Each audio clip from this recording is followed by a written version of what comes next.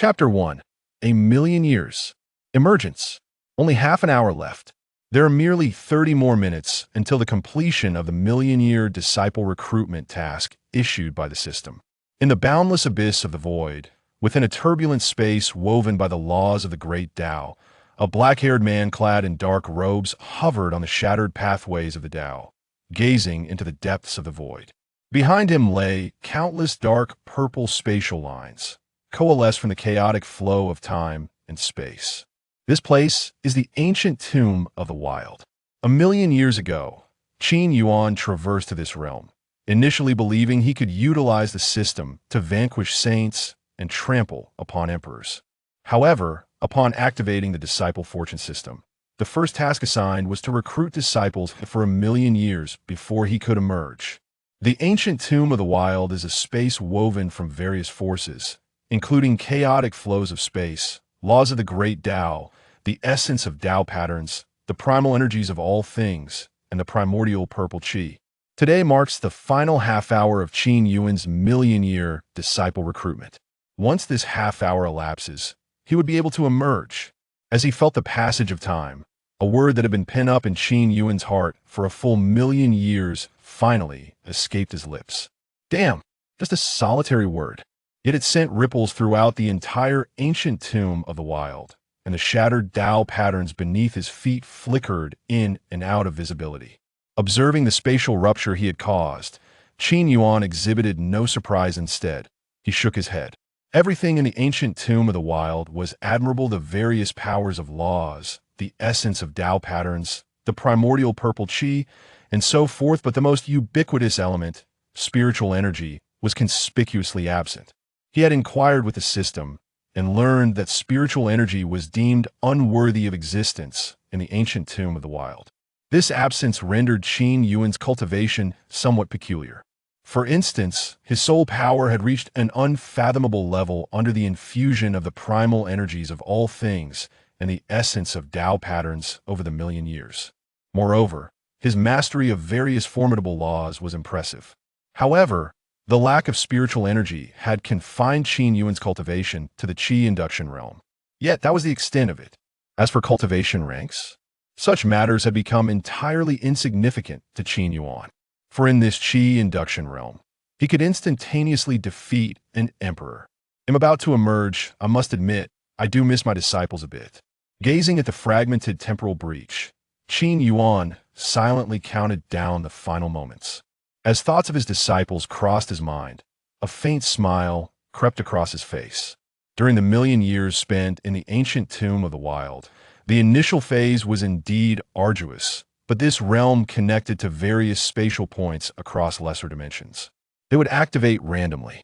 Thus, every few thousand years, external cultivators would step into this place.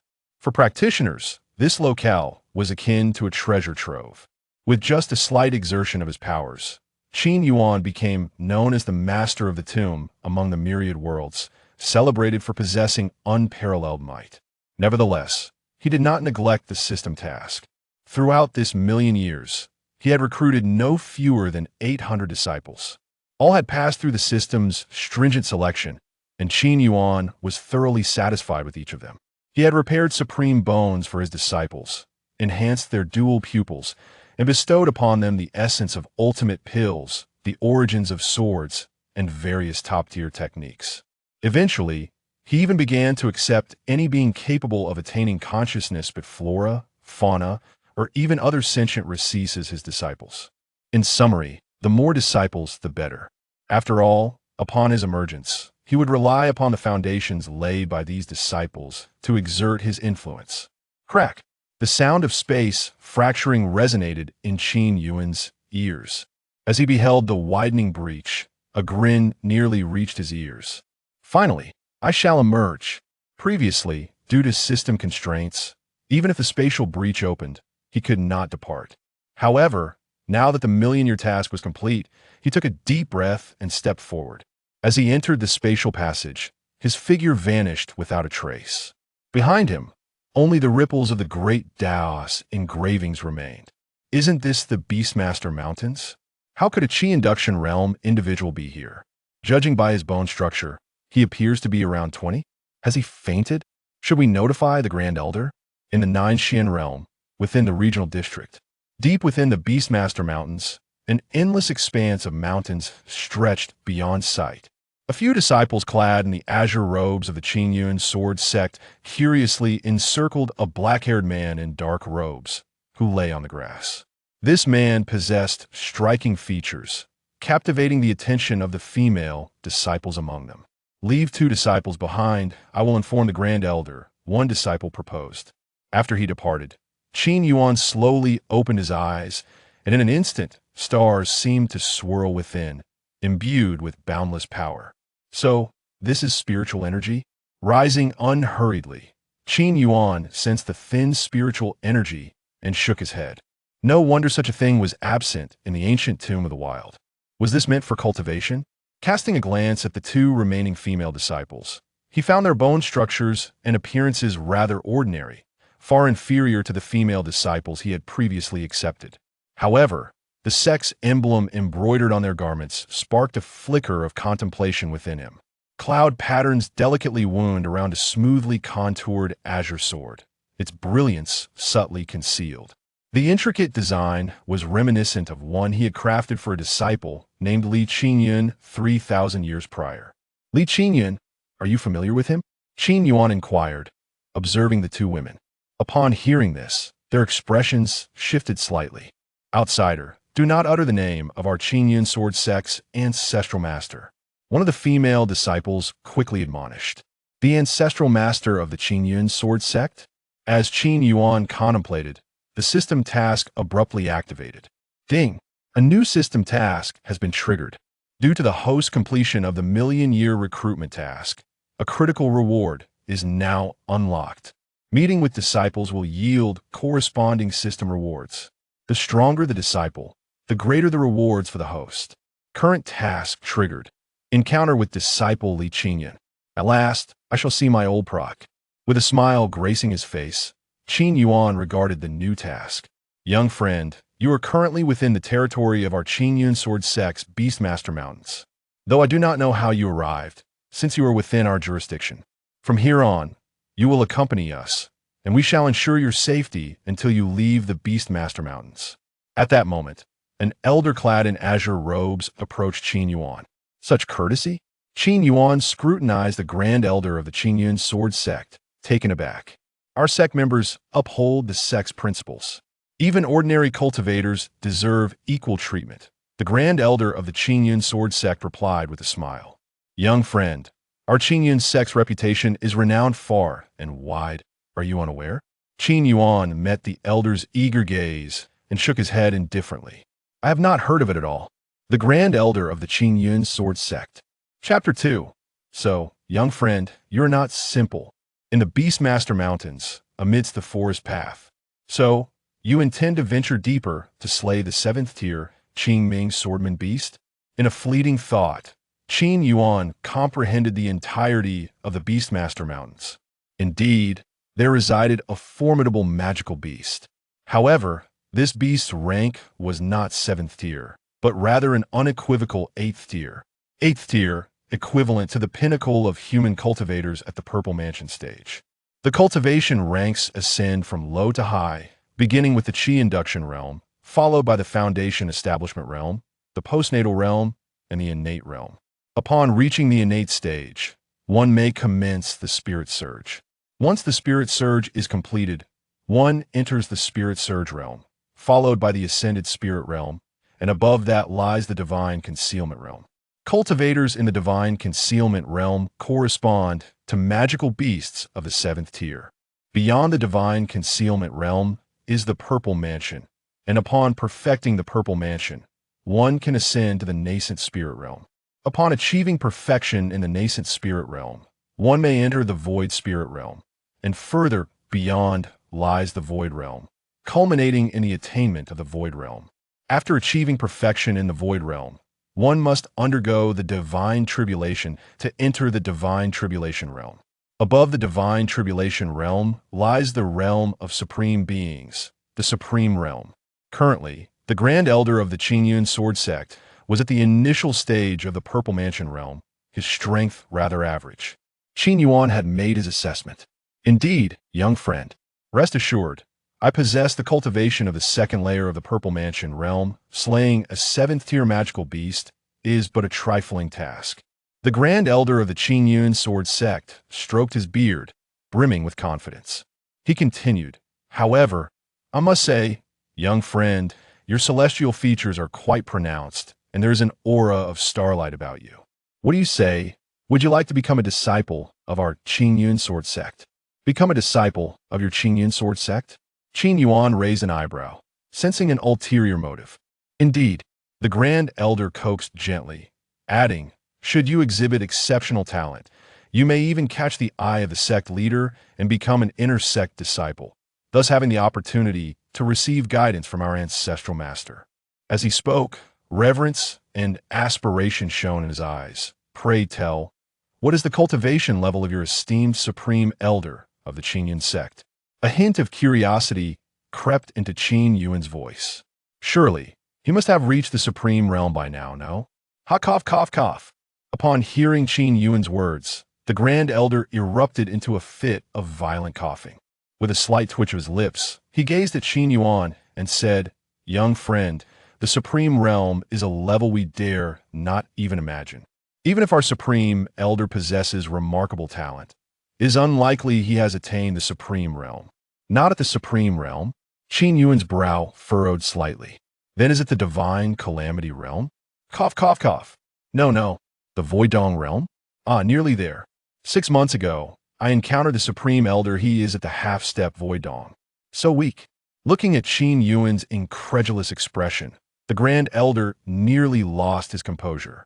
Suppressing the urge to obliterate this impudent individual before him, he slowly replied, a half-step Voidong is already a formidable force within a realm. However, Qin Yuan's attention had long since strayed for the Grand Elder. He recalled Li Qinjian's talent, which was quite commendable after 3,000 years. One would expect him to at least reach the pinnacle of the divine calamity realm, if not the supreme realm itself. Yet, he was merely at the Voidong realm?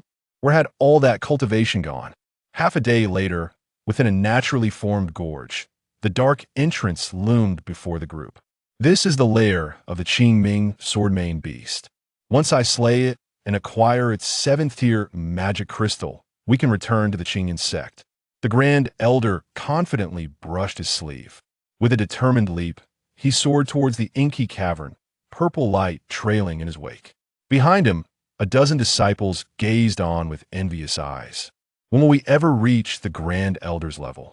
We are still at the spirit realm, with 2 major realms to traverse before we can speak of the Purple Mansion realm. For now, let us quietly observe how the Grand Elder dispatches that Qingming sword-mane beast. To witness the Grand Elder's majestic prowess will greatly aid our cultivation. The disciples seized every opportunity to learn, their eyes intently fixed on the gorge below. Only Qin Yuan appeared relaxed, leaning against an ancient tree. Roar! Suddenly, a beastly roar reverberated throughout the gorge. The disciples of the Qin Yuan sect were instantly electrified.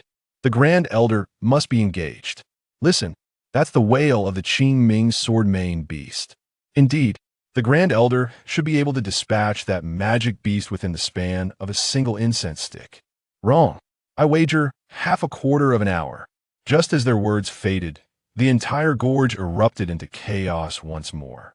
From within the dark cave, a surge of azure sword energy burst forth. Gajian sword technique. The Grand Elder has already unleashed the Qin Yuan sword technique. The outcome is decided. The surrounding disciples cheered. Yet, Qin Yuan merely dug at his ears. Is the outcome truly decided? Indeed it was.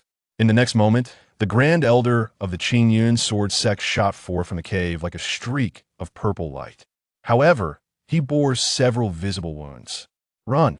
The intel was incorrect. The strength of this Qingming sword-mane beast is not 7th tier. It is 8th tier. Run now. The Grand Elder screamed in sheer desperation. Behind him, the cave erupted violently. The Qingming sword-mane beast slowly emerged, its body cloaked in grayish-blue scales, each scale adorned with crystalline sword energy protruding 3 inches. Its tail had morphed into 7 segmented sword bones, with the final segment being exceptionally sharp. As it moved, the sword energy crystals along its spine flared like a mane, exuding an ominous aura. Now, its amber, sword-patterned eyes coldly surveyed the Grand Elder of the Qin Yuan sword sect and the disciples at the gorge's edge. 8th tier. That strength is equivalent to the pinnacle of the Purple Mansion realm. Hurry, we must retreat. Upon hearing 8th tier, the disciples were left in stunned silence. Yet, among them, a few steadfast souls stepped forward, declaring, "The Grand Elder is at the 2nd level of the Purple Mansion realm without our assistance. He will find it even more challenging to contend with that 8th tier magic beast. We shall remain to aid the Grand Elder. Indeed, we will stay," several disciples echoed. In the gorge, high above, the Grand Elder of the Qin Yuan sect, moved by their resolve, barely managed to parry a claw strike from the Qing Ming sword-maned beast while shouting, "Do not concern yourselves with me. You must flee. No, Grand Elder, we will stay to assist you." This life-and-death moment stirred even deeper emotions within the Grand Elder. At that instant, Qin Yuan finally stirred. He stepped forward, observing this touching scene, and said, "In situations where the strength disparity is not vast, remaining may offer a chance for a desperate counterattack. However, the gap between you and that 8th tier magic beast is nearly 2 or 3 major realms. Those who still choose to remain, I shall refer to as Shabi. You." The faces of those who chose to remain flushed crimson at his words. Meanwhile, Qin Yuan raised his gaze towards the Grand Elder in midair, saying, "You're also of the Purple Mansion. Why are you in such a panic?" Utilize the 3rd strike of the Qin Yuan sword technique to target the 4th segment gap in its tail. Upon hearing this, the Grand Elder in the air was momentarily taken aback. However, when he noticed the pupils of the 8th tier azure main sword beast suddenly flicker, a wave of astonishment surged within him. This is the gaze of one whose flaws have been discovered. The Grand Elder suddenly inhaled sharply, his eyes shifting as he regarded Qin Yuan. No wonder he could wander alone deep within the Beast Mountain range. It turns out, young friend, you are indeed remarkable. In the next moment, he hesitated no longer. He activated the 3rd move of the Azure Cloud sword technique and commenced a frenzied assault on the caudal vertebrae of the Azure Shadow sword-maned beast. Chapter 3. Today, one of you must perish. Attacking the scales atop its spinal column? Are you not observant? Have you not noticed how it has been guarding the central region of its back? Utilize the 7th move of the Azure Cloud sword technique, will you? And what then? You ask me, are you incapable of discerning the beast's vulnerabilities? Such a conspicuous flaw, and yet you remain oblivious? It is a shame that you hold the esteemed position of Grand Elder in the Azure Cloud sword sect. One must wonder if you have truly earned it or if it was bestowed upon you through connections. And what next? Dismantle its caudal vertebrae. Tear apart the 7 sword bones of its tail. You claim that your sword cannot pierce its back scales. Then why not use its own sword bones to stab it? Do you intend to drive me to madness? In an instant, a peculiar scene unfolded within the canyon. There stood Qin Yuan beside a towering tree, continuously imparting the most practical advice. Yet, each piece of guidance enabled the Grand Elder engaged in battle to vanquish the 8th tier Azure Shadow sword-maned beast at minimal cost. Moreover, as time progressed, the 8th tier beast began to exhibit signs of collapse, already attempting to retreat to its original lair. Pursue it. What are you dawdling for? Do you intend to wait for it to rest and then counterattack? How truly naive of you. Listening to Qin Yuan's words, the Grand Elder in the air appeared somewhat perplexed. Yet, I am merely at the 2nd layer of the Purple Mansion realm. Qin Yuan trembled as he pointed his right hand at the Grand Elder, questioning his inability to slay foes beyond his level. Today, one of you must die. The choice is yours. Upon hearing this subtly threatening declaration, the Grand Elder's gaze sharpened, dispelling his earlier confusion. Although he could not decipher Qin Yuan's true strength, the ability to instantly perceive the flaws of the Azure Shadow sword-maned beast offered a clear deduction. The prowess of Qin Yuan is undoubtedly not inferior to my own. It is precisely for this reason that I am unable to perceive his concealed aura. After all, the most adept practitioners revel in the art of disguise. I must give it my all. The Grand Elder gritted his teeth and surged into the cave, engaging fiercely in battle. Now this resembles a true spectacle. Upon witnessing this, Qin Yuan nodded with a sense of satisfaction. Meanwhile, the disciples beside him were utterly dumbfounded. What had they just witnessed? A youth of the Qi induction realm had unleashed a torrent of scorn upon their Grand Elder, striking directly at the core of their weaknesses. Furthermore, he had even dared to proclaim that only one of their Grand Elder or the magical beast could survive. What manner of man is this figure clad in black? After a brief span of half an hour, the commotion within the cave gradually subsided. Ultimately, a beam of violet light surged forth, revealing the venerable elder. His form drenched in the blood of magical beasts, clutching tightly in his right hand an 8th-tier magic crystal. Have I truly vanquished an 8th-level beast comparable to the pinnacle of the Purple Mansion realm? Even now, the elder finds this hard to fathom. Yet, the gaze he casts upon Qin Yuan has irrevocably transformed. Merely from the earlier guidance, his previously stagnant Qin Yuan sword technique has advanced several steps forward. This is an extraordinary individual. This is truly an extraordinary individual. Senior, please allow me to pay my respects. Ignoring his own injuries, the Grand Elder of the Qin Yuan sect bowed respectfully to Qin Yuan. The disciples behind him, though initially bewildered, quickly grasped the situation and followed suit, paying their respects alongside the Grand Elder. Very well, the etiquette is indeed commendable. Qin Yuan nodded in acknowledgement. Senior, do you know the sect master? The Grand Elder inquired cautiously at this moment. Given his profound understanding of the Qin Yuan sword technique and his ability to identify its flaws, it was evident he must have some acquaintance with the sect master. Otherwise, how could he possess such knowledge of the technique? I do not know, Qin Yuan replied candidly. The elder was momentarily at a loss for words, and then softly suggested, might the esteemed senior find time to visit our Qin Yuan sect? We would certainly extend our utmost hospitality. With a smile, Qin Yuan nodded in agreement. He was also curious to ascertain whether Li Qin Yuan's stagnation at the half-step void realm stemmed from sheer negligence. Coughing lightly, the elder inquired, may I ask the extent of your formidable prowess? As he sensed the aura emanating from Qin Yuan, who was in the Qi induction stage. He wiped the sweat from his brow. Despite his meticulous efforts to perceive the true strength of his counterpart, the essence radiating from Qin Yuan remained that of the Qi induction stage. The elder realized that his own cultivation was insufficient to discern the other's veiled capabilities. Qi induction, Qin Yuan replied candidly. The elder choked momentarily, then cautiously probed further. It is quite a distance from here to our Qin Yuan sect. Allow me to summon the wind to carry you through the skies, which would expedite our journey considerably. Once one reaches the Purple Mansion stage, they can traverse the skies and harness the power of the Purple Mansion to manipulate the spiritual energy in the air, allowing them to transport over 100 lower-tier cultivators simultaneously, albeit at a greater consumption of spiritual energy. No need. Proceed at your utmost speed. I shall be able to keep pace. Qin Yuan gestured dismissively. The elder nodded and then consumed 2 pills to restore his injuries and spiritual energy. With a grand wave of his hand, purple spiritual energy began to envelop the disciples, lifting them into the air. We are set to depart, the elder announced, bowing toward Qin Yuan, who stood at the edge of the valley below. Qin Yuan nodded in acknowledgement and took a deliberate step forward with his right foot. However, as he did so, the surrounding space rippled inexplicably, and he vanished like a specter.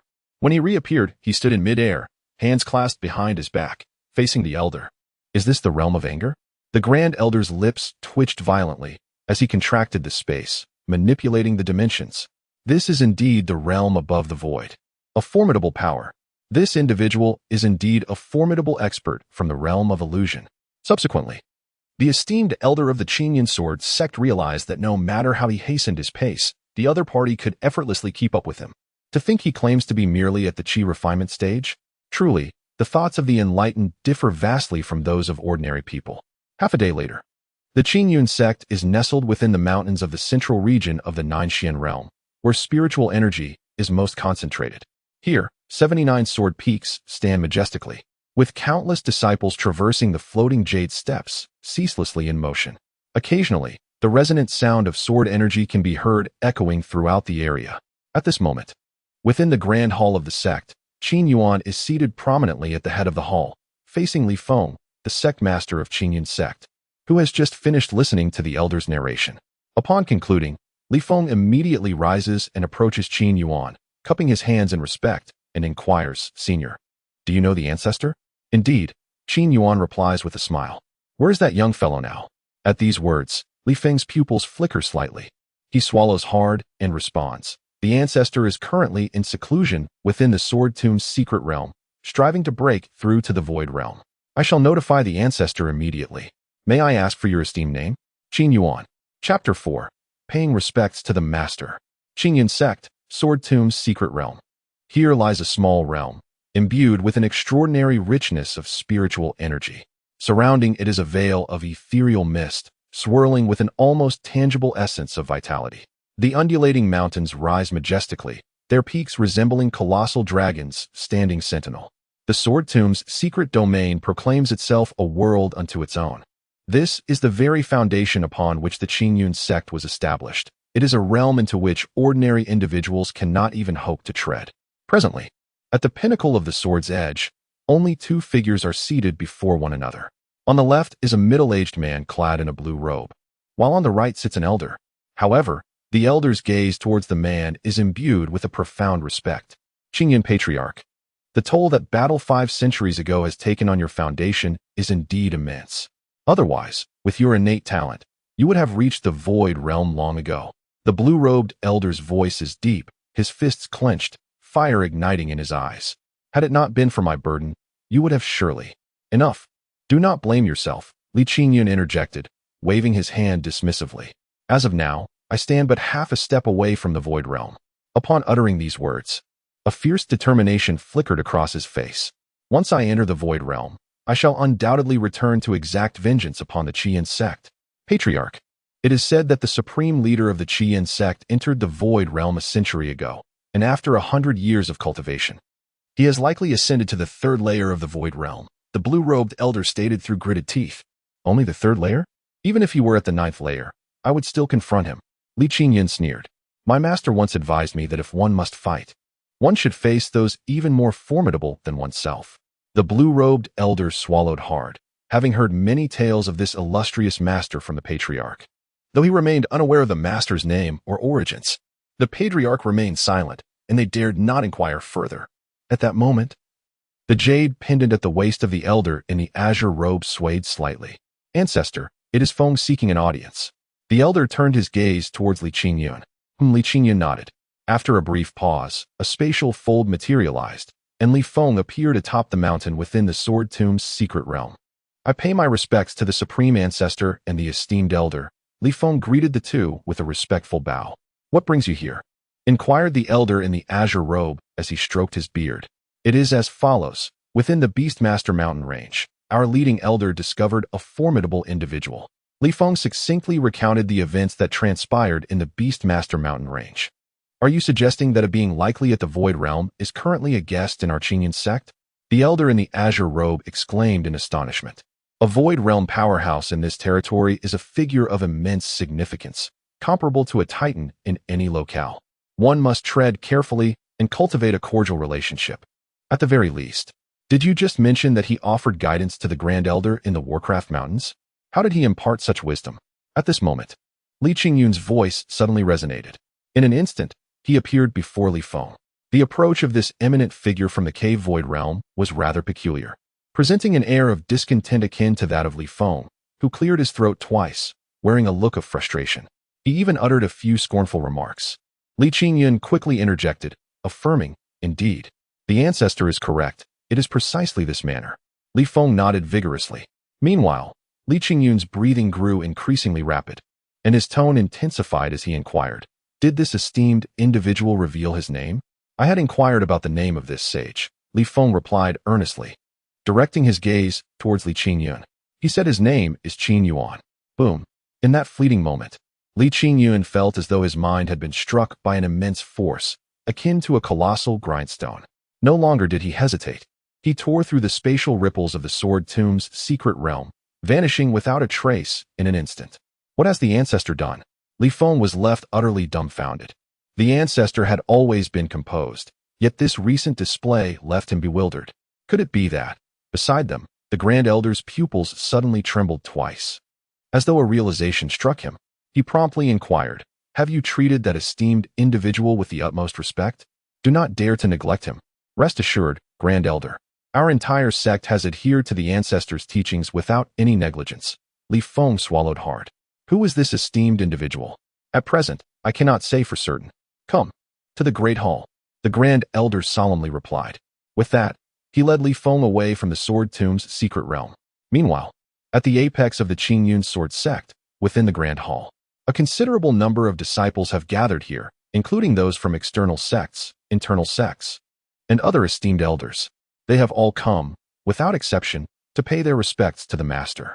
However, upon seeing Qin Yuan's appearance, their astonishment deepens. He is remarkably young, no more than 20 in appearance, with sharp brows and bright eyes, exuding an imposing presence. Is he truly at the Qi induction stage? Could I be mistaken? One elder murmured. Indeed, you are mistaken. The Grand Elder interjected sharply. This is a method the master employs to conceal his true strength. With our meager cultivation, how can we hope to discern the master's power? What are you thinking? Have you ever seen anyone at the Qi induction stage capable of executing spatial maneuvers that require a void stage? The previous elder suddenly realized the truth. In the main hall, Qin Yuan observed the figures below him, appearing calm and composed. In the next moment, a faint smile graced his lips as he gazed ahead. A stream of azure light was racing towards the entrance of the hall. The first disciple he encountered after exiting the seclusion had arrived. Swish. The azure light was intermingled with a fierce sword aura. The presence of a half-step void stage warrior causing the elders and disciples within the hall to feel their scalps tingle. It is the supreme ancestor. The elder of Qin Yuan has arrived. Who exactly is this youth? Could he be an extraordinary genius who has remained hidden? Did not the Grand Elder just proclaim him a master? Yet, he appears younger than I am. The disciples and elders of Qin Yuan sect held their breath. Bowing deeply to Li Qin Yuan as he descended from above the hall, exclaiming, "We pay our respects to the supreme ancestor." At this moment, two more beams of radiant light appeared, heralding the arrival of Li Feng, the sect leader, and the supreme elder. They gazed at Li Qin Yuan and Qin Yuan on the stage. Noting that Li Qin Yuan did not acknowledge the bows from the elders and disciples, but instead fixed his gaze intently on Qin Yuan. His eyes began to redden as he approached, step by step, until he stood merely 3 meters away from Qin Yuan. At that moment, Li Qin Yuan seemed to snap back to reality, and in front of all the disciples and elders of Qin Yuan sect, he knelt before Qin Yuan, declaring, "Disciple Li Qin Yuan, I pay my respects to my master." Thud, thud, thud. 3 resounding thumps echoed, as if shattering space and time itself. Each bow struck with tremendous force, causing the entire hall to tremble, with cracks appearing in the ground. In an instant, the air felt as though it had frozen, plunging the hall into a profound silence, where even the sound of breathing vanished. Only the lingering echoes of the bows reverberated through the dome of the hall, refusing to dissipate. Chapter 5. Cannot kill beyond one's level? Then you do not deserve to be a disciple of the master. Hey, senior brother, did I just experience auditory hallucinations? Did you hear that? I think I heard our elder of Qin Yuan sword sect address that young man as master. I think I heard that too. All the disciples and elders in the hall held their breath, and when they glanced back at the stage, they were shocked to see their elder kneeling before Qin Yuan. In other words, Qin Yuan is the master of their elder. Below the hall, the newly arrived sect leader and supreme elder froze in shock, their eyes betraying their disbelief.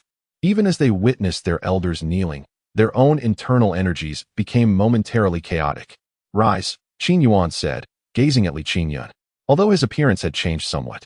The mark of his soul remained unaltered. "Thank you, master," Li Qin Yuan replied, slowly rising, his eyes glistening with unshed tears. An orphan he had cultivated through adversity. Revealing his talents, and by chance, entered the ancient tomb of heaven, an extraordinary opportunity, where he received teachings from Qin Yuan. After 30 years of learning, he emerged to establish the Qin Yuan sword sect in the central state of the 9 mysteries realm. Yet, unbeknownst to others, all of this was bestowed upon him by his master. "What are you all standing there for? Do you not know to pay your respects?" Li Qin Yuan bellowed, addressing the stunned disciples and elders below. His voice thundered in their ears, snapping everyone back to reality, and they hurriedly bowed towards Qin Yuan. "Disciples of Qin Yuan sect, elders of Qin Yuan sect, sect leader of Qin Yuan sect, we pay our respects to the master." Qin Yuan smiled gently, nodding his head and waving his right hand. A soft breeze lifted all the people below. "All right, everyone rise." He then turned his gaze back to Li Qin Yuan. Ding. Task completed. Ding. Current disciple status. Name, Li Qin Yuan.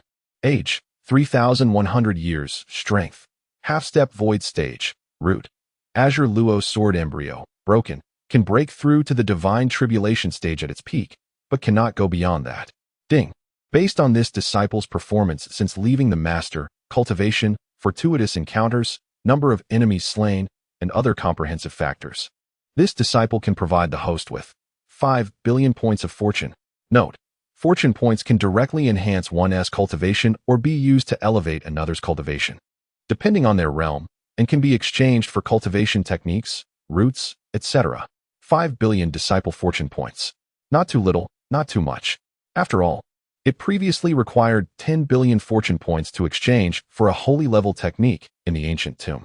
In other words, this disciple is worth 5 holy level techniques?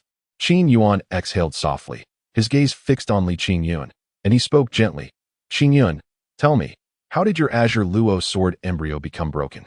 His words struck directly at the greatest hidden danger in Qin Yuan's cultivation. Master, Qin Yuan clenched his fists.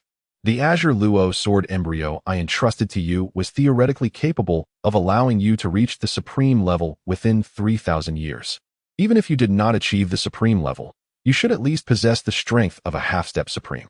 Yet now, you are merely at half-step void? Qin Yuan shook his head and raised his right hand, extending 5 fingers. You are currently worth 5 holy level techniques. Do you understand? Seeing this, Qin Yuan's lips twitched. His master remains the same, always speaking with an air of mystery and retaining a childlike spirit.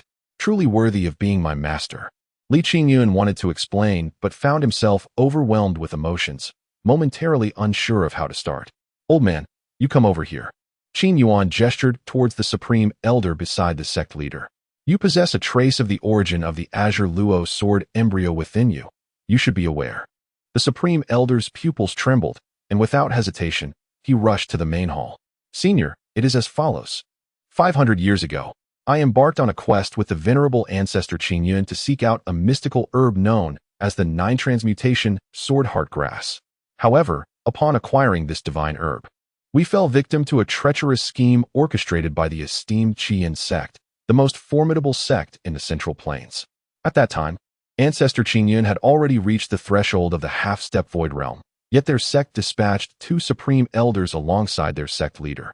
Although the Qin sect leader was also at the half-step void level, ancestor Qin Yuan was unperturbed. Yet, the 2 supreme elders had already ascended to the void realm, becoming formidable beings of the 3rd layer of void. Ultimately, to save me, ancestor Qin Yuan was compelled to forcefully break through, bestowing upon me a sliver of the essence of the Qin luo sword embryo, which allowed me to survive. Consequently, this act depleted ancestor Qin Yuan's sword embryo essence, filling me with profound guilt. As the supreme elder recounted the tale, his eyes grew crimson with emotion. Stop, stop, no need for such theatrics, Qin Yuan interrupted, disrupting the elder's carefully cultivated emotional state. With your minor injuries, you could hardly hinder the essence of the Qin luo sword that I have gathered for Qin Yuan. Qin Yuan, you explain what transpired. Seeing the situation, Qin Yuan cleared his throat and sheepishly scratched his head, saying, well, after I returned to the sect and settled in, I infiltrated the Qin sect. During my previous confrontation with their 2 supreme elders, they spoke ill of my master, and I couldn't let that slide. I intended to eliminate them both and leave. Qin Yuan smiled. Now that is the disciple I have trained. The elders and sect leaders in the hall were left in a state of bewilderment. Was this something that happened back then? What happened afterward? Qin Yuan inquired with a smile. Afterward, just as I had slain their supreme elder, I was discovered. Consequently, the entire sect mobilized to hunt me down. Even employing their sect's protective grand formation, Qin Yuan continued, clearing his throat. Left with no choice, I had to ignite my essence sword embryo to fight my way out. But rest assured, master, I managed to slay over half of their elders, so I did not bring shame upon you. Upon hearing this, the sect leader and all present were drenched in cold sweat. To think that their ancestor had been so formidable back then, to infiltrate the Qin sect as a half-step void, and even slay one of their supreme elders, and to have escaped after depleting his sword embryo essence? Ancestor Qin Yuan, that was exceedingly perilous. At that time, you were merely a half-step void and in a wounded state. Their supreme elders were all at the 3rd layer of the void realm. The supreme elder swallowed hard. As a disciple of the master, one must possess the ability to transcend realms and slay foes. Otherwise, one is unworthy of being a disciple. Qin Yuan puffed out his chest proudly.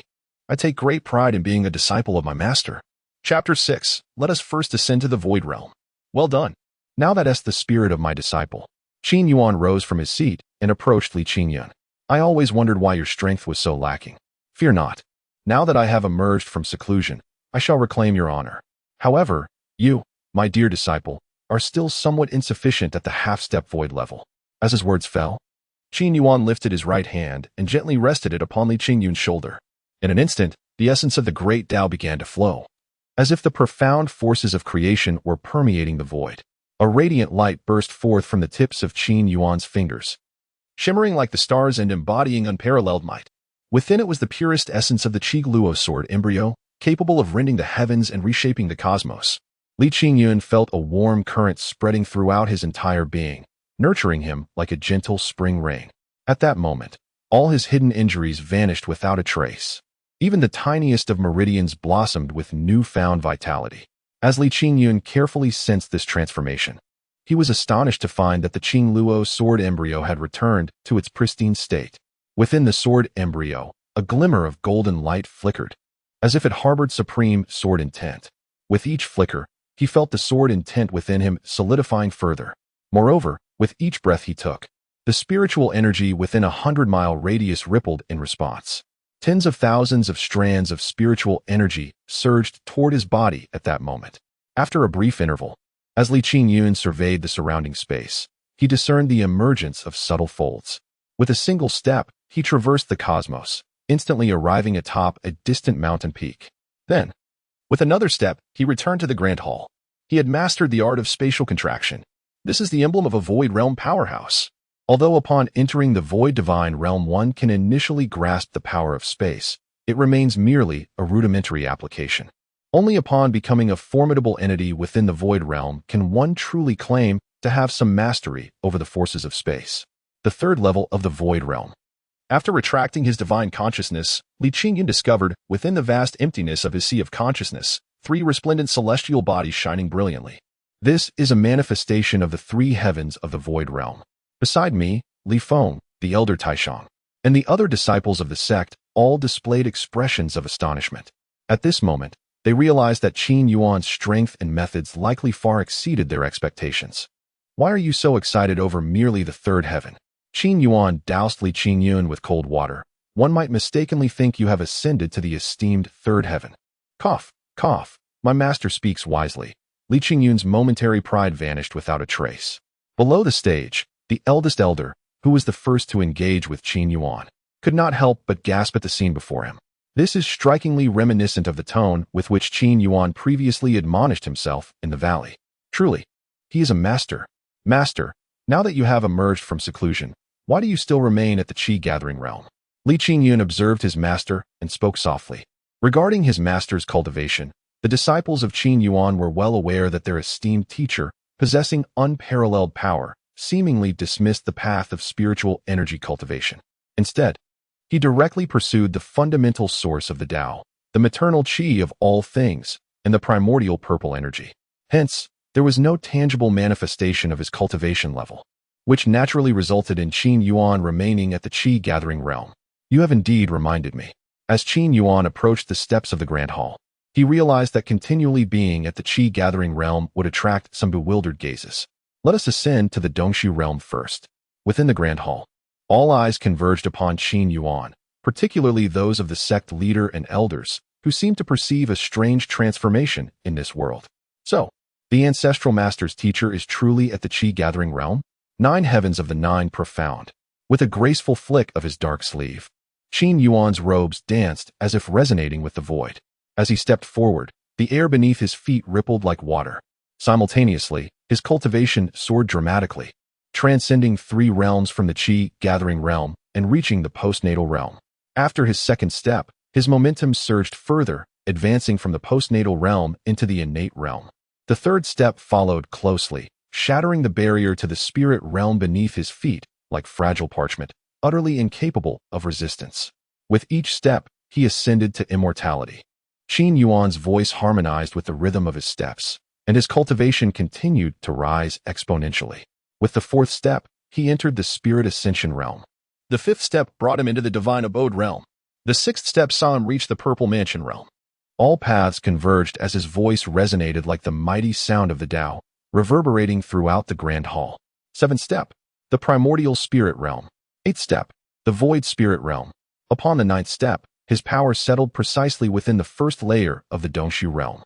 The overwhelming pressure of the first layer of the Dongshu realm descended like a collapsing firmament, enveloping the surroundings. The pressure emanating from him was far more terrifying than the third level of the void realm of their esteemed ancestor. At that moment, Qin Yuan stood with his hands clasped behind his back in the vast hall, his gaze shimmering like a constellation of brilliant stars. He then recited the final line, "Heaven and earth, I am the pinnacle." Henceforth, his cultivation was firmly established at the first level of the void realm. Within the hall, all the disciples of the Qin Yuan sect wore expressions of profound astonishment. The scene they had just witnessed had utterly transcended their understanding and imagination. Their faces were suffused with disbelief, and all eyes were riveted upon the majestic figure standing in the air, their inner tumultuous awe surging like a tidal wave, refusing to subside. From this moment onward, if anyone were to inquire how long it takes to progress from the Qi-gathering realm to the void realm, they would have previously answered that it requires at least several thousand years of cultivation and a great opportunity to step into it. However, now they would respond that they had witnessed a person who needed merely 9 steps to enter the void. 9 mystical layers, each step a leap to immortality. All paths converge here. Heaven and earth, I am the pinnacle. The sect master of Qin Yuan murmured these words, his eyes brimming with an overwhelming shock that he struggled to digest.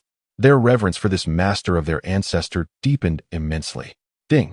Congratulations to the host for acquiring 50 million faith points. Faith points can be equivalently exchanged for fortune points. Qin Yuan looked at the disciples of the sect, a smile gracing his face. He then turned to Li Qin Yuan and asked, "Where's the Qi Yuan sect? I wish to go there for some tea and enjoy the scenery." Upon hearing this, everyone in the hall gasped in astonishment once more. Going for tea? Enjoying the scenery? Surely he means to annihilate the sect. Master, I already have a new strategy for dealing with the Qi Yuan sect. Li Qin Yuan swiftly approached Qin Yuan. Years ago, you taught me that to deal with a clown, one must strike when he is at his most jubilant. In a few days, the centennial grand assembly of the 3 sects of Zhongzhou will take place. At that time, our Qin Yuan sword sect, the Qi Yuan sect, and the Jiuli Witch Hall will gather in the mystical cloudy mist valley. Now that Master has helped me break through to the 3rd level of the void realm, I am confident that I can leave the members of the Qi Yuan sect behind in the mystical realm. Qin Yuan nodded. Very well, you shall go first. I will support you. On the path of cultivation, resolving one's own grievances will naturally aid future breakthroughs and mindset. He felt a flicker of interest regarding the Jiuli Witch Hall. The Jiuli Witch Hall? I did take on a disciple from there a millennium ago. That little fellow loved to dabble in witchcraft and sorcery. This development has indeed piqued Qin Yuan's anticipation. Chapter 7. Both sides are more ruthless than the other. In the heart of the Yunxia mountain range lies the ethereal Yunxia Illusion Valley, ensconced within towering mountains and shrouded in thick mist year-round. It only reveals itself at specific moments. Within the secret realm of Yunxia Illusion Valley, abundant spiritual energy flows, and the scenery is picturesque, adorned with various extraordinary flora. In the central region, 3 major sects stand at the pinnacle of power: Qin Yuan Sword Sect, a righteous sect where all disciples adhere strictly to the sect's regulations. Should any individual be found to bully the weak, they would face severe consequences in accordance with sect rules, earning a formidable reputation within a radius of thousands of miles. Qi Yuan sect, predominantly composed of practitioners of the earth element, known for their fiery temperaments and a tendency to dominate others. However, due to their intense cultivation attributes, few rivals exist among their peers, compelling ordinary cultivators to endure their tyranny in silence. And the last sect, which invokes fear and trepidation, Jiuli Witch Hall. Its disciples practice the arcane arts of witchcraft and curses, with the enigmatic hall master appearing and vanishing without a trace. To vanquish a rival of equal strength, one might only require a single witch insect. Nonetheless, due to the peculiarities of witch insect cultivation, there are fewer than 100 disciples in Jiuli Witch Hall. At present, the 3 major sects have gathered before the secret realm of Yunxia Illusion Valley. Before the tranquil gorge, the space has begun to ripple. Ahead lies a massive plaza paved with azure stones, capable of accommodating tens of thousands of standing spectators. Master, that figure in red is the leader of Qi Yuan sect. Lai Wufeng, Li Qin Yuan whispered beside Qin Yuan. Turning his gaze, Qin Yuan beheld the leader of Qin sect, a rugged man emanating an aura akin to stone. Lai Wufeng cultivates the attributes of stone and possesses strength at the third level of the Void Realm. After a fleeting glance, Qin Yuan lost interest. Such minions are hardly worthy of his intervention. Although there are two elders beside Lai Wufeng, both possessing the strength of the fifth level of the realm, they remain insufficient. Li Qingyun, wielding the Qing Luo sword embryo, could effortlessly eliminate foes of levels 5 or 6. Otherwise, he would not have been able to slay a senior elder of the Qin sect, who was at the third level of the realm. Back when he was merely at the half-step stage, his master, the man in the black robe, is none other than Lu Jiuli, the lord of the Jiuli Witch Hall. As Li Qingyun finished his introduction, a subtle smile graced Qin Yuan's lips. Indeed, he is my obedient disciple. Ding. Quest triggered. Encounter with disciple Lu Jiuli. Lu Jiuli, born with the body of myriad worms. Rejected by the world in his past life and nearly killed in a relentless pursuit, he fortuitously entered the ancient tomb of the wilderness. After being rescued by Qin Yuan, he became a disciple. However, due to the unique nature of the myriad worm body, he can only grow for 1,000 years before being consumed by the very worms he embodies. Yet, Qin Yuan is never stingy with his disciples. He directly transformed Lu Jiuli's myriad worm body into the heavenly transformation worm emperor body. This is the ultimate sublimation of the myriad worm body, with a potential for growth that is nearly limitless. Qin Yuan was astonished to encounter two disciples in this place. However, his gaze turned thoughtfully towards Lu Jiuli, who was shrouded in a black robe. Lord, has that Qin Yuan ancestor's strength truly broken through? He has also reached the third level of the realm, murmured an elder from the Qin sect, beside whom stood a young man of the first level of the realm. What is the panic? Although Lai Wufeng is surprised, his face remains brimming with confidence. I am also at the third level of the realm. Moreover, we have a senior elder at the fifth level. Furthermore, within the Yunxiao Illusion Valley. At this point, a glint of ruthlessness flashed in Lai Wufeng's eyes. 500 years ago, we did not keep Li Qingyun within the Qin sect. This time, we shall ensure that he and his disciples meet their demise within the Yunxiao Illusion Valley. As long as we assist that esteemed individual in obtaining the Qing Luo sword embryo, our entire Qin sect will gain immense fortune. The elder readily nodded, declaring that after killing Li Qingyun, his Qingyun sect would be entirely exterminated. None would remain. Lai Wufeng spoke with ferocity. Indeed, Lord. Meanwhile, on the side of the Qingyun sect, Li Qingyun addressed a group of disciples with a resonant voice. Once we enter the secret realm, your sole task is to eliminate the disciples of the Qin sect at all costs. Yes, Qingyun ancestor. All disciples within the Qingyun sect nodded in agreement. Both sides displayed their ferocity. When the time comes, I will handle Lai Wufeng and their elders. You need only protect the safety of the disciples within the sect. Li Qingyun instructed the senior elder. However, the senior elder's face revealed concern, as Lai Wufeng was also at the third level, accompanied by a senior elder at the fifth level. Do you lack confidence in me? Li Qingyun smirked, glancing at the esteemed Qin Yuan beside him. His face filled with reverence. Besides, I have my master. In Li Qingyun's eyes, his master is invincible, possessing heavenly abilities. He is a terrifying powerhouse capable of vanquishing all foes throughout history. If one cannot win, they need only to call out. Qin Yuan smiled with contentment. While it is indeed splendid for his disciples to be able to resolve their own matters, it would be sheer folly to stubbornly persist in the face of defeat. Since his emergence from seclusion, although merely 10 days had passed, Qin Yuan had yet to exert himself in any manner. At that moment, the once tranquil air in the valley suddenly began to tremble. At this moment, it seemed as if the very essence of the world was stirred by an invisible force. In the heart of the valley, the fabric of space rippled, akin to a mirror being kneaded by an unseen hand. In an instant, a vortex of space materialized. At the edges of the whirlpool, vibrant rays of light flickered, resembling clouds coalescing into a magnificent spectacle, exuding an aura of terrifying spatial fluctuations. At the center of the vortex lay a profound darkness. The flora and fauna within the valley swayed gracefully, while above the spatial whirlpool, the clouds churned incessantly, casting a celestial glow that illuminated the entire valley as if it were an ethereal realm. It was evident that the cloudy mist valley secret realm had been unveiled. Within this mystical valley, numerous disciples from various sects and some solitary cultivators gathered. After all, This was a grand assembly of the three sects. Moreover, the cloudy mist valley was rich with rare treasures and extraordinary spiritual herbs, which could significantly enhance their cultivation. Disciples of the Qin Yuan sect, heed my command. Advance. With a grand gesture, Qin Yuan led hundreds of disciples from the Qin Yuan sect, transforming into streaks of light as they swiftly entered the portal to the illusionary realm.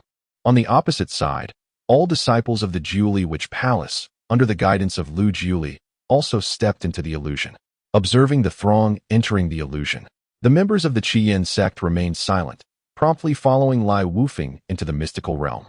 As the folds of space surged with waves, the next moment, Lai Wufeng led over 200 disciples of the Qi Yin sect into the cloudy mist valley secret realm. Instead of encountering a tranquil plain, they were met with a colossal azure sword. The blade stretched hundreds of feet, its surface crystalline and translucent, with a radiant blue glow that emanated a chilling aura. The intent to kill was palpable. Lai Wufeng was momentarily taken aback, his expression suddenly shifting dramatically. Qin Yuan, you lack martial ethics. The response to his outcry was Qin Yuan's boisterous retort. I care not. Chapter 8. You are worth at most 5 imperial-level techniques. On the plains within the cloudy mist valley secret realm.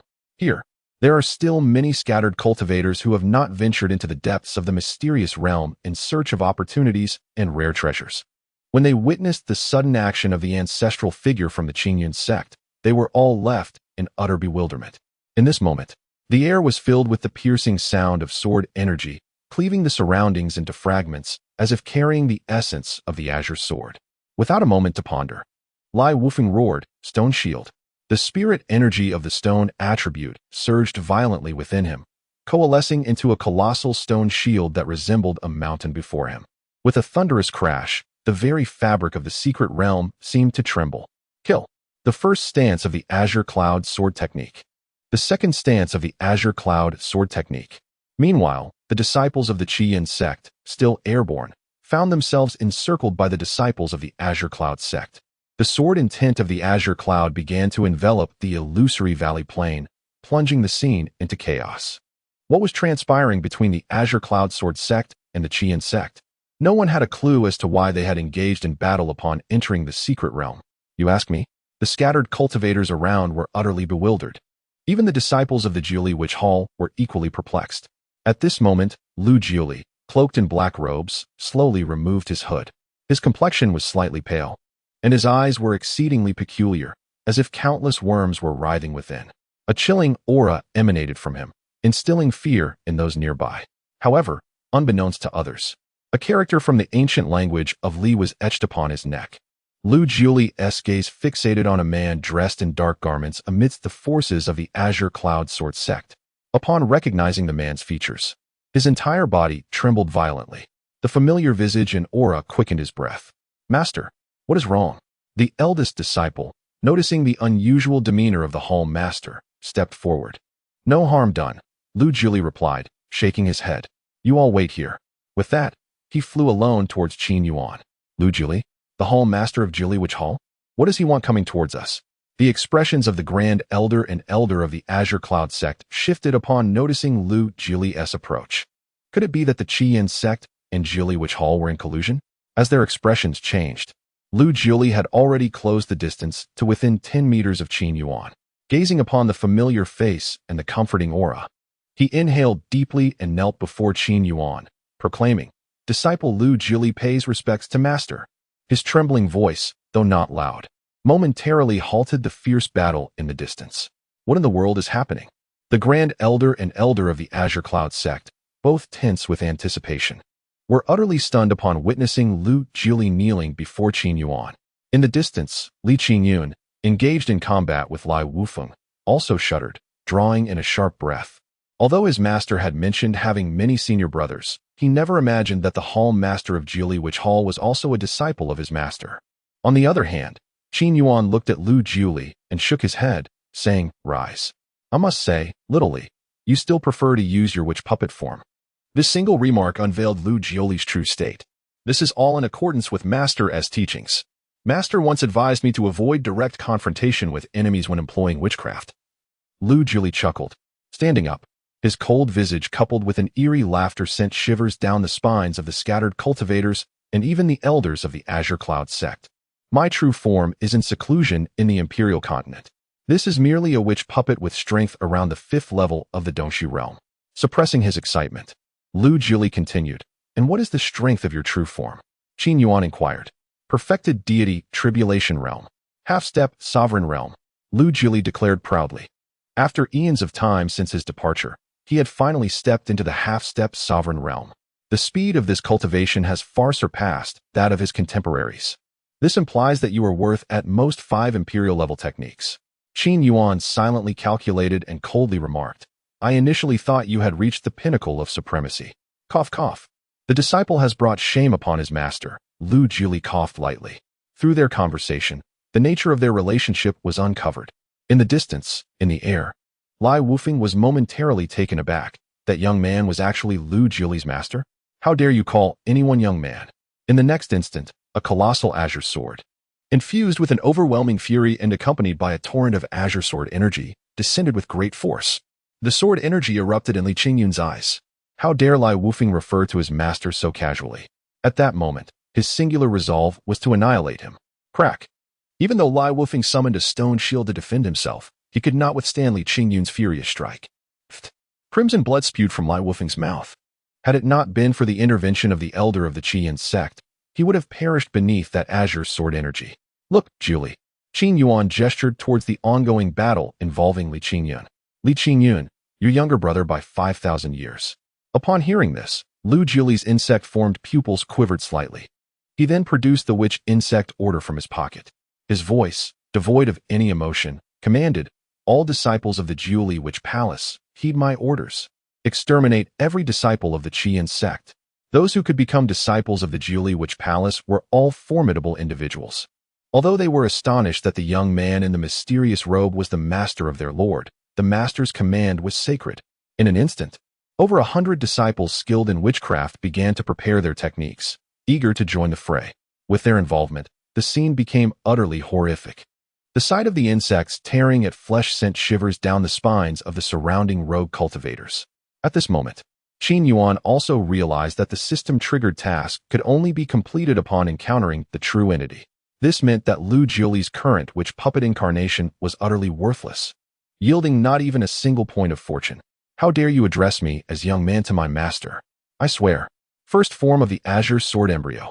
Azure Manifestation Sword. Li Qingyun roared. Drawing upon the Azure Sword Embryo within himself, he gathered the surrounding spiritual energy of heaven and earth, transforming myriad swords into a singular blade.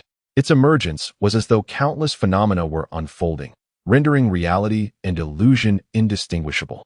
Countless sword energies descended upon the elder of the Qin sect and Lai Wufeng with relentless force, making evasion impossible. The myriad sword shadows were lethally potent. "I'll make you respect my master." Second form of the Azure Sword Embryo. Azure Sky Severing Slash. Third form of the Azure Sword Embryo. Azure Annihilation Unification. Kill. Chapter 9. It is all thanks to my master's teachings. All learned from my master. Azure Sky Severing Slash. The blade surged forth like a rainbow, enveloped in an indomitable might. It transformed into a magnificent beam of sword light, striking towards the elder of the Qin sect and Lai Wufeng. Even though they were cultivators at the 3rd and 5th levels of the Void Realm, they could not withstand this onslaught. Upon impact, their spirits instantly sagged. Blood had already soaked their robes. Awaiting them was the third form of the Azure Sword Embryo, Azure Annihilation Unification. Countless sword energies coalesced into a singular point, forming an exquisitely pure and terrifying azure sword intent. It bore the momentum of the convergence of myriad swords, although visually less imposing than the previous two forms. It harbored the potential to obliterate the heavens and earth. Furthermore, it could directly pierce through the enemy's essence. A strike would surely hit. A hit would certainly wound. A wound would inevitably lead to death. Are you not going to take action? Sensing his utter inability to withstand this strike, Lai Wufeng suddenly roared towards the void behind him. At that moment, with a crack, the spatial fabric shattered. Instantly, waves of frigid air, as tangible as reality, erupted from the fractured space. Two figures stepped forth, treading upon the void. They were two gaunt old men clad in voluminous black robes, adorned at the hems with silver sword patterns. Their faces were lined with wrinkles, their cheekbones prominent, and their eyes sunken. Yet, they radiated a fierce sword intent. The elder on the left bore an ancient long sword on his back, its scabbard as dark as ink, with a silver thread entwined around the hilt. The other wielded a slanted soft sword, its blade serpentine, shimmering with a cold light, as if it could strike at any moment. Their auras restrained, yet their sword intent was overwhelming. They were two formidable sword cultivators. The ghostly sword duo? The two elders of the Zhuling sect from the imperial continent. Lu Jili recognized the identities of the elderly figures at a glance. The surrounding rogue cultivators' expressions changed dramatically upon hearing this. It turned out they were visitors from the imperial continent. Moreover, they were from the Zhuling sect. It was over. We are all doomed here today. Elders. What do you mean by that? The disciples and elders of the Zhuling sect were known for their ruthlessness. Among them, the most merciless were indeed the two elders before them. The ghostly sword duo represented the harbingers of a realm transformed into an abyss. Both were formidable beings in the divine catastrophe realm. If they joined forces, they could slay opponents across two levels of the void realm. Hiss. A powerhouse in the divine catastrophe realm? In the central continent, it was rare to even encounter a void realm cultivator, let alone one of the divine catastrophe realm. At this moment, with a mere wave of their hands, the elder of the ghostly duo shattered the azure sword embryo's attack with their fierce and gentle sword intent. Elder Ming. Witnessing the dire situation being alleviated, Lai Wufeng and the elder of the Qin Yuan sect quickly approached them and bowed respectfully. As for the wailing disciples of the Qin Yuan sect below, it seemed they were oblivious. As the cries diminished, the last disciple of the Qin Yuan sect fell to the ground. All disciples of the Qin Yuan sect and Jiuli Witch Palace returned to Qin Yuan's side. A single level in the divine catastrophe realm, is it? Qin Yuan narrowed his eyes, gazing at the two elders by the rift in space. Master, shall I self-destruct to take these two old dogs with me? Lu Jili licked his lips. Although this witch puppet had taken him over 1,000 years to create, for the sake of his master, he would spare no effort. Meanwhile, the elders and disciples of the Qin Yuan sect swallowed hard. They had thought their ancestor was ruthless enough, only to discover someone even more merciless. So you're going to self-destruct, are you? No need to rush. Qin Yuan waved his sleeve and smiled leisurely. Jiuli, your junior brother Qin Yuan has a plan. Sure enough, as the words fell, Li Qin Yuan in the air began to coalesce an even stronger azure sword intent. Despite possessing only the strength of the third level of Void, he remained utterly unfazed by the presence of the two divine tribulation realm adversaries before him. Could this truly be the Qing Luo sword embryo that the sect master had been desperately seeking? The aura of combat and the demeanor exuded by Li Qin Yuan were indeed remarkable. If you are willing to sever the Qing Luo sword embryo within you, we shall grant you a chance to survive, stated the two elders of the netherworld. Their gazes cold and their tone commanding. At last, the moment had arrived. Below, after 1,000,000 years of silence, Qin Yuan felt an exhilarating rush. It was overwhelmingly familiar. After all, having traversed this fantastical realm for 1,000,000 years, Qin Yuan had not encountered such a scheme until now. Observing the expressions, attire, and dialogue of the two elders of Netherworld, he recognized the archetype of a villain who would ultimately meet their demise through their own verbosity. Then there was Li Qin Yuan, a true protagonist template with the strength of the third level of Void against the divine tribulation. Indeed, every disciple cultivated by Qin Yuan embodied the essence of a hero. Grant me a chance to survive? I care not for your hollow threats. Li Qin Yuan erupted into laughter.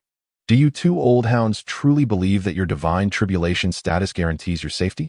With a fierce resolve, he brandished the Qing's sword in his hand and charged towards the two elders in the sky. The audacity of our ancestors shines brightly. Watching the battle unfold, Li Feng realized that such a level of conflict was beyond his realm of void god. It is all thanks to our master's teachings, remarked Lu Jili with pride. Upon witnessing his disciple unmask the truth, Qin Yuan grinned. I instructed you to articulate with elegance, not to speak coarsely. The surrounding crowd understood his words well. After all, being a formidable power, what was wrong with a touch of nonchalance? Must one be overly verbose to be deemed a sage? Truly, the Qing Luo sword embryo was extraordinary. The third level of Void could indeed withstand several of their combined strikes.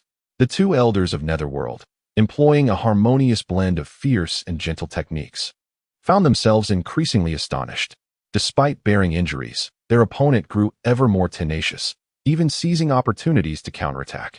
It was noteworthy that their combined strength could easily overpower even a formidable opponent at the third level of divine tribulation. In other words, the Qin Yuan before them could withstand the initial phase of the divine tribulation with the Qin Luo sword embryo. It was no wonder the sect master had dispatched them. He was far from an ordinary elder. A glint of cold light intensified in the eyes of the two elders as their attacks became increasingly cunning and ruthless. Julie, hasten to assist your junior brother. Qin Yuan discerned their intentions and turned his head to command. Yes, master. Lu Jili nodded swiftly, transforming into a wraith as he soared into the sky. Do not fear, junior brother. Your elder brother is here to aid you. At the entrance of the Cloud Mist Illusion Valley's secret realm, the air was rife with spatial fissures. With Lu Jili's arrival, dark purple runes began to manifest around these rifts. Lu Jili, do you intend to oppose our absolute cold sect as well? We respect your standing in the Emperor continent, but we do not fear you. Should you interfere further, we shall show no mercy. Do not blame us if we shatter your puppet body. The two elders of Netherworld, sensing the power of the runes surrounding them, knitted their brows, their voices laced with discontent. After all, Lu Jili, a master of witchcraft, held a formidable reputation in the Emperor continent, and his true form was at the pinnacle of divine tribulation. Most sects in the continent would prefer to avoid conflict with him. You strike my junior brother, yet expect me, as his elder brother, to remain passive? Lu Jili sneered, employing his witchcraft with fervor. In an instant, the two elders of Netherworld felt the pressure mounting. The tide of battle began to turn. With Lu Jili at the 5th level of Void and Qin Yuan at the 3rd level, the duo was surprisingly capable of forcing back the two adversaries at the 1st level of divine tribulation. The scene left the monks on the plains utterly astonished. The disparity in their combat capabilities led them to question whether they belonged to the same realm of cultivation. We have shown restraint time and again. Lu Jili, do not hold it against us. The matter of the Qin Luo sword embryo is of utmost importance. Their purpose in coming here was to steal the Qin Luo sword embryo from Qin Yuan, even if it meant offending Lu Jili. The acquisition of the Qin Luo sword embryo was paramount. What did they have to fear from a mere Lu Jili in the vastness of the empire?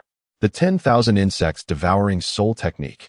Lu Jili wasted no time in idle chatter, immediately unleashing the most formidable of his insect techniques. In an instant, the surrounding space shimmered with purple light, and countless witch patterns and insect swarms erupted from the void. Qin Yuan was equally resolute, wielding his azure sword and channeling the power of the Qin Luo sword embryo to unleash the sword Dao, the Netherworld's sword art. The two elders of the Netherworld held nothing back, pouring forth their utmost strength. The battle between the two sides raged with fervor, the residual energy alone capable of shattering distant mountains. After all, this was a clash of divine tribulation realms. The so-called divine tribulation signifies the purification one undergoes through the trials of lightning, ascending from the void realm to the divine tribulation realm, a transformation of profound significance. However, for those whose will is weak or who rely on cunning means to reach the pinnacle of the void realm, the mortality rate during the thunder tribulation is significantly heightened. In summary, those who can step into the divine tribulation realm are titans of unparalleled stature in any corner of the Jiuquan realm. These two old beings indeed possess some remarkable abilities. While Qin Yuan could contend with the might of the divine tribulation realm due to the Qin Luo sword embryo within him, he was still only at the 3rd level of the void realm. Meanwhile, Lu Jili, at the 5th level of the void realm, was merely a puppet, unable to fully unleash his innate power. After 100 rounds of combat, Qin Yuan and Lu Jili began to show signs of retreat. Junior brother, return to our master. Lu Jili's expression hardened. I shall engage in self-detonation. Merely a witch puppet refined over a millennium. If it must explode, so be it. If a 5th level void realm puppet can eliminate 2 divine tribulation realm foes, as our master would say, it is not a loss. Taking 1 would break even. Taking 2 would be a profit. Senior brother. Qin Yuan gritted his teeth. Just as Lu Jili was about to reverse his technique, a clear voice resonated in their ears. Disciples, retreat behind me. Qin Yuan spoke. The thought of their master, possessing boundless power, stepping in sent tremors through both Qin Yuan and Lu Jili. They had witnessed their master annihilate those who dared to trespass into the ancient tomb of the wilderness with overwhelming force. The shocking images remained deeply imprinted in their memories. Impossible to erase. Yes, master. Without hesitation, Lu Jiuli and Qin Yuan quickly moved to the plains below. The recent battle had been observed by their master. You have only unleashed 1/10 of the Qin Luo sword embryo's power, Qin Yuan remarked, gazing at Qin Yuan. If you could harness even half of its strength, these two young men of the divine tribulation realm would not withstand 3 exchanges at your hands. I shall heed the master's teachings and devote myself to my cultivation. Qin Yuan bowed respectfully to Qin Yuan. Meanwhile, Lu Jiuli, awaiting his master's guidance, began to feel anticipation. What are you so eager for? Qin Yuan shot a glance at the witch puppet. You think you can fool me with this puppet? When I arrive in the empire and discover you have not reached the supreme level, you shall see how I discipline you. Upon hearing this, Lu Jiuli's expression fell, and he could only stand awkwardly to the side in silence. First level of the void realm? Master? Ha! Who would not laugh at such folly? In the air, the two elders of the netherworld observed as Lu Jiuli and Qin Yuan retreated behind a robed figure, promptly activating their soul perception. Upon gauging Qin Yuan's strength, their faces, gaunt and withered, were filled with astonishment. On the grassland, the gazes of Qin Yuan and Lu Jiuli toward the two elders of the netherworld shifted, resembling that of looking at lifeless corpses. For those who dared to address their master in such a manner, all had perished. At this moment, the Qin Yuan sword sect, the Jiuli Witch Palace, and all the wandering cultivators in the vicinity focused their gaze upon Qin Yuan. After a brief pause, Qin Yuan moved. His eyes were level, not directed at the sky, but he slowly uttered 3 words, too high. The instant he spoke these words, the space within 100 zhang around the two elders of Xianming transformed into a transparent crystalline cluster. The void beneath their feet shattered, revealing a spiderweb-like structure. Before they could utter a word, they felt an overwhelming force descending upon them from above, akin to the weight of 100,000 mountains. The elder on the left had just lifted his right hand when he heard the sound of his bones cracking. The other elder attempted to defend with his sword, but in that very instant, the blade shattered. Under the laws of space, they had no means to resist. Moreover, their bones began to crumble inch by inch. Their forms morphed into fiery meteors, intermingled with spatial ripples, crashing into the plain below. The ground erupted, creating a deep pit over 100 zhang wide. Life essence. Sacrifice. Within the pit, the two elders of Xianming sensed the aura suffused with the markings of the great spatial pathways and wasted no time. They simultaneously spat out their vital blood, sacrificing their life force, squeezing their potential, all to escape this dire situation. Otherwise, their fate was sealed. Chapter 11 Kneel. This scene left the wandering cultivators within the mystical realm of Yunxiahuangu in a state of dread. The once arrogant Xianming elders, who had been soaring in the sky, plummeted to the ground with a single utterance from Qin Yuan, even forced to expel their own vital blood. What a terrifying force of spatial law. They had underestimated him. How formidable his strength is. In the pit, the elder of Yuming, fueled by rage, gritted his teeth as he summoned his life essence. Meanwhile, the elder of Ming was even more frantic. They were consuming their own vital blood at a frantic pace, barely managing to stave off the collapse of their bodies. Yet, should this continue, they would inevitably be consumed by the spatial void. Realizing this, the two Yuming elders dared not delay any longer. They swiftly retrieved a green jade tablet from their spatial rings and crushed it. In a haze, a wave of spatial fluctuation emerged from the air. Yuming, is there truly a situation in this small central continent that you two cannot resolve? Before the figure arrived, its voice was heard first. In an instant, a pitch-black crack appeared in space. An aged figure stepped forth from within. Though his hair was white with age, the terrifying aura he exuded rendered the wandering cultivators below breathless. Elder Tsang, please save us. In the pit, the surface of the Yuming elders began to show signs of blood. The power of space had already begun to ripple within their bodies. This caused profound anguish for both individuals. At that moment, in the air, Sang Yunzi immediately noticed that the deep pit below was filled with intricate spatial inscriptions. Instantly alert, his divine sense spread out like a vast net. However, he did not detect any experts surpassing his realm of cultivation. Sang Yunzi, that old fellow, has also arrived? Junior brother, it seems that the sect master of Dueling Sect truly desires your Qin Luo, sword embryo, remarked Lu Jiuli, his voice frigid. Sang Yunzi, at the 5th level of Divine Calamity Realm, is one of the two esteemed elders of Dueling Sect, specializing in the dueling sword intent. When he unleashes the full power of the dueling sword technique, even a typical 5th-level divine calamity cultivator may not stand a chance against him. Qin Yuan scratched his head upon hearing this, acknowledging the quality of the gifts bestowed by his master. Ah, hurry and save us, Elder Tsong. The two elders of Yuming emitted piercing cries of despair. The force of the spatial inscriptions was threatening to penetrate the depths of their souls. It was the man standing before Qin Yuan, his master. Quickly, make him stop. Song Yunzi immediately focused his divine sense on Qin Yuan below. Yet soon, he was taken aback. First level of Void Realm? No, this is merely a fade. He must have employed some secret technique to conceal his true cultivation. Having lived for over 10,000 years, Song Yunzi's vision was exceptionally keen. He cupped his hands towards Qin Yuan below and said, "Our dueling sect has no grievances with you. Since Qin Yuan has already become your disciple, we will no longer interfere. If you release the spatial confinement, our dueling sect will depart from Zhongzhou immediately. What do you think?" Qin Yuan ignored Song Yunzi and instead turned to Lu Jiuli and Qin Yuan, saying, "Observe. Look at how he speaks without a hint of shame. Lifelong enmity can be dismissed as having no grievances at all. Let us all take note." Qin Yuan and Lu Jiuli nodded in unison, taking the lesson to heart. Before the rift in space, Song Yunzi's expression turned somewhat grim. "Your strength must be at the mid-stage of the divine calamity realm, right?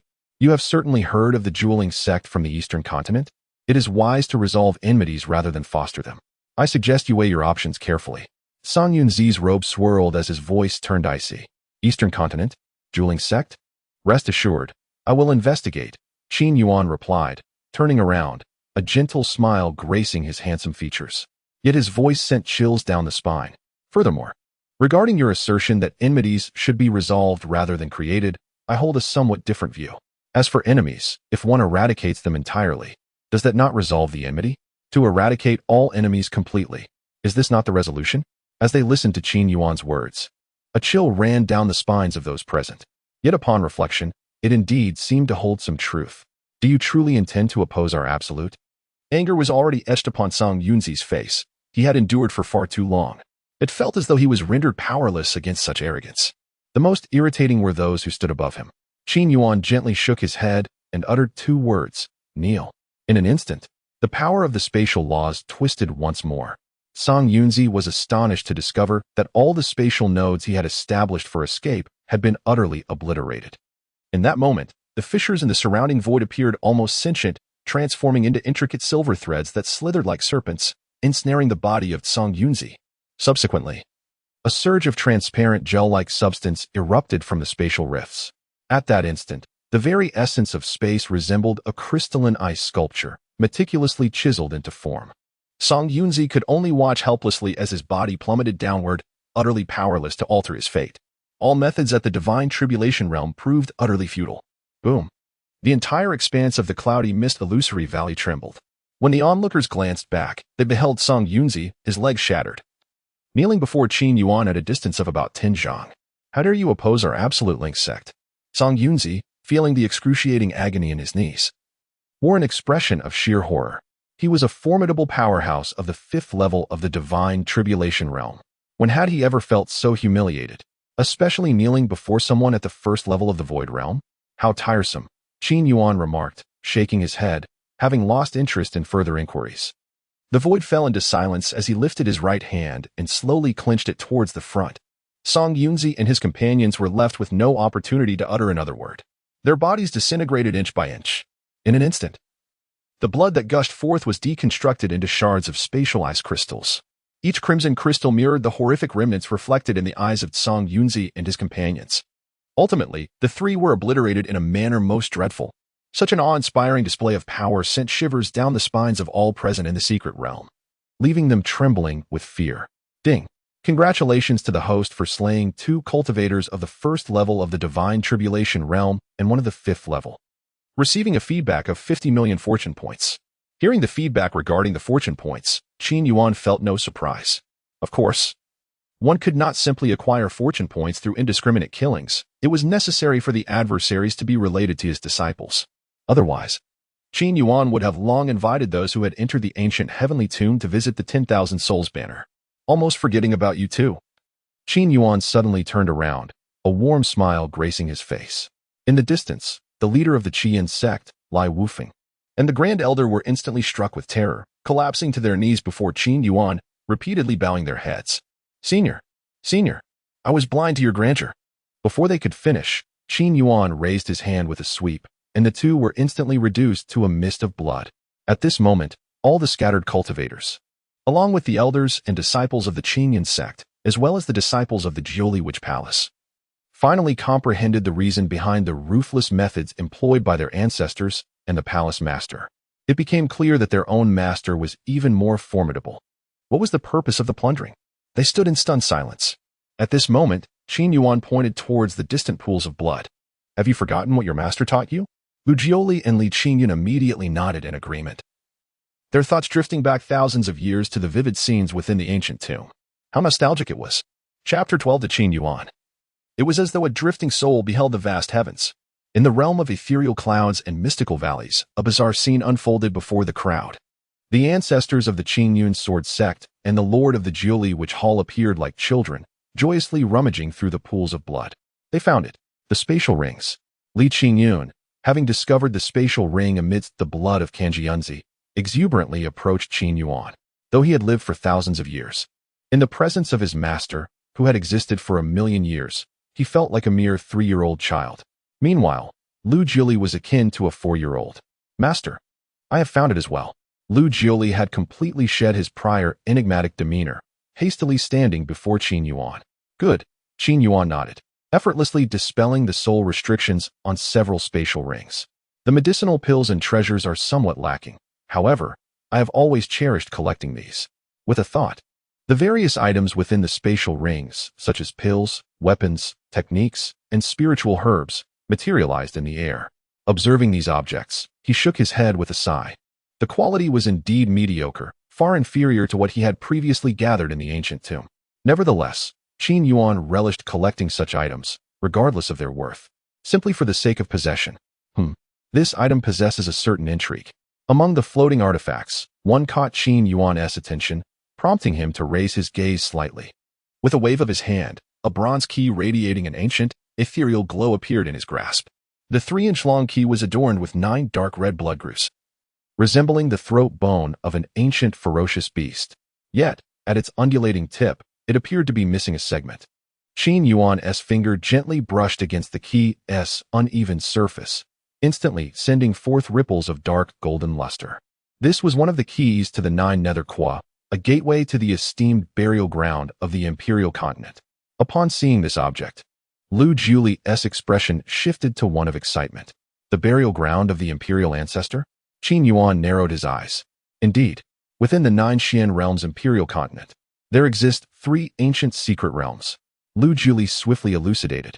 Of these, the most enigmatic is the burial ground of the imperial ancestor. It is said that within lies a tremendous opportunity to ascend to the supreme realm. My current form has attained the pinnacle of the divine calamity realm, and this 9 Nether Qua key is precisely what I have been desperately seeking.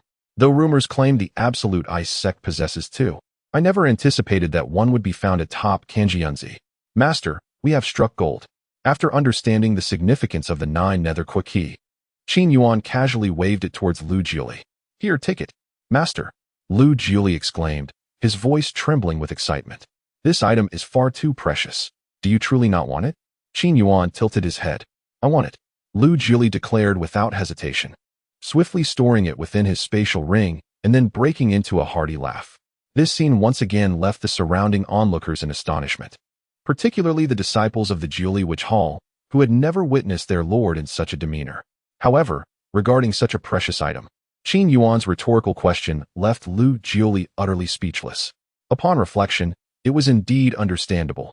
His master was none other than the sovereign of the ancient tomb, a being of extraordinary power possessing transcendent abilities. Such an opportunity to ascend to the supreme realm is truly unnecessary for Qin Yuan. However, at that moment, an unexpected turn of events occurred. The blood-turned Tsang Yunzi suddenly trembled, and a brilliant blue light surged forth from the ground. Minute fissures in space abruptly appeared. The spirit. Wait for me, Li Qingyun, Lu Jiuli, and your master. Upon my return to the Zhu Ling sect, I shall undoubtedly repay today as humiliation 100-fold. This scene caused the faces of the Qin Yuan sect members to shift dramatically. The life-preserving trump card of the Divine Calamity realm.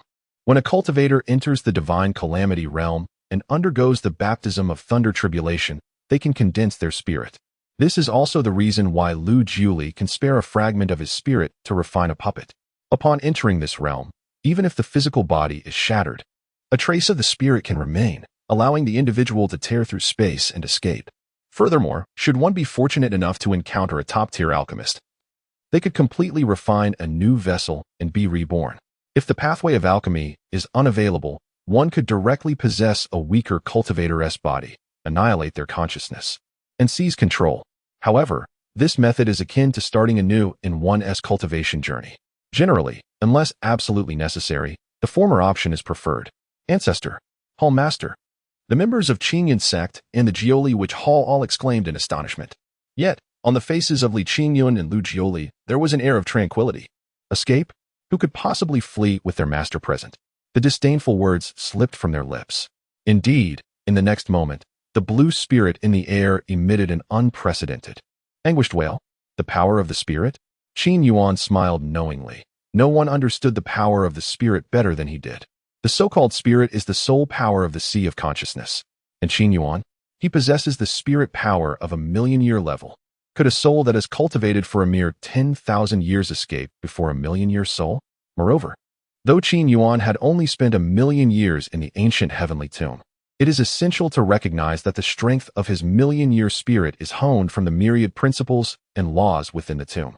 Additionally, the fortune points Qin Yuan acquired from his disciples, aside from being unutilizable for cultivation, have enhanced his attributes, such as laws, principles, space, and spirit, to their fullest extent.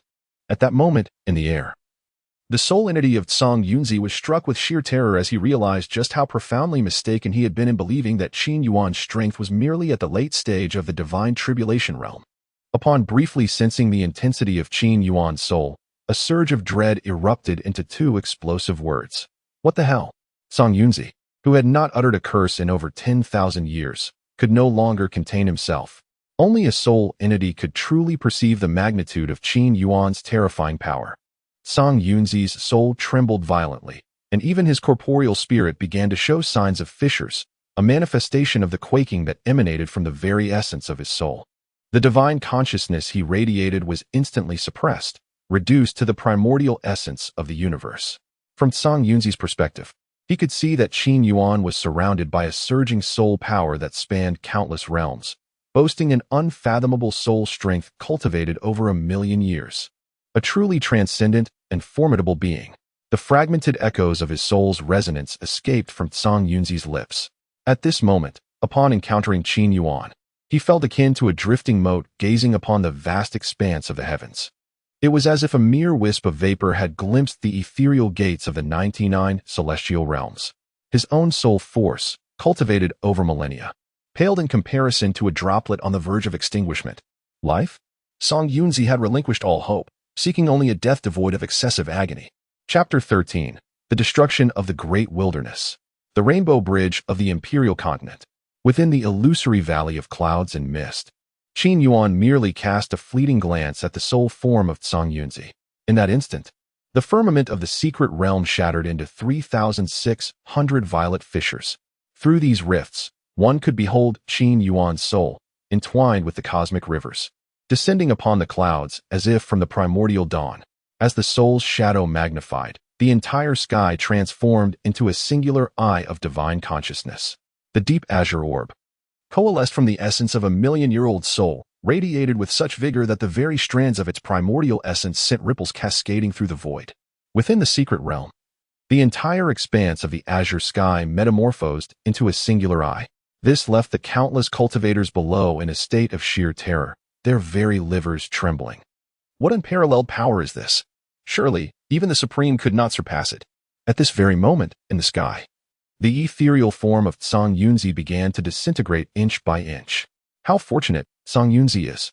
Beside Qin Yuan, Lu Jiuli couldn't help but exclaim that to perish at the hands of his master was the greatest honor of his life. His demise was indeed worth it. To the side, Li Qin Yuan nodded in agreement. Indeed, the crowd behind them twitched at the corners of their mouths. Can you believe this is human speech?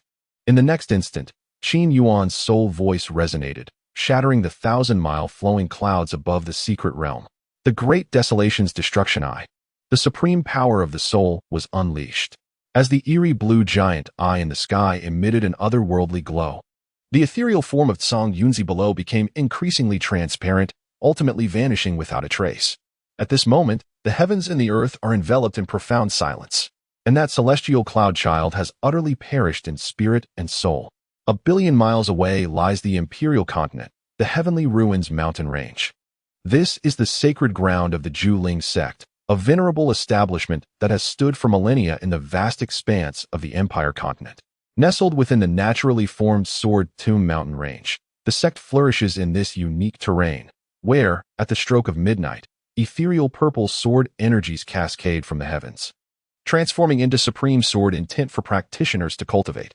At this very moment, within the main peak of the Zhuling sect, a magnificent palace crafted entirely from cold jade. Several figures flicker in and out of view. Report to the sect master. The soul imprint jade slip of Elder Song Yun is shattered. Furthermore, the slips of the 2 elders of the underworld have also been destroyed. In the jade-hued palace, a steward elder responsible for safeguarding the soul imprint slips kneels upon the ground, his body trembling uncontrollably, too fearful to meet the gaze of the 2 figures above him. How dare anyone slay my brother? I shall ensure that the one who took my brother's life meets a fate worse than death. Above in the palace, an elder clad in a green robe bears a visage fraught with unprecedented fury. The shattering of the soul imprint jade slip signifies not merely death, but the obliteration of one's very essence. He had never anticipated that his brother, possessing the formidable strength of the 5th level of the divine tribulation realm, could be felled by another's hand. A tempestuous aura instantly envelopes the entire palace. This evoked a profound sense of dread of death within the elder deacon below. Song Yuzi, the elder brother of Song Yunzi, possessed a terrifying strength, having attained the formidable 8th heaven of the divine calamity realm. It appeared that even his soul had not managed to escape. Opposite Song Yuzi stood a man with narrowed eyes. Despite his opulent attire, he exuded an overwhelming, chilling aura. He was Ling Juetian, the master of the absolute cold sect, whose power reached the threshold of the supreme realm, governing the empire continent. It was precisely due to his formidable strength that the absolute cold sect could contend with the ancient clans of the empire continent. It seemed the adversary possessed the means to annihilate souls. Song Yuzi, temper your aura. It appears that there are formidable beings in the central continent as well. Ling Juetian lightly touched a spatial ring with his right hand, causing an ancient-looking bronze key to materialize in the air. Regrettably, we are left with but one key to the 9 nether tapping. Song Yuzi's voice was neither too loud nor too soft. Yet it sent a chill down Song Yuzi's spine. Master, it was my oversight. I assumed that those possessing the other 9 nether tapping keys would remain vigilant towards me and the master. Naturally, the master's strength is formidable, but I foolishly entrusted the key to Song Yunzi. Please punish me, master. Song Yuzi gritted his teeth and murmured. No matter. Ling Juetian smiled faintly, a hint of coldness lacing his expression. The one who slays Song Yunzi will undoubtedly acquire the key. It won't be long before the grave sovereign abyss descends. At that time, we shall ascertain who is responsible for your brother's demise. It is a pity, though. I had intended to devour the Qin Luo sword embryo before entering the grave sovereign abyss. It seems time is no longer on our side. Master, shall I personally venture to the central continent to capture the one with the Qin Luo sword embryo? Song Yuzi's face was filled with malice. Let it be for now. The other half-step supremes possessing the 9 nether tapping keys are currently watching us closely. Ling Juetian shook his head. For the time being, we shall remain inactive. Yes, master. Song Yuzi could only clench his fists and bow his head. Meanwhile, at the same time, in the Empire continent, the Blightbone Gorge. This place lies within the treacherous terrain of the Wushan Mountains. Ordinary cultivators tend to steer clear of this area, avoiding it whenever possible. At this moment, within a valley nestled in the heart of the Miasma Bone Gorge's core mountain range, in the center, there lay the imposing skeleton of a witch beast. Above the remains sat a man entirely cloaked in black robes. At that moment, he was employing witchcraft to receive all intelligence from the witch puppet. Suddenly, he opened his eyes wide. Within his violet pupils, there appeared to be twisting and writhing of sorcerous insects. Master, Lu Jiuli's eyes brimmed with joy and excitement. At this moment, behind the skeletal remains of the wraith beast, a figure clad in green attire gracefully approached, holding a portion of cooked delicacies in his hand. It was Qing Fenglan. Now we can all enter the tomb of the ancestors. With the 9 nether bow, I have also acquired it. Lu Jili sprang to his feet, gazing at the green-clad man with a smile. Possessing the sorcery of the wraith insects, he found few willing to befriend him. Yet, before him stood Qin Yuan, a cherished companion forged over millennia. His personality was carefree, specializing in the arts of nature, often accompanied by flora and fauna. They had met during a secret expedition eons ago. He was unconcerned with Lu Jili's cultivation methods. The two complemented each other, forming a bond of deep friendship. Where did you acquire it? Qin Yuan inquired, astonished. A brief explanation would not suffice. I must depart for the Rainbow Bridge of the Empire to retrieve someone. Let us converse on the way, Lu Jili exclaimed excitedly. From the information received from the Wraith puppets, his master was already en route to the Empire. The Rainbow Bridge of the Empire served as a spatial conduit connecting the various continents of the Nine Qian realm. Constructed over centuries by formidable beings of the Divine Calamity realm, it could be activated by embedding spirit crystals into the teleportation array. After all, the underground veins of the Nine Qian realm were vast, and some cultivators might spend their entire lives without traversing a single continent. With a black and a green radiance emerging from the Miasma Bone Gorge, the two began their swift journey towards the Rainbow Bridge of the Empire. Chapter 14. Arrival at the Empire. Qin Yuan, your Qin Luo sword embryo has reached maturity. Your cultivation speed now is akin to 1,000 miles a day. In my absence, should you encounter any trouble, do refrain from mentioning my name. In the main hall of the Qin Yuan Sect Master Li Feng and the others anticipated a heartfelt farewell between master and disciple. However, the scene felt oddly disconcerting. Master, I understand. Though a glimmer of reluctance shone in Li Qingyun's eyes, he recognized that his current abilities were insufficient in the Empire. Joining his master there would only create chaos. I have nothing of value to offer you. Here, take this advanced Imperial-level sword technique as a gift. Qin Yuan gently caressed his spatial ring, and a golden brilliance erupted from within. Imperial-level technique. The others in the hall felt their breaths grow heavy. The entire Central State had not witnessed an Imperial-level technique in thousands of years. The hierarchy of techniques ranged from low to high, beginning with the elemental levels, yellow, Xian, earth, and heaven levels. Above these were the sacred levels, and beyond that lay the Imperial level. An adept practitioner of an Imperial-level technique could potentially become a peak powerhouse of the Divine Calamity realm. Do not think ill of me for being frugal. This advanced Imperial-level technique is the most suitable for your Qin Luo sword embryo. Once you reach the half-step Supreme realm, I shall bestow upon you a Supreme-level technique. Qin Yuan said with a hint of resignation. Yes, Master. Li Qingyun was deeply moved. Inside the hall, the elders and disciples held their breath in astonishment. Do not think me stingy. You casually presenting an advanced Imperial-level technique is hardly stingy. What do you mean by waiting until I reach the half-step Supreme realm to grant me a Supreme-level technique? What kind of terrifying being is Qingyun's master? Supreme-level technique. Above the Imperial level, even in the Empire, there are likely very few. All right, have you secured the Void Jade Pendant? Master, I have secured it. Should you find yourself in a life and death situation, crush the Void Jade Pendant, and I shall come to your aid. Yes, Master. Very well, I shall take my leave now. Qin Yuan chuckled lightly, pondering that he had yet to receive the feedback points from Lu Jioli's side. Does this fellow think he can dismiss me with a mere puppet? I cast a glance at the sorceress figure beside me. This caused Lu Jioli to involuntarily shiver. As the fabric of space tore apart, Qin Yuan and Lu Jioli vanished from their location. Within the grand hall, Li Qingyun stood in place for quite some time. Eventually, he regained his composure. Turning around, he resumed the appearance of the ancestor. Coldly, he declared, notify the entire sect. Annihilate the Qian sect. The leader of the Qian sect and several inner disciples have perished within the secret realm of Yunxia Illusory Valley, yet the Qian sect outside still exists.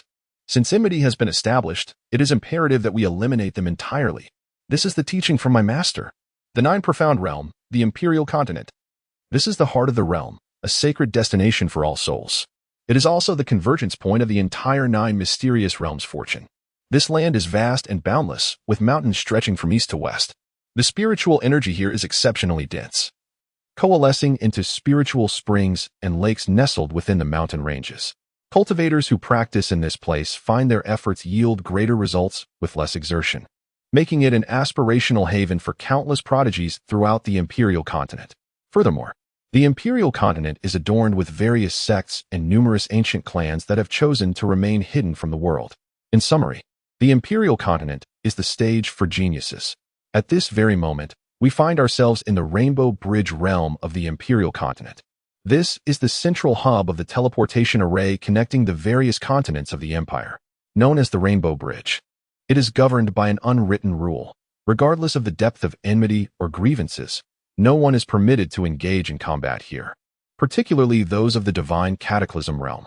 Should a conflict arise and cause the collapse of the spatial array, it would incite considerable discontent among numerous other sects and factions. After all, many sects from the empire frequently send their disciples and elders to other continents for training, in hopes of discovering prodigious talents to bring back to their sects, enriching their lineage with fresh blood. Upon the Rainbow Bridge of the empire, the structure before us is forged from countless pieces of stellar steel, designed to withstand the relentless tearing of spatial forces. Within the Rainbow Bridge platform, Lu Jiuli is pacing back and forth, his demeanor fraught with tension. Although his puppet has already met his master, it remains but a mere vessel, not his true self. Observing Lu Jiuli's anxious state, Qin Fenglan cannot help but be taken aback. In the span of millennia, he has never witnessed Lu Jiuli so unsettled. During their conversation, Lu Jiuli reveals that his master is en route to the imperial continent. Qin Fenglan has heard Lu Jiuli speak of his master before, while no specific background was disclosed. Lu Jiuli describes his master in 2 words: invincible. To elaborate, he is unmatched in this world. This only deepens Qin Fenglan's curiosity. Suddenly, the spatial rainbow bridge before them begins to shimmer and vibrate. The passage from the central continent to the imperial continent is on the verge of opening, and Lu Jiuli's anxiety intensifies. Moments later, 2 figures emerge from the shimmering portal. Upon seeing his master, a torrent of emotions overwhelms Lu Jiuli. Millennia ago, he was pursued relentlessly due to his innate body of myriad worms, and by a twist of fate, he fell into the ancient tomb. There, he caught the attention of his master, who took him as a disciple. His master taught him to control the myriad worms within him, and, with great transformative power, enhanced his body, breaking the curse of the myriad worms and granting him the heavenly transformation worm emperor body. It can be said that everything he possesses is a gift from his master. Now, upon laying eyes on Qin Yuan, Lu Jiuli can no longer contain himself. With a swift motion, he strides forward and kneels heavily before the Rainbow Bridge platform. Disciple Lu Jiuli pays homage to master. Ding. Task of meeting the disciple completed. Ding. Current disciple status. Name: Lu Jiuli. Age: 11,000 years. Power: Perfect 9th realm of divine catastrophe, half-step supreme, root bone, heavenly transformation worm emperor body. Ding. Commencing acquisition of disciples' critical feedback luck points. Congratulations to the host for obtaining 50 billion luck points. Upon hearing the system's notification, Qin Yuan finally reveals a smile. 5 imperial-grade cultivation techniques are now in hand. Who is this? Qin Yuan points at Qin Fenglan. Immediately, Qin Fenglan approaches Qin Yuan, bowing respectfully. Junior Qin Fenglan pays respects to the esteemed elder. Master, this is my good friend. Lu Jiuli introduces. Qin Fenglan is also at the perfect 9th realm of divine catastrophe. We plan to enter the burial of the ancients together to seek opportunities for breaking through to the supreme level. However, he only possesses 1 9 nether key, which he initially intended to give to me. Now, we have 2. We can both enter the burial of the ancients. With a wave of his hand, Lu Jiuli summons his puppet into his spatial ring, and the 9 nether key falls into his grasp. Very well, Qin Yuan nods with a smile. It seems you have chosen your friends wisely. With a mere glance, he perceives Qin Fenglan's true lineage. A ripple of azure flashes in the depths of Qin Fenglan's pupils as he conceals the aura of his clan, rendered undetectable even to those of supreme stature. Yet, Lu Jiuli's master can see through it effortlessly. Could it be that his power surpasses that of the supreme? At this thought, cold sweat begins to beat on Qin Fenglan's back. Chapter 15. I consider you a brother, yet you. Wait, are you from the Qin Feng clan? Lu Jiuli is momentarily taken aback, realizing that throughout the millennia, he had completely overlooked Qin Fenglan's identity, seeing him merely as a close friend. Elder, I didn't intend to conceal anything, Qin Fenglan stammers, flustered. I harbor no ill intentions, I simply the Qin Feng clan. What of it? Lu Jiuli is somewhat astonished. You don't think that the incident involving your clan and the human race 30,000 years ago would affect my view of you, do you? Qin Fenglan appears uneasy. Back then, before he can finish, Qin Yuan interrupts. Stop. Are you planning to leave your master standing here while you two explain yourselves? Ahem. Come, master. Within this imperial city's Rainbow Bridge realm, there lies a renowned establishment serving exquisite delicacies. I have reserved the finest floor in advance. Let us feast and ease your fatigue. Lugioli slaps his forehead, smiling sheepishly. Now that's more like it. Qin Yuan nods slightly. Finally seeing a disciple who resembles a proper apprentice, one who can treat him to delightful fare. During his 1,000,000 years in the ancient tomb, everything was satisfactory, allowing his soul, laws, and paths to undergo tremendous enhancement. Yet, one thing was lacking: wild delicacies. This deficiency led to Qin Yuan developing a taste for food and drink, relishing the pleasures of the palate. Shortly thereafter, at the upper floor of the renowned establishment, as various delicacies are laid out, Qin Yuan unabashedly takes a drumstick from a 3 yuan free-range chicken. Here we go. After taking a bite, his taste buds are satiated. The 3 yuan free-range chicken, a delicacy of the imperial continent, enhances vitality and increases spiritual energy. Meanwhile, seated across the jade table, Qin Fenglan takes a deep breath and begins to recount. 30,000 years ago, our Qin Feng clan waged war against the human race, an event known as the Feather-Burning Calamity.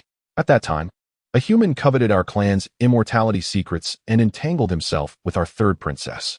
Eventually, we discovered that this human was practicing a cruel technique known as the 9 transformations of life, capable of fusing foreign powers into his own body. Our third princess was trapped in the falling sunset abyss, where she was refined by him until her last feather, which then broke free and alerted us of the calamity. In retaliation, our clan declared war against him and his family. Later, that individual unexpectedly allied with numerous formidable human experts, resulting in the slaughter of a significant portion of our clan's elders. To add insult to injury, he accused our Qin Feng clan of attempting to utilize the blood of the undying to refine humanity. Following this conflict, we, the Qin Feng clan, retreated into our ancestral secret realm, proclaiming an unending feud with humankind. In turn, humanity has held an everlasting disdain for us. After Qin Yuan finished his last bite of food, he nodded. Lugioli, I did not intend to conceal anything from you. I merely acted out of concern. Qin Fenglan feared that revealing his true identity would lead to the loss of your cherished friendship. This revelation caused Lugioli to take a deep breath, his gaze toward Qi Fenglan shifting drastically. Meanwhile, Qi Fenglan's heart plummeted. As he awaited Lugioli's resolute words, Lugioli spoke. So, your true form is actually that of a Qin Feng? Yes, Qin Fenglan stammered, nodding in bewilderment. Why didn't you say so earlier? A Qin Feng. How magnificent it would be to ride one. Lugioli's eyes sparkled with anticipation. Qi Fenglan stood in stunned silence for a moment, then struggled to swallow. I consider you a brother, and yet you wish to ride me? Does this mean you don't hold it against me? Qin Fenglan suddenly regained his senses, his face tinged with red. Holding a grudge? Why would I do that? Lugioli replied, his tongue clicking. My master has always said that true friendship requires sincerity. If you harbored malicious intent, we could never be good brothers, right? Indeed, Qin Fenglan exclaimed, rising with fervor. Then, since we are good brothers, is it too much to ask for your assistance on a small matter? Lugioli grinned as he approached Qin Fenglan. What is it? I have lived for 10,000 years and have never ridden a Qi Feng. Such a trivial request, you wouldn't deny me, would you? Qi Fenglan's expression twitched slightly. I am male, masculine a male. I am well aware. My master has said that one must face challenges head-on. Lugioli responded. Qin Yuan, witnessing this scene, clicked his tongue. All right, Julie, enough of the games. Tell me about the dueling sect. Lugioli cleared his throat, immediately adopting a serious demeanor. He sat before Qin Yuan and began. The dueling sect is located in the Tianshu mountain range. The sect primarily cultivates the dueling sword intent, led by sect master Ling Ju Tian, who possesses the dueling sword embryo. His strength is comparable to mine, standing at the half-step supreme realm. Other elders of the sect are not a cause for concern. Previously, the Kanjiunzi you defeated had a brother named Kanjiuzi. Kanjiuzi's strength is at the 8th level of the divine calamity realm. Currently, we possess 2 keys to the Jioin. The dueling sect has only 1. The remaining 6 keys are held by various hidden sects and other top-tier sections. Considering the time, the Zhongzuan Abyss will open in less than a month. The entrance is located in the Jilling Plain of the Emperor continent. The Jilling Plain is quite peculiar.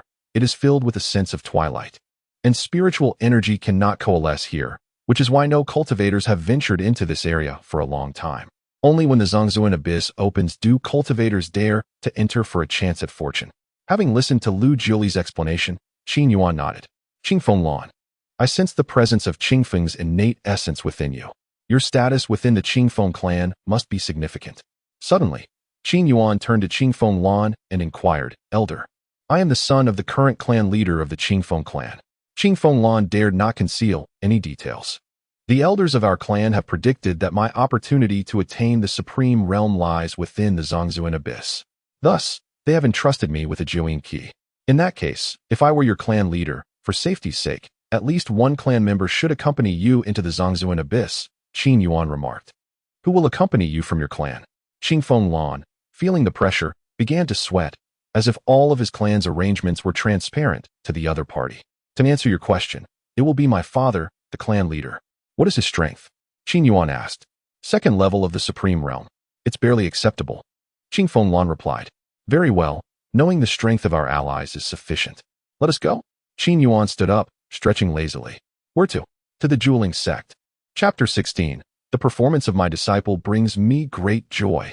In the Jiuxuan realm, Emperor continent, the Tianshu mountain range stands as a formidable natural barrier. The entire range resembles countless massive swords thrusting towards the heavens.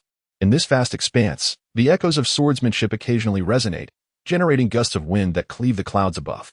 The dueling sect, perched precariously on the precipice, is constructed from 9 layers of mysterious iron, radiating a chilling light. The entrance bears numerous sword marks.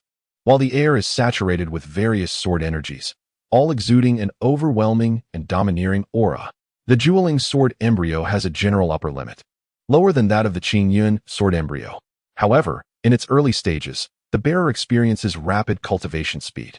In the skies above the Tianshu mountain range, space opened up as Qin Yuan, Lu Jiuli, and Qingfeng Lan arrived at this location. Standing in the void, Qin Yuan gazed upon the sprawling Tianshu mountain range, slightly taken aback. However, the next moment, Qin Yuan paused, a hint of astonishment crossing his face. Shumi power? Although it is exceedingly weak, there is no mistaking it. The Tianshu mountain range actually harbors such a phenomenon? Fascinating. At that moment, Qin Yuan's gaze seemed to penetrate the mountains below.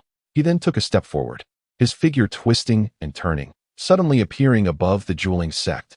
At this moment, the disciples and elders within the dueling sect became acutely aware of the presence of outsiders, immediately assuming a vigilant stance.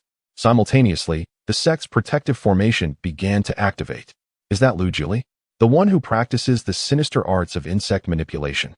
Beside him stands a young man unknown to them, yet the figure clad in azure is none other than Qingfeng Lan, a practitioner of natural techniques. His power rivals that of Lu Jiuli. He is a formidable being at the pinnacle of the divine tribulation realm, the 9th layer of perfection. What brings them to our dueling sect? Quickly, activate the protective formation. The elders from both the inner and outer sects of dueling grew increasingly alert. The name of Lu Jiuli has resonated powerfully over these millennia. After all, his mastery of the sinister insect arts is notoriously ruthless. Those who have crossed him have met with untimely ends, often leaving no trace behind. With the spiritual energies of these elders, who possess divine tribulation cultivation, the protective formation began to slowly awaken. In an instant, the skies above the entire dueling sect turned a blood-red hue. It seemed as if the entire Tianshu mountain range had suddenly succumbed to silence. From the peaks of dueling sect's sword mountains, beams of violet radiance erupted into the air. Esoteric runes surged forth, gradually coalescing into a colossal phantom of a sword in the sky. At this moment, the ethereal essence of the absolute sword intent in the air solidified into a palpable force, resonating with the sword patterns that appeared on the brows of all the disciples and elders of the absolute sword sect below. The formidable protective formation of the sect was now in play. The venerable elder of the inner cabinet, possessing the formidable power of the 5th tier of the divine tribulation realm, leapt into the air. Concealed within the protective formation, he addressed Lu Jiuli, who stood outside. With a respectful gesture, saying, Lu Jiuli, our absolute sword sect has always maintained a policy of non-interference with you. What purpose do you have in your sudden intrusion into our Tianshu mountain range? Lu Jiuli glanced at his master, then turned his gaze towards the elder of the inner sect. A bloodthirsty smile flickered across his otherworldly visage. I have come to assist my junior brother in creating a ruckus. The elder of the inner sect was momentarily taken aback and furrowed his brows. Our absolute sword sect is, after all, one of the top sects of the Empire continent. We have never heard of any disciples under your tutelage over the past 10 millennia. We bear no grievances towards one another. I hope you will reconsider and avoid conflict. Lugioli smiled, and at that moment, dark purple witch patterns began to emerge around him. What I can least tolerate is that duplicitous demeanor of yours. You have done what you have done, yet you refuse to acknowledge it. The protective formation of the absolute sword sect, is it? With a sinister chuckle, Lugioli began to weave intricate hand seals. The purple witch patterns behind him instantly transformed into countless densely packed witch insects, surging forth to gnaw at the protective formation of the absolute sword sect, witch goo devouring the heavens. The swarm of tens of thousands of witch insects spread like a dark cloud, causing cold sweat to break out on the foreheads of the elders of the absolute sword sect below. Hold your ground. Second elder, go to the absolute sword hall and inform the supreme elder and the sect master. The elder of the inner sect, feeling the daunting presence of the witch insects above, underwent a drastic change in complexion. The protective formation of your sect is truly delectable. My witch insects have quite the taste for it, Lugioli remarked with candid appraisal, his hand seals accelerating with fervor. After all, every disciple yearns to present their best before their master. Give me 10 breaths of time, and I shall surely breach this formation, Lugioli declared with unwavering confidence. Indeed, Qin Yuan nodded with satisfaction. He could discern that this protective formation of the absolute sword sect possessed considerable merit, enhanced by the inherent sword intent of the surrounding Tianshu mountain range and the enduring support of its master. The guardian array is formidable enough to withstand 3 strikes from a supreme realm. Thus, upon witnessing the astonishing prowess of Lugioli's witchcraft, he felt a genuine sense of solace. His disciple had embarked on a journey. As a mentor, he naturally basked in the reflected glory. Meanwhile, Qing Fenglan, observing this scene, could not help but swallow hard. Indeed, for the master and disciple, it was a commendable display. Yet, are you truly unaware of the notoriety your disciple holds in the 9 mysterious realm? It is said that many would mutter disparaging remarks behind his back. Suddenly, a crack appeared in the illusory sword shadows of the guardian array. Hold firm. Channel all your spiritual energy. The grand elder of the inner sect, witnessing this, frantically infused the array with his own energy. At this moment, in the absolute zero hall, the second elder of the inner sect hurriedly arrived. Where are the sect master and the grand elder? He inquired of the attendant elder. The sect master and the grand elder have just entered the secret realm of the absolute zero sword tomb, instructing us not to disturb them for the next month as they prepare for the emergence of the buried sovereign abyss, the attendant elder quickly replied. Upon hearing this, the second elder wasted no time, producing 2 communication jade slips from his spatial ring. With 2 sharp cracks, the slips shattered. Within the secret realm of the absolute zero sword tomb, having arrived less than 10 hours and just settled into a state of comprehension, Ling Juetian furrowed his brow. This time, he was ensnared by the overwhelming sword intent for merely 10 hours, marking the swiftest comprehension he had experienced in centuries. Yet, what was the outcome? The elders within the sect shattered the communication jade slip, a measure reserved for the most critical moments. Reluctantly, he exited his meditative state, only to find Song Yuzai's expression equally displeased before him. Let us step outside and investigate. Ling Jutian furrowed his brows, casually tearing through the fabric of space. In the next instant, he and Song Yuzai materialized within the Hall of Absolute Serenity. Second Elder, what urgent matter demands our attention? Ling Jutian's brow remained tightly knit, his voice tinged with irritation. This is dire. Sect Master, Grand Elder. The second elder pointed emphatically towards the hall's entrance, exclaiming, Lugioli has gone mad. He is clamoring for an explanation regarding his junior disciple. He is currently assaulting the protective array of our Absolute Serenity sect. Chapter 17. Arriving early to confront you. Are you not exploding with anger? Junior disciple? Lugioli? An explanation? Ling Jutian's concerns deepened. His sect had never had dealings with Lugioli. So how could there be any connection to his junior disciple? Let us go and see. Casting a glance at Song Yuzai, he waved his hand, ripping through the space before him, stepping forward. In an instant, he stood before the protective array of the sect, with Song Yuzai closely following. Upon their arrival, they beheld numerous cracks spreading across the protective array, a sight that foretold imminent breach. If this continued, it would not take 3 breaths for their defenses to collapse. Lugioli, Our absolute serenity sect has no grievances with you. What is your intention? Ling Tian glared at Lu Jiuli, who was casting spells with a chilling expression. I have already stated, I am here to hold your junior disciple accountable. Outside the formation, Lu Jiuli flashed a slight smile towards Ling Tian, while simultaneously unleashing his spell upon the array. Crack! With a resounding fracture, a gap opened in the array, shattering it into countless streams of spiritual energy that dissipated into the ether. The protective array, capable of withstanding 3 attacks from a Supreme Realm expert, had been breached. Even the very essence of the formation had suffered irreversible damage. The terrifying prowess of a perfected 9th layer of divine cataclysm realm, a half-step into the Supreme Realm, was truly formidable. Your junior disciple? Ling Tian's expression darkened. What? Coveting my junior disciple's Qin Luo sword embryo, yet daring to deny it? A writhing insect appeared in Lu Jiuli's right hand. It is you. Ling Tian suddenly understood, realizing why Xian Ming and Song Yuzai had faltered.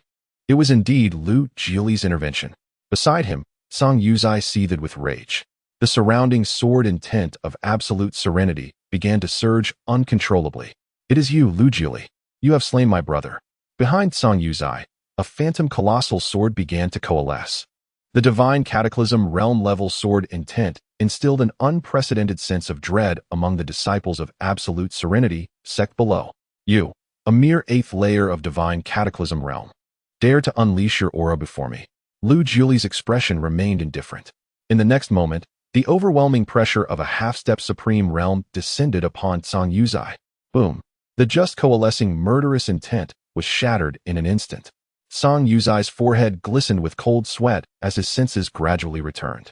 He nearly forgot that Lu Jiuli was a terrifying figure at the peak of the 9th layer of divine cataclysm realm. His own 8th layer of divine cataclysm realm strength was utterly insufficient against such an opponent. Lu Jiuli, what does it mean to bully those beneath your realm? Ling Tian frowned, releasing his own half-step supreme aura to disperse Lu Jiuli's pressure, his voice frigid. How dare you? You send a 5th layer of divine cataclysm realm along with 2 first layers to central state, to bully one who has yet to reach the void realm. Do you not have any shame? Lu Jiuli showed no inclination to relent. It seems we may have had some misunderstanding before, now that your junior disciple is unharmed. We of Absolute Serenity sect shall bear our own losses. Ling Tian suppressed his anger, for the Zongzun abyss would soon be opening, and he needed to enter it. That individual had promised him that if he could step into Zongzun abyss, he would undoubtedly ascend to the Supreme Realm. Thus, he only wished to quell this matter for now. Once he emerged from the Zongzun abyss and ascended to the Supreme Realm, he would exact vengeance upon these individuals. And then what? What do you wish to express? Lu Jiuli tilted his head. What I intend to say is, Ling Tian clenched his fists. Since your junior disciple is unharmed, we of Absolute Serenity sect shall bear our losses ourselves. Upon hearing this, Lu Jiuli recalled his master's earlier words, marveling at the foresight of his mentor. Previously, Qin Yuan had informed him that the reason Ling Tian sought the Qin Yuan sword embryo was to devour other sword embryos before entering the Zongzun abyss, thereby solidifying his path to the Supreme Realm. It appeared that this was indeed the case. Very well, however, I have one condition. Agree to my terms, and I shall take Qin Feng Lan and my master away from here. Lu Jiuli stepped forward, offering Ling Tian a slight smile. Master? Ling Tian's gaze swiftly locked onto the figure dressed in black beside Lu Jiuli, a being of the 1st layer of Void Realm. There were no items concealing his aura. Is this truly his master, or merely an incarnation? Ling Tian inhaled deeply and nodded, inquiring, what are the terms? Hand over the 9 underworld bell in your possession, and we shall take our leave, replied Lu Jiuli. You. Instantly, an aura of palpable sword intent and murderous energy coalesced above Ling Tian's head. What? Lu Jiuli grinned, revealing a set of gleaming white teeth. Surely, you do not believe that once I obtain the 9 underworld bell, I will patiently await the descent of the burial sovereign, only to meet you upon your entry into the burial sovereign abyss? In Ling Tian's eyes, a fierce killing intent began to amass. What? Is that not the case? Ha! Upon witnessing the expression in his opponent's gaze, Lu Jiuli burst into raucous laughter.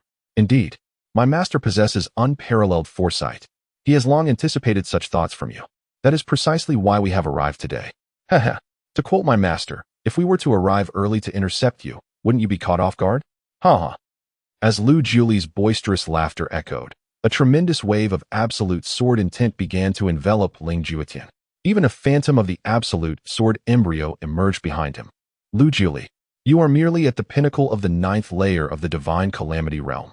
Even if you and Qin Yuan join forces, you cannot hope to gain any advantage here in a short span of time.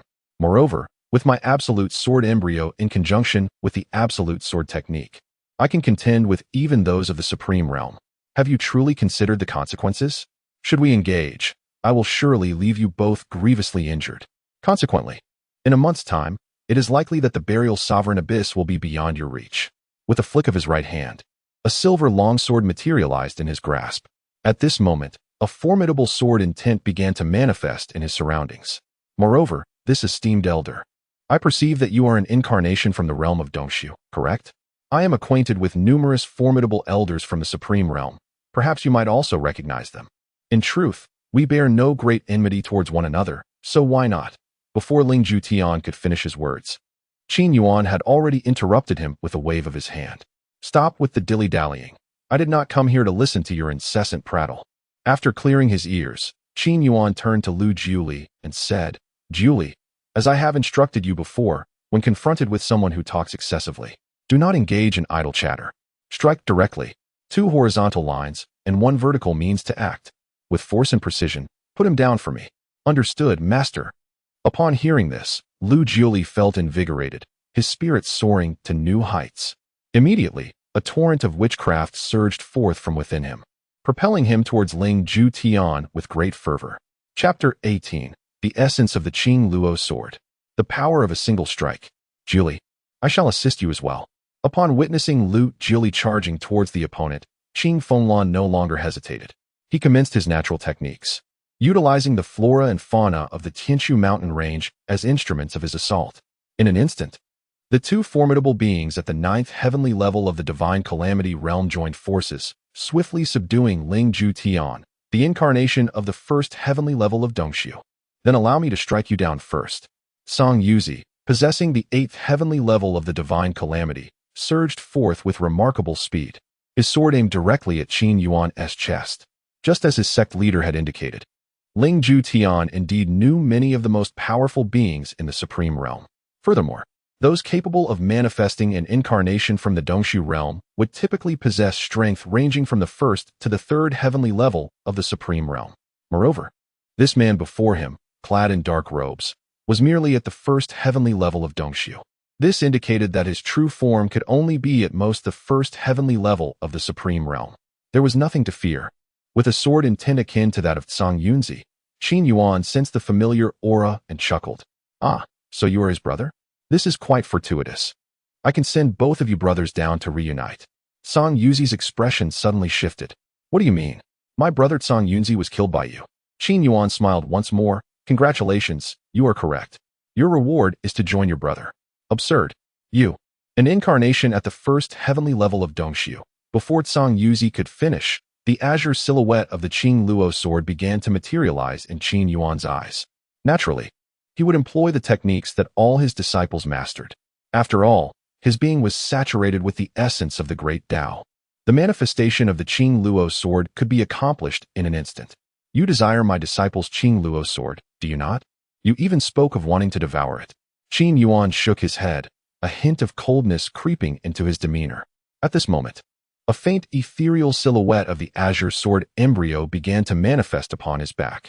The fabric of space rippled, and the overwhelming pressure of the sword's essence commenced to coalesce. His master was about to take action.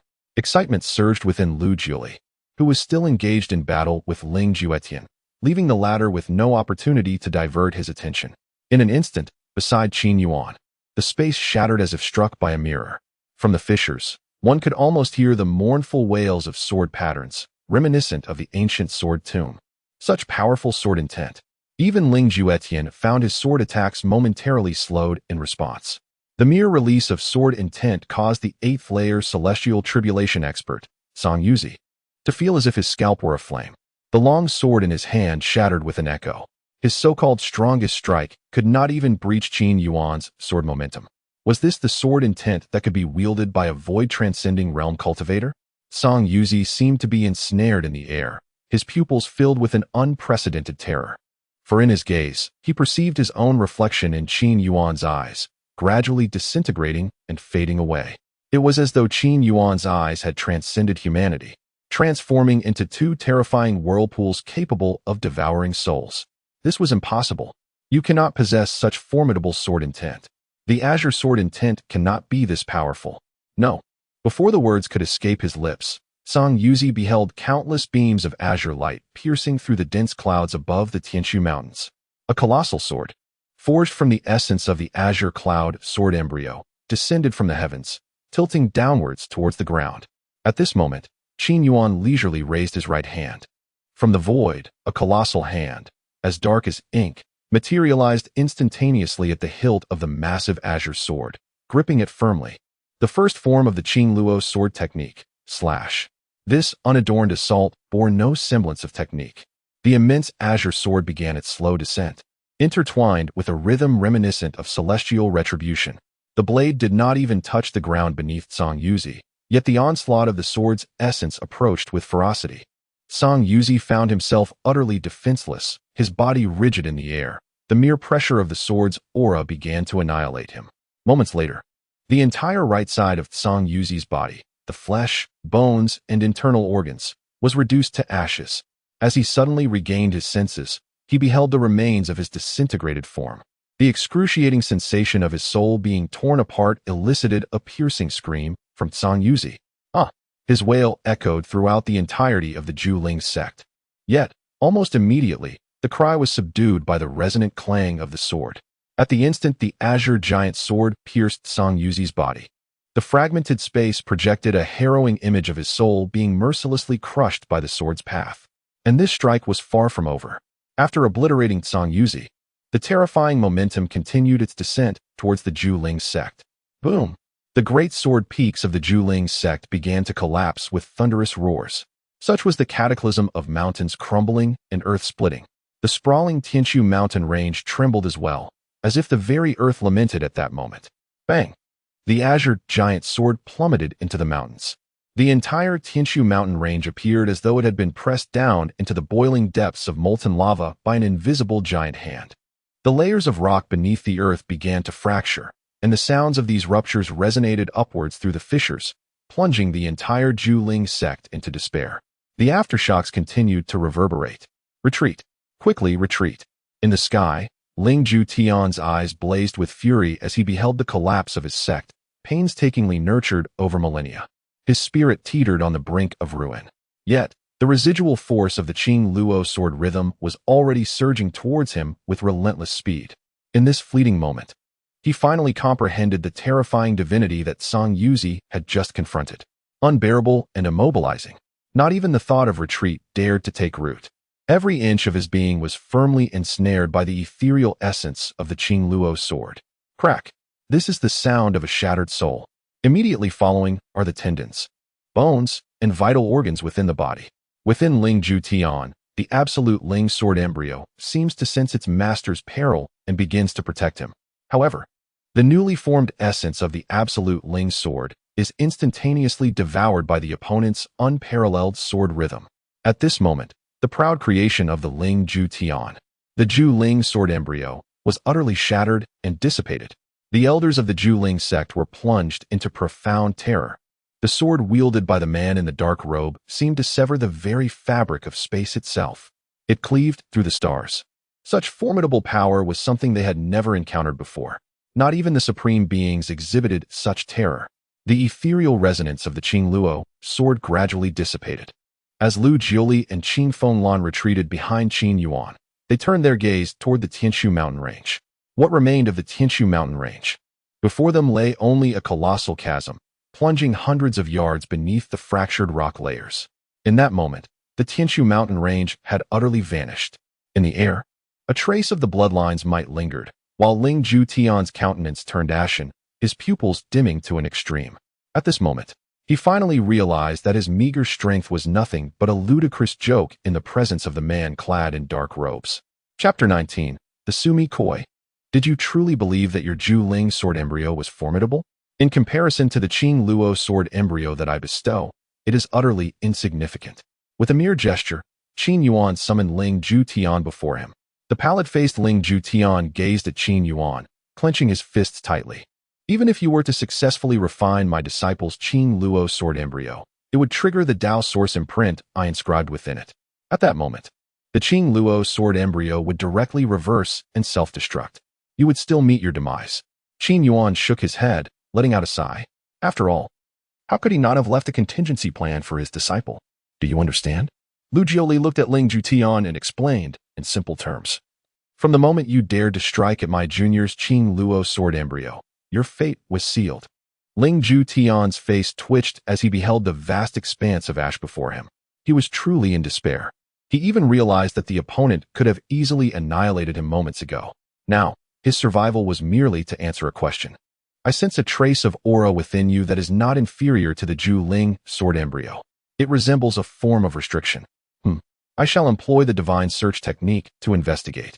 No sooner had Qin Yuan finished speaking than Ling Ju Tian appeared utterly frozen. Is it truly unconventional to this extent? Typically, at such a moment, one would inquire directly, wouldn't they? Senior, you may ask me outright. I assure you I shall speak without reservation. Ling Ju Tian hastily declared. What could possibly rival the swiftness of an inquiry? Qin Yuan smiled warmly, forming a seal to employ the soul search technique. In the fleeting moments before Ling Ju Tian lost consciousness, he cursed himself for attracting such a formidable entity. Moreover, one that defied all conventions.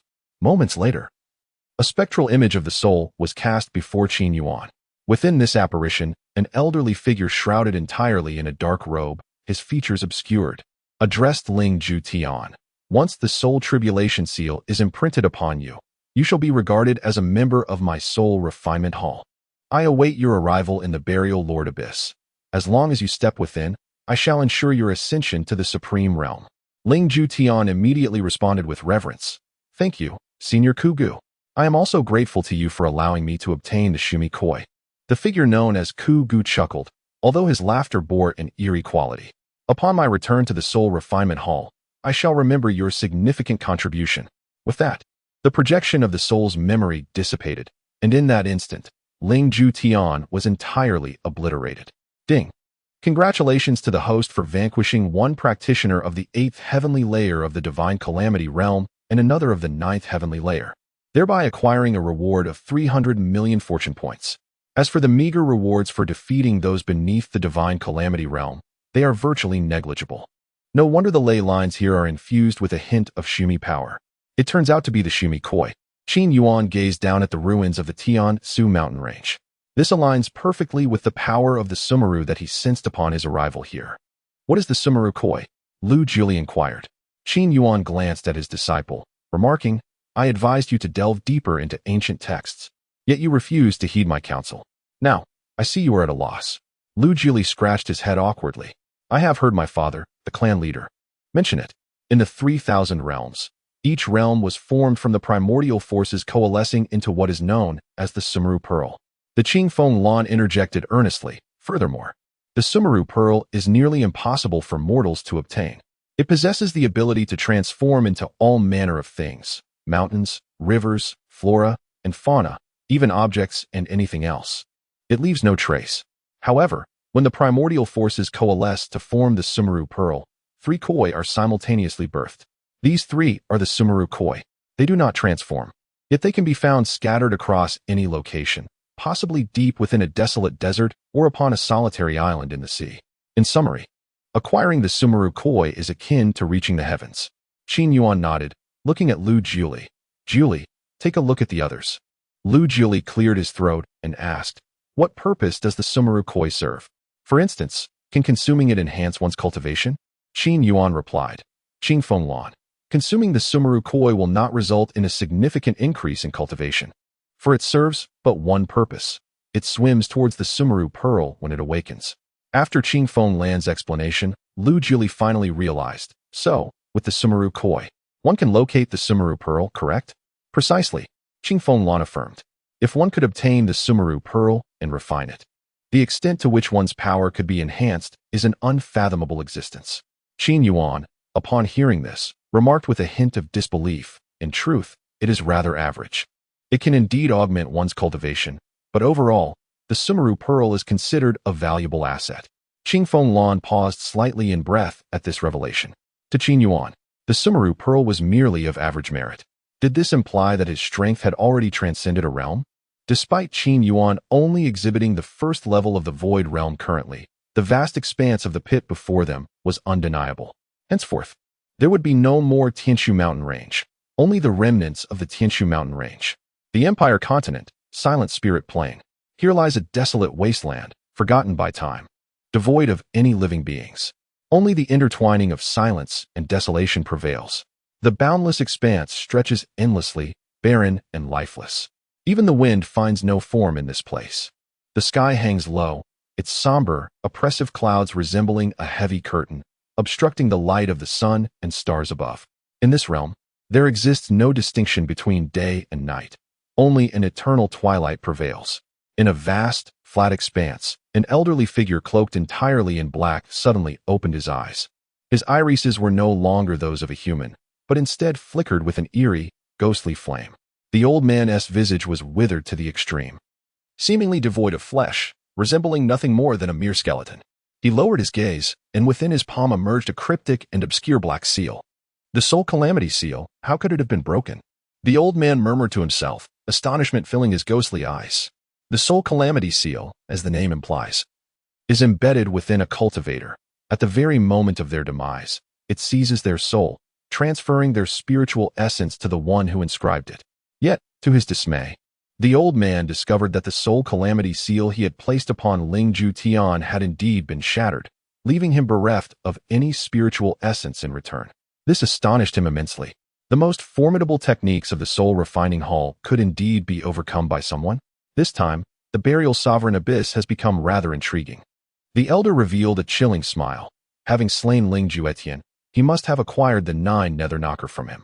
Naturally, he would also venture to the burial sovereign abyss. Excellent. Truly splendid. Once you all arrive at the burial sovereign abyss, you shall become the prime nourishment for my divine soul. Ha ha ha ha ha ha. Chapter 20. Do not venture on the path of near death. When will you ascend to the pinnacle? In the 9 mystic realm, within the imperial continent. The expanse here is vast and boundless. Indeed, certain regions can even form their own distinct lineage. For instance, there exists a mountain range forged from heavenly fire known as the Heavenly Fire Range. This location lies in the southern part of the imperial continent.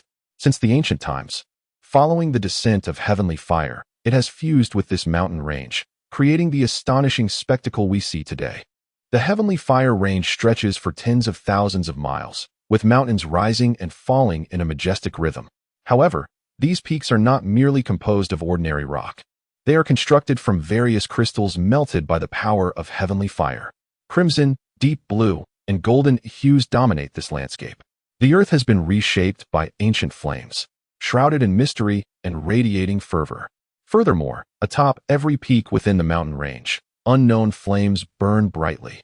The intense flames seem to caress the sky, casting a gradient of crimson and gold across the heavens above this mountainous expanse. Almost every mountain is adorned with a colossal fiery waterfall. The flames did not ascend to the heavens. Rather, they flowed like water, transforming into shards of glass-like fiery crystals as they descended. At the foot of the mountain, these serpentine rivers of fire meandered through the crevices of the earth, ultimately converging in the abyss of celestial fire. In the abyss of celestial fire within the celestial mountain range, the very air was distorted by the power of the celestial flames. Here, the air currents manifested as waves of fire, as if even time itself had slowed to a crawl. In this realm, a veritable inferno for humans, demons, and beasts alike, lies the abyss of heavenly fire.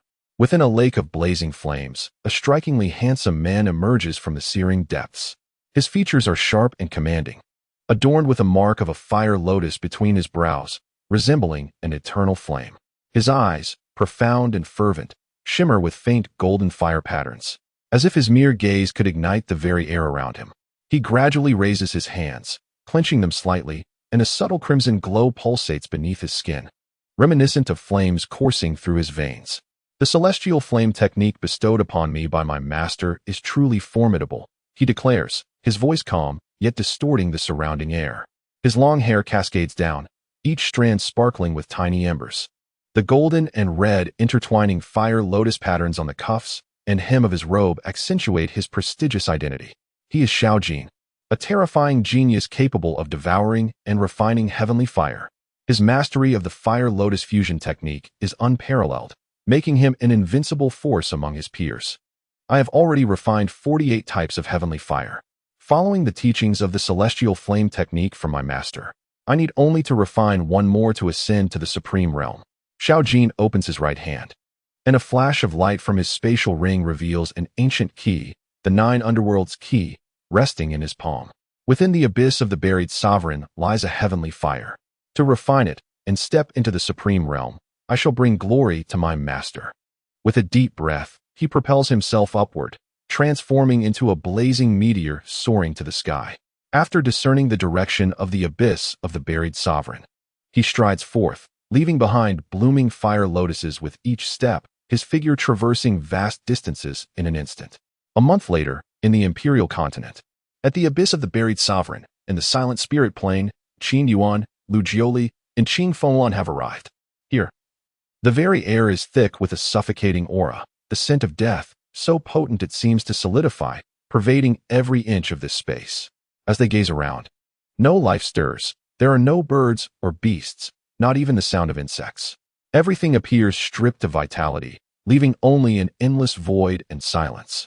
The spiritual energy is alarmingly sparse, tainted by the miasma of death, rendering it nearly impossible to refine. The silent spirit plane lives up to its name. Qing Fenglan swallows hard, confronted by the desolation before him. The abyss of the buried sovereign opens only once every millennium, though this is not his first exploration here. It is his first venture into such depths. The land here is marred by countless fissures, resembling desiccated veins stretching endlessly. Along the way, numerous desiccated bones lie exposed, vulnerable to the slightest breeze generated by passers-by, which could reduce them to mere dust. It is not without reason that this place is deemed a forbidden zone for cultivators, a grave for living beings. Yet, it must be noted that these so-called forbidden zones and graves are imbued with transformations beyond the comprehension of ordinary mortals. For instance, within the silent spirit abyss, the revered burial respect abyss opens only once every millennium. Despite the perilous nature of this journey, with an almost certain chance of death, there are still those who flock to it eagerly. Along the route, Qin Yuan and his companions occasionally encounter wandering cultivators. This adds a touch of vitality to this desolate expanse.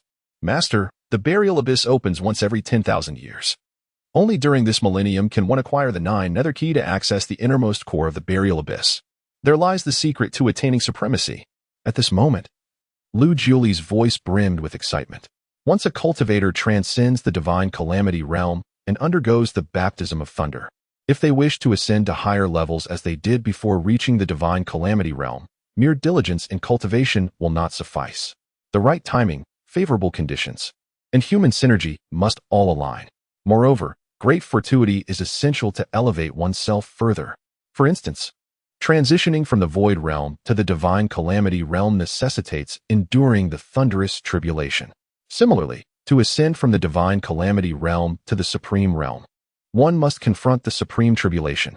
For ordinary individuals, lacking extraordinary means, they may forever remain stagnant in the divine calamity realm.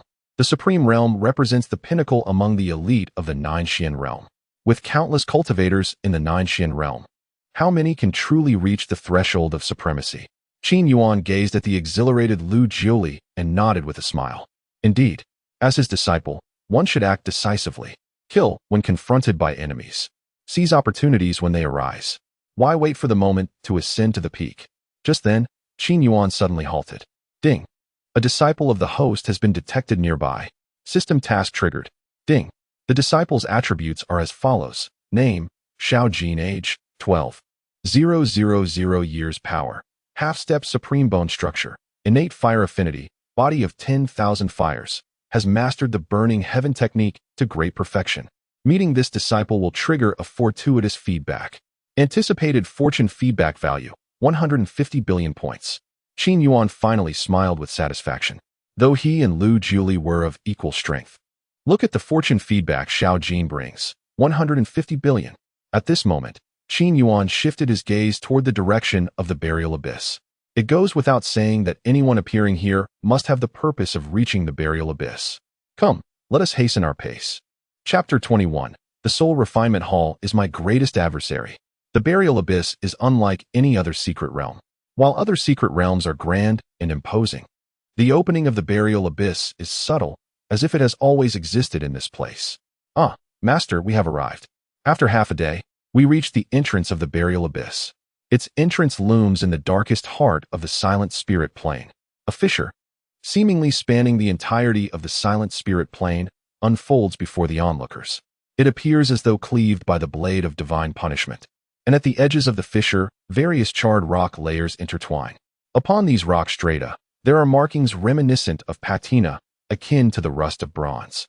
From a distance, they resemble the desiccated, congealed veins of some ancient creature. At the edges of the chasm, a thick azure mist lingers. The mist ascended to a height of less than 10 zhang above the fissure, where it transformed directly into azure crystal nuclei, only to plummet once more into the abyss below. Qin Yuan stepped lightly to the edge of the chasm and gazed downward. He observed that the inner walls of this abyss were not smooth as they descended, but rather adorned with azure crystals jutting outward like sharp spikes. Moreover, an incessant gale howled within the depths, reminiscent of a ghostly infant's wail. Surrounding him, practitioners from other sects had already arrived at this location. Upon seeing Qin Yuan and his companions, they exhibited no inclination for conversation. Instead, they wielded their magical artifacts and leaped boldly into the abyss. At this moment, as more and more individuals leap into the abyss, the gaping maw of the burial abyss resembles a slumbering beast, lying in wait for its prey. The continuously contorting azure radiance seems to be devouring the souls of those who descend. According to the ancient texts regarding the burial abyss, one must leap down to reach the true entrance. Qing Fenglan took a deep breath, feigning calmness, for it would be a lie to say he was unperturbed. After all, the very name burial abyss signifies that even the mightiest of supreme beings might meet their demise within its depths. Qin Yuan gazed at the entrance of the abyss, and with his spiritual perception, he discerned that his disciple, Shao Jin, was already within. Furthermore, it appeared that Shao Jin was employing the burning heaven technique. This technique, bestowed upon him by Qin Yuan, was familiar to him, and he could recognize the fluctuations of its power. Was a battle unfolding below? In other words, was his disciple in peril? Can you endure this? If I were not present, it would be one matter. But now, my disciple, do not fear. I have come to aid you. With this thought, Qin Yuan turned to Lu Jiuli and Qing Fenglan and commanded, jump. Without hesitation, Lu Jiuli leaped forth in an instant. Qing Fenglan swallowed hard, took a deep breath, and followed suit, leaping down as well. Qin Yuan gazed at the entrance of the burial abyss, his eyes narrowing slightly. Indeed, the burial abyss is no ordinary place. With a flick of his wrist, a surge of tangible soul power erupted forth. Dimly, one could perceive the space above the burial abyss, 1,000 zhang high, quivering momentarily. Within that space, a talisman inscribed with ancient soul characters materialized.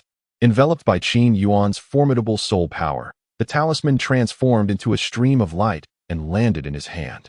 Meanwhile, the array patterns in the air gradually dissipated. The talisman bore 11 profound ripple engravings, each one unfathomably deep. An 11th tier formation, perhaps? After stowing the talisman in his spatial ring, Qin Yuan maintained his ever-present warm smile. This journey is becoming increasingly intriguing. The acquisition of the formation talisman was accomplished in mere moments. Subsequently, Qin Yuan took a graceful step forward, following the descending Lu Jiuli and Qing Fenglan. In the depths of the burial abyss, light could no longer penetrate from above, replaced instead by clusters of ghostly flames flickering in the air. However, the ghostly flames emanated a haunting green light, casting an eerie hue throughout the abyss's depths. At this moment, numerous cultivators had already gathered here.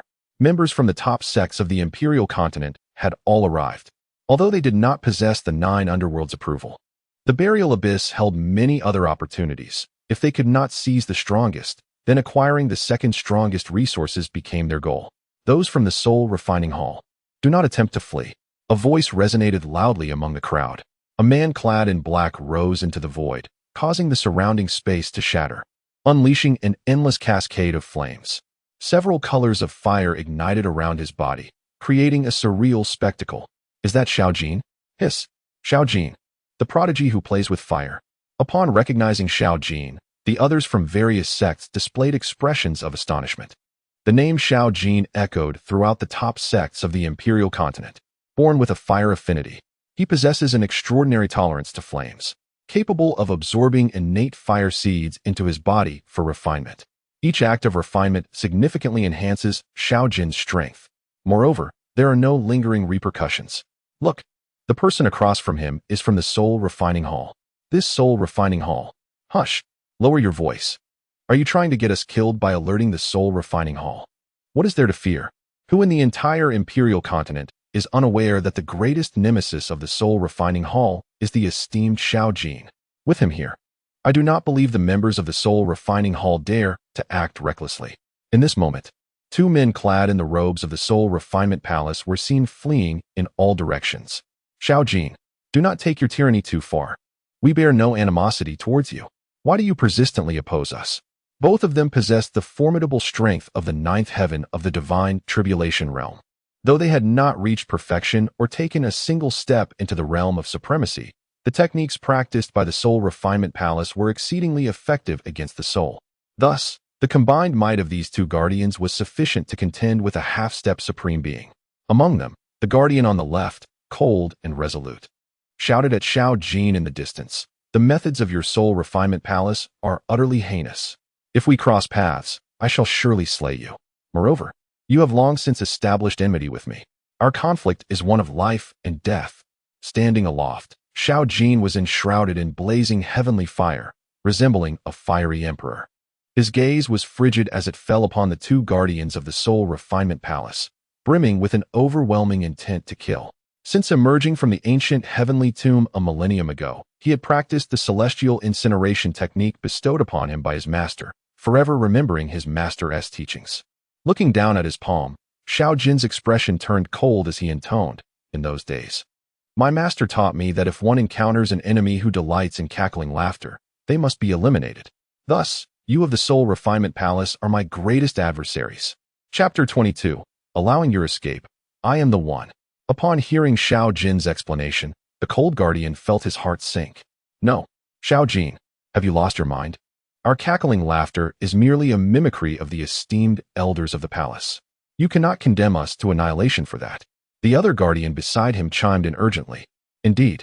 Shao Jin shook his head. "I am afraid my most defining trait is my unwavering adherence to my master's orders. You shall perish." In an instant, an overwhelming surge of celestial fire erupted from Shao Jin, purging much of the malevolent energy at the depths of the burial sovereign abyss. The faces of the cold guardian and his companion twitched uncontrollably. The entire Soul Refinement Palace was well aware of the master Shao Jin often referenced. Yet the specifics of his identity, name, and cultivation remained a mystery. As a result, the entire palace harbored a deep-seated resentment towards the figure of his master. They even suspected that Shao Jin's master was merely a fabrication, an excuse to eradicate them out of sheer disdain. Indeed, the enmity between the Soul Refinement Palace and Shao Jin was profound. 8,000 years prior, the palace had dispatched numerous guardians in an attempt to slay him, only for Shao Jin to escape severely wounded. However, within a few centuries, he rose again, breaking through several realms of cultivation. From that point onward, whenever he encountered guardians or elders of the Soul Refinement Palace, his only response was death. Although both the cold guardian and his companion were also at the ninth heaven of the divine tribulation realm, they dared not confront Shao Jin head-on. The wisest course was to flee. They began to circulate their internal energies, enveloped by an exceptionally dense black spiritual aura, from which the mournful cries of spirits could even be heard. This is also the reason why the Soul Refining Temple is not favored by most sects, for their cultivation relies entirely on the consumption of others' souls. The more they devour, the mightier they become. It is unfathomable to consider how many lives have been annihilated by the formidable powers of these two guardians of the Soul Refining Temple, who have reached the ninth heaven of the tribulation realm. Flee. In the air, a cold smile appeared on Shao Jin's face. Before mastering the heavenly fire technique bestowed by his master, you could have escaped this fate. He gestured with a thumbs up towards the two guardians of the Soul Refining Temple, who were attempting to ascend and flee. But now, to let you escape, I am this. Shao Jin inverted his thumb slowly. Suddenly, terrifying heavenly fire began to coalesce. A searing heat enveloped the entire abyssal bottom. Shao Jin raised his right hand high, and in his eyes, 48 types of heavenly fire continuously alternated. The overwhelming and terrifying power instilled a sense of impending doom among those from various sects nearby. Heavenly Fire Creation Palm, an imperial tier martial technique. To break through martial techniques from the sacred level onwards, one must possess a profound understanding of the methods they practice. Otherwise, it is impossible to unleash stronger martial techniques. And now, Xiao Jin commenced with the mightiest imperial tier martial technique. Heavenly Fire Creation Palm.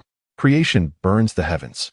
At this moment, above the two guardians of the soul refinement hall, a colossal fiery palm imprint, stretching 1,000 inches, instantaneously coalesced. Countless flames of diverse hues danced upon the imprint, each revolution releasing an aura potent enough to annihilate the heavens and devastate the earth. As the heavenly burning creation palm descended with overwhelming pressure, the very fabric of space began to collapse and fracture in its wake. Even the malevolent energy, accumulated in the abyss for millennia, was consumed in flames.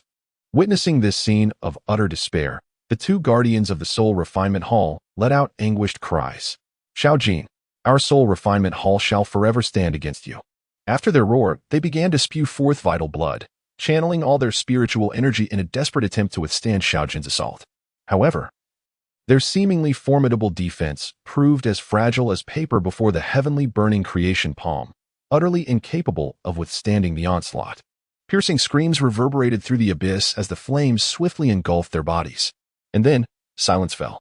Thus, these two guardians, possessing strength at the 9th level of the divine tribulation realm, were reduced to ashes amidst the heavenly fire. Even their souls were incinerated. Annihilation complete. Such terror. Those from other sects, witnessing this spectacle, gasped in horror. This individual is indeed fearsome. The heavenly burning technique is overwhelmingly powerful. Master, your disciple has not brought you shame. Xiao Jin gazed at the tumult his palm had wrought, exhaling slowly. Although all within the soul refinement hall believed that the master he spoke of was merely a fabrication, Xiao Jin understood that his ascent to such heights was truly a gift from his master.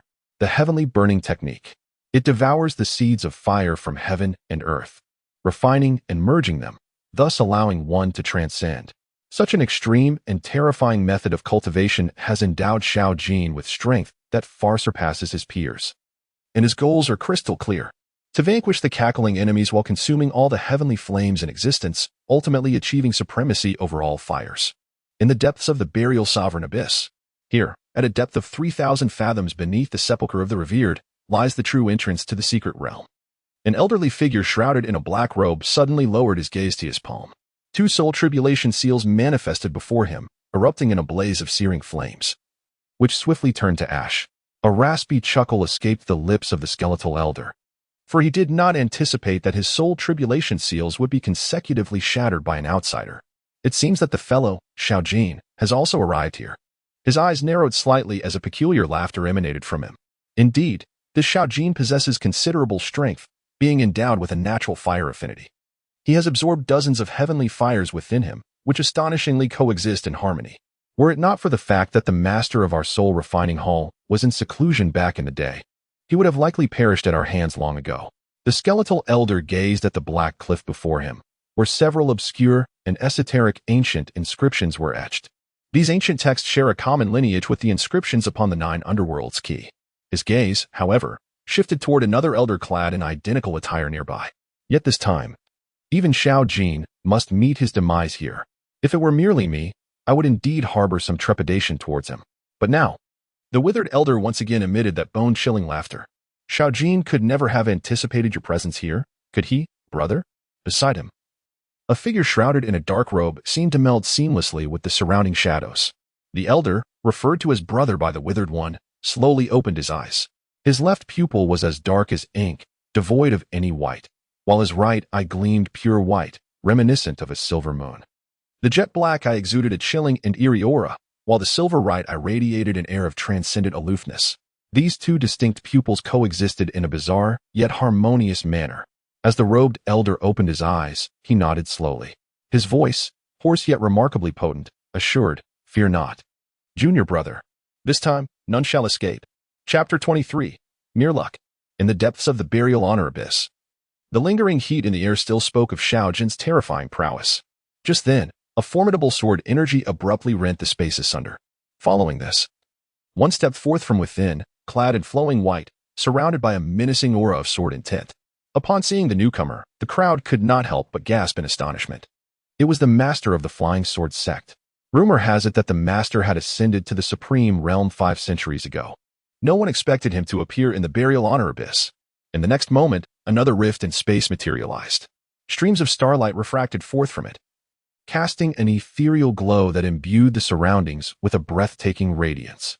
Once the brilliance subsided, an elder in purple robes emerged, adorned with garments that seemed to pulsate with the power of the stars, shimmering magnificently. It was the Grand Elder of the Stargazing Pavilion, Elder Mu Xing. What is happening? Wasn't Elder Mu Xing already in the Supreme Realm a millennium ago? Why is he here as well? I am uncertain. Is it not the case that this burial honor abyss is a realm reserved for those of us who have yet to break through to the Supreme Realm? The various sects gazed at the master of the Flying Sword sect and Elder Mu Xing of the Star Observation Pavilion, their expressions filled with confusion. At this moment, Master Li of the Flying Sword sect and Elder Mu Xing could not help but draw in a sharp breath upon witnessing the aftermath of the one-sided battle. Xiao Jin, indeed, is a formidable youth. Given time, I believe your accomplishments will surpass those of my Flying Sword sect. Master Li looked at Xiao Jin, his eyes brimming with admiration. Beside him, Elder Mu Xing stroked his beard and remarked, Xiao Jin, you truly embody the praises sung by others. You are indeed fearsome. If we were of the same realm, even we would not stand a chance against you. Although Elder Mu Xing possessed the strength of the second heaven of the Supreme Realm, he dared not claim he could defeat Xiao Jin at the pinnacle of the Divine Tribulation Realm. Xiao Jin regarded both the master of the Flying Sword sect and Elder Mu Xing with a faint smile. It is merely luck. The crowd exchanged peculiar glances. Xiao Jin was a man of clear distinctions between good and evil. If one did not provoke him, they could share a drink in camaraderie. He treated others with considerable politeness, and after a battle, if someone praised him, he would invariably respond with his catchphrase, "It is merely luck." Thus, behind his back, Xiao Jin earned the moniker of Brother Luck. Young friend Xiao Jin, I recall you have a close friend. Why has he not accompanied you? Elder Mu Xing inquired curiously. Are you referring to Lin Chong? Xiao Jin replied. He is my junior brother. Recently, he has been in seclusion, honing the Great Desolation Finger technique, and is currently unavailable. Ah, I see. Elder Mu Xing sighed in relief. Perhaps ordinary individuals were unaware, but the top sects were well informed. Thousands of years ago, two terrifying geniuses emerged in the southern region of the imperial continent. One wielded heavenly fire as if he were the supreme of flames, while the other cultivated the power of the Great Desolation, his finger technique reaching an extraordinary level. When these two prodigies met, a battle was inevitable. In that clash, the two geniuses of the 8th heaven of the Divine Tribulation Realm unleashed power equivalent to the 3rd heaven of the Supreme Realm. 1,000 miles of space shattered into nothingness, and the mountains for 10,000 miles bore no vegetation.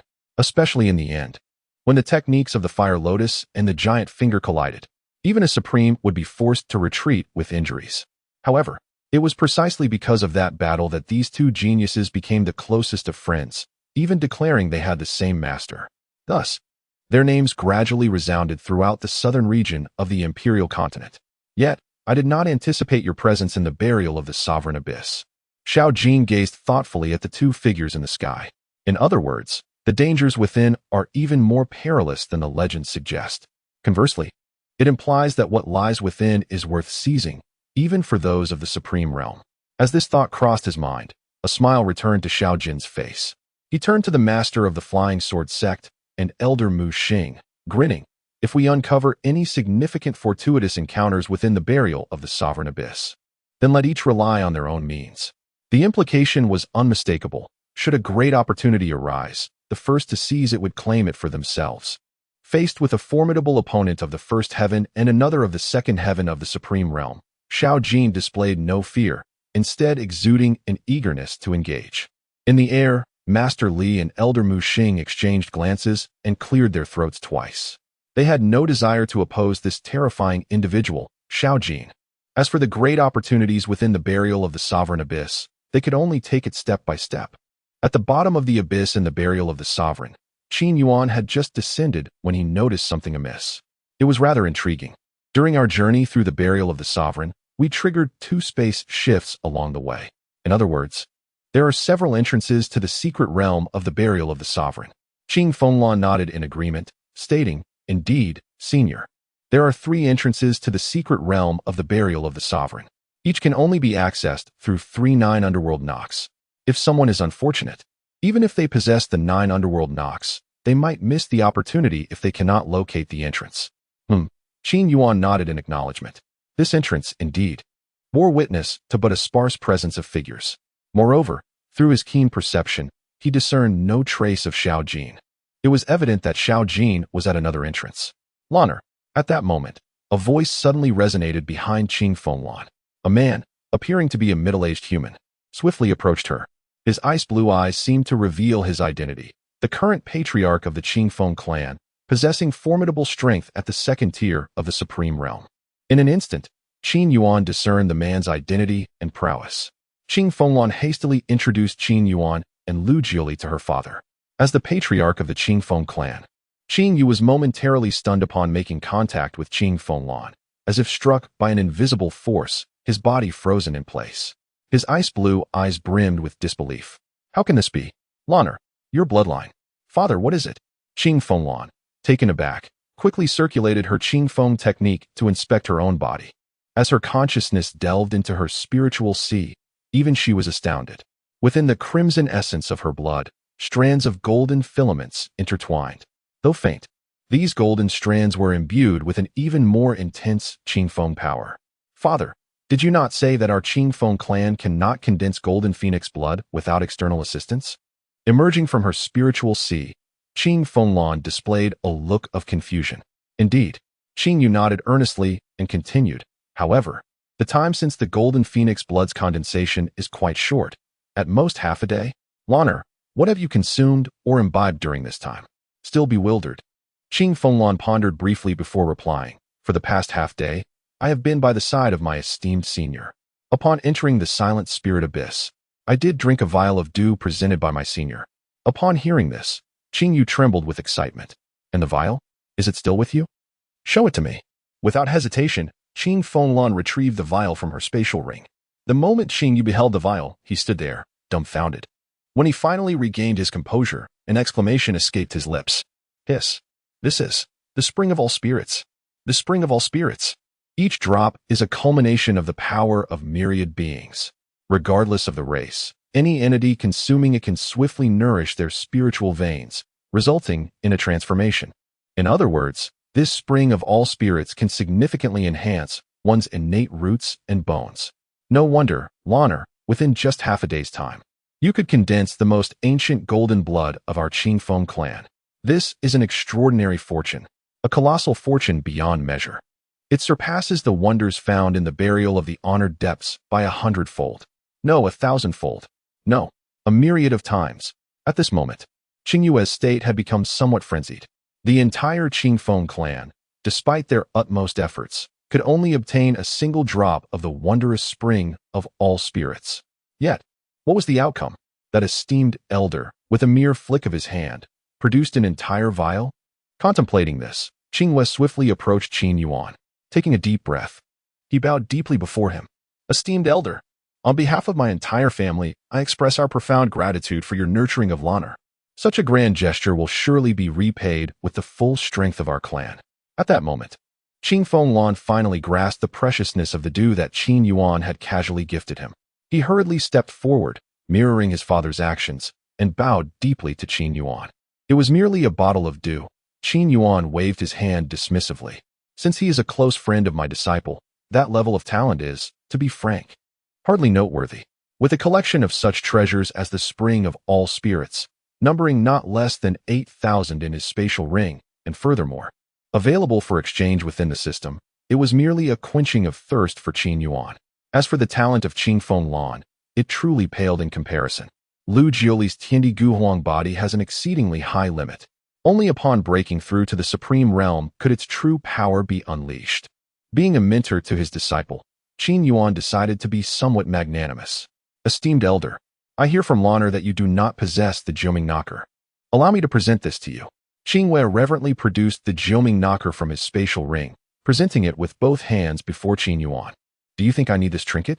Qin Yuan waved his hand again, leisurely approaching the black cliff face. Upon the cliff, ancient dark purple inscriptions occasionally emerged. resembling those on the Jiuming knocker. It was evident that only 9 individuals could step within. "Let us proceed," Qin Yuan declared, stepping forward toward the black cliff. At the moment of contact, the cliff immediately rippled like splashing water, and then a surge of ominous light erupted from the entire surface. A terrifying force rushed towards Qin Yuan. Clearly, without the Jiuming knocker, one would be subjected to the wrath of the Zhongzuan abyss. What formidable power! Qin Yuan swallowed hard, feeling the sacred pressure emanating from the cliff, his scalp prickling in response. Meanwhile, Qin Yuan, perceiving the sacred energy from the cliff, shook his head. Such a lowly and unrefined sacred pressure. I cannot fathom how one could cultivate such a thing. Perhaps all those years of training have gone to waste. As his words fell, an overwhelming surge of sacred energy suddenly erupted from within Qin Yuan's body. In the span of a mere breath, the rippling sacred energy upon the cliff vanished without a trace. Qin Yuan's figure also disappeared alongside it. It was clear that he had entered the secret realm of the Zhongzuan abyss without a key. "Master's words remain as sharp as ever," Lu Jiuli exclaimed. "Haha, Master. I am coming too." With the Jiuming knocker in hand, he followed Qin Yuan into the black cliff. Behind them, Qin Fenglan watched his father, who appeared in a daze, and quickly urged, "Father, we must hurry and follow, or we will be left behind by the esteemed elder." Qin Wei, regaining his senses, trembled all over, his body shaking uncontrollably. The sacred pressure was unmistakable. This was indeed the sacred pressure. Unbelievable. This was truly remarkable. Qin Yue quaked with intensity, his voice trembling.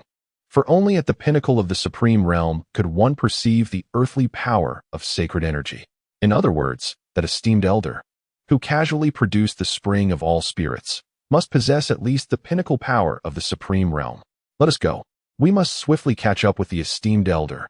With a flash of spiritual energy beneath his feet, Qin Yue's figure instantly melded into the black cliff, creating a powerful gust that sent Qin Fenglan into disarray. Without further delay, he too grasped the Jiuming knocker and entered the core area of the Zhongzuan abyss. As the light and shadows shifted, the 4 of them fully stepped into the core's secret realm of the Zhongzuan abyss. Upon their arrival in this space, the air shimmered with faint golden ripples, revealing an endless expanse of grassland. The prairie stretched infinitely, merging seamlessly with the distant horizon. Gazing down, one could see strange diamond-shaped leaf plants flourishing across the entire expanse, a dangerous weed known as Qingwu grass, which harbored deadly poison. Even cultivators at the divine calamity realm would fall prey to its toxic grip if unprotected. Recognizing the grass, Qin Yue's expression shifted dramatically. Indeed, the poisonous Qingwu grass swayed gently in the absence of wind, as barely perceptible purple miasma continually emanated from it, resembling tiny serpents slithering among the grass. Looking upward at the sky, devoid of sun or moon, yet cloaked in various mica stones that emitted a soft glow, illuminating the area as if it were daytime. Wisps of faint sacred energy drifted through the air. Upon stepping into this realm, Qin Yuan had already discerned the entirety of its nature. Here lies the sacred resting place of a semi-saint. No wonder it has become a revered ground for those aspiring to ascend to the pinnacle of supremacy. After all, merely the lingering sacred aura that drifts through the air, if absorbed and refined by a practitioner at the peak of the divine tribulation realm, can facilitate their elevation to supremacy. Moreover, should one attain supremacy in this locale, the formidable power of the supremacy tribulation will also be drawn in by the sacred aura, thus enriching it with new essence. It is indeed a remarkable opportunity for practitioners of the divine tribulation realm. At this moment, a thunderous shout echoed from afar. "Old dog by lie. Do not attempt to flee. I never expected to find you here. Taste my wrath. Burning fury lotus." Before the voice could fade, a lotus of flames, merging hues of azure and crimson, began to expand in the distant sky. Ultimately, a resounding explosion reverberated across the entire Qingwu plain. Chapter 25. Whose flames are stronger, his or my sorcery? Burning fury lotus. This has become Xiao Jin's signature move. At that moment, he hurled the infernal fire lotus, forged from his gathered fury, towards the fleeing elder by lie in the distance. The fire lotus erupted with a terrifying heat, intertwining azure and crimson flames that formed a vortex stretching 1,000 zhang around it. The azure-red demon lotus began to bloom in the air, even disturbing the clouds above into a spiraling formation. The veins of the lotus incessantly unleashed an overwhelming power of heavenly fire, causing it to gradually expand. As it swelled to a size that could obscure the heavens and blot out the sun, every inch of the lotus began to crack. In an instant, it exploded with a deafening roar. The horrifying azure-red heavenly fire swept across the surroundings, incinerating the Qin grass below into charred remnants before it even arrived. The very soil began to evaporate, melting into glass-like essence. At the heart of the fire lotus, a spherical corona emerged, resembling an ancient divine eye suspended in the air, devouring everything around it, including the fabric of space itself. Xiaojin, do you truly wish to engage in a relentless conflict with our heavenly fire sect? Following the aftermath of the fire lotus, a charred figure swiftly appeared. Golden supreme markings had already manifested upon him, a sign of having entered the supreme realm. The power of these markings allowed one to transform their cultivated system into supreme essence, thus enhancing their capabilities. Under the influence of the supreme markings, both attack and defense would become exceedingly formidable. Bai Lai, you old dog, who gave you the audacity to incessantly vie for heavenly fire with me? Facing Bai Lai, who was at the first level of the supreme realm, Xiaojin displayed no fear in his eyes. Instead, he continued to concentrate on the fire lotus. It appears you have also learned about the 10,000 calamities burning heart flame hidden within the burial of supremacy, correct? Let me make this clear. This flame is an essential treasure for my journey. I doubt anyone else will contest me for this heavenly fire, except for your heavenly fire sect, which poses a genuine threat. My master has taught me that the first step in eliminating a threatening spark is to extinguish it. Therefore, Bai Lai, take another dose of my infernal fire lotus. Upon hearing this, Bai Lai's aged face twitched violently. Even with his supreme realm power, he dared not confront Xiaojin directly. Swiftly gathering his supreme markings, as the fiery patterns manifested, he began to retreat rapidly. Old dog, don't run. Have another couple of fire lotuses. Xiaojin's thunderous shout nearly caused Bai Lai's supreme markings to dissipate. Not far away, on the Qin grassland, Qin Yuan squinted at the blooming fire lotus in the sky, a smile of satisfaction gracing his lips. Xiaojin, the disciple accepted a millennium ago, was born with a natural affinity for fire. He had generously bestowed upon him the most suitable cultivation technique, the burning heaven technique. Unlike previous methods, this technique could evolve. However, to evolve, it required the consumption of other heavenly fires. Clearly, Xiaojin has grown significantly. He has kept my teachings close to heart. Very well, Xiaojin. Upon witnessing that iconic fire lotus, Qin Yu could not help but swallow hard. Even though Xiaojin currently possessed only half-step supreme strength, he had already earned the title of supreme within the flames. The climactic battle occurred when he was targeted by the refining soul temple, where 3 first-level supremes and 1 second-level supreme were sent to capture him. That battle sent shockwaves throughout the southern region of the empire. Alone, Xiaojin slayed the 3 first-level supremes and, at great cost, also defeated the second-level supreme. Following that battle, he became known as the Supreme of Fire. Despite not being a supreme himself, Qin Yu took a deep breath, yet the tension on his face began to ease. Thankfully, he had encountered a senior. Lon Heir had received great fortune from this elder, and even the opportunities within the burial of supremacy paled in comparison to the immense fortune granted by the elder. At that moment, in the distant sky, as another fire lotus exploded, the individual known as Bai Lai was on the verge of collapse. You are indeed ruthless. Just you wait. This time, the 10,000 calamities burning heart flame within the burial of supremacy will be ours, the Heavenly Fire Sect. Elder Bai Lai of the Heavenly Fire Sect gritted his teeth, fiery red flames already flickering within his supreme markings. Following that, he let out a mighty roar. Supreme escape technique. In an instant, his figure vanished without a trace. After missing his target, Xiaojin spat in frustration. These supreme markings are incredibly effective. Upon entering the supreme realm, one gains access to several life-saving techniques unique to that realm. The supreme markings are just one aspect. While the supreme escape technique is among the most effective means of survival, allowing direct manipulation of spatial dimensions to perform spatial leaps without the need for teleportation. Xiaojin took a deep breath, adjusting his aura in the air, an act observed by Qin Yuan and the others from a distance. At this moment, Lu Jiuli narrowed his eyes, gazing from afar at the figure of the flame sovereign. Xiaojin, I have heard whispers of him in the southern regions of the imperial continent. Faced with such a formidable opponent, his initial thought was not one of fear or retreat, but rather a desire to test his mettle. He pondered who possessed the greater strength, the flames or his witchcraft. Lu Jiuli licked his lips, and within his pupils, constructed from which insects. A glimmer of eagerness was reflected. Wish to try? Qin Yuan smiled as he regarded his disciple. Indeed, master, I wish to try? Lu Juli nodded affirmatively. Very well. If you wish to test your abilities, then do so. Julie, the identity token I bestowed upon you is still with you, correct? Yes. Excellent. The token bears my immense magical power. Should you find yourself outmatched in battle, simply present the token, and it will safeguard your life. Understood, master. I shall proceed. The anticipation within Lu Juli could no longer be contained. In the next instant, dark purple witch patterns emerged beneath his feet, and he transformed into a violet meteor, darting towards the distant fire lotus. Perfected divine tribulation realm, half a step into sovereign realm? Moments later, the meditating Xiao Jin slowly turned his gaze. He regarded Lu Juli, who stood poised in the air, 100 feet away, a hint of contemplation flickering in his eyes. In this otherworldly realm, only those possessing the 9 nether knock may enter. It is evident that the individual before him also bears this mark. Sorcery? Upon perceiving the arcane aura emanating from his opponent, Xiao Jin adopted a serious demeanor. You are Lu Juli, the one with the myriad of worms? A sly grin crept onto his face. Your prowess is formidable.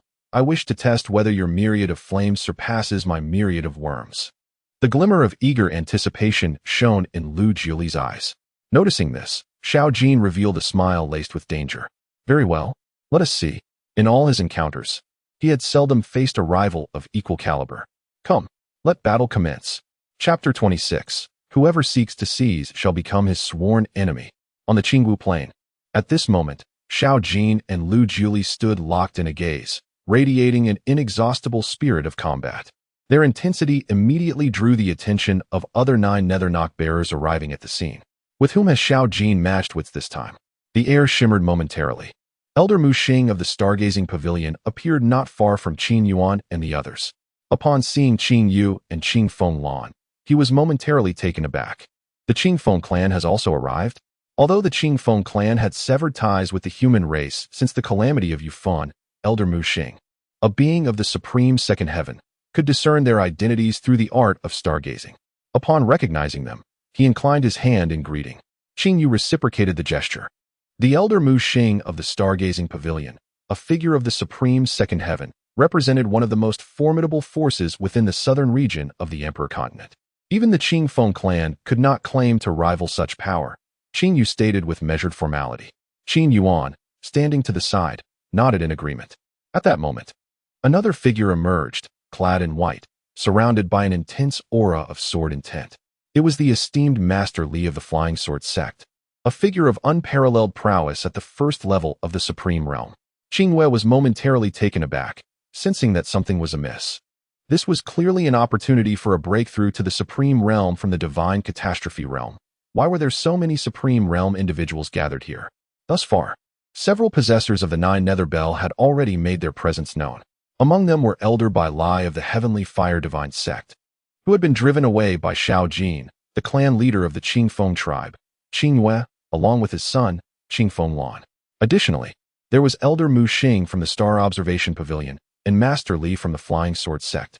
With the inclusion of Xiao Jin and Lu Juli, a total of 7 individuals possessing the 9 Nether Bell had appeared. The whereabouts of the remaining 2 remained unknown. Was that Lu Juli? It had long been rumored that a terrifying genius capable of employing witchcraft had emerged in the central region of the empire. Upon witnessing him today, it was indeed evident that he was extraordinary. At this moment, Elder Mu Xing's eyes began to secretly activate the art of discernment. Master Li of the Flying Sword sect could not help but gasp at the sight. At this moment, the fabric of space was once again torn apart. The Elder Bai Lai, who had been previously driven away by Xiao Jin, reappeared, approaching Qing Yu and the others directly. The Qing Feng clan? I did not anticipate that you two have obtained the 9 Hells Knock. Nevertheless, it matters not. The sole purpose of my arrival at this location, representing the Heavenly Fire sect, is singular. You heard it just now, did you not? Elder Bai Lai spoke with an air of familiarity.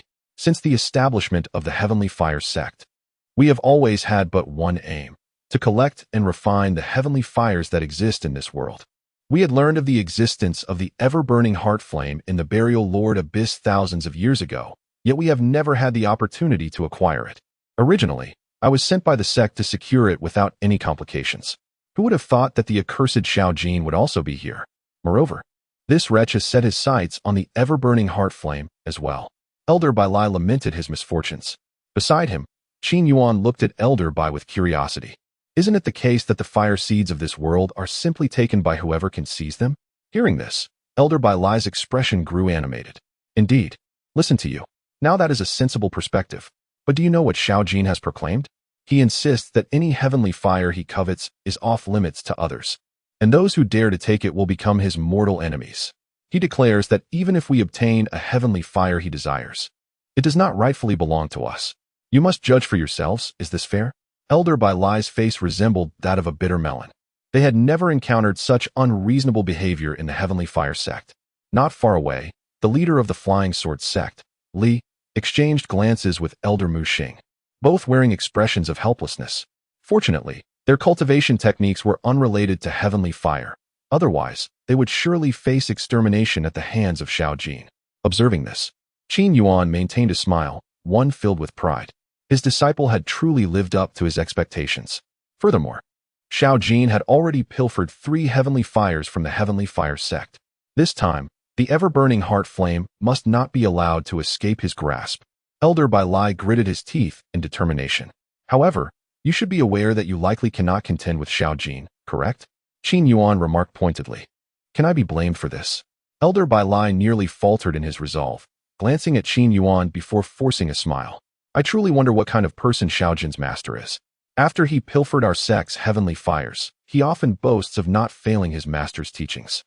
He claims that his master always told him that as his disciple, he must be capable of slaying those stronger than himself.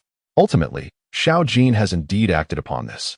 And the most critical part is that he possesses the strength to do so. I am genuinely astonished. I am a dignified Supreme Realm 1st level. Yet I cannot best a 9th level of the Divine Calamity Realm. What am I to do? Hearing the helplessness in his words, Qin Yuan chuckled lightly.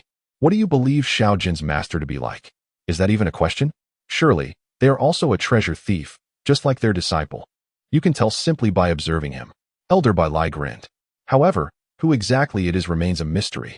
Xiao Jin refers to them in such a manner that we are unworthy of knowing their name, as if his master is a transcendent being beyond this realm. That may indeed be the case. Qin Yuan nodded in agreement.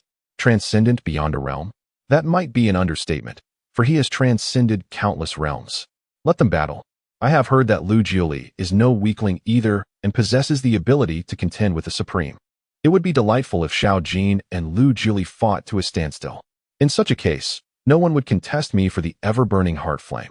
Suddenly, Elder Bai Lai's expression shifted as he regarded Qin Yuan and the others with heightened alertness. Wait, you are not also here for the ever-burning heart flame, are you? Not at all. Qin Yu shook his head. Elder Bai Lai exhaled in relief. That is good. Meanwhile, in the distance, Lu Jiuli had already engaged in a fierce battle with Xiao Jin. Beneath the expansive Qing Wu plain, golden fire lotuses began to bloom beneath Xiao Jin's feet.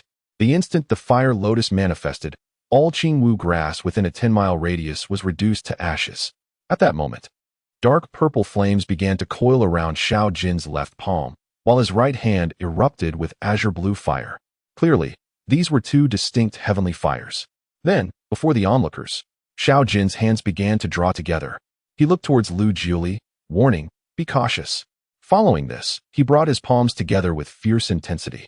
The azure flame and dark purple flame began to merge ferociously, and in an instant, they formed a dark blue-black fire lotus.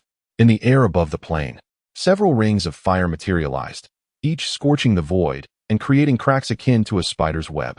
The Inferno Lotus of Wrath, born from the fusion of 2 supreme heavenly fires, was even more potent than the Inferno Fire Lotus. Chapter 27. The Identity Token.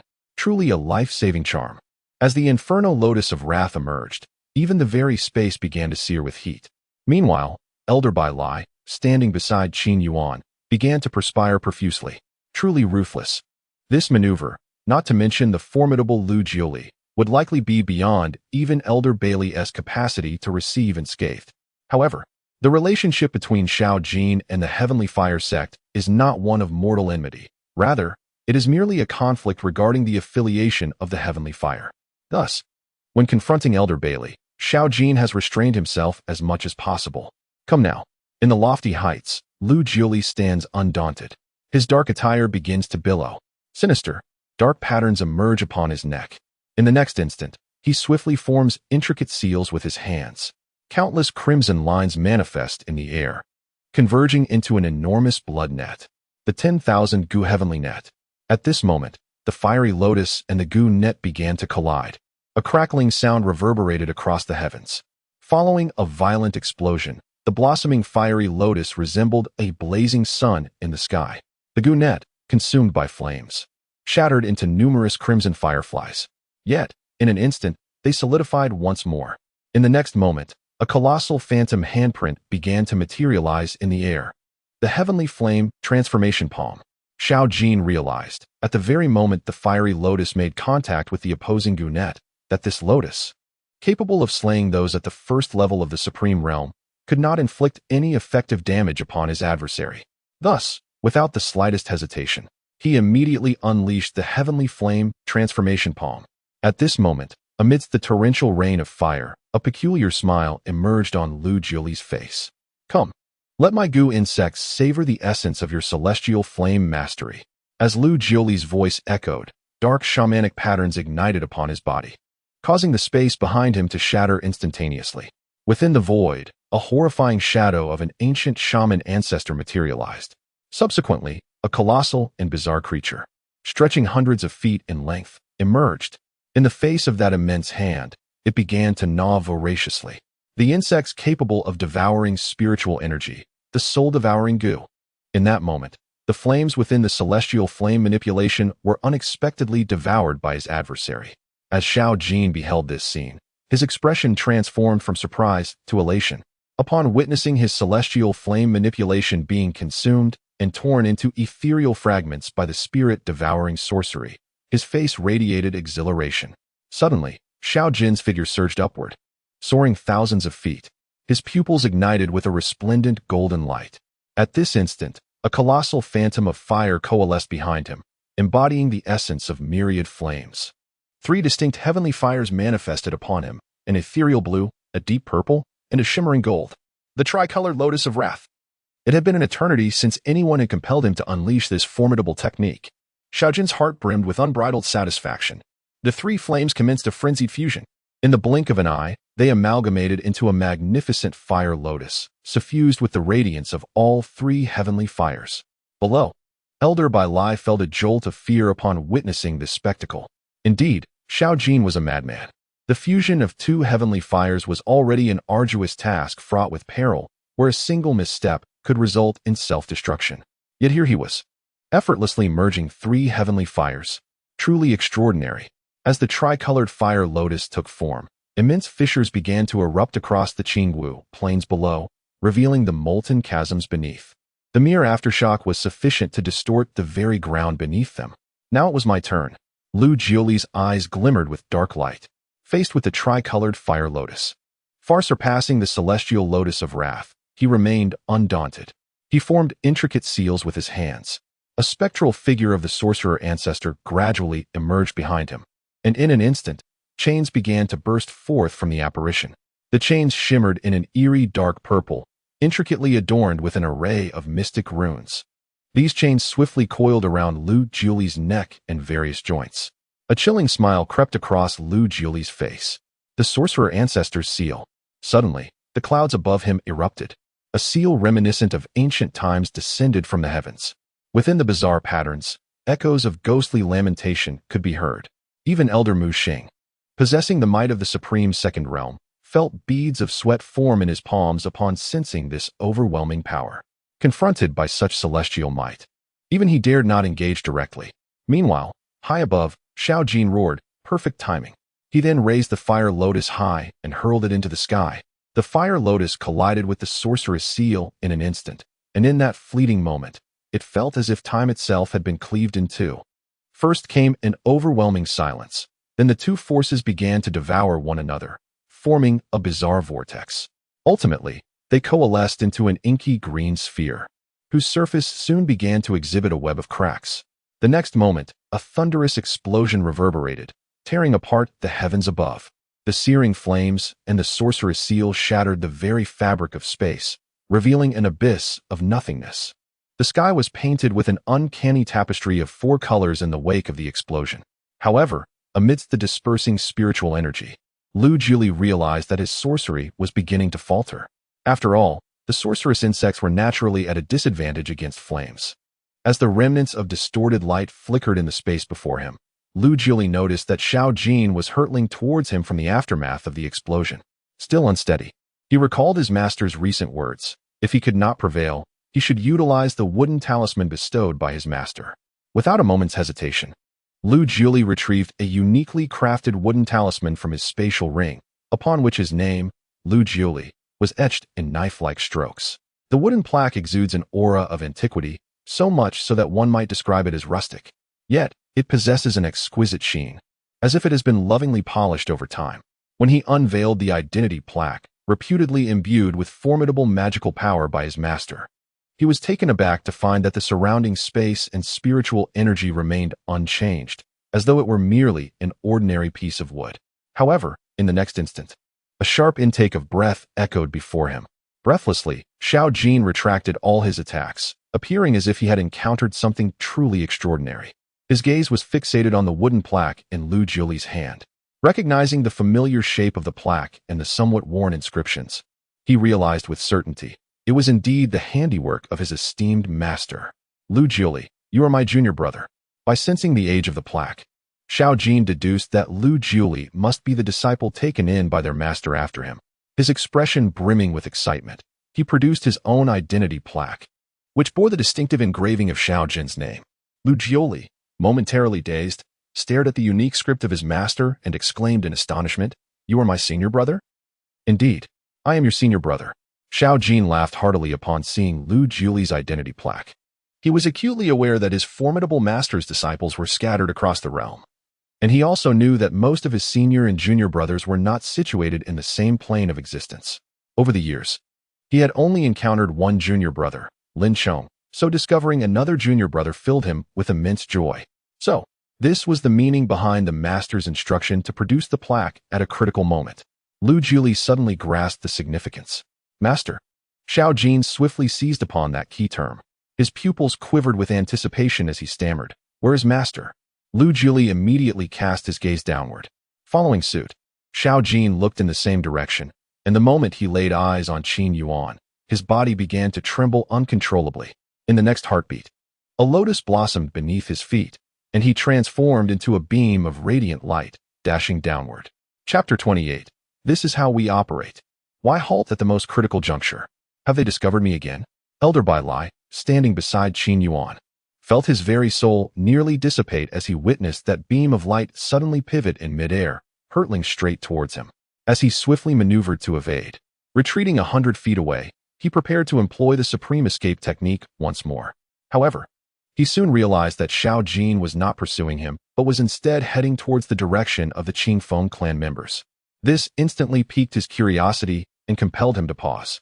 At this moment, not only Elder Bai Lai, but also Master Li of the Flying Sword Sect and Elder Mu Xing of the Stargazing Pavilion were equally intrigued. Could it be that they were coming for us? Qin Yu had already begun to secretly gather the power of the Supreme. Should there be any sign of wrongdoing from the other party, he would not hesitate to strike. Even with the strength of the second level of the Supreme Realm, Qin Yu could not guarantee that he could defeat the figure before him, Xiao Jin. "No, they are coming for me," Qin Yuan spoke up at that moment. The onlookers gasped in astonishment once again. Meanwhile, the radiant light had reached Qin Yuan's front. Xiao Jin had finally arrived before his revered master.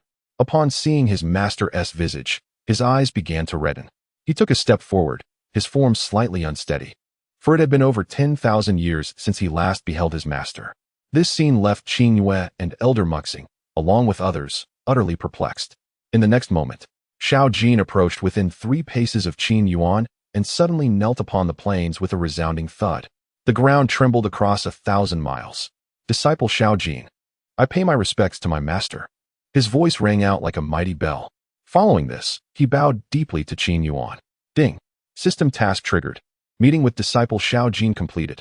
Triggered great fortune rebate for disciples. Congratulations to the host for acquiring 150 billion fortune points. A smile graced Qin Yuan's face as he slowly nodded, saying, "Rise." "Yes, master." Xiao Jin, filled with excitement, sprang to his feet and swiftly approached Qin Yuan. He then began to recount his experiences of the past years. At that moment, he bore no resemblance to the revered supreme of 10,000 fires. Instead, he appeared as a mere child. Beside him, Qin Yuan, Elder Muxing, the leader of the Flying Sword sect, and Elder Bai Lai, who stood not far away.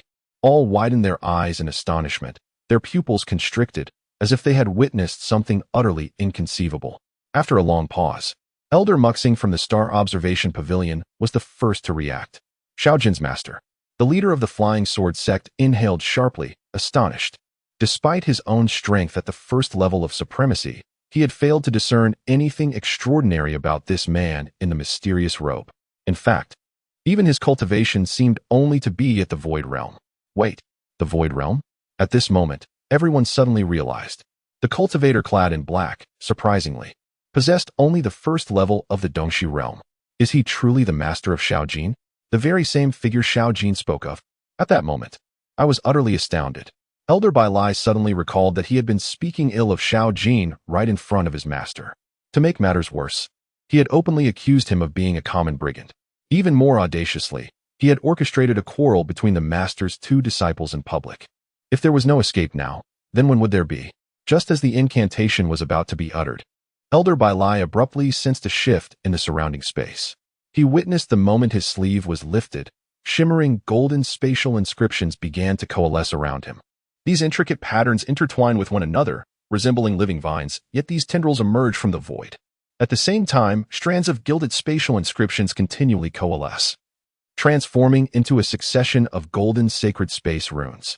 At this moment, Elder Bai Lai found himself utterly immobilized, penetrated by countless golden threads of spatial essence. Within these golden strands, an innumerable array of sacred harmonies entwined. Simultaneously, the space surrounding him crystallized, refracting an infinite number of Elder Bai Lai's phantoms. This was the sacred harmony space lock seal. The well-versed Elder Bai Lai trembled violently as he beheld the sacred power coalescing before him into a colossal chain. At the heart of this chain lay an ancient and enigmatic seal inscribed with the character for lock, suffused with mystical sacred harmonies. Beside him, Elder Mu Xing and Master Li were on the brink of extreme tension, scarcely daring to breathe loudly, fearing to incite the wrath of the venerable Master Xiao Jin. The power of sacred harmony. It was a force of the heavens that could only be initially grasped by one who had reached the pinnacle of supremacy. And the opponent was capable of wielding the sacred harmony space lock seal. This implies that Xiao Jin's master possesses strength that may well transcend the pinnacle of the supreme realm, having already entered the level of a half-saint. Upon this realization, Elder Mu Xing and sect leader Li began to sweat profusely. Fortunately, they had not offended this formidable individual with their words. Otherwise, it is likely that they would have met their demise by now. Simultaneously, they lamented their misfortune. Was it not merely a burial ground for the revered? A place of great opportunity long sought after by cultivators of the divine tribulation realm. Yet, here stood a half-saint, joining the fray. Senior, I was wrong. I truly was unaware of your status as a half-saint. Elder Bai Lai found himself appearing abruptly before Qin Yuan and Xiao Jin, on the verge of collapse. Master, did this old dog Bai Lai just show you disrespect? I shall deal with him. Xiao Jin's eyes were filled with a chilling murderous intent. Despite their past skirmishes with the Heavenly Fire sect, they had always maintained a degree of restraint, as they were not mortal enemies. However, the situation had changed. To dare to speak of his master was tantamount to declaring a mortal feud. Calm yourself, Qin Yuan said with a smile, shaking his head. He strolled casually to stand before Elder Bai Lai. You hail from the southern region of the Imperial continent, correct? Why yes, senior, Elder Bai Lai stammered, terror-stricken. And you are from the Heavenly Fire sect? Qin Yuan's smile remained unfaltering. Indeed. Then it follows that your sect possesses many heavenly fires, does it not? Qin Yuan inquired, his smile broadening. Elder Bai Lai hesitated momentarily. A glint of danger flickered in Qin Yuan's eyes. Why yes, senior, we do possess heavenly fires. Elder Bai Lai replied hastily. And how many do you have? Qin Yuan's smile persisted. There are 13, Elder Bai Lai confessed, not daring to deceive. For any semblance of deceit before a half-saint would surely be discerned. How fortuitous. Qin Yuan clapped Xiao Jin on the shoulder. My disciple practices the art of heavenly fire. If you could present all 13 heavenly fires from your sect to my disciple, I, as his master, would ensure that he refrains from troubling your heavenly fire sect in the future. What do you think? Huh? Elder Bai Lai was taken aback for a considerable time before he finally raised his head, utterly bewildered. He had expected the other party to request a few. Instead, they demanded all. Is this correct? Elder Bai Lai instinctively questioned. Before him, Qin Yuan wore an even broader smile. Yet, this very smile jolted Elder Bai Lai back to reality, nearly causing him to forget the truth. Standing before him was a half-saint. At this moment, Qin Yuan smiled. And in response to Bai Lai's confusion, he remarked, "This is how we conduct our affairs." Chapter 29. I possess 2 scrolls of techniques. Senior, as you are aware, I am merely an elder of the Tianhua divine sect, with strength only at the supreme first heaven. My influence within the sect is truly limited. To present all 13 flames of heavenly fire, which our sect has painstakingly gathered over millennia, is beyond my authority. I must return to the sect to confer with the sect master and the elders. Before Bai Lai could finish speaking, he noticed a hint of displeasure in Qin Yuan's smiling gaze. Senior, rest assured, I will strive diligently to persuade the sect to fully present all the heavenly flames. There will be no ambiguity. Elder Bai Lai shivered, suddenly realizing the gravity of the situation. The master of Shaojin before him was a genuine half-saint. Although the half-saint realm may not be the pinnacle of the southern region, it was certainly not a presence that their Tianhua divine sect could provoke. If the other party truly desired the heavenly flames collected by their sect, it would take little effort to acquire them. Thus, Elder Bai Lai came to understand. While heavenly fire is indeed a precious resource, one must also possess the means to enjoy it. That is more like it, Qin Yuan nodded with a smile. With a wave of his hand, the intricate patterns of the sacred rhythm space once again concealed themselves within the void, leaving behind a slender golden thread that coiled around Elder Bai Lai's wrist. Do not look further. This is the sacred rhythm mark. With this, even if you venture to the farthest reaches, I will know of your whereabouts in an instant. Once all 13 heavenly flames are bestowed upon my disciple, I shall reclaim this sacred rhythm mark. Qin Yuan's expression remained cheerful, yet to Elder Bai Lai, he resembled a devil. Indeed, the master has authority. They are nothing but thieves. However, such thoughts he dared only to murmur within his mind. At this moment, the raging flames and chaotic mystical currents on the plain settled into tranquility. Lu Jiuli swiftly appeared before Qin Yuan and Shaojin. Master, what is happening? Lu Jiuli was still somewhat dazed. Jiuli, allow me to introduce you. This is your senior brother, Shaojin. Qin Yuan gently smiled, formally introducing the two. Greetings, senior brother. Upon realizing, Lu Jiuli immediately performed the customary greeting. Greetings, junior brother. Shaojin returned the gesture to Lu Jiuli. The two exchanged glances, both revealing smiles. I never expected that the illustrious Shaojin, the master of 10,000 flames in the southern region, would be my senior brother, Lu Jiuli exclaimed. Nor did I anticipate that a genius skilled in Gu arts from Central Empire would turn out to be my junior brother. Shaojin replied, chuckling. Senior brother, junior brother, senior brother, junior brother. Stop. Qin Yuan could no longer bear the excessive flattery. Their mutual admiration must come to an end. Nearby, Elder Mu Xing, Master Li of the Flying Sword sect, and Elder Bai Lai all gasped in astonishment once more. Now it is settled. Those who play with fire and those who wield sorcery are, astonishingly, brothers of the same sect. Now, the imperial continent is certainly bustling with activity. However, Master, I find myself perplexed about one matter. Lu Jiuli suddenly approached Qin Yuan, his expression filled with confusion. What troubles you? Asked his master. Master, you previously mentioned that should one be defeated in battle against Shaojin, one could simply present the identity token to resolve the dilemma. Lu Jiuli produced the wooden token, examining it closely, yet he could not sense the immense magical power that Master had alluded to. But Master, where is the great power you spoke of? Upon noticing this, Qin Yuan immediately adopted a serious demeanor and replied, Jiuli, your current cultivation level is insufficient. You are unable to perceive the power contained within the token. Moreover, this is a creation born of my own tedium during moments of leisure, meticulously crafted from the essence of heaven and earth. And most importantly, it was entirely hand-carved by me. After millions of years, I myself have lost count of how many disciples I have accepted.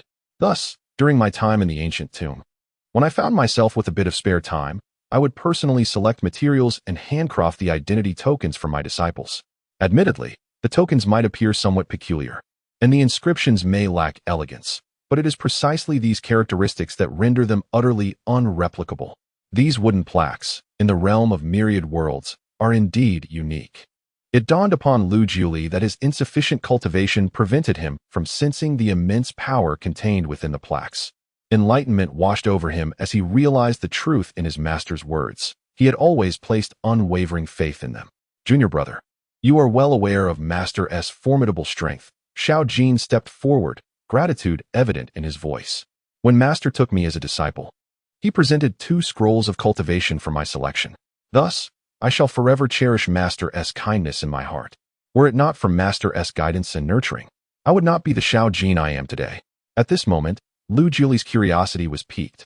Senior brother, you mentioned that Master offered 2 scrolls. How could you ascertain which one was most suitable for you? Xiao Jin gazed at Lu Jiuli, lost in thought as memories of that moment resurfaced.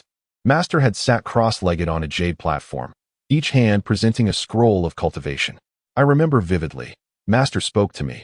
In my hands, I hold 2 methods. The scroll in my left hand is the burning sky technique, possessing the power to consume all flames and seize creation.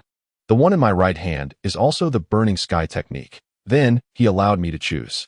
Xiao Jin understood that this was merely Master S' unique approach. Regardless of his choice, he would inevitably embrace the burning sky technique, which was the most fitting for his cultivation. Meanwhile, Qin Yuan and the others exchanged glances. Their expressions slightly stiffened. The left hand holds 1 burning sky technique, and the right hand also holds 1. It can only be said that the thoughts of an enlightened being are beyond the comprehension of ordinary folk. By the way, Master, in the southern region of the Emperor's continent, I found a junior brother, Lin Chong. Xiao Jin quickly added. However, Lin Chong has recently encountered a critical breakthrough in the Great Wilderness technique, so he could not join us. Once the matters in the burial of the ancestors are concluded, I shall take Master to find Lin Chong. Indeed, Qin Yuan nodded with a smile.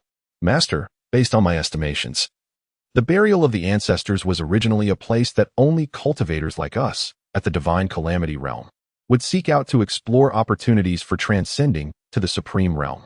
Yet now, Elder Mu Xing from the Star Observation Pavilion and the leader of the Flying Sword sect have personally arrived, alongside the fiery elder from the Heavenly Fire God sect. Xiao Jin squinted slightly, beginning to analyze the situation. Previously, I eliminated 2 enforcers from the Soul Refining Hall at the entrance of the Secret Realm. This indicates that, aside from the 8 of us, there is another individual possessing the 9 Nether Knock, likely affiliated with the Soul Refining Hall.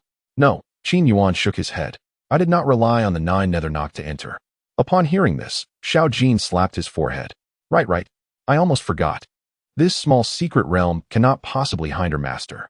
This means that together with my junior brother, the 2 from the Qingfeng tribe, Elder Mu Xing from the Star Observation Pavilion, and the Fiery Elder along with the leader of the Flying Sword sect, we have 7 possessing the 9 Nether Knock. Elder Bai Lai twitched his mouth at this revelation, while Qin Yu and Qingfeng Lan exchanged knowing glances, both wearing wry smiles. Their identities seemed to render concealment unnecessary. There are still 2 others. Based on my knowledge of the Soul Refining Hall, they must certainly be prepared. It is highly likely they are also from the Soul Refining Hall. As Xiao Jin's words fell, a peculiar laughter echoed from the distant sky. Jia. As expected of Xiao Jin, you have guessed correctly. In the Qingwu Plains, as a strange black mist flickered, a gaunt old man emerged. His eye sockets sunken like those of a desiccated corpse. The eerie laughter emanated from his lips. Supreme Avatar? It seems the main body has grown timid and dares not reveal itself. Xiao Jin scoffed upon seeing the black mist. His surroundings ignited with heavenly fire capable of incinerating soul energies. At a glance, he discerned that the figure was merely the supreme avatar of the skeletal elder. His strength was only at the early stage of the Divine Calamity realm. Master, he is the skeletal elder from the Soul Refining Hall, one of the core elders. With strength at the 2nd tier of the Supreme Realm, he may prove somewhat troublesome, Xiao Jin explained to Qin Yuan in a low voice. Qin Yuan nodded. A mere supreme avatar held no interest for him. The only thing that could pique his curiosity was the Sumi Koi. Naturally born and nurtured, there are only 3 in existence.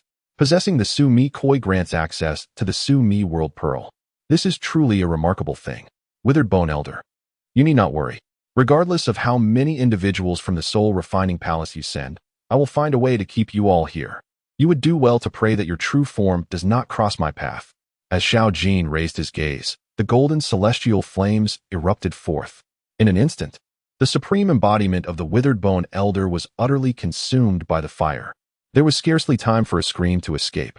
Meanwhile, in a certain location within the Qingwu wilderness, the space here is continuously giving rise to dark soul energy.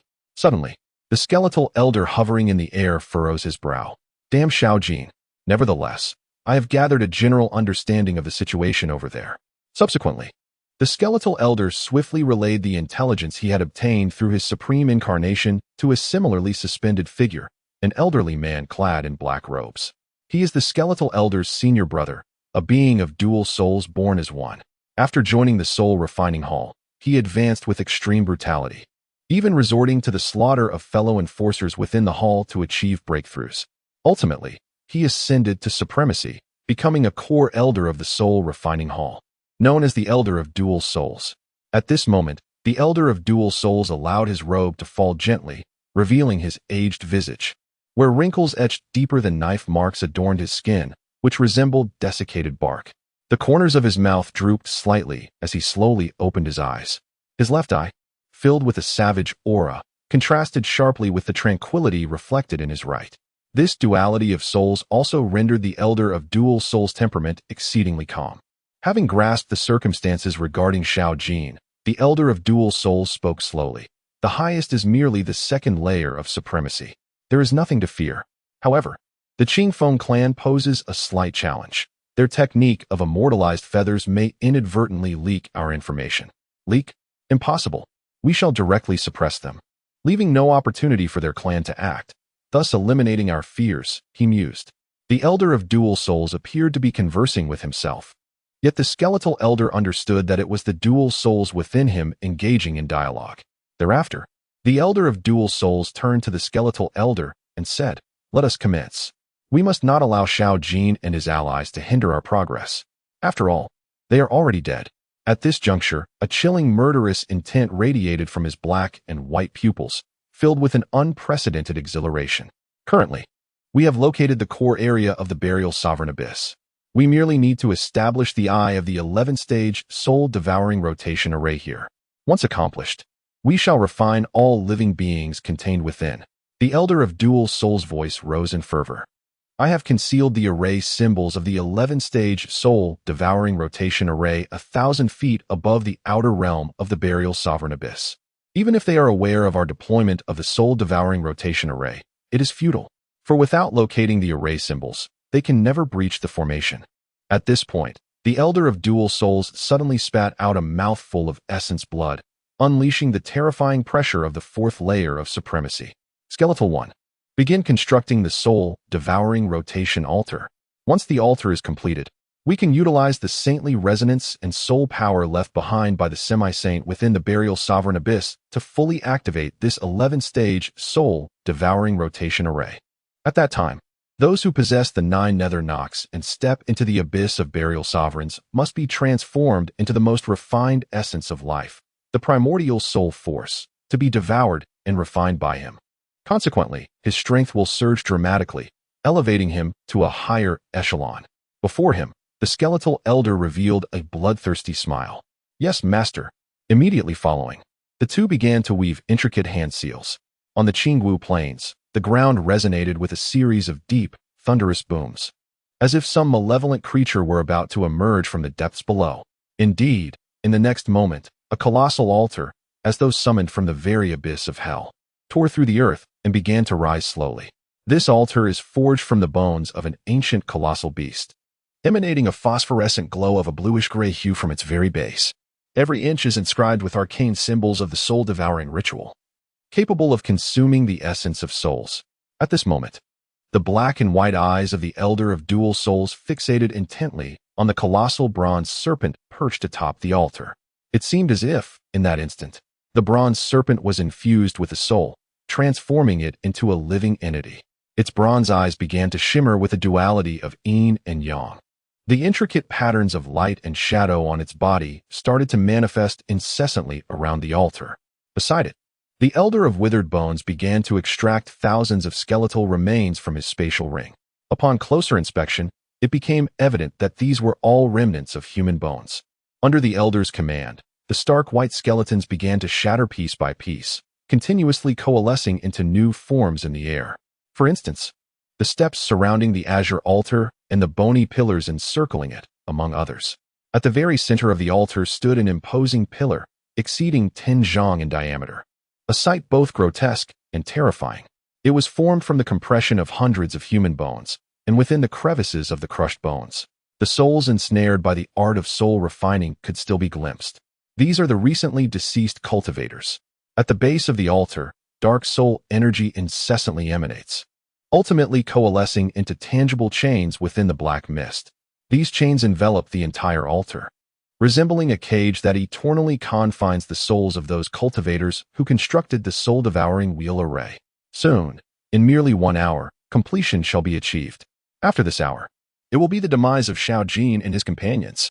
The twin soul elder and the withered bone elder exchanged glances in the air, then burst into laughter. Hee hee hee. Meanwhile, on the opposite side of the Qingwu plain, the crowd followed behind Xiao Jin, finally arriving before a white mountain range. The endless expanse of Qingwu grasslands was now behind them. However, Elder Bai Lai's expression fell instantly, for he sensed that buried within the mountains lay the greatest objective of his journey, the ever-burning heart flame. Master, the ever-burning heart flame is right here, Xiao Jin stated as he approached Qin Yuan. Indeed, Qin Yuan nodded, inquiring, how long will it take to refine? After sensing the energy, Xiao Jin replied, at most, half an hour. Upon hearing this, Elder Bai Lai's lips twitched involuntarily. This is indeed the fearsome flame ranked 47th on the heavenly fire ranking. To refine it in merely half an hour? Surely, such boasts are unfounded. Chapter 31. Who claims that I possess only 3 or 4 heavenly flames within me? Elder Bai Lai, do you hold a differing perspective? Elder Mu Xing, upon observing the expression on Elder Bai Lai's face, felt a surge of curiosity. Their understanding of heavenly fire was merely superficial, recognizing only that such flames are not easily attained by ordinary individuals. Xiao Jin's talent is, without a doubt, among the elite within our entire 9 mysterious realm, and his manifestation of myriad flames is indeed formidable. I concede that point. Elder Bai Lai inhaled deeply and stated softly, however, one must remember that this is heavenly fire. It is a natural creation. For a typical fire attribute cultivator, acquiring even a single flame and refining it could yield an extraordinary breakthrough in both strength and realm. Yet, at this juncture, Elder Bai Lai turned towards Elder Mu Xing and Masterly, indicating that they were aware. This heavenly fire is no ordinary treasure. The peril of consuming it is akin to a near-death experience. Even our heavenly fire sect requires a protective formation and auxiliary artifacts to have a meager chance of success in refining a single heavenly flame. Even if refinement were possible, it would take at least several months.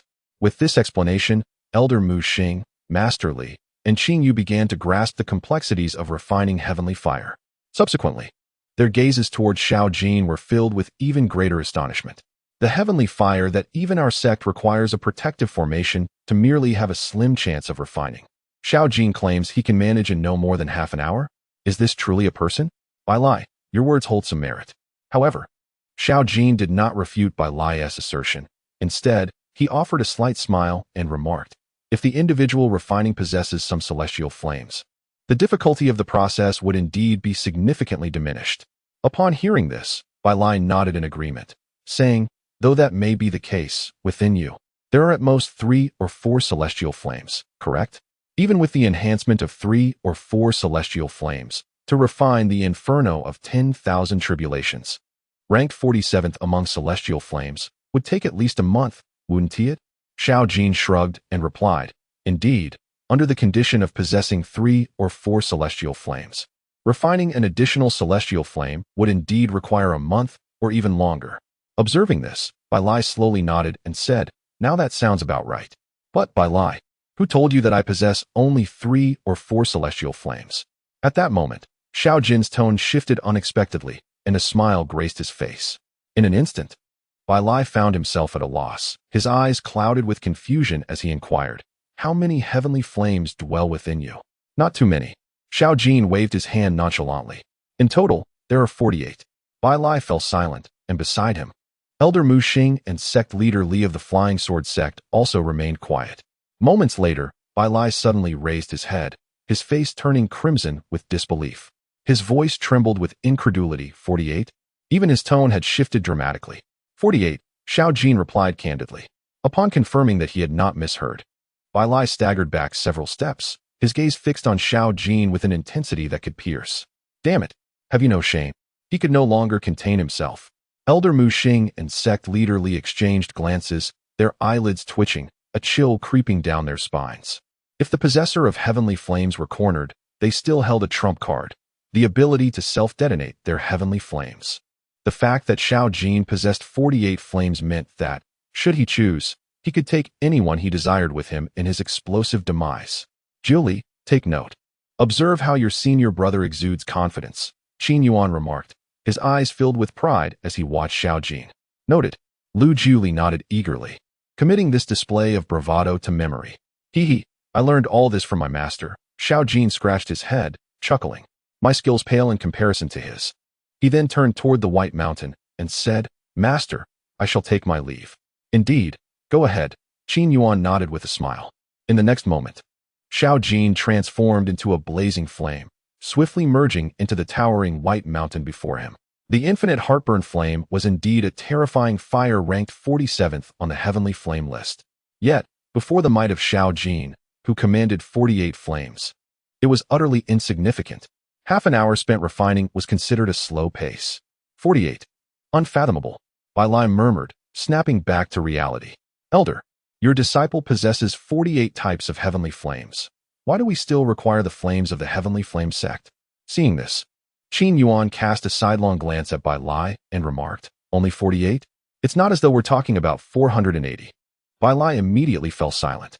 How could he have forgotten that a master often begets a remarkable disciple? 480? Goodness. The total number of all heavenly flames on the list doesn't even reach 400. At that moment, Bai Lai could only lament the misfortune of the heavenly flame sect existing in the same era as such a master and disciple duo. Sighing softly, Qin Yuan waved his hand, causing the space ring to shimmer.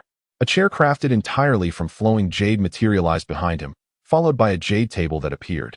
Its surface adorned with amber-colored patterns that, upon closer inspection, contained the essence of the world's energy. Above the jade table, vapor continuously condensed in the air, ultimately forming tiny droplets of water that fell into the green jade pot below. Behind him, Lu Jiuli observed his master's actions and hurried forward, skillfully retrieving an unknown tea leaf from beneath the jade table, expertly brewing the tea. All of Qin Yuan's disciples knew that he had a fondness for tea. Is this the spirit rhythm jade essence? Elder Mu Xing, well-versed in such matters, was taken aback upon seeing the jade chair and table. It was inconceivable that such a large piece of spirit rhythm jade essence could be found in the entire Star Observation Pavilion. This essence contains spiritual rhythms, a treasure sought after by the mightiest of beings. In the southern region of the empire, even a piece the size of a fist could fetch an astronomical price. Even Elder Mu Xing had only seen a half-fist-sized piece of spirit rhythm jade essence in the pavilion, which was treated as a precious treasure. Yet here stood Qin Yuan, who had fashioned such a large piece into a chair and table. What a waste. And that water, was it the essence of all spirits? Both sect leader Li of the Flying Sword sect and Elder Bai Lai were left dumbfounded upon witnessing the condensation of dew in the air. The essence of all spirits could elevate one's innate potential. Legend has it that after the opening of a realm, several spiritual springs would emerge, one of which was the essence of all spirits. All beings in this realm thrived on the nourishment of these springs. Now, it had become a rarity, nearly impossible to obtain. Yet here, on the jade table, was an entire pot. Calm down. It's nothing too extraordinary. Qin Yuan shook his head. After all, you are among the top powers in the southern region of the empire. Do not appear as though you have never seen such wonders. At this moment, Li and Elder Mu Xing, along with Bai Lai, all fell into silence. Seated upon the jade chair, Qin Yuan noticed that Lu Jiuli was still busy brewing tea and offered a slight smile to Elder Mu Xing and the others. Now, do enlighten me. What brings you esteemed individuals to this trivial opportunity in the divine tribulation realm? Speak honestly. Qin Yuan's voice, though not loud, instilled a sense of trepidation in Elder Mu Xing and the others, preventing any thoughts of deception from arising. Chapter 32. The Supreme Thunder Tribulation. Ascending to Supremacy. To be candid, esteemed Elder Mu Xing and sect leader Li exchanged glances, sharing a weary smile. 500 years ago, through divination, the Star Observation Pavilion discovered that a semi-saint had passed away in the Zhongzun abyss of Central Empire continent. Elder Mu Xing inhaled deeply. The other elders in the pavilion are all stronger than I. They feared that sending a more powerful elder would raise suspicions among other sects, so they dispatched me instead. We also sought the assistance of sect leader Li from the Flying Sword sect. Sect leader Li nodded in agreement, a look of helplessness on his face. What? A semi-saint has actually passed away here? Bai Lai's expression turned one of astonishment, clearly unaware of this development. Elder Bai Lai, are you truly unaware of this matter? Elder Mu Xing was taken aback. I had no knowledge of it. My sect sent me solely to collect the infinite heartburn flame, Bai Lai replied, bewildered. Elder Mu Xing sighed in resignation before continuing. Moreover, where a semi-saint has passed, there must be remnants of their bones. The essence contained within those bones, if absorbed and refined, could immensely bolster the sect's strength. However, to absorb the essence from the bones of a semi-saint, one must be at least at the 4th level of supremacy. Perhaps this is the very reason I was dispatched. Elder Mu Xing sighed, stating that even if he were to obtain the bones of a half-saint, he would still be unable to absorb the sacred resonance contained within the bones of a half-saint. Indeed, Qin Yuan nodded slightly, acknowledging the truth in this statement. For cultivators who have entered the supreme realm, there is invariably but one goal: to attain sainthood. This is a realm that transcends the supreme level. Only upon achieving the status of a saint can one truly traverse this continent with impunity. Regardless of whether they hail from ancient clans or so-called top-tier sects, before a saint, they are utterly insignificant. Beneath the saint, all are but ants. This assertion is not mere hyperbole. Even the half-saint realm is sufficient to dominate an entire continent. Suddenly, a crisp cracking sound resonated from the distant, undulating white mountains. It was as though the mountains had erupted like a volcano, with searing flames beginning to ascend towards the heavens. Boom! In the celestial expanse above, golden bolts of lightning began to manifest. The supreme thunder tribulation. Those who had witnessed this scene, including Elder Mu Xing, gazed upward at the sky. They were all too familiar with the supreme thunder tribulation. This is the path that the powerful beings of the 9 heavens of the divine cataclysm must traverse to reach the supreme realm. It is evident that at this moment, Xiao Jin has successfully refined the infernal flame of eternal catastrophe and has commenced the formal summoning of the supreme thunder tribulation, stepping into the realm of supremacy. Why does it seem that this supreme thunder tribulation is far more formidable than the one we encountered during our own ascension to supremacy? Although Elder Bai Lai felt a pang of regret for the infernal flame of eternal catastrophe, he could not help but exclaim in astonishment upon witnessing the supreme tribulation above. The greater the intensity of the supreme thunder tribulation, the more it signifies the strength of his innate talent. Elder Mu Xing inhaled deeply and elucidated. At this moment, the heavens above have been rent asunder, revealing a colossal void. Initially, tens of thousands of lightning bolts, resembling golden serpents, surged forth from within, tearing through the clouds. They incessantly devoured and merged with one another, ultimately coalescing into 9 majestic supreme tribulation dragons that coiled through the cosmos. Each scale upon the supreme calamity dragon is imbued with the terrifying might of celestial thunder. Its whiskers, vividly animated, continuously erupt with fierce arcs of lightning as they sway. Typically, when a supreme being achieves a breakthrough, they coalesce thunder. It is only those extraordinarily gifted prodigies, reaching the pinnacle of their potential, who may conjure the supreme calamity dragon upon transcending to supremacy. In this moment, even the well-versed Elder Mu Xing was left utterly astonished. The ancient texts within their observatory had merely recorded that the most extraordinary genius from their ranks, upon breaking through to the supreme realm, had only summoned a single supreme calamity dragon. Yet now, Xiao Jin had astonishingly invoked 9. What is this concept? In other words, the ascension of Xiao Jin to sainthood is merely a matter of time. Only 9 tribulation dragons? TSK. Xiao Jin, your cultivation has been rather lackadaisical. Qin Yuan gazed at the 9 supreme tribulation dragons soaring above, shaking his head slightly, his voice tinged with dissatisfaction. As his disciple, endowed with the natural affinity for myriad fires and possessing the heaven incineration technique he bestowed. To only summon 9 tribulation dragons upon breaking through to the supreme realm is rather underwhelming. One would expect at least 99. Is this what one calls a lackadaisical approach? The elder Mu Xing and the others stumbled in shock at his words. Indeed, the expectations of a master for his disciple are exceedingly stringent. In the sky, the supreme thunder tribulation commenced. The 9 supreme tribulation dragons radiated golden streams of light as they descended towards the mountains below. Each impact held a force comparable to the full power strike of a supreme realm expert at the 3rd level. Any ordinary cultivator faced with such a terrifying thunder tribulation would likely perish at the first fall of a tribulation dragon. Yet, amidst the mountains, a fiery figure suddenly soared into the sky. He exhibited no fear, even in the presence of the terrifying pressure of the supreme thunder tribulation above. Boom! Rumble, rumble, rumble. The supreme thunder tribulation erupted with a bang, as Xiao Jin withstood the onslaught of 2 tribulation dragons. The remaining 7 seemed to recognize the tenacity of the one who had summoned the tribulation and became even more frenzied. In an instant, all 7 tribulation dragons moved simultaneously. The heavens and the earth were filled with blazing golden light. This scene caused Elder Mu Xing and the others to feel a sudden tightness in their hearts. Could such a terrifying supreme tribulation truly be borne by Xiao Jin? Moments later, the golden blaze dissipated. A figure continued to stand resolutely in the distant sky, surrounded by flames that entwined him like a supreme being amidst fire. Simultaneously, golden supreme inscriptions continuously emerged upon Xiao Jin's body, only to gradually fade away. At this moment, Xiao Jin officially stepped into the supreme realm. With a gentle exhale, the space within 1,000 miles seemed to become a touch more scorching. Is this truly the supreme realm? He slowly clenched his fist, and a wave of supreme realm aura began to surge forth, expanding in all directions. Xiao Jin also realized that his strength had multiplied several times over compared to before. The supreme realm indeed lives up to its reputation. In the distance, Elder Bai Lai and the others sensed the overwhelming pressure of the supreme realm, and beads of sweat began to form on their foreheads. Having just entered the supreme realm, he already exudes such formidable pressure. What heights might he attain given time? The mere thought is daunting. Xiao Jin sensed the direction of his master and stepped lightly into the void before him.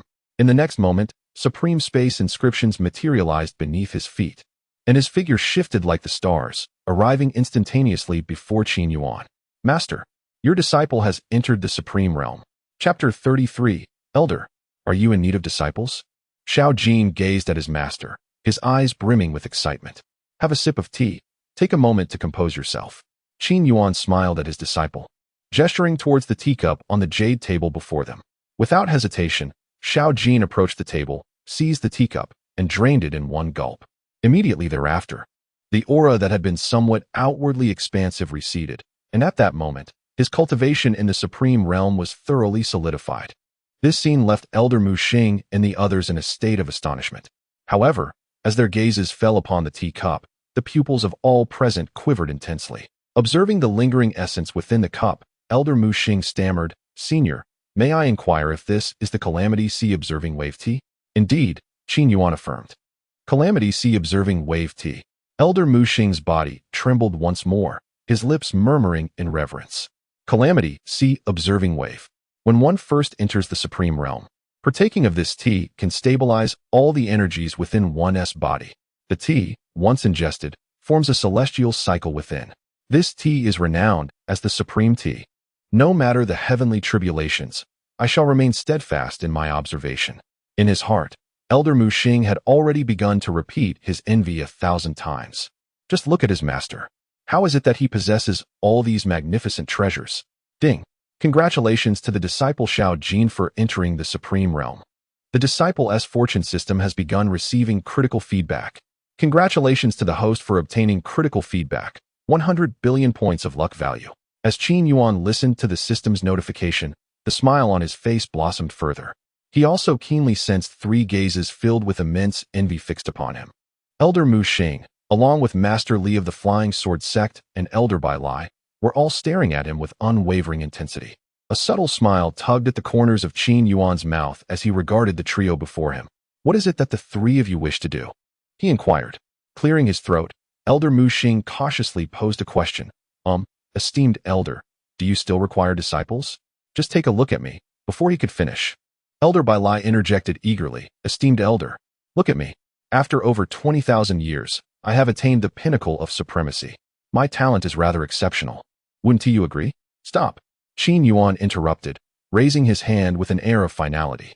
I am a person of principles. If one were an extraordinary prodigy, I might consider it. However, as for the likes of you, at that moment, the once blue and bright sky suddenly coalesced into a vast expanse of ominous clouds. Within the darkened clouds, tendrils of black mist writhed ominously. Amidst the turmoil, robust chains entwined relentlessly, their clashing creating a sharp, resonant sound akin to the clash of metal. The methods of the soul refining hall. Upon witnessing this, Xiao Jin exhibited little surprise. After all, he had long been a seasoned adversary of the soul refining hall, having engaged in battles with them no fewer than 800 times. This method is immediately apparent. Something is amiss. Elder Mu Xing raised his head to gaze at the ominous clouds above, his brow furrowed in concern. Look, in the space above, there seems to be faintly emerging inscriptions. This is a formation. As soon as he finished speaking, hundreds of robust black chains, resembling ancient trees, began to shoot down towards the crowd below. From the chains, a sinister aura swirled, accompanied by the wails of tormented souls. At the same time, 11 purple inscriptions of the formation gradually materialized in the sky. The inscriptions were profoundly deep, imbued with the terrifying force of the heavens and earth. In an instant, a colossal binding power began to pour down from the sky. This is madness. Are they truly attempting to refine us all here at the Soul Refining Palace? Upon seeing the 11 purple inscriptions, Elder Mu Xing's face turned crimson with rage. His Star Observation Pavilion is one of the premier sects in the southern region of the empire. Although they had not had direct conflicts with the Soul Refining Palace over the past several millennia, it did not mean that they were intimidated by it. The Soul Refining Palace is courting death. Elder Bai Lai was equally incensed, questioning whether they feared retaliation from the Divine Fire sect. The master of the Flying Sword sect, Li, furrowed his brow as well. Enough, enough, Qin Yuan interjected, unable to bear the scene any longer. Let us stop with the empty threats. If you have any formidable techniques, now is the time to unleash them. We must act before the formation is fully established, or we shall truly have no escape. Hearing his words, Elder Mu Xing and the others ceased their delay and began to exhibit their supreme powers. However, they found it strange that no matter how they exerted themselves, the formidable chains seemed to relentlessly pursue them. This is dire. The one empowering this formation possesses strength beyond ours. Elder Mu Xing realized that even in his second tier of the Supreme Realm, he could not escape these chains. This is hardly a revelation. Qin Yuan could no longer tolerate the situation. If the Soul Refining Palace had the audacity to set up an 11-tier formation here, they must have accounted for everything. Does being a second-tier supreme hold any significance? Elder Mu Xing's face twitched, but he was rendered speechless. At this moment, flames of divine fire ignited around Xiao Jin. With the enhancement of the divine fire, he enveloped Qing Fengwan, Lu Jiuli, and his own master within its protective embrace. The moment the colossal chains made contact with the divine fire, they began to melt away. In an instant, the people on Xiao Jin's side were unharmed by the chains. Meanwhile, in the distant sky, a dark figure gradually emerged, not by means of movement, but through spatial leap. In a mere breath, it had traversed thousands of miles. Upon closer inspection, it turned out to be an altar. At this moment, two figures stood atop the black altar hovering in the air. Ha ha ha. You did not anticipate this, did you? The withered old man stood with his hands clasped behind his back, grinning wickedly as he looked down at the crowd struggling with the soul-binding chains. At that moment, the altar began to descend slowly. With a resounding crash, the altar landed steadily 100 yards away from the crowd. As the altar of the 11-tier soul-devouring rotation formation approached, the binding power of the soul-binding chains intensified. The master of the Flying Sword sect, Li, and others began to show signs of exhaustion. Stop wasting words with them. Focus on refining, sneered the twin souls elder nearby. It's you, twin souls elder. Elder Mu Xing's complexion paled slightly upon seeing the twin souls elder. The naturally dual soul entity had rapidly increased his strength since joining the Soul Refining Palace, even resorting to the heinous act of slaughtering fellow enforcers in a desperate bid for advancement. Elder Mu Xing's voice carried a hint of fury as he declared, "Have the members of the Soul Refining Palace forgotten the rules of the southern region of the Empire? Those below the fourth tier of the Supreme Realm, including those at the fourth tier, are forbidden from entering the central region of the Empire. This is a decree established by the regional lord of the Southern Empire 2 millennia ago. Do you dare to violate a saint's decree?" Chapter 34, The Unexpected 10th Person. Upon hearing the mention of the regional lord of the Southern Empire, the Twin Souls elder's body trembled slightly before regaining composure. He spoke softly, "Mountains may be high and waters deep. Even the lord of the southern region cannot oversee every corner of the empire at all times. Besides," his voice turned hoarse, and his eyes, one black and one white, revealed an indescribable oddity. "This is the 11th-tier soul devouring rotation formation. Now that the formation is complete, all beings below or equal in cultivation to the one maintaining the formation shall be refined. You shall all perish here, and since you are to die, no one shall leak any information." A sinister laughter accompanied by the black robe unmistakably identified them as members of the Soul Refining Palace. Inside the circle of divine fire, Qin Yuan gazed at the two enforcers of the Soul Refining Palace atop the altar, filled with an indescribable excitement. The Soul Refining Palace. Xiao Jin. The divine fire. Coupled with the eerie laughter, everything aligned perfectly. Qin Yuan suppressed his bubbling excitement. He had sensed that Xiao Jin bore a striking resemblance to a past acquaintance from his observations. Indeed, everything was aligning. "Master, what is aligning?" Xiao Jin inquired curiously upon hearing his name called. "You are still young and do not comprehend." Qin Yuan waved his hand dismissively. Seeing this, Xiao Jin could only lower his head in contemplation. Indeed, in his master's eyes, he would forever remain a child. However, Xiao Jin relished this feeling. After all, having a powerful ally is truly comforting. At the very least, no matter how great the chaos he created, his invincible master could always resolve it for him. Twin Souls Elder, have you forgotten that my star observation pavilion possesses a secret technique? Even if I were to perish here, the secret technique would activate, and the star observation pavilion would certainly uncover the signs. At that time, the other elders of my pavilion will report this matter to the regional lord. Let us see how the Soul Refining Palace will respond. Elder Mu Xing's tone brimmed with wrath. To arrive here and leave empty-handed of the half-saint's remains was one thing, but to risk perishing here was utterly intolerable. This nearly shattered his composure. "Do not incessantly refer to me as the domain master." The Elder of Dual Souls let out a chilling laugh. "I have previously stated, the mountains are high and the sun is far. He cannot oversee the entirety of the empire. Moreover, my 11th level soul-devouring will rotation array possesses the ability to forsake the heavenly secrets. I have heard of your stargazing pavilion's secret arts. Naturally, I have long been prepared for your ploy. In summary, all of you present here today must meet your demise." Ha ha ha ha ha.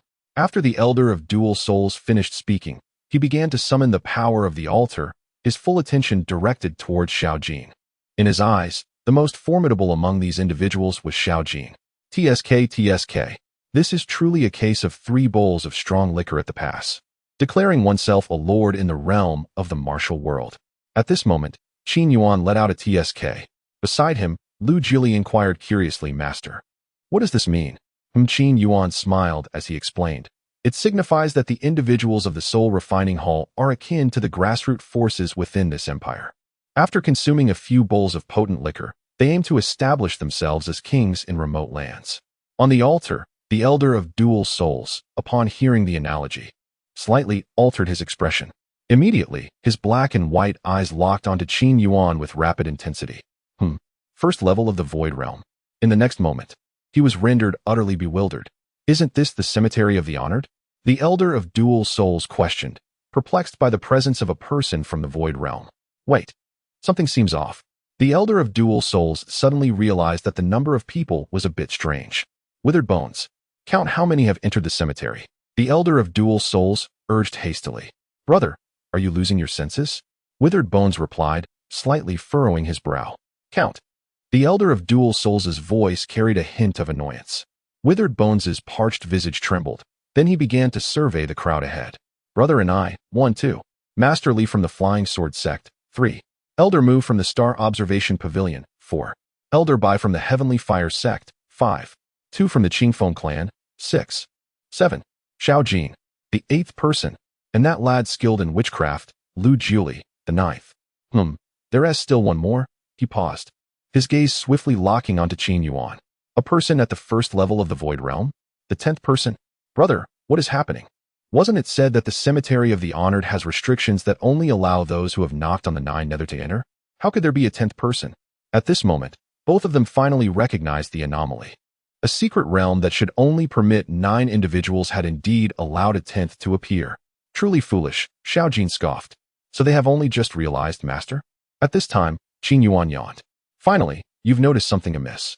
With your dull senses, how can you play the antagonist? Qin Yuan took a step forward, heading towards the heavenly fire shield, while Qin Yu urgently cautioned, Senior, beware of the heavenly fire. Yet, the next moment, they witnessed Qin Yuan casually stepping into the flames capable of incinerating both flesh and spirit. Remarkably, he remained unaffected. Heavenly fire? Such a thing is but a mere flicker before my master. Xiao Jin gazed at his master's retreating figure, filled with reverence. At this moment, Qin Yuan emerged from the heavenly fire shield, standing 100 feet before the altar. Withered bones. This person is extraordinary. Let us combine our strength and activate the 11th order soul devouring rotation array. We must slay him with all our might. The Elder of Dual Souls focused intently on Qin Yuan, sensing that despite his first-level Void Realm strength, his innate dual souls granted him an unparalleled perception of the spirit realm. He could feel that the individual before him was undoubtedly a formidable force. Withered bones, not daring to slacken, began fervently forming soul seals with his hands. Simultaneously, the heavens above suddenly began to fracture, revealing countless blood-red chains within. Instantly, these chains, entwined with innumerable vengeful spirits, cascaded down like a torrential downpour. Each chain bore a shadowy visage, and the cacophony of wailing souls sent shivers down the spine. 11th Order Soul Devouring Rotation Array. Soul Devouring Ghostly Binding Chains. The two elders bellowed in unison, unleashing a torrent of blood-red chains towards Qin Yuan, their speed akin to a volley of arrows. This array does possess some merit, but that is all it is, Qin Yuan mused, shaking his head slightly as he observed the overwhelming flood of chains rushing towards him. Just as the chains approached within 10 feet, he raised his hand, gathering the power of the sacred rhythm. In an instant, the space surrounding him coalesced into translucent ripples, and the blood-red chains were abruptly suspended in mid-air. Not only that, but the anguished cries of the myriad spirits in the Qingwu wilderness vanished without a trace. Upon closer inspection, the chains began to shift from a sinister crimson to an eerie transparency, as if an unfathomable power beyond all comprehension was infiltrating them. Almost instantaneously, the once obsidian sky transformed to a brilliant white. As the first chain cracked, it triggered a chain reaction, causing all the blood-red chains to fracture deeply. With a gentle step forward, Qin Yuan exhaled, and the entire expanse of chains in the sky disintegrated. The mightiest strike of the 11th Order Soul Devouring Rotation Array, capable of killing a 5th Order Supreme or severely injuring a 6th Order Supreme, crumbled before Qin Yuan. The wailing spirits seemed to sense an indescribable force and retreated back into the rifts of the heavens. The sky returned to tranquility. What? On the altar? The Elder of Dual Souls and Withered Bones stood in astonishment at the sight before them. How is this possible? That was the strongest strike of the 11th Order Soul Devouring Rotation Array. Withered Bones appeared as though he had seen a ghost, his parched features reflecting utter disbelief. Just moments ago, they had genuinely unleashed the array's ultimate attack. Yet this man at the first level of the Void Realm appeared entirely unscathed. Withered Bones, did you sense anything just now? The Elder of Dual Souls fixed his gaze intently on Qin Yuan. What? Withered Bones hesitated. It seemed like the power of the sacred rhythm. The Elder of Dual Souls replied, somewhat uncertain. Sacred rhythm. Upon hearing this, Withered Bones' pupils dilated in shock. Only those at the pinnacle of the supreme realm could perceive the existence of the sacred rhythm. Could it be that this individual before them was a peak supreme? Brother, that fellow is approaching us. Withered Bones swallowed hard. Remain calm, the Elder of Dual Souls said, regaining some composure. The 11th Order Soul Devouring Rotation Array was personally crafted by our home master. Even if that fellow's strength is unfathomable, he cannot defy the forces of heaven and earth. Once our array is fully formed, it has merged with the secret realm of the Cemetery of the Honored. He cannot breach our altar. Rest assured. The Elder of Dual Souls began to channel the power of the array, preparing for the next attack. Meanwhile, Xiao Jin observed the confident elder of dual souls and shook his head. Even if the array merges with the forces of heaven and earth, what of it? Those forces are beneath my master's notice. Behind him, Elder Mu Xing and others swiftly approached Xiao Jin's side. However, the formation had already taken shape. As the elder of dual souls had asserted, the altar they stood upon served as the focal point of the array. In other words, should the elder take action against the altar, it would be tantamount to challenging the very heavens themselves. Elder Mu Xing whispered this. Rest assured, Xiao Jin replied, brimming with confidence in his master. In such a scenario, for my master, it could be distilled into 4 words. Xiao Jin tilted his head and grinned, with a firm grip.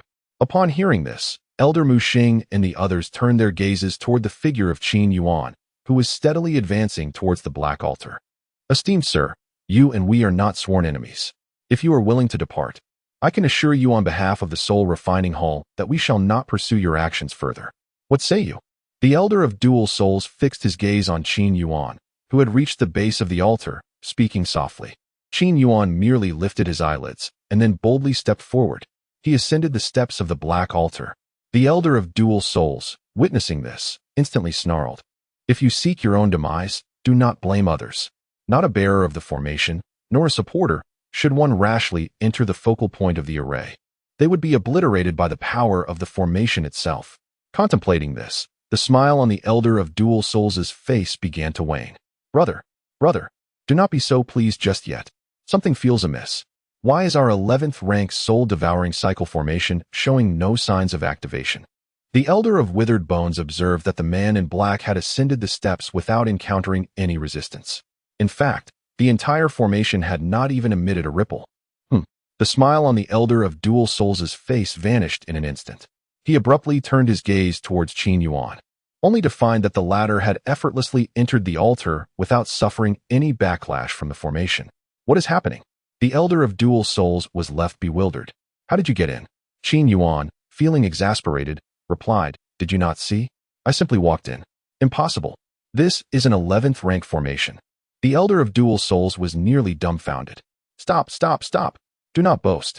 Qin Yuan interrupted the elder's words with a wave of his hand, revealing a talisman inscribed with 11 black lines in the palm of his right hand.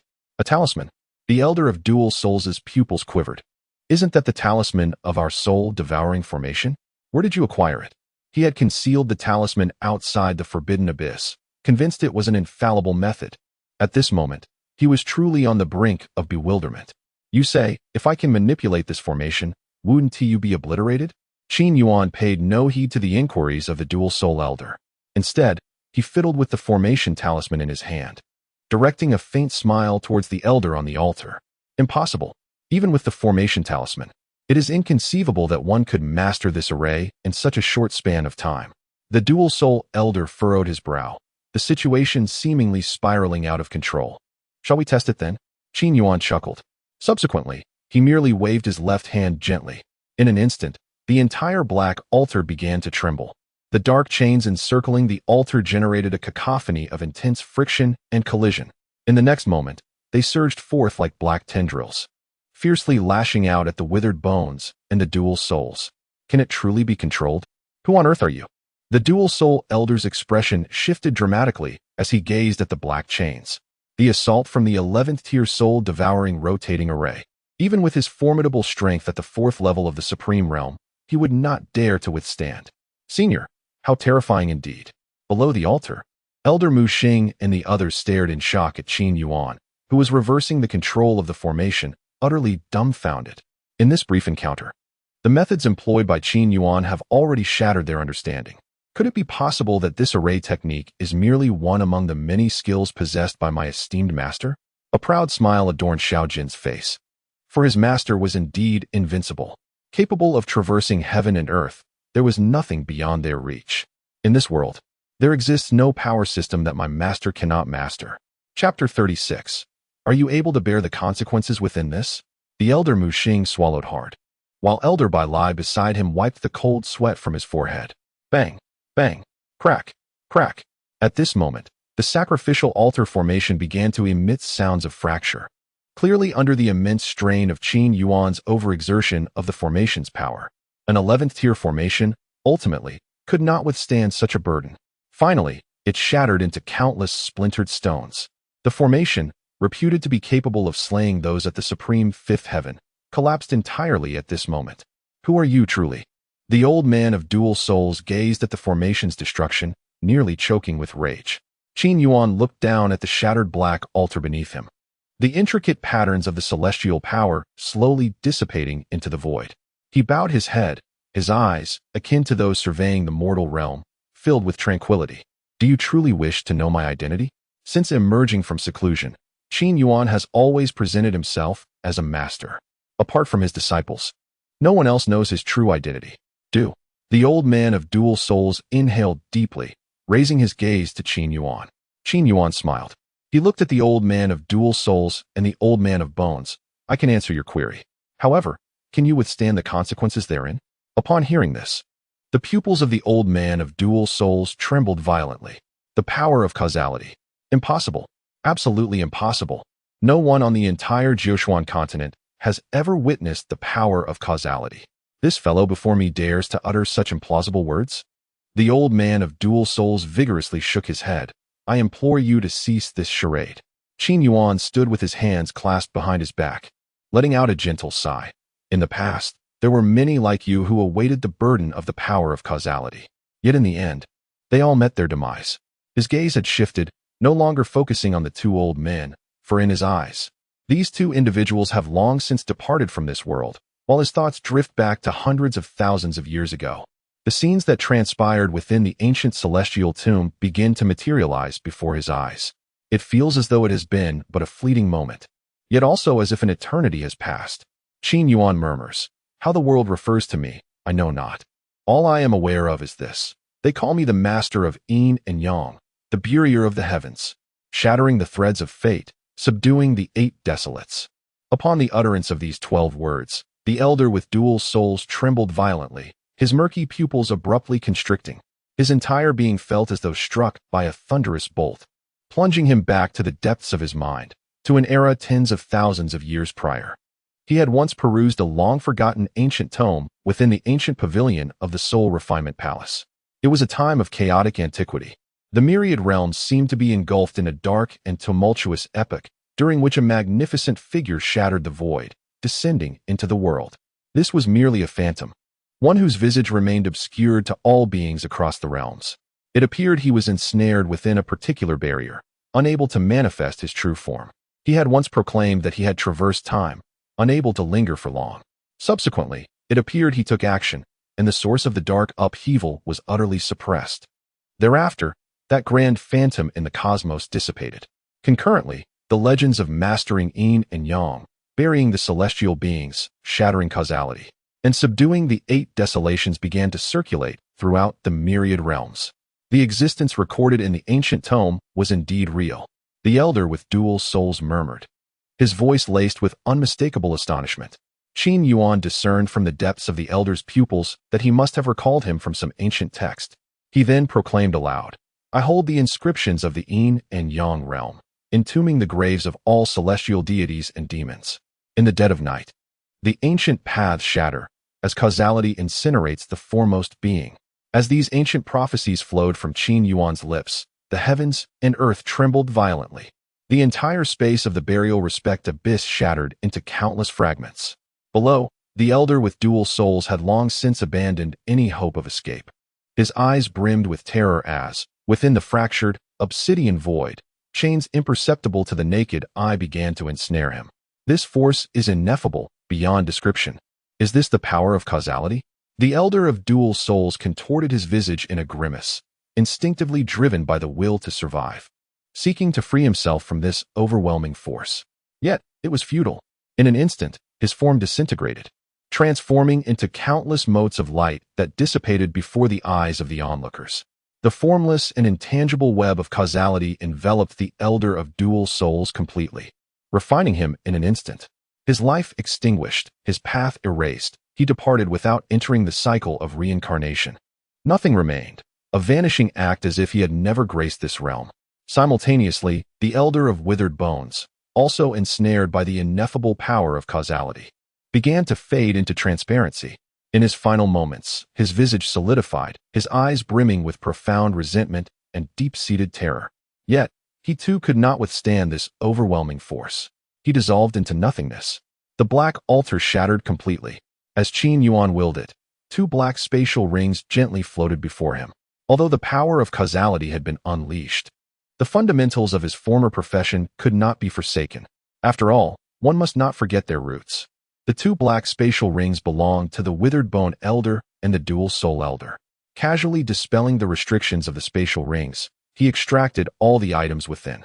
As they floated in the air, he began to examine each one meticulously, for only truly remarkable treasures were worthy of Qin Yuan's collection.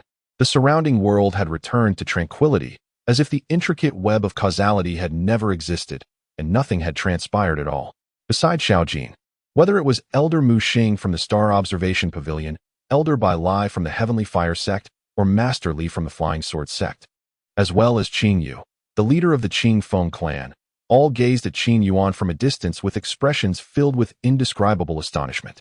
To command yin and yang, to bury the heavens, to shatter causality, to subdue the 8 desolations. My heavens! I had always believed that was merely a legend from the era of chaos. Elder Mu Xing looked at Qin Yuan with a scalp-tingling intensity, as if thunder were coursing through his entire being. Trembling words escaped his lips. In the legends of the era of chaos, there was a person who wielded the yin-yang steel and entered the river of time, arriving from the past.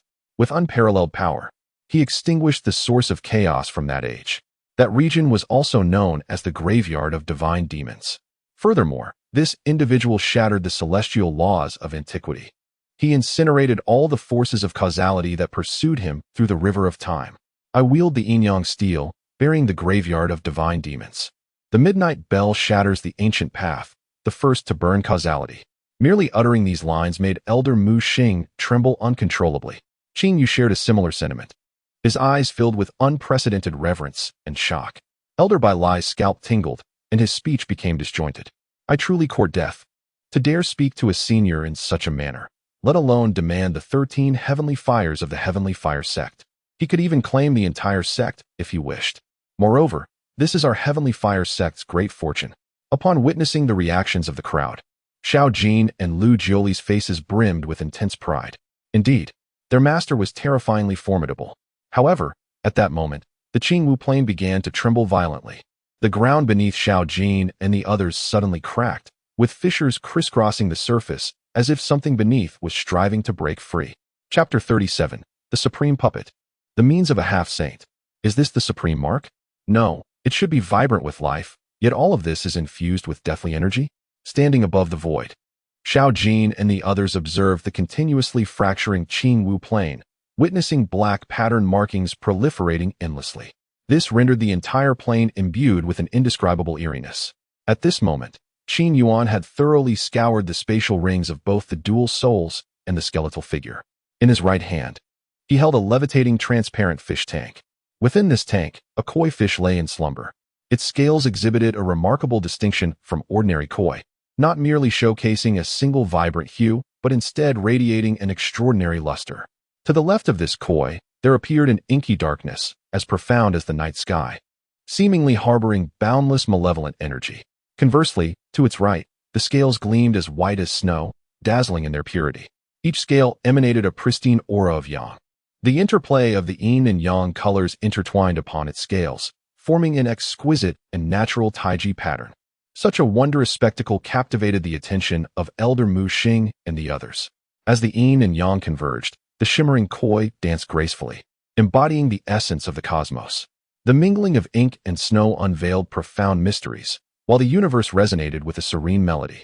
This is the Shumi Koi, Elder Mu Xing exclaimed in astonishment.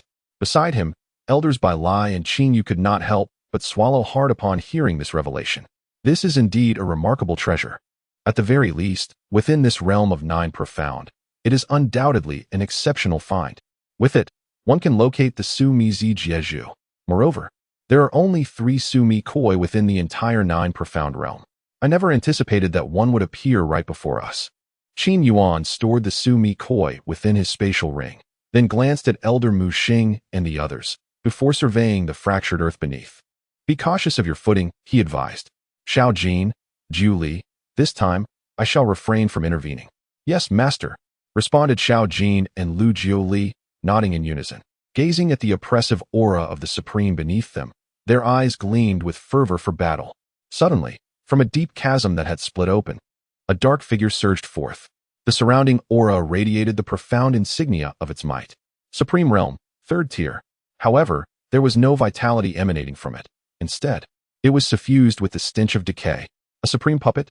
Upon witnessing this, Elder Muxing was instantly drenched in cold sweat. In this forbidden zone, how can there be supreme-level puppets? Boom, boom, boom, boom. In an instant, from the cracked earth, puppets exuding a deathly aura began to emerge. Upon closer inspection, there were as many as 27. What in the world? Elder Bai Lai looked at the scene before him, his heart racing with panic. After careful contemplation, he exclaimed in terror, 27 supreme-level puppets? Among them, 3 are from the 5th level of the Supreme Realm, 2 from the 4th level, 13 from the 3rd level, and the rest are all from the 2nd level. This is unbelievable. If these supreme puppets were to be brought to the outside world, they could easily dominate the entire imperial continent. Wait. Elder Bai Lai noticed that one of the supreme puppets clad in red was continuously emitting green flames. The attire and appearance of the figure immediately caused his pupils to tremble. Elder Emoshan, you are the former second elder of the Heavenly Fire sect. Upon realizing this, Elder Bai Lai ceased his calling, for in his divine sense, he had already discerned that this was merely a soulless corpse. Additionally, there were some familiar faces among them, all of whom had stepped foot here tens of thousands of years ago and subsequently vanished from the imperial continent. Elder Muxing gazed at the supreme puppets, taking a deep breath as contemplation filled his eyes. So, you all have been buried here. You were refined into puppets.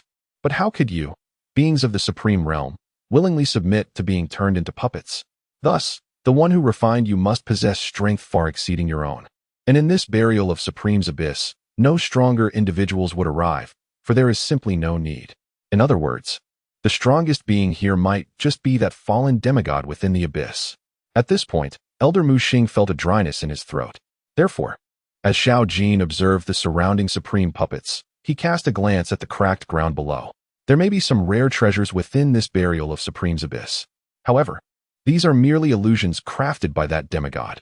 This place is not a treasure trove for those of the divine tribulation realm seeking to enter the supreme realm, but rather a sacrificial altar constructed by the demigod to resurrect himself. Indeed, Elder Muxing took a deep breath, his expression grave. Yet, he felt a sense of relief, saying, "Thank goodness we have a senior with us. Otherwise, we would truly be at a loss as to how to break through this situation." In the air, Qin Yuan held a greenish-blue tea cup, savoring its sweetness before waving his hand, saying, "I just said I wouldn't intervene. Besides, it's just a demigod, isn't it? Let us just deal with it." Hearing this, Elder Muxing's lips twitched. Just a demigod? Do you not hear what others say? He only has the strength of the 2nd level of the Supreme Realm. Merely confronting these supreme puppets could very well lead to our demise. Indeed, it's just a demigod. I am eager to test just how strong a demigod truly is. Xiao Jin's eyes sparkled with anticipation. Beside him, Lu Jiuli's gaze remained fixated on the puppets. After a moment, he licked his lips, realizing that these puppets bore similarities to his own witch puppets. If I can uncover their secrets, perhaps I could ascend to the Supreme Realm. All right. Xiao Jin immediately nodded, then pointed with his arm, declaring, "Junior brother, I will take on those 3 supreme 5th-level puppets." All right. The rest is up to me.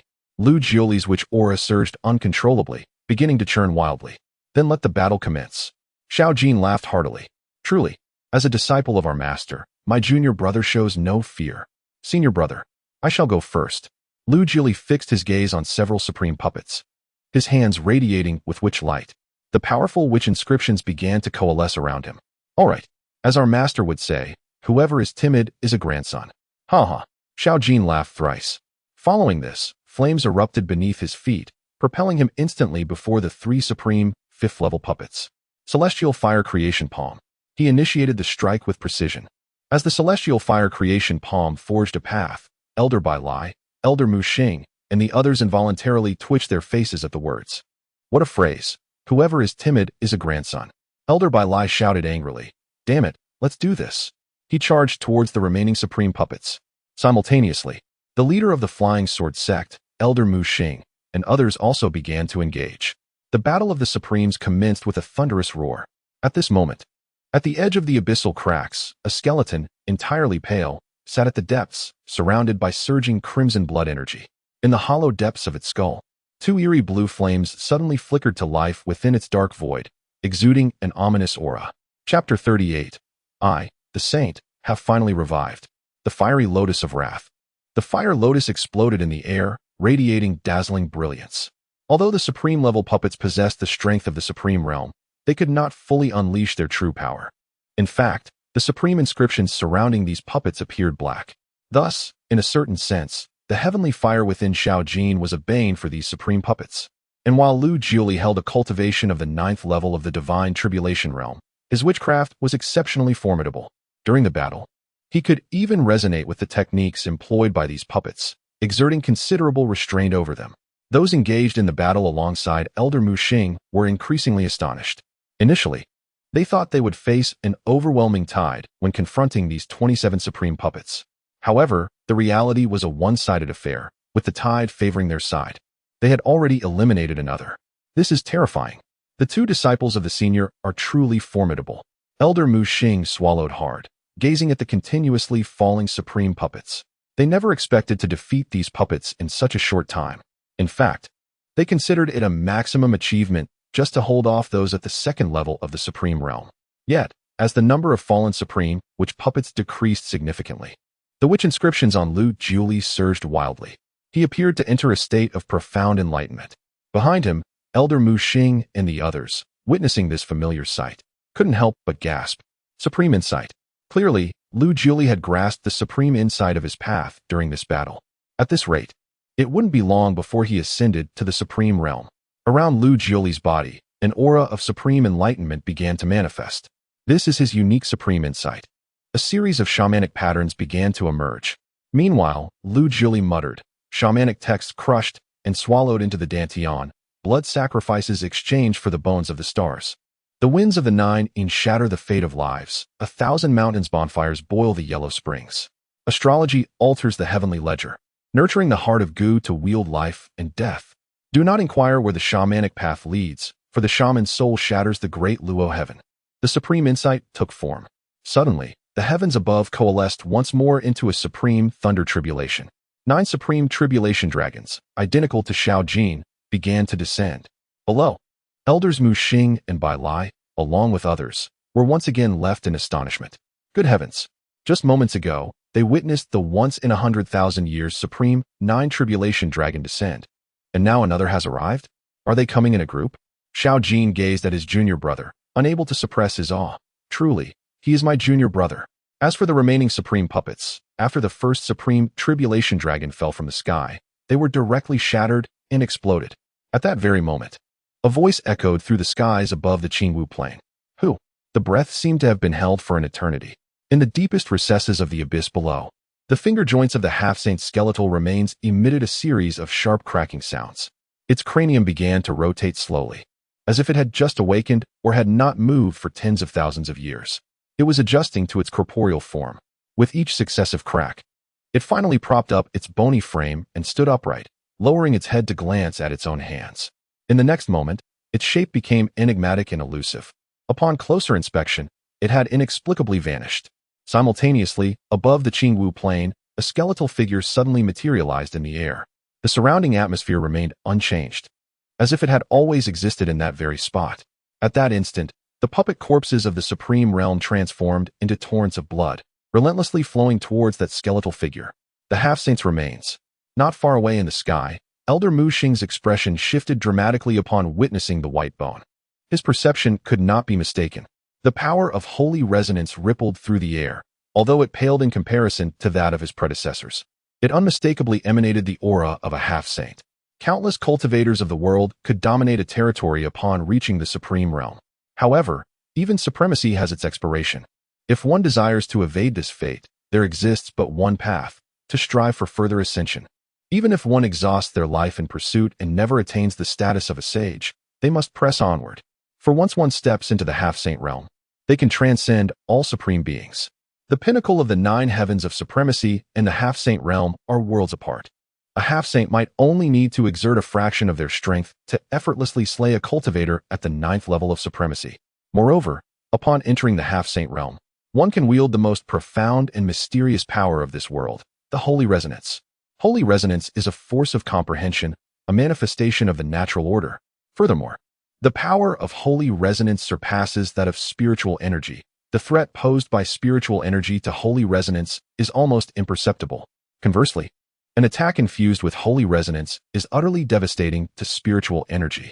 These matters are not of primary importance. The crux lies in the fact that upon reaching the realm of half-saint, even in the event of death, the remains of one's half-saint bones can still seize the essence of the world. By absorbing the blood and vitality of others, one can resurrect oneself from mere flesh and bones. It can be stated that as long as one enters the half-saint realm and does not engage in self-destructive behavior, they are virtually impervious to death. However, it is not entirely devoid of weaknesses. Should one encounter another half-saint or a saint, they could undoubtedly inflict irreversible and devastating attacks. In summary, the Supreme Realm is not the terminus for cultivators, but rather a new beginning. Alas, the remains of the half-saint have absorbed the essence of those in the Supreme Realm and are on the verge of resurrection. What to do? What to do? Elder Muxing is truly at a loss. The Jioming bell is rendered useless. Blast it. We cannot escape. Elder Bai Lai initially intended to utilize the Jioming bell to flee the secret realm, only to discover that the Jioming bell in his hand no longer responds to spiritual energy. This provoked an outburst of furious exclamations from him. How could they possibly contend? The leader of the Flying Sword sect, Li, felt beads of cold sweat forming on his forehead. To put it succinctly, their combat strength comprised solely of him. A supreme of the 1st level, Elder Muxing, Elder Bai Lai, and Qin Yuan stood at the 2nd level of supreme, complemented by Qing Fenglan, a 9th level in the God Tribulation realm, as well as Lu Jiuli, who was in the midst of a breakthrough, also a supreme of the 1st level, alongside his senior brother, Xiao Jin, a supreme at the 1st level. Thus, they had 3 supremes at the 2nd level and 3 at the 1st level, in addition to 1 in the God Tribulation realm at the 9th level. On the opposing side, however, loomed the imminent resurrection of a half-saint. What is this nonsense? Behold, in the air, the remnants of the semi-saint have begun to sprout flesh and blood. Moments later, within those pristine white eyes, pupils emerged. Subsequently, the eerie ghostly flames extinguished. In the next instant, the overwhelming pressure of the semi-saint surged forth. The entire secret realm became suffused with the rich aura of the semi-saint. Then, a voice reminiscent of whispers from millennia past echoed through the space. After enduring countless ages, this saint has finally been revived. Thus, the semi-saint has come back to life. Chapter 39. This heartless beast that kills without hesitation, is it you? Flesh and blood flourish, giving rise to the living from the dead. At this moment, upon the vast and boundless Qingwu plain, the winds surged and the clouds roiled. An overwhelming pressure shattered the millennia-long silence of the secret realm. Suddenly, a towering blood-red cloud materialized in the sky. Dark lightning twisted with the power of crimson blood continuously poured down from above. Countless scarlet threads gradually coalesced from the blood mist, cascading from the heavens like living creatures, continuously entwining themselves around the half-saint's body. The spiritual energy within the secret realm began to transform into tangible spiritual liquid, flowing towards the half-saint. Suddenly, a hoarse laughter reverberated throughout the heavens and the earth. The very sound of his laughter shattered the blood rain into dust. At this moment, the half-saint was completely revived. With each breath, even the surrounding spiritual energy became stagnant. He opened his eyes, revealing a greenish dim light. As he gazed down upon the earth, after absorbing the last remnants of supreme blood energy, his aura gradually stabilized. It was an essence surpassing the supreme. He exhaled softly and, in a sudden flourish, spread his arms wide. His long hair danced without wind. A mere glance emanating his half-saints might cause Elder Muxing and the others to retreat several steps. Then, he turned his attention to Lu Jiuli and Xiao Jin, who were in the midst of a breakthrough. Countless years felt like a fleeting moment. The half-saint spoke, but his voice resonated as if from the depths of the netherworld, chilling to the bone. Are you the half-saint of Qingming? Elder Muxing wiped the cold sweat from his brow, gazing at the azure figure in the sky, recognizing his iconic azure eyes. Suddenly, he recalled something and cautiously spoke. Is it truly you? The half-saint of Qingming looked towards Elder Muxing. Indeed, it is you. The half-saint of Qingming from 50,000 years ago possessed unparalleled strength. Elder Muxing swallowed hard, suppressing his fear, and continued, "But then, you suddenly vanished from the Emperor's continent. It turns out. But now, the half-saint of Qingming has returned. It is indeed our fortune." On the side, Elder Bai Lai's pupils trembled violently upon hearing this. The half-saint of Qingming? Could it be this legendary slaughterer from 50,000 years ago? "We must not offend him. You are quite articulate," the half-saint of Qingming said, standing with his hands clasped behind his back, exuding an air of sanctity. "Today marks the day of my rebirth. Let it be a joyous occasion. Here's the deal. If you eliminate the one who refined my everlasting heartburn flame, I shall allow you to leave the secret realm." The half-saint gestured toward Xiao Jin. Upon witnessing this, Elder Mu Xing and the others felt their faces twitch in shock. "Kill who? Xiao Jin, are you mad? His master is likely at least a half-saint." Both sides bore the weight of half-saint status, leaving Elder Mu Xing and the others in a state of bewilderment. "Your everlasting heartburn flame? Ha! Ha ha!" Xiao Jin erupted into laughter upon hearing this. "What? The half-saint of Qingming seems intrigued," he remarked. "This everlasting heartburn flame is a celestial fire I discovered and subsequently set in the burial of the ancients. Of course, there were other heavenly materials to lure others here." Xiao Jin continued to chuckle. "Do not amuse me further. When I refined the everlasting heartburn flame, it was clearly an unclaimed object. Thus, you merely confined it here. It does not truly belong to you." The expression of the half-saint of Qingming began to harden at these words. Moreover, Xiao Jin sneered, "Even if it were yours. So what? If I desire your celestial fire, it becomes mine. And I heard them say you are called the half-saint of Qingming, correct?" Xiao Jin twisted his neck slowly. "I have perused ancient texts. 50,000 years ago, a slayer known as Qingming emerged on the Emperor's continent. This individual was ruthless, killing without a second thought, and would sometimes annihilate an entire city for the sake of his own advancement. You must be that heartless beast." In the air, the half-saint of Qingming's expression darkened at Xiao Jin's words, while Elder Bai Lai and Elder Mu Xing beside him were drenched in cold sweat, terrified at the audacity of directly calling a half-saint a heartless beast. How audacious this is! To slay them is indeed a blessing for them. To provide a modicum of vitality and nourishment to this sacred being, is it not their fortune? The voice of the half-saint Qingming echoed with a chilling resonance, and a palpable intent to kill gleamed in his eyes. "Fortune? Allow me to convey a message on behalf of those you have mercilessly slaughtered." Xiao Jin was infuriated to the point of laughter, his fiery gaze unwavering as he fixed it upon the half-saint Qingming. "What message?" The hair behind the half-saint began to billow, the murderous intent surging forth, rendering it utterly irretrievable. He intended to annihilate everyone before him. "Fortune, my foot!" Xiao Jin let out a long, furious howl. His rage was now beyond containment. The supreme engravings surrounding him materialized in an instant, and Xiao Jin's figure vanished in a blink. When he reappeared, he found himself directly before the half-saint. How swift! Even the half-saint Qingming could not help but narrow his pupils. However, he showed no inclination to retreat. Sacred inscriptions manifested upon his body, deep and profound like ancient seals. This is also a form of defense upon attaining the semi-saint status, surpassing even the most formidable supreme pattern defense. The fiery sky creation palm. In an instant, Xiao Jin's right hand surged forth with tremendous force. A colossal phantom handprint, spanning hundreds of feet, suddenly manifested, hurtling toward the semi-saint Qingming before him. At the moment of collision between the fiery sky creation palm and the sacred pattern seal, the very heavens and earth trembled violently twice.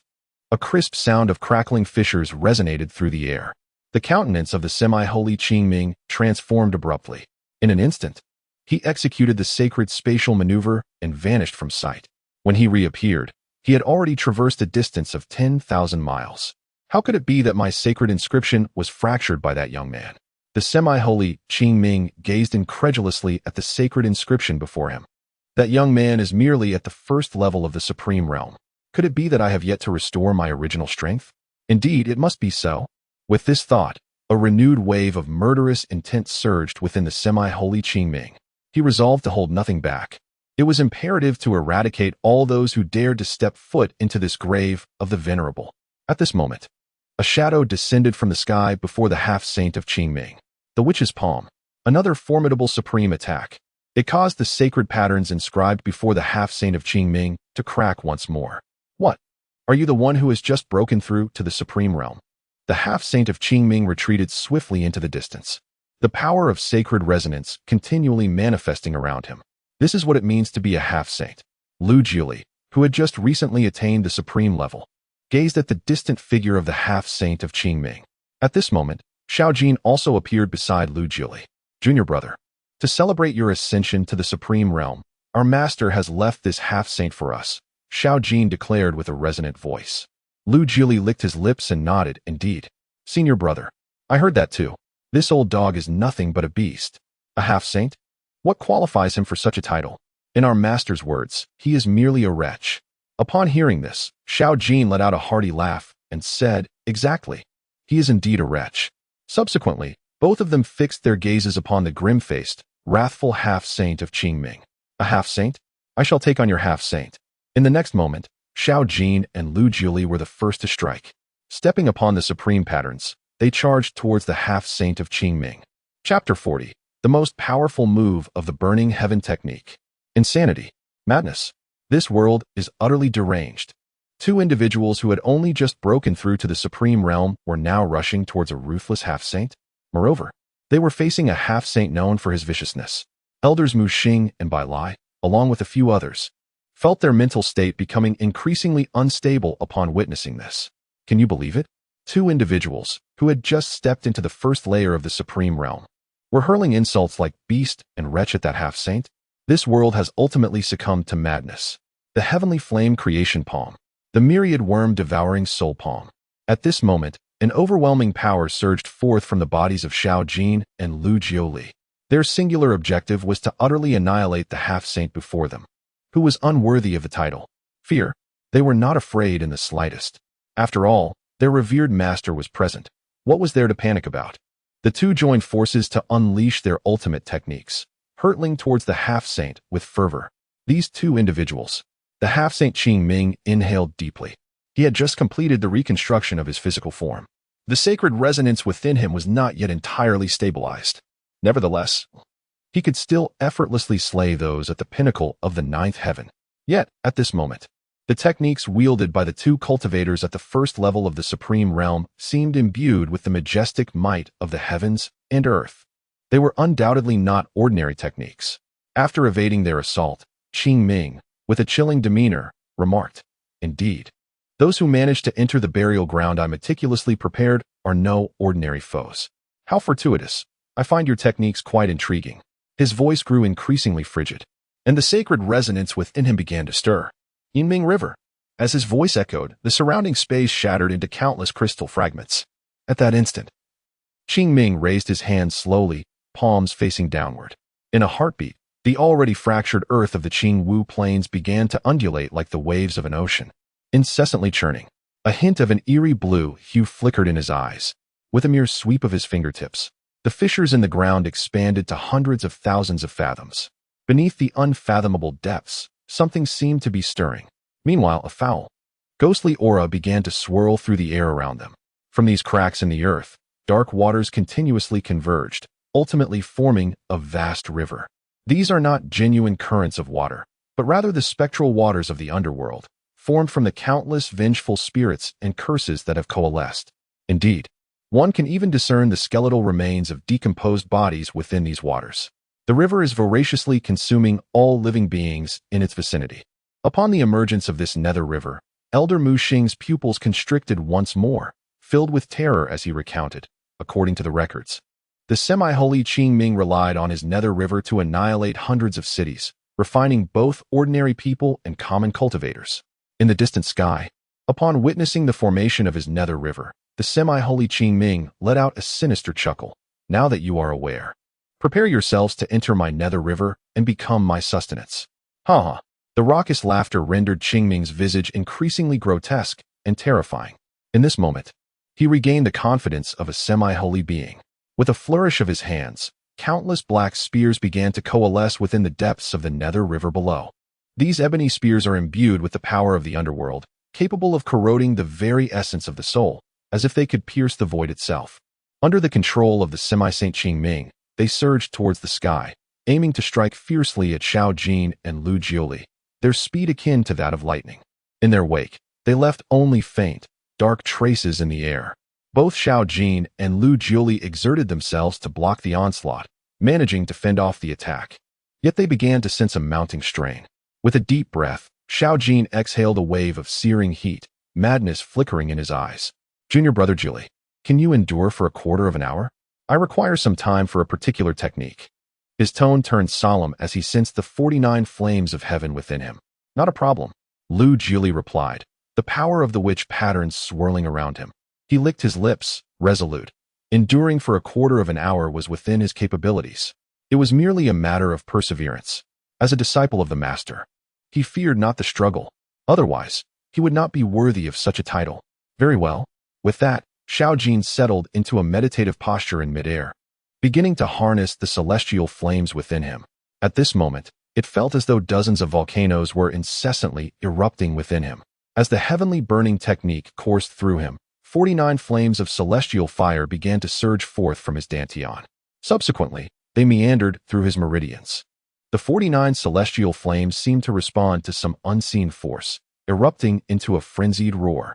The flames within him varied in nature. Some blazed fiercely like the sun. Others raged violently like thunder, while a few were as chilling as frost. These days, flames incessantly surge and intertwine within Xiao Jin's being, while a wisp of mist begins to rise from his body. The master entrusted me with the burning heaven technique, which harbors the most formidable and perilous strike. What of a half-saint when unleashed? Xiao Jin inhaled deeply, and upon opening his eyes, flames erupted within his pupils. Come forth. Xiao Jin suddenly rose to his feet, uttering a low cry as he spread his hands wide. The spiritual energy within him surged forth like a torrential river, and simultaneously, the otherworldly fire began to swirl and leap upon his palms. Merge for me.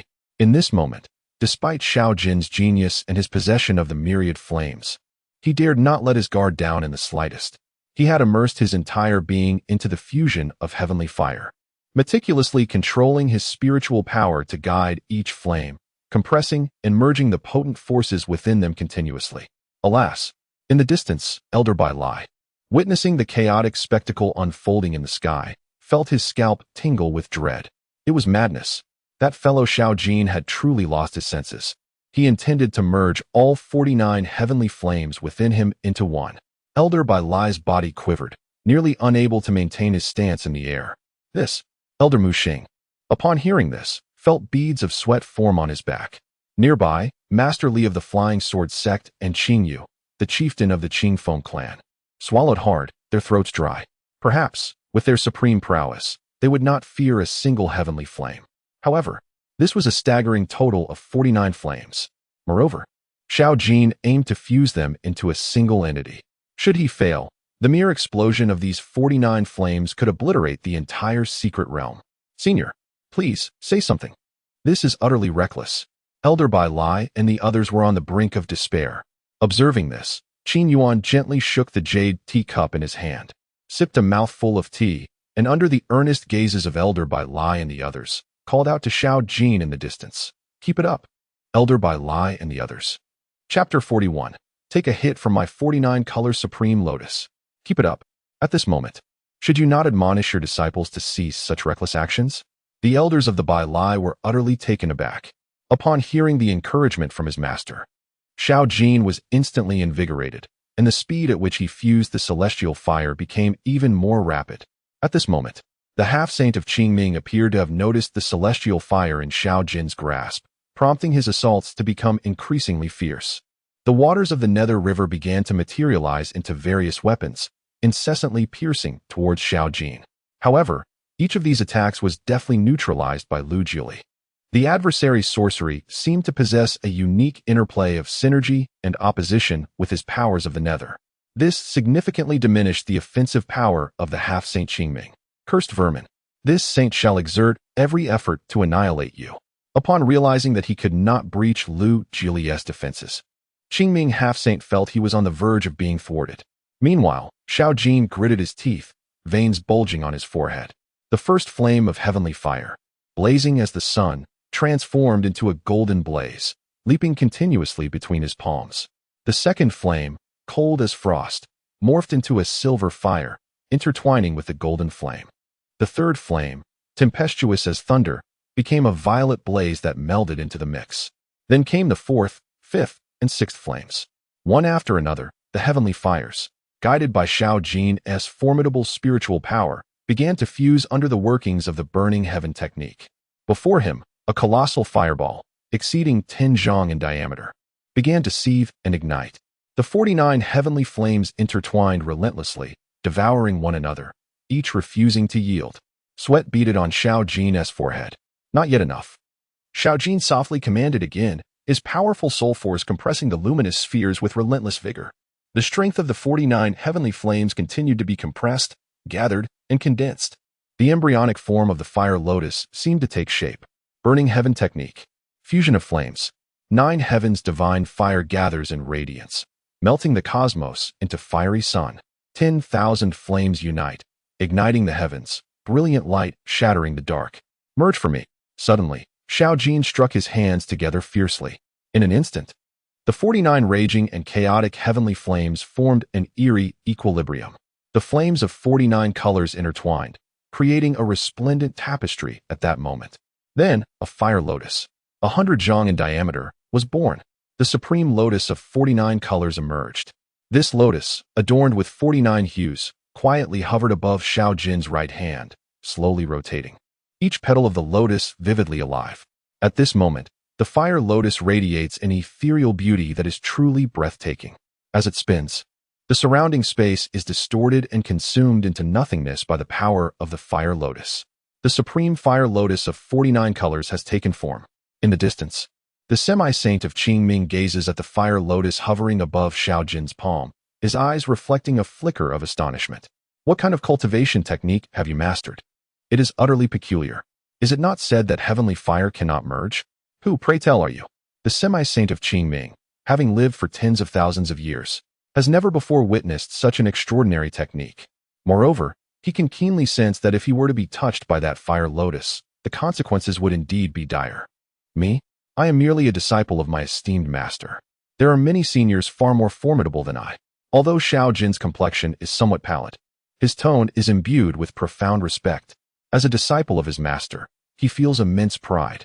Your master? Who might that be? Perhaps I am acquainted with them. The more the semi-saint of Qingming perceives the fire lotus with his spirit, the more he recognizes the destructive force it harbors. Heavenly fire is a manifestation of the powers of the cosmos. Thus, even if he were to gather the sacred resonance, he would not dare to claim he could withstand the fire lotus unscathed. You are unworthy to know my master. Xiao Jin senses the spiritual energy within his dantian and exhales softly. The fusion with the supreme fire lotus of 49 colors has drained nearly half of his internal energy. It is worth noting that the energy within his first tier of the supreme realm is comparable to that of the 6th tier. Additionally, the power of his spirit has also been significantly diminished. This illustrates the formidable challenge posed by merging with the supreme fire lotus of 49 colors. Enough. Xiao Jin observes Lu Juli before him. For this fleeting moment, Lu Juli has truly risked everything to withstand the semi-saint's assault. Even the supreme engravings upon his body have lost much of their luster. Junior brother, it is now my turn. Indeed, Lu Juli does not force himself to endure. He swiftly retreats behind Xiao Jin to recuperate. Taking a deep breath, Xiao Jin steps into the void, moving deliberately toward the semi-saint of Qingming. In his right hand, he cradles the slowly rotating supreme fire lotus of 49 colors, which distorts and incinerates the space around it, creating an utterly bizarre spectacle. Now then, semi-saint, receive my strike of the supreme lotus of 49 colors. Xiao Jin locks onto the semi-saint of Qingming, his eyes brimming with overwhelming killing intent. In an instant, he strides through the void, the power of space rippling around him. In a mere heartbeat, he stands before the semi-saint. Simultaneously, Xiao Jin swings his right hand in a wide arc. The colossal fire lotus, spanning 100 zhang, hurtles fiercely toward the semi-saint's head. At such a close distance, even the semi-saint cannot evade, for the surrounding space has been ensnared by the power of the fire lotus. He can only channel the sacred resonance within him to block the impending strike. At this moment, the heavens churned violently. In Xiao Jin's grasp, the supreme fire lotus of 49 colors had plummeted with a thunderous crash. As Qingming, the half-saint, prepared to deploy his defensive measures, he was horrified to discover that flames had already begun to consume his right hand. Just then, the fire lotus erupted instantaneously. From its core, It collapsed the surrounding space for thousands of feet into a searing white vortex. Impossible. I am a half-saint. How could an attack of the supreme realm inflict such devastation upon me? I refused to believe it. A guttural roar, filled with anguish, erupted from Qingming's throat. At that moment, flames surged through his mouth and nostrils, invading his very essence. With a resounding boom, his eyes exploded, transforming into two blazing orbs of white fire, while his flesh was once again reduced to ashes. As his skull emerged, it too was relentlessly consumed by the terrifying flames. The inferno spread from his cranium downward, cascading along the ridges of his spine. The fire, capable of devouring souls and extinguishing sacred bones, was now incinerating the chest of Qingming, the half-saint. In a frenzy, Qingming clawed at his chest, yet he realized he could not extinguish the bizarre flames of the fire lotus. Within the collapsing space, an immensely terrifying conflagration unfolded. Impossible. I am a half-saint. I have yet to step through the gates of the mysterious heavens. I cannot accept this. I refuse to yield. After tens of thousands of years of plotting, I have finally been resurrected. I will not concede. Qingming's anguished screams echoed through the skies. The space around him was being scorched, giving rise to chaotic fissures. This is a manifestation of spatial fragmentation to its utmost limit. Within the remnants of the fiery lotus, this semi-saint was utterly obliterated amidst the flames and radiant hues. The shifting flames began to gradually mend, ultimately leading to the disappearance of the fiery lotus. The entire sky of the secret realm was rendered in an eerie crimson. Thus, that semi-saint met his complete demise. His soul was reduced to nothingness, and even his sacred body was incinerated into ashes. However, just before his demise, this azure void semi-saint revealed a message. The revelation sent shockwaves through Elder Mu Xing and the others, leaving them utterly astounded. The Xian-Ke Heavenly Gate. The legends were indeed true. The existence of the Xian-Ke Heavenly Gate was a reality. Chapter 42. Ascending to Supremacy, Tasting the Nuances of Power. In the Qingwu Plain, the anguished cries of the semi-holy Qingming lingered in the ears of Elder Bai Lai and his companions. Had a semi-holy being truly perished in such a manner? Elder Bai Lai inhaled sharply, his gaze fixed upon Xiao Jin, who had returned to their midst, causing him to shudder involuntarily. The power of the 49-colored Supreme Fire Lotus was vividly etched in his memory. It was indeed a terrifying attack capable of annihilating even a semi-holy being. Master, your disciple has fulfilled his duty. Upon witnessing Qin Yuan descend before them, Xiao Jin stepped forward and bowed deeply. Do not grow overly complacent. Qin Yuan replied with a smile. Although you and Jiuli managed to vanquish a semi-holy together, it is crucial to acknowledge that you both countered each other as strengths, thus gaining such a significant advantage. Moreover, this semi-holy's attacks were feeble and clearly lacking in prowess, being merely a half-hearted semi-holy, who had just recently revived and had not yet stabilized his power. Hence, you were able to defeat him. Nodding approvingly, Qin Yuan remarked, well done. Xiao Jin and Lu Jiuli exchanged knowing smiles in response. Xiao Jin, remember this. I shall teach you a technique. Qin Yuan exhaled softly, his tone earnest. Before encountering an enemy next time, prepare the fire lotus in advance. When the enemy approaches, simply launch a 49-colored supreme fire lotus at them, and they shall be obliterated. Upon hearing this, Xiao Jin's face illuminated with enlightenment. Master's words are indeed wise. I shall diligently heed your teachings. Elder Mu Xing and Elder Bai Lai exchanged glances, their expressions twitching in disbelief at the idea of preparing a fire lotus before facing an adversary. To unleash a 49-colored supreme fire lotus at the moment of confrontation? What an astonishing notion. At this moment, the adversaries were truly shaken, both mentally and physically. Master, just now I overheard that half-saint muttering something before his demise. He mentioned something about the Xian-Ke Heavenly Gate. What could that be? Xiao Jin inquired with curiosity. Beside him, Elder Mu Xing and others immediately perked up their ears, having also heard whispers of this in the rumors. The Xian-Ke Heavenly Gate. To be frank, I have never been there, Qin Yuan stated candidly. After all, only the most exceptional among half-saints have the opportunity to tread there. He had indeed never been, as his strength had yet to reach the half-saint level. However, Qin Yuan soon shifted his tone, a slight smile gracing his lips. There exists such a place in this world. If legends of the Xian-Ke Heavenly Gate linger in this realm, then it is indeed true. Upon hearing this, Elder Muxing instantly became animated, swallowing hard as he spoke. Could it be that the Xianke Heavenly Gate truly exists? I always thought it was merely a myth, a tale. Qin Yuan waved his hand dismissively. There are not so many myths. Elder Muxing grew excited once more. The Xianke Heavenly Gate. It is said that only after breaking through to the half-saint realm can one subtly perceive this extraordinary location through the sacred resonance within their body. For it is the portal to the realm of saints. According to the legends, only upon reaching the half-saint realm, after accumulating sufficient sacred resonance within, and pushing their half-saint strength to its zenith, can one potentially invoke the Xianke Heavenly Gate. Only the sacred resonance can resonate with the Xianke Heavenly Gate. Moreover, according to the tales, when the Xianke Heavenly Gate manifests, a magnificent palace gate will materialize before the cultivator.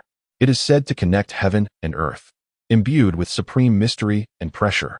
Furthermore, if one's sacred resonance is insufficient, they may not even be able to push open the palace gate, let alone step inside to seek the opportunity to transcend into the saint realm. Qin Yuan nodded. The Xianke Heavenly Gate is not vastly different from what you have recounted. If you all strive diligently, perhaps in several millennia, you may invoke the Xianke Heavenly Gate. Elder Muxing and the others exchanged glances, each displaying a resigned smile. Several millennia hence, it is uncertain if they could even break through 2 more realms by then. Once we exit, Xiao Jin, I shall accompany you to the southern region of the imperial continent to assess the strength of that little fellow Lin Chong.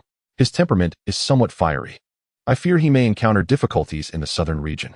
Qin Yuan sighed, seemingly reminiscing about his initial encounter with Lin Chong. Lin Chong possessed the innate Great Wilderness physique, most suited for practicing the Great Wilderness transformation technique. However, this technique is exceedingly aggressive. It is likely that after Lin Chong departed from the ancient tomb, he would not find it so effortless. Indeed, Master. Xiao Jin nodded immediately. On the side, Lu Juli remarked to Qin Yuan, Master, this journey to the burial of the ancients has greatly benefited me. I plan to enter seclusion immediately after we leave and contemplate deeply. Qin Yuan nodded. Very well. Senior, we are quite familiar with the route to the southern region of the imperial continent. We can serve as your guides, Elder Muxing promptly interjected. Such an opportunity to curry favor should not be missed. Very well, Qin Yuan replied, looking at Elder Muxing's companion, Elder Bai Lai, with a smile. Perfect timing. Let us first visit the Heavenly Fire sect. What Elder Bai Lai mentioned previously will not be disregarded, correct? Certainly not. Elder Bai Lai immediately perked up, assuring, rest assured. Senior, the 13 flames of the Heavenly Fire sect will be delivered without fail. In that case, I shall rest easy, Qin Yuan replied with an unwavering smile. He then took a step forward, turning his back to the crowd, standing with his hands clasped behind him. However, the southern region of the imperial continent is indeed a realm where experts abound, with sects rising like clouds. With my current strength at the first level of the Void Realm, would I not be able to strike down hundreds with a single blow? The faces of Elder Muxing and the others twitched at his words. A typical first level of the Void Realm would indeed be rather lacking in the southern region of the imperial continent. However, you are hardly a typical first level of the Void Realm. Very well, I shall strive to enhance my strength. Perhaps I shall ascend to the supreme level and savor the experience. Qin Yuan shook his head with a sigh once more, stepping forward again. But this time, his form soared to the skies a myriad of miles above. A surge of energy erupted forth. In an instant, the heavens above the Qingwu plain twisted and shattered. Not only that, but the ground beneath Elder Muxing and the others also crumbled completely. The surrounding space began to fracture, as if this realm were on the verge of collapse. Crack! At this moment, a terrifying rumble akin to ancient thunder reverberated in the ears of the crowd. The thunder was deafening. In this shattered realm of fragmented space, countless bolts of dark golden thunder surged forth in an instant from the rifts of the void. Following their emergence, these thunders began to frantically coalesce. Soon after, they transformed into one supreme calamity dragon after another. Moreover, these dragons were adorned with ancient gilded inscriptions that flowed across their bodies. Each gilded ancient calamity dragon was more massive than mountains, and the lightning-infused magma that erupted from their rolling scales could sear the very fabric of this space, leaving behind charred marks. Throughout the entire fragmented expanse, these gilded ancient calamity dragons were densely packed. Elder Muxing and Elder Bai Lai, along with others, gazed in terror, their bodies trembling, and their throats emitting low growls. Is this what you call an ascension to supremacy? Surely, the commotion of a breakthrough to sanctity cannot rival this spectacle. Good heavens. Chapter 43. Arrival at the Heavenly Fire Divine Sect.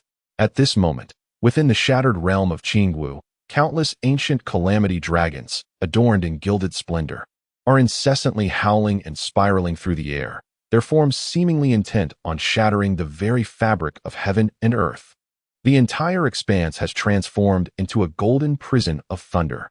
The heads of these calamity dragons appeared to be in search of their intended target. As they continuously surged and receded, the very fabric of the space around them began to ripple. In what seemed like the blink of an eye, a thunder dragon, having located its mark within the tempestuous sea of thunder, commenced a frenzied rush towards Qin Yuan, unleashing a thunderous roar that echoed through the air. Qin Yuan stood resolutely upon the boiling surface of the thunder pool, gazing at the titanic thunder dragon as it barreled towards him. He simply shook his head, and with a casual gesture of his right hand, akin to capturing a firefly, he effortlessly obliterated the ancient golden calamity dragon that charged with utmost ferocity, reducing it to the purest essence of sovereign power, which was swiftly absorbed into his being. The remaining golden calamity dragons, sensing the loss of their companion, surged towards Qin Yuan with newfound madness, diving as though intent on consuming him. Yet, with a light chuckle escaping Qin Yuan's lips, the entire expanse of the infinite thunder prison abruptly caved in. Countless calamity dragons were twisted into spirals by the warping of time and space, and soon after, they began to explode in succession, transforming into innumerable shards of the most refined sovereign power that surged towards Qin Yuan's form. Moreover, Qin Yuan's rate of absorption was astonishingly swift. In merely 2 breaths, as the last vestige of golden thunder markings dissipated, tranquility returned to the shattered space. A myriad of spatial turbulence and razor winds began to fill the void, unmistakably evident. This hidden realm has utterly ceased to exist. What remains is only the eternal void of wind blades. Is this what it means to attain the Supreme Realm? Qin Yuan's aura has arrived at the first level of the Supreme Realm. With each step he takes, ancient patterns immediately coalesce into the supreme inscriptions beneath his feet. It seems that with every footfall, the principles of the great Tao manifest at his soles. Behind Qin Yuan, there is only the scorched space left by the supreme thunder tribulation. Elders Bai Lai and Mu Xing are completely dumbfounded.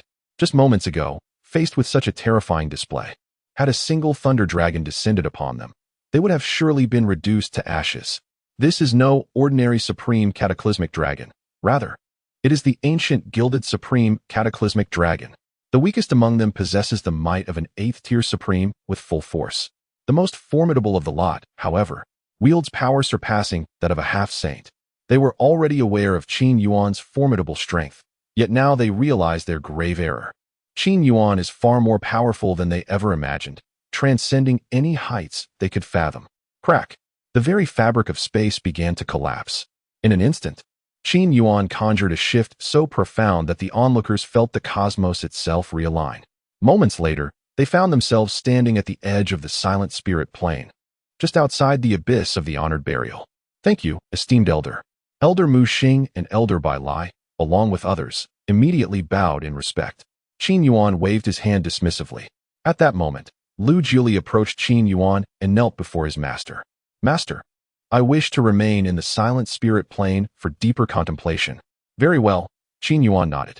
With a gentle wave of his hand, a soft power lifted Lu Juli. Juli, safeguard your identity token. If you encounter any insurmountable danger, remember to channel a strand of primordial power into the token. The crisis shall surely be averted. As Lu Juli stood, he flipped his palm, and the uniquely shaped identity token materialized before him. It was then that he realized the token, previously devoid of any detectable aura, harbored an indescribable, supreme force. Indeed, what you spoke of, Master, regarding the augmentation of great magic, is true. Lu Juli exclaimed in astonishment. Upon hearing this, Qin Yuan's eyelids twitched slightly. What? Do you think I jest? And no. Ahem, Lu Juli coughed lightly. At last, he comprehended that only upon entering the supreme realm could one truly grasp a fragment of this immense power. Indeed, the identity token spoken of by his esteemed master could indeed safeguard his life in critical moments. Reflecting on this, Lu Juli's eyes began to glisten with emotion. Enough of the sentimental words. We shall save them for another time. With a wave of his hand, Qin Yuan declared, Xiaojin, let us set forth. To the southern region of the imperial continent. Yes, master. Xiaojin promptly nodded and turned to Lu Jiuli, saying, Junior brother, take care. Until we meet again in the southern region of the imperial continent. Senior brother. Subsequently, Qin Yuan, Xiaojin, Elder Mu Xing, Elder Bai Lai, and Master Li of the Flying Sword sect departed from that place. This journey concluded splendidly, and it is time for me to return to my clan. Qing Feng, the chieftain of the Qing Feng clan, gazed at Qin Yuan's retreating figure with profound respect. Father, during this journey, I have also gained insights.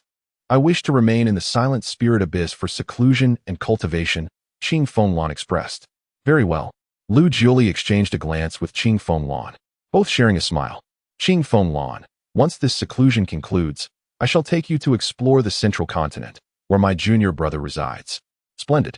However, the journey to the central continent is quite distant, so I shall truly be relying on you, dear brother. What do you mean? I mean, you should transform into your true form, and let me ride you to the central continent, Beneath the vast expanse of flowing clouds, a flying vessel adorned with azure cloud patterns glided gracefully through the skies. At the prow of this vessel was a colossal dragon head, its eyes ablaze with blue flames. The dragon's whiskers transformed into guiding locks, drawing the spiritual energy from the spirit stones as its power source. Surrounding whirlwinds enveloped the vessel, shielding it from the surrounding winds. Inside the vessel, various pavilions stood in abundance, stocked with every item a cultivator might require. Esteemed senior, this is the star-seeking cloud vessel from my observation pavilion, a sacred artifact. By embedding a heavenly spirit stone into this celestial star chart, one can propel the vessel. Its speed surpasses that of conventional teleportation formations. Elder Mu Xing explained to Qin Yuan, who stood at the ship's bow. At that moment, the scenery outside the vessel elongated into slender streaks, even displaying chromatic distortions. The spiritual pressure emanating from the vessel's rear left ripples in the fabric of space, confirming its remarkable speed, indeed faster than an ordinary teleportation array. However, that was not the crux of the matter. Qin Yuan narrowed his eyes and inquired with a smile, I only ask, how much longer until we reach the Heavenly Fire sect? Elder Mu Xing replied, Esteemed senior, in 2 hours, we shall arrive at the Heavenly Fire sect. Excellent, excellent. Qin Yuan clapped his hands in delight. Elder Bai Lai, standing nearby, no longer bore that previous pained expression. Instead, he felt this was a fortuitous blessing for the Heavenly Fire sect. To be in the company of an esteemed elder with the power to traverse heaven and earth. What was the worth of 13 heavenly fires? Even if the entire Heavenly Fire sect were to be gifted to the elder, it would be of no consequence. 2 hours passed in the blink of an eye. After breaking through a thick layer of crimson clouds, the star-seeking cloud vessel finally arrived before the Heavenly Fire sect. Chapter 44. The Holy Sun is not as good as a dog. The Heavenly Fire sect, situated in the southern region of the imperial continent, did not possess many enemies. Instead, it preferred to cultivate connections. At this moment, the star-seeking cloud vessel had arrived before the gates of the Heavenly Fire sect. Here lie the flame mountains of the southern region of the empire, where magnificent palaces of resplendent golden red stand tall upon their peaks. The flame mountains, influenced by the celestial energies of the universe, are perpetually suffused with intense fire attribute spiritual essence. Surrounding the grand hall at the summit are embedded various flame crystals, which emit fiery brilliance day and night, seemingly impervious to extinguishment.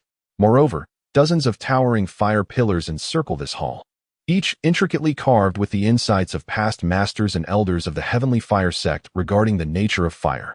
Should an ordinary disciple grasp even a fragment of this wisdom, it would significantly benefit their personal strength and breakthroughs. I lie. I recall that the Heavenly Fire sect is usually bustling with activity, yet today, I see so few disciples traversing these steps. What has transpired? Xiaojin, well acquainted with the Heavenly Fire sect, having borne away 3 flames from this very place, found himself intrigued by the current scene. I am at a loss as well.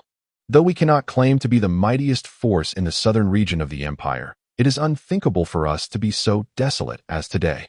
What could be the reason for this? Elder Bai Lai expressed his confusion as they reached the fiery stone steps. With a wave of his hand, an elder resembling a steward approached. I have the honor of meeting Elder Bai Lai, the elder steward. possessing merely a cultivation level of the third tier of the divine catastrophe realm, inquired with a sense of urgency, "What is going on today? Where is everyone? Why does it feel so desolate?" Elder Bai Lai, taken aback, responded, "You are unaware? Earlier today, envoys from the Tai Shao Holy Domain arrived. They declared that the competition for the Holy Sun, held once every 50,000 years, has commenced. They are demanding that we offer up rare celestial materials, precious treasures, and exotic curiosities from the surrounding minor realms." Though the elder steward seethed with indignation internally, he found himself compelled to suppress his fury, unable to voice his discontent. This small realm naturally refers to the numerous minor worlds, such as the 9 profound realm. But what of the sect leader and the elder? Elder Bai Lai clenched his fists, a hint of fury lacing his voice. The elder was gravely injured, and the sect leader was currently embroiled in a confrontation within the Blaze Hall with the Holy Sun from the Tai Shao sacred domain.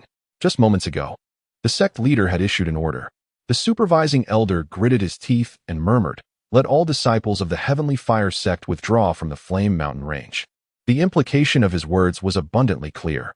It seemed the sect leader was prepared to confront the adversary head-on. Although Elder Bai Lai was equally incensed, he maintained a semblance of rationality. As long as the Green Mountains remain, one need not worry about firewood. The sect leader had acted impulsively.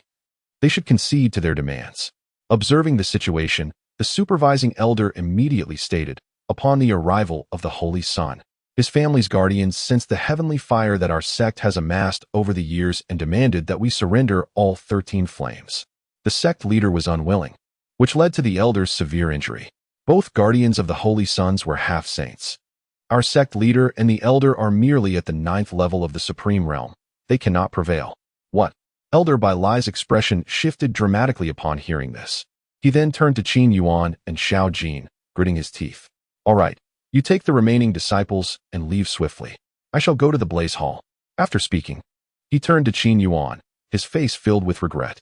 "Senior, I must take my leave." "Indeed, we shall see what unfolds," Qin Yuan replied softly, a smile gracing his lips, concealing his true thoughts. However, Xiao Jin beside him understood completely. He was well aware of his master's disposition. Since he declared that the 13 flames belonged to them, no one could take them. What of the Holy Sun from the Tai Shao sacred domain? What of the family guardians? Should they dare to seize what is ours, they shall face dire consequences. Within the main peak of the Heavenly Fire sect, in the Blaze Hall, only a handful remained. All disciples had departed, leaving behind a dozen elders suppressing their fury. At the foot of the hall lay the elder of the Heavenly Fire sect, in a state of uncertainty. Beside him stood a middle-aged man in red, fists clenched as he gazed at the 3 individuals occupying the main throne. In the hall, a man clad in green garments looked down upon all assembled with an air of disdain. A green emblem marked his brow, and atop his head rested a green hairpin crowned with exquisite jewels, the mere aura emanating from these treasures attesting to their extraordinary nature. Although he appeared somewhat gaunt, his prowess at the 7th level of the Supreme Realm was unmistakable. Flanking him were 2 elderly figures, also dressed in green, their expressions indifferent as they regarded everyone below. As guardians of the Holy Sun, each of them was a bona fide half-saint. "Li sect leader, I have granted you half an hour," the Holy Sun languidly yawned. "The 13 flames can be relinquished. Please, Holy Sun, grant me just another quarter of an hour."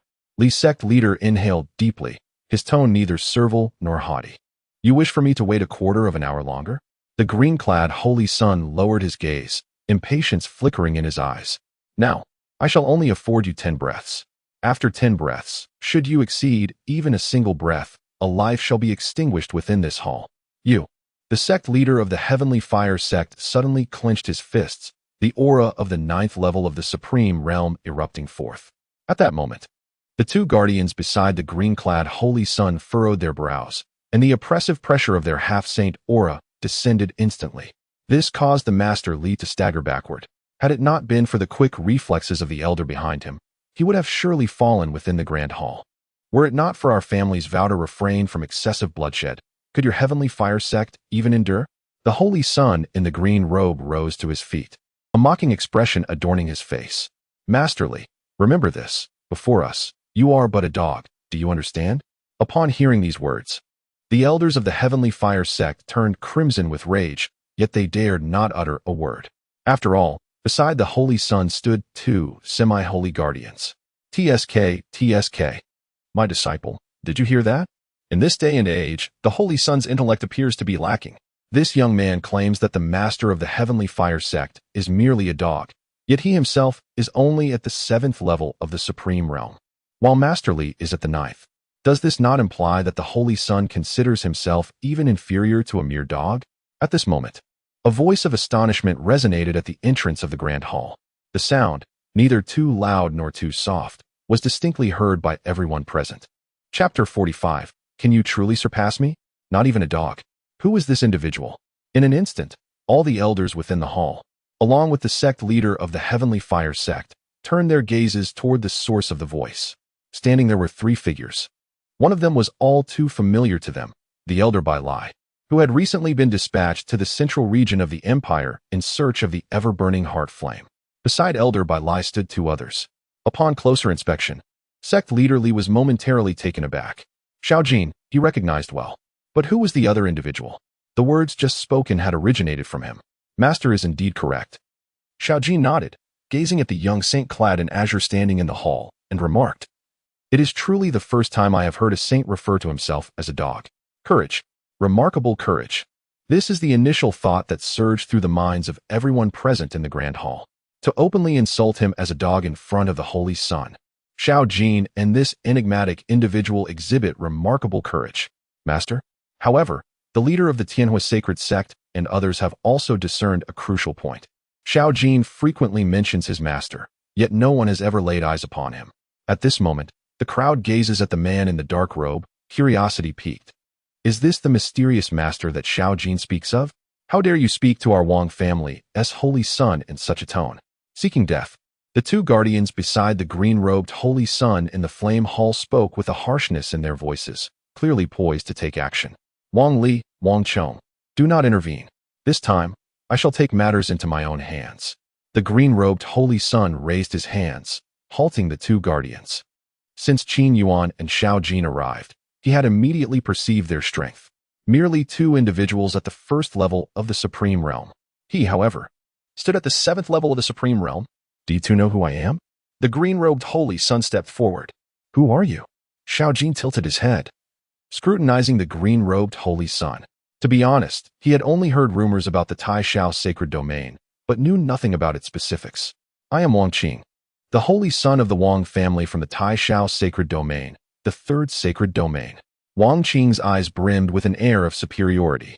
The Tai Shao sacred domain comprises 7 sacred domains, and their Wang family occupies the pinnacle of the 3rd sacred domain, with him being the Holy Sun. Such status grants him the right to look down upon all others. I do not recognize you, Xiao Jin replied, shaking his head. Wang Qing's expression stiffened slightly. It was understandable. Such a barbaric land was unworthy of knowing the Wang family. His demeanor gradually turned cold. You just claimed I am merely at the 7th level of the Supreme Realm, my strength inferior to that of the Tianhua sacred sect's leader. Yet I observe you are merely at the 1st level of the Supreme Realm. Does that not imply you are even less than I? Wang Qing let out a cold laugh, seemingly reveling in having turned the tables on his adversary. Is it just you? Xiao Jin chuckled, genuinely amused. It was as if he could indeed defeat me. Upon hearing this, the crowd in the hall was once again astonished. Even Wang Qing's 2 guardians were momentarily taken aback. If Xiao Jin were at the 5th or 6th level of the Supreme Realm, they might not be so surprised. However, he was merely at the 1st level. Moreover, the 2 guardians could easily discern that Xiao Jin had only recently reached this level. Although their Holy Sun's strength was not as formidable as those from the other domains, he was undeniably a solid 7th level of the Supreme Realm. How could a mere 1st level Supreme Realm individual hope to defeat him? Furthermore, judging by your words just now, do you admit you are a dog? Xiao Jin suddenly remarked. You. The veins on Wang Qing's forehead began to bulge. His expression grew increasingly frigid. Meanwhile, the leader of the Tianhua sacred sect swallowed hard. Although he understood Xiao Jin's strength was formidable and his style audacious, the current situation appeared to lack any advantage for their side. Bai Lai, what is the meaning of this? Sect leader Li inquired, glancing at Bai Lai who had arrived beside him. Though Xiao Jin is powerful, he cannot possibly be a match for that Holy Sun. And his master is? Elder Bai Lai responded, saying, Sect leader, do not worry. This holy son is truly no match for Xiao Jin. Sect leader Li and the others were once again taken aback. A first-level supreme realm against a seventh level? If it were a fourth or even fifth level, they might believe it. But that holy son is at the seventh level. Indeed, this barbaric land is rife with those like you, blind to reality. Since you possess such audacity, do you dare to engage me in a single clash? Life and death notwithstanding. Wang Qing stood with his hands clasped behind his back, looking down from his elevated position. Although he contemplated simply commanding the guardians to eliminate the opponent, his rising ire compelled him to personally eradicate the challenger for satisfaction. How dare a mere first-level supreme realm individual address me in such a manner? Come. Xiao Jin stepped forward, a tingling curiosity surging within him. He was eager to ascertain the true strength of the Taishao sacred domain's holy son. Seventh level of the supreme realm. He had previously vanquished even half-saints. He felt no trepidation at all. Wang Qing also advanced slowly, raising his hand, as the surrounding spiritual energy began to churn violently. The fire attribute energy surged forth incessantly. It is no surprise that the other party was captivated by the heavenly fire of the heavenly fire god sect. The king's devastating palm.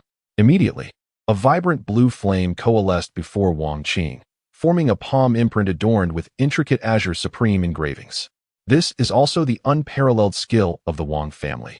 A martial technique at the pinnacle of imperial level.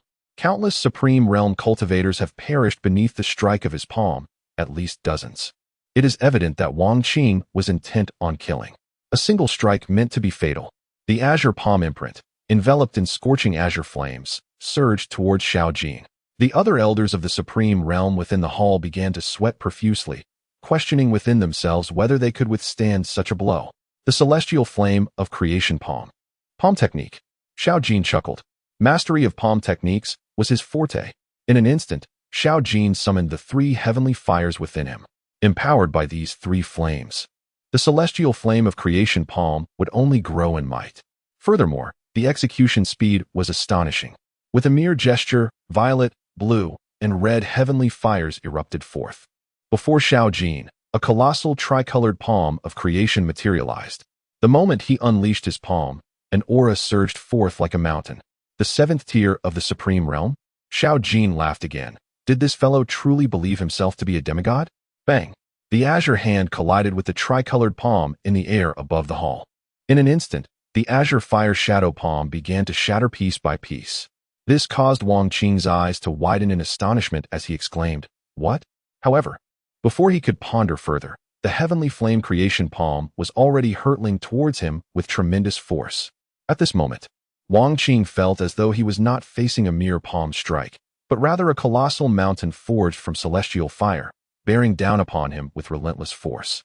His breath and the surrounding space had been distorted and confined by this overwhelming power. The supreme escape technique was rendered useless, and the speed at which the inscriptions coalesced began to dwindle. No longer concerned with his dignity, Wang Qing bellowed, "Wang Li, Wang Chong, save me." Chapter 46. First come, first served. The divine fire sect knows its distinctions. Within the hall of blazing flames, Wang Qing's voice, laced with terror, echoed. He was ensnared within the opponent's martial prowess. Acutely aware that should he truly fall victim to that strike, he would not emerge unscathed, risking the very essence of his being. As Wang Qing cried out for help, far beyond in the southern region of the Emperor continent, a place known as the Weeping Ghost Plains lay sprawled across billions of miles. Ordinary cultivators dared not approach this forsaken land. For hundreds of miles in every direction, no creature would venture close, not even the most fearsome of beasts. This desolate expanse belonged to the Hall of Soul Refinement. In the heart of the Weeping Ghost Plains, a grand and dark palace stood resolutely.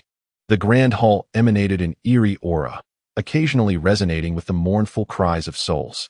At its very center, within the highest black chamber, stood a man with his hands clasped behind his back, an ancient soul mark emblazoned upon his brow. The life tokens of the hall master, elder of dual souls, and elder of withered bones have been confirmed. They are deceased, with not even a trace of their souls having escaped, murmured a steward from the soul refinement hall behind him. Understood, replied the man in black, a hint of regret flickering in his eyes. You may depart. Yes. After the steward left, the man in black tilted his head, then bowed slightly, addressing Saint Sun. From the shadows of the hall, 3 figures emerged with measured steps. The central figure, clad in a black robe, bore a soul mark upon his brow as well. Flanking him were 2 gaunt elders, their eyes glowing with a ghostly fire, revealing their true identities. These are 2 half-saint protectors, affiliated with the Soul Clan of the 2nd Sacred Domain in the Tai Shao Sacred Region. Soul Wu Hai, the holy son of the Soul Clan, stepped forward, fixing his gaze upon Soul Wu Hai. In response to your inquiry, everything has been prepared, he stated. Over the past 20 millennia, I have led the Soul Refining Hall and successfully refined 200,000 extraordinary souls. The Soul Gathering Yin Pill has absorbed these souls and is ready for your command. Soul Wu Hai inhaled deeply and bowed respectfully. That is splendid news. Soul Li smiled, though his expression bore a hint of indifference toward life. In the Tai Shao Sacred Region, other clans envy our Soul Clan as formidable soul refining methods, striving to unite against us. Consequently, we cannot employ such measures within the Tai Shao Sacred Region. Otherwise, I might have already ascended to the half-saint realm. As he spoke, a flicker of brutality appeared in Soul Li's eyes. He had been stuck at the pinnacle of the supreme realm for quite some time. Had he succeeded in condensing the Soul Gathering Yin Pill sooner, he would have already achieved the status of half-saint. However, the process of creating the Yin Pill is exceedingly cruel, requiring at least 200,000 naturally powerful souls, all under the age of 20. Otherwise, their souls would be tainted by acquired influences. Such brutal methods are understandably intolerable to the other clans and sects within the Tai Shao Sacred Region. Hence the Soul Clan refrains from executing this plan. Holy Son, how many holy sons have come from the southern domain of the Imperial Continent? Soul Wu Hai inquired. Soul Li flipped his hand, revealing a square jade stone. Within the white jade, 3 names flickered. The first was Soul Li, the second was Wang Qing, and the third was Hong Shitian. Holy Sun's seal. Soul Li observed the jade stone, knowing that if the holy sons were in the same realm, they could use this seal to perceive each other's status. Wang Qing, the holy son of the Wang clan, the 3rd sacred domain of the Tai Shao Sacred Region, possesses the strength of the 7th heaven. Hong Shitian, from the Hong clan of the 5th sacred domain, boasts the power of the 9th heaven. However, neither of them stands a chance against me. My true adversary lies in the 1st sacred domain, the Holy Maiden, who is my greatest rival in claiming the title of the foremost holy son. Soul Li took another deep breath, suppressing the rage within. Soul Wu Hai, present me with the Soul Gathering Yin Pill. I wish to refine it and ascend to half-saint. As he spoke, he slowly clenched his fist, his voice cold and resolute. This time, in the contest for holy sons, our Soul Clan shall undoubtedly secure the top position. Indeed, holy son. Soul Wu Hai handed the Soul Gathering Yin Pill to the awaiting Soul Li. In the hall of blazing flames of the heavenly fire divine sect, a voice thundered. You dare harm my clan's holy son. The 2 half-saints of the Wang clan raised their hands, and the power of the holy rhythm enveloped the hall, effortlessly neutralizing Shao Jin's heaven-burning transformation palm. Though the palm had integrated 3 types of heavenly fire, it was still insufficient against 2 half-saints. How shameless! Shao Jin scoffed, his attack rendered ineffective, as he cast a disdainful glance at the ashen-faced Wang Qing. Is this what you call one-on-one? Wang Qing silently closed his eyes. When he opened them again, a fierce killing intent glimmered within. He could not let such a humiliation pass unpunished. Turning to the leader of the heavenly fire divine sect, he spoke coldly. I grant you 3 breaths to consider. Hand over the 13 heavenly fires of your sect, and I shall spare your lives. However, these 2 must die. He glanced at Shao Jin and his companion Qin Yuan. They had caused him such embarrassment, and thus, their fates were sealed. As the first breath passed, Wang Qing's gaze turned increasingly frigid. 2 breaths. Good. Before Wang Qing could finish, the sect leader of the Heavenly Fire Divine sect stepped forward. Upon witnessing this, Wang Qing's expression softened. Holy Son, I have just conferred with Elder Bai Lai. I learned that while Elder Bai Lai was in the central region of the Imperial Continent, he promised Shao Jin and his master that upon their arrival at our Heavenly Fire Divine sect, he would present them with the 13 heavenly fires. As you arrive later, there is an ancient principle of precedence that we must adhere to. The more Wang Qing listened, the more he felt something was amiss, and by the end, his face was filled with murderous intent. The sect leader of the Heavenly Fire Divine sect took a deep breath, suppressing his fear, and approached Qin Yuan and Shao Jin, clasping his hands in respect. Then, with a flash, the 13 sealed heavenly fires floated in the air, soon being collected into Xiao Jin's spatial ring with a wave of his hand. Our heavenly fire divine sect has always honored our promises. We distinguish between the early and the late, seizing the moment when the Holy Sun and Xiao Jin were engaged. The sect leader had gleaned the entire backstory from Elder Bai Lai. Upon hearing that Xiao Jin's master had summoned an unfathomable ancient supreme golden calamity dragon, he was utterly astonished. It was evident that this being transcended realms, a terrifying powerhouse. At the very least, they were a saint of considerable might. How to choose is a question that requires no contemplation. One should embrace the robust and formidable. You, the heavenly fire divine sect, are inviting doom upon yourselves. Thus, with a tumultuous surge of murderous intent in his gaze, Wang Qing turned to the two guardians of his clan beside him, his voice chillingly cold. Eliminate them all. Leave not a single soul. Chapter 47. Behold, a saint appears. Upon hearing this command, the overwhelming aura of sanctity emanated from the two semi-saints, casting an oppressive force throughout the blazing hall. The very air seemed to quiver under the weight of their presence, and the pillars, meticulously crafted, began to show signs of fracture. It was evident that this grand hall could not withstand the pressure of their divine resonance. The elders in attendance felt as though an immense boulder, weighing millions of tons, had been placed upon their chests, rendering their breaths labored and stifled. Those who bully others with their might dare to call themselves saints? Xiao Jin, feeling the potent aura that surpassed even that of the Qingming semi-saint, displayed not an ounce of trepidation. Instead, he advanced a step, flames of heavenly fire already entwining his arms. He was determined to unleash the 49-color supreme fire lotus. This is, thus far, the most formidable strike he can unleash. Disciple, remain composed. There is no need to utilize the fire lotus just yet, Qin Yuan proclaimed. With a resounding laugh, the moment he lifted his foot, the terrifying pressure that had pervaded the great hall vanished without a trace.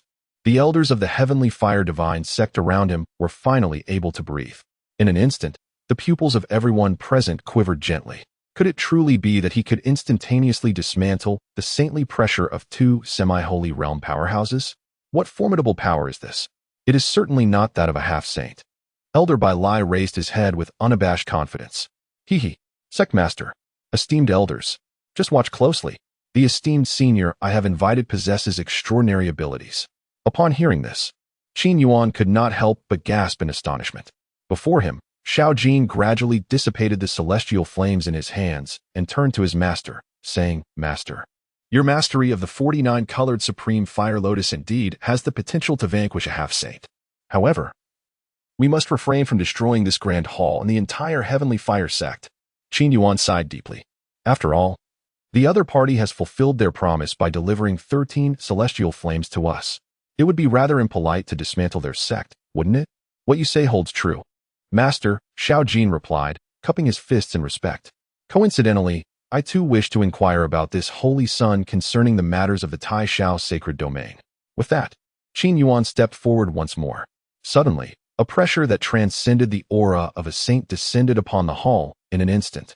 In that instant, behind Qin Yuan, there seemed to emerge a phantasm reminiscent of ancient deities and demons.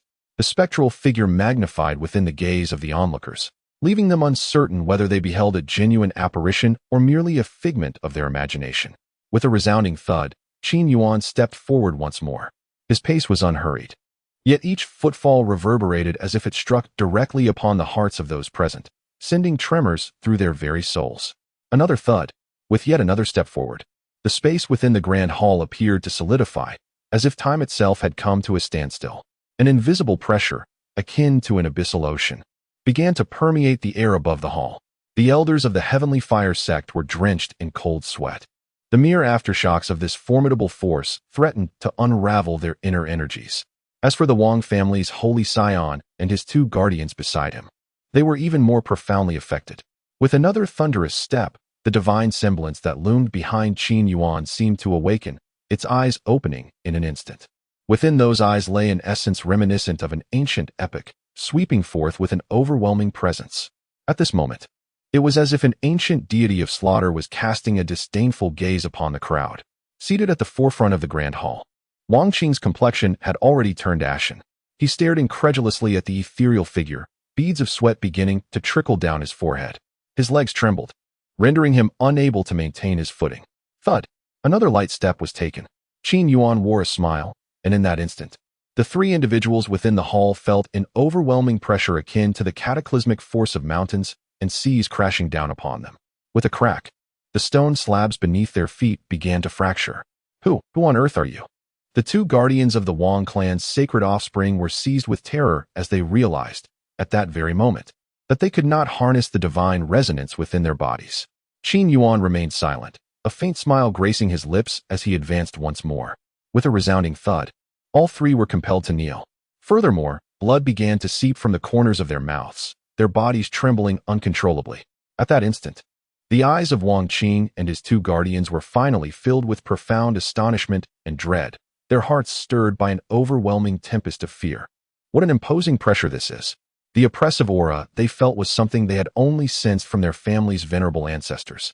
That was a being transcending the realm of semi-saints. A saint. The moment this concept flashed through Wang Qing and his companions' minds, their faces turned even paler. To think it was a true saint. Wang Qing gritted his teeth and let out a low growl. The information within the clan was unreliable. Wasn't it said that in the southern region of the imperial continent, there was only one saint among the domain lords? Meanwhile, the two guardians beside him clenched their teeth and said, "This saint, we humbly apologize for our earlier oversight. We failed to perceive your presence. Now, you have acquired 13 celestial flames for your disciple. We, the Wang family, shall take our leave. What do you think?" Qin Yuan tilted his head and smiled. "You were not saying that a moment ago, were you? Was it not your intention to eliminate me and my disciple? Senior, we were indeed foolish just now. This spatial ring contains rare treasures that our family has cherished for many years. We are willing to offer them all." The guardian on the left quickly removed the spatial ring. Before the saint, they could only kneel on the ground. After all, a semi-saint was merely a pseudo-saint. Only those who had truly stepped into the realm of saints were transcendent. With a mere gesture, they could effortlessly control semi-saints. Just one. Qin Yuan gazed at the floating spatial ring, his eyes narrowing slightly. No, senior. It is 3. The guardian on the left hastily signaled to the other guardian and Wang Qing.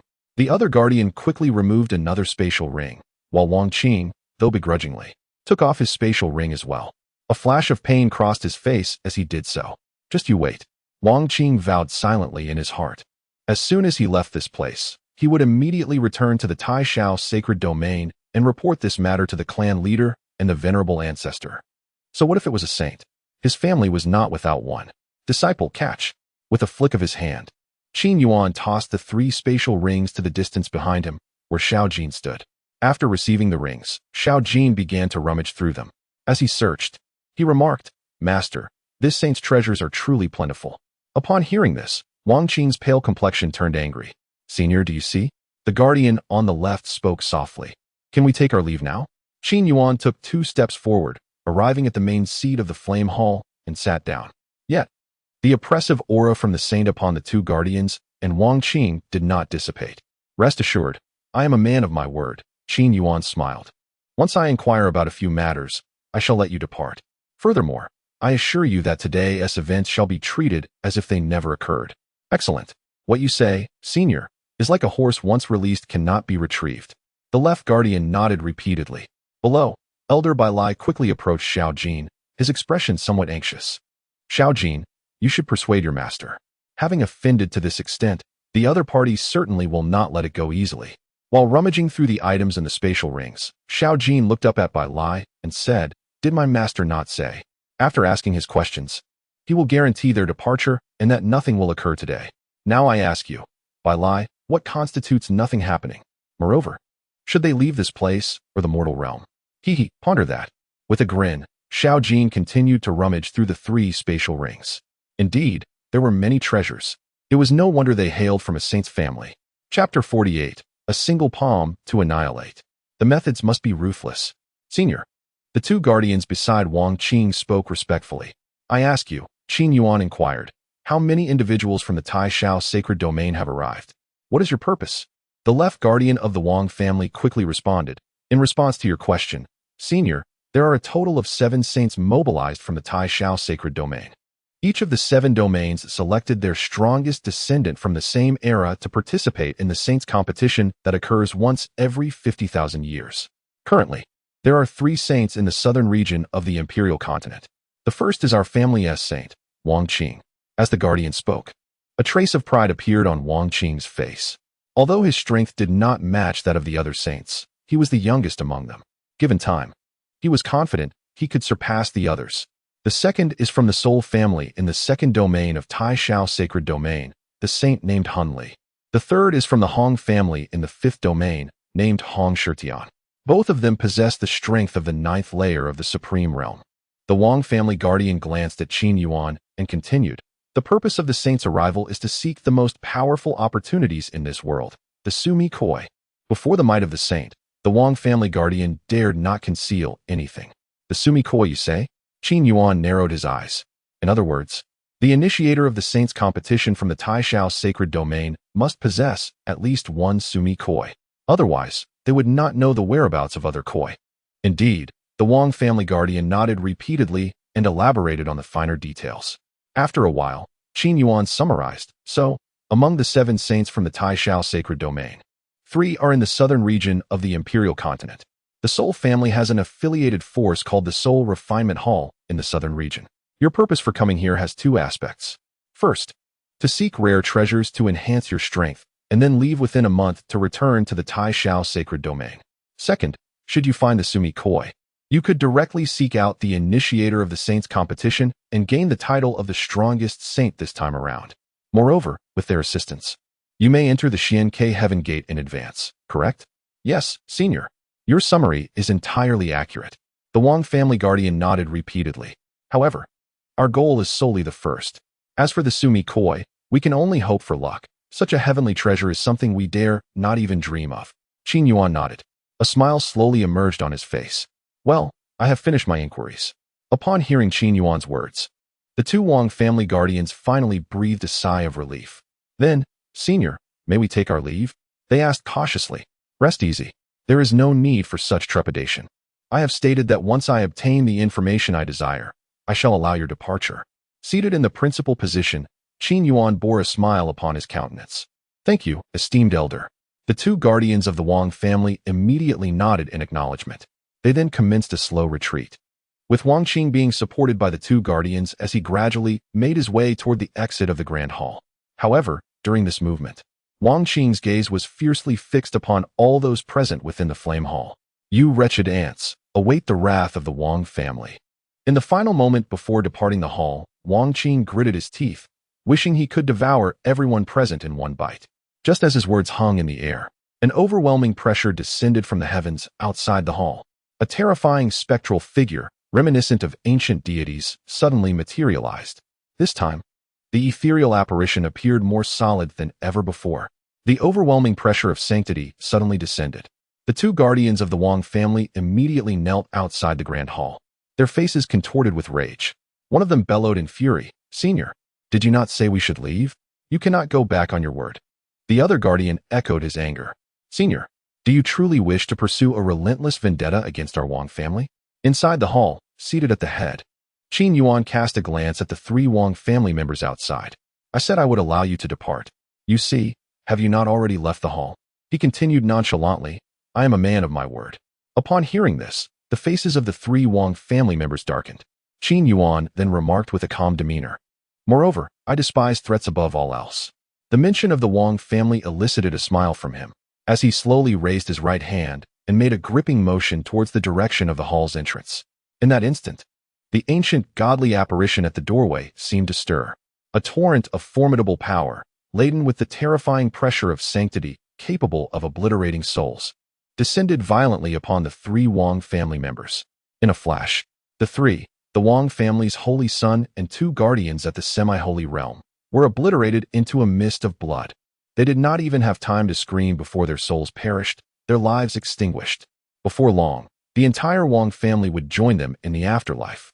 A glimmer of extraordinary ruthlessness surfaced in Qin Yuan's gentle gaze. He had endured 1,000,000 years within the ancient celestial tomb. He understood a fundamental truth. In a world dominated by cultivation, one must be merciless. Strength is the ultimate truth, a principle that transcends all realms. Was it truly this simple? Two semi-holies and a holy son annihilated? Inside the hall, all the elders of the heavenly fire sacred sect swallowed hard, their gazes fixed on the godly apparition outside. It dawned on them that this was the legendary manifestation of a saint. Only upon reaching the saintly realm could one comprehend such terrifying techniques. Once one ascends to the saintly realm, combat transcends ordinary martial skills and can be entirely replaced by manifestations. The techniques Qin Yuan had just demonstrated were indistinguishable from the offensive capabilities of a saintly manifestation. Truly worthy of being a senior. Elder Bai Lai exclaimed, his scalp tingling. Of course. Have you not considered who my master is? At this moment, Xiao Jin meticulously organized all the items within the spatial ring. Upon arriving beside Qin Yuan, he presented the neatly arranged spatial ring to his master. Without hesitation, Qin Yuan accepted the spatial ring, straightened, and declared, Xiao Jin, spend the next few days refining the heavenly fire within the heavenly fire sacred sect.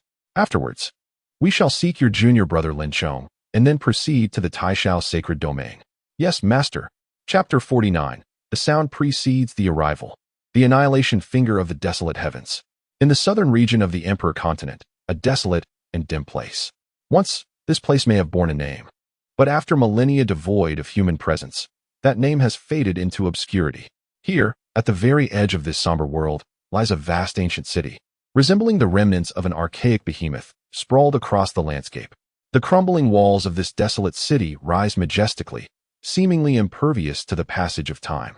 Yet, the weathered cracks that mar their surface reveal that even the most formidable fortifications cannot withstand the relentless erosion of time. Gazing down upon the forsaken city, one observes its broad thoroughfares, hauntingly devoid of any souls. Only the whispers of shifting sands weave through the crevices of the stone walls. Within this derelict city, the air is heavy with the scent of decay. Numerous grand halls stand scattered throughout, yet these once magnificent structures have long since lost their former glory. Indeed, many of these edifices are reduced to mere skeletal stone columns, stark and ghostly against the backdrop of desolation. These stone pillars point towards the somber sky above, rendering the ancient city even more desolate. In this forsaken city, a sudden azure figure abruptly ascends from the heart of the town, with a speed akin to lightning.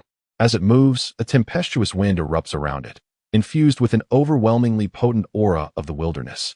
In the blink of an eye, the figure clad in azure arrived above the void. At that moment, he was enveloped by an exceedingly rich aura of desolation, as if he had become one with the desolate city and the surrounding heavens and earth. His obsidian eyes glinted with an icy chill. Gradually, his gaze swept over the forlorn city below. His robe billowed without wind, and a murmuring voice escaped his lips. Desolate city, the dim realm. A city untouched for millennia seemed to lament at that instant. Due to the forces of heaven and earth, this desolate city had condensed the most potent power of desolation. Lin Chong, born with the body of desolation, was supremely suited for cultivation in this place. Now, having entered the realm of the supreme, he had already absorbed the entirety of the desolate power present here. Subsequently, Lin Chong's aura began to ascend gradually. The first level of the supreme realm reached perfection. Breakthrough. The second level of the supreme realm reached perfection. Breakthrough. The third level of the supreme realm. The fourth level of the supreme realm. Breakthrough.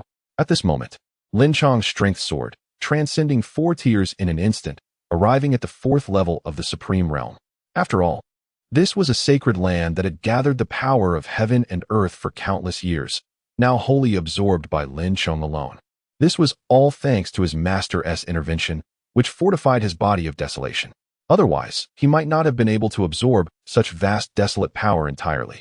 The azure-clad man bore a stern visage, and his words were imbued with profound respect for his master. He seemed to recall the moment years ago when, by a twist of fate, he had fallen into the ancient tomb of desolation. Had it not been for his master's timely intervention, he would have likely become prey to the beasts of the abyss.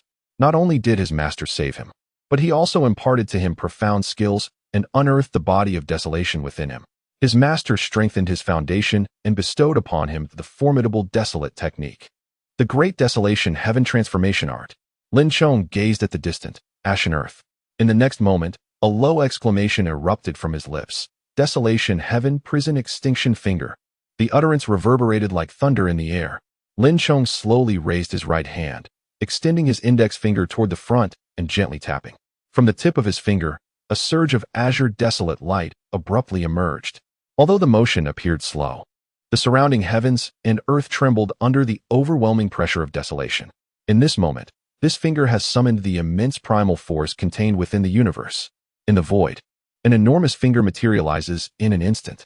This finger exhibits a hue of bluish-gray, its surface intricately adorned with ancient and enigmatic patterns of desolation. Each of these engravings emanates an aura steeped in antiquity, resonating with the essence of desolation and ruin. This finger, robust as a mountain, unleashed the power of the desolate sky prison extinguishing finger, resembling an insurmountable chasm. Wherever it passed, the very fabric of space fractured inch by inch, transforming into clusters of crystalline space. At this moment, it seemed as though only this solitary finger remained in the expanse of heaven and earth. It bore an unparalleled weight of desolation and power, hurtling forward with great force. Boom! As Lin Chong flicked his finger, the immense azure digit in the sky crashed downward with tremendous might.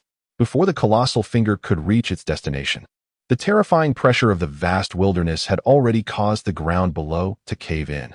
The entire somber plain trembled violently, and countless fissures spread across it like a spider's web. As this finger descended, the heavens and the earth trembled. The desolate force swept across the vast expanse. All vitality was utterly annihilated beneath this single gesture. The great wilderness celestial transformation technique bestowed by my master is indeed extraordinary. Lin Chong gazed at the devastation he had wrought and nodded slightly. Now, I have attained the 4th level of the Supreme Realm. I wonder how my senior brother Xiao Jin's fortunes have fared. After speaking, Lin Chong discerned the direction and set forth to meet with Xiao Jin, where they had previously agreed. Meanwhile, at the edge of the dim plains, 3 fiery red figures arrived in the sky. Among them, one bore a rugged visage, with a red beard to match. Beside him stood 2 elder men garbed in crimson robes. The profound aura emanating from them revealed their status as 2 half-saints. What a terrifying force of the great wilderness! Who is this person? I must establish a connection with him. Hong Shitian's voice boomed, his crimson eyes brimming with unprecedented excitement. Young master, our purpose here is to seek opportunities and see if we can find the Shumi Koi. Let us refrain from meddling in other matters, cautioned the guardian of the Hong clan beside him in a hushed tone. No worries, no worries. Hong Shitian waved his hand, instantly releasing the aura of the 9th level of the Supreme Realm. Besides, the Shumi Koi is elusive. Who could possibly find it? Even someone with soul secret techniques like Hun Li might struggle to track it down. Never mind, never mind. In Hong Shitian's perception, a figure had already come into view. Without hesitation, he surged forth toward the figure, his form transforming into a radiant arc. Behind him, the 2 guardians of the Hong clan dared not delay and promptly followed suit. As they drew nearer, Hong Shitian realized he was closing in on the figure. Ha ha ha! His boisterous laughter echoed. Just as he was about to utter a greeting, a thunderous voice suddenly drifted from afar. Desolate heaven prisoning finger. Then, a colossal azure finger adorned with chaotic markings manifested in the air. This enormous finger, infused with the power of the vast wilderness, crashed down violently toward Hong Shitian and his companions. Before the figure even arrived, the sound had already reached them. With the initial strike, the desolate heaven prisoning finger was unleashed. Chapter 50. Seeking friendship? I decline. In the void above, the massive azure finger, laced with overwhelming desolation, descended upon Hong Shitian and his companions with ferocity. By the heavens! Hong Shitian was taken aback. He had merely passed through this area, fortuitously sensing a formidable force of the great wilderness. He intended to forge a connection, but upon entering, he was met with an immediate attack. With no choice left, he summoned all the spirit energy within him. Hong Mountain Palm. He unleashed a full-force strike. A colossal red hand took shape before him, surging upward to clash with the descending azure finger.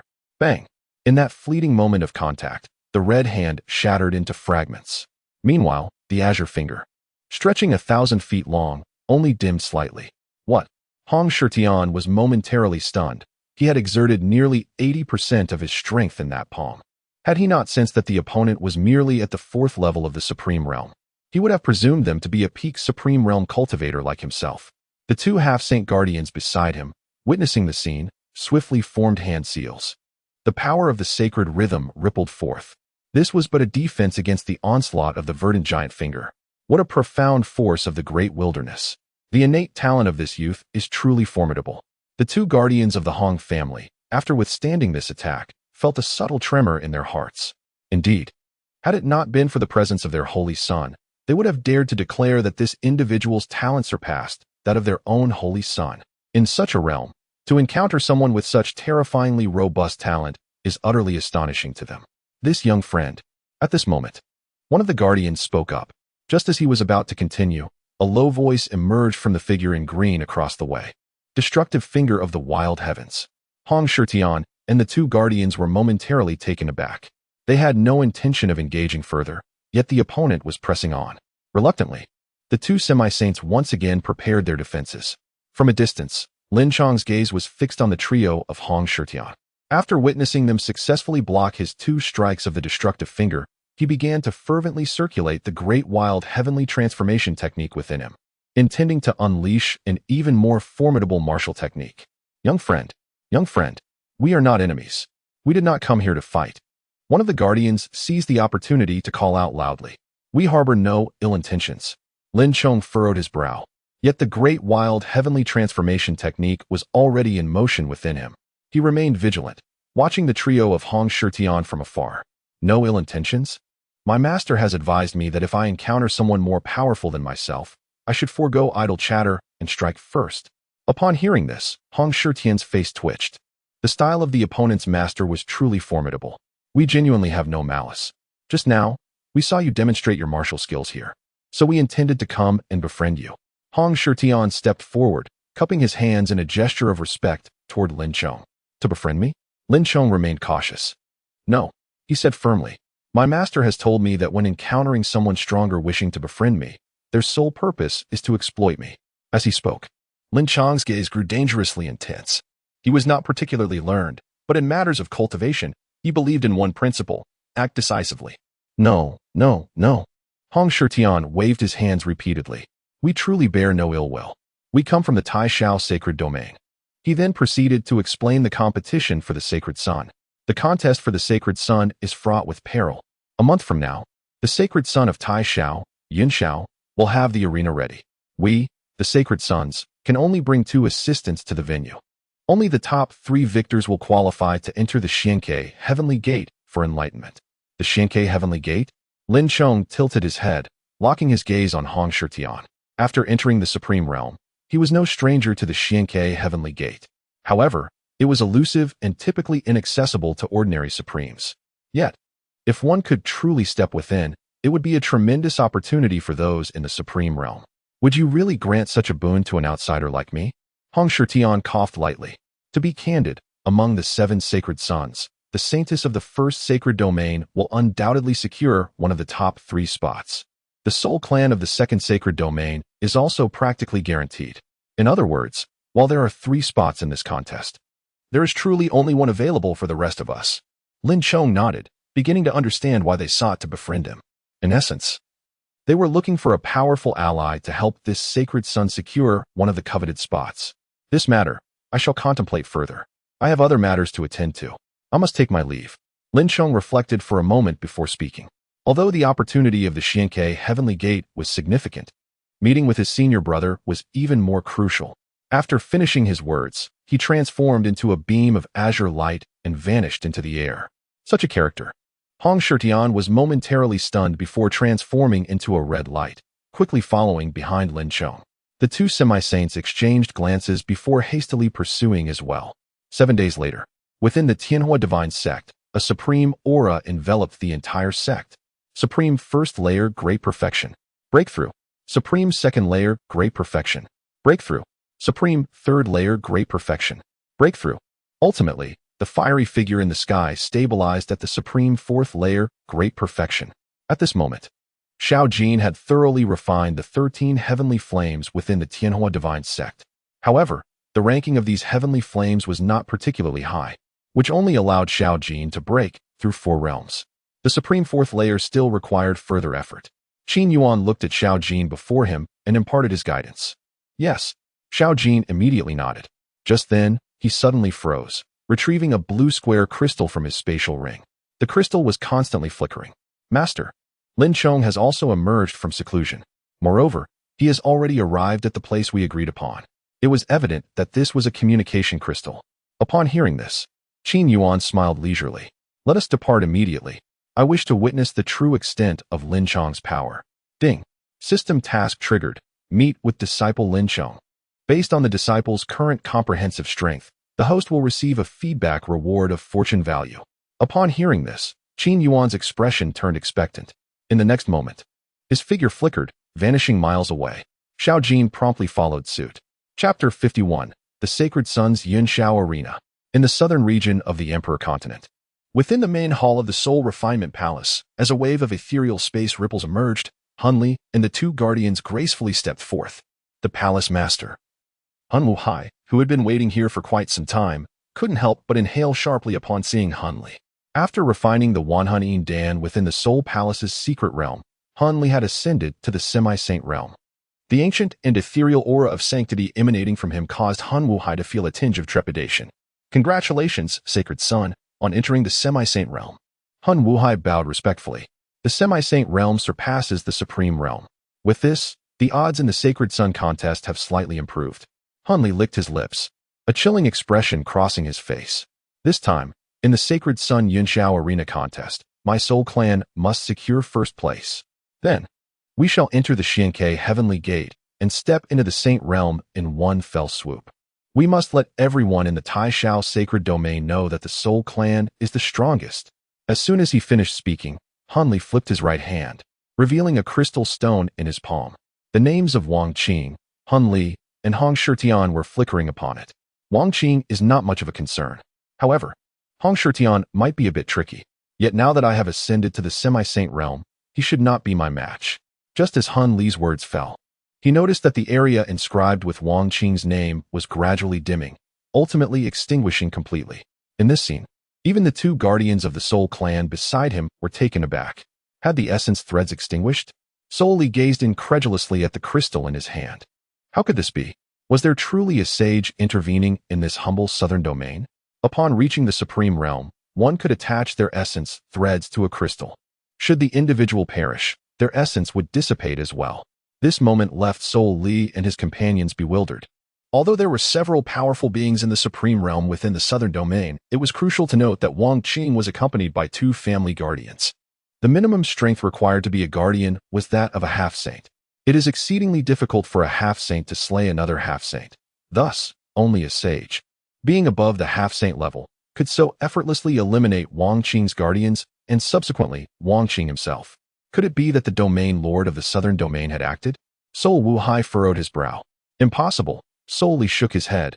That sage bore no grudge against the Wang family. Furthermore, even if Wang Qing was unruly, he would not dare to act recklessly before a sage. After a moment of contemplation, Soul Li shook his head once more and remarked, well, it's for the best that Wang Qing has perished. This way, one of the 7 positions will be vacant, which is advantageous for us. Those sages are formidable. Soul Li did not regard them with particular concern. After all, which family capable of dominating the Taishao sacred domain did not possess a sage? My objective in the southern domain has been accomplished. I shall return to the Taishao sacred domain immediately. Soul Wuhai. Soul Li turned to Soul Wuhai and instructed, arrange matters here. Remember the date 3 weeks hence. The family has dispatched me to bring you and your elder brother. Soul Wuya. The 3 of us will participate together in the Sacred Sun Yunxiao competition. Yes, Sacred Sun. Soul Wuhai nodded earnestly. He had commanded the soul refining hall in the southern domain for countless years, achieving the pinnacle of the supreme 9th heaven. He was merely a step away from becoming a half-saint. He was confident in his ability to assist the Sacred Sun in securing first place in the Sacred Sun Yunxiao competition. Soul Li nodded to the 2 guardians. In the next moment, the guardians simultaneously formed seals. The ripples of spatial constraints began to undulate around the 3 of them. The distance between the Taishao sacred domain and the southern domain was unfathomably vast, obstructed by the dense miasma. To traverse such space, one must possess at least the strength of a half-saint. After witnessing the disappearance of the Sacred Sun and the guardians, Soul Wuhai reverted to his former cold demeanor. He turned his head and gestured.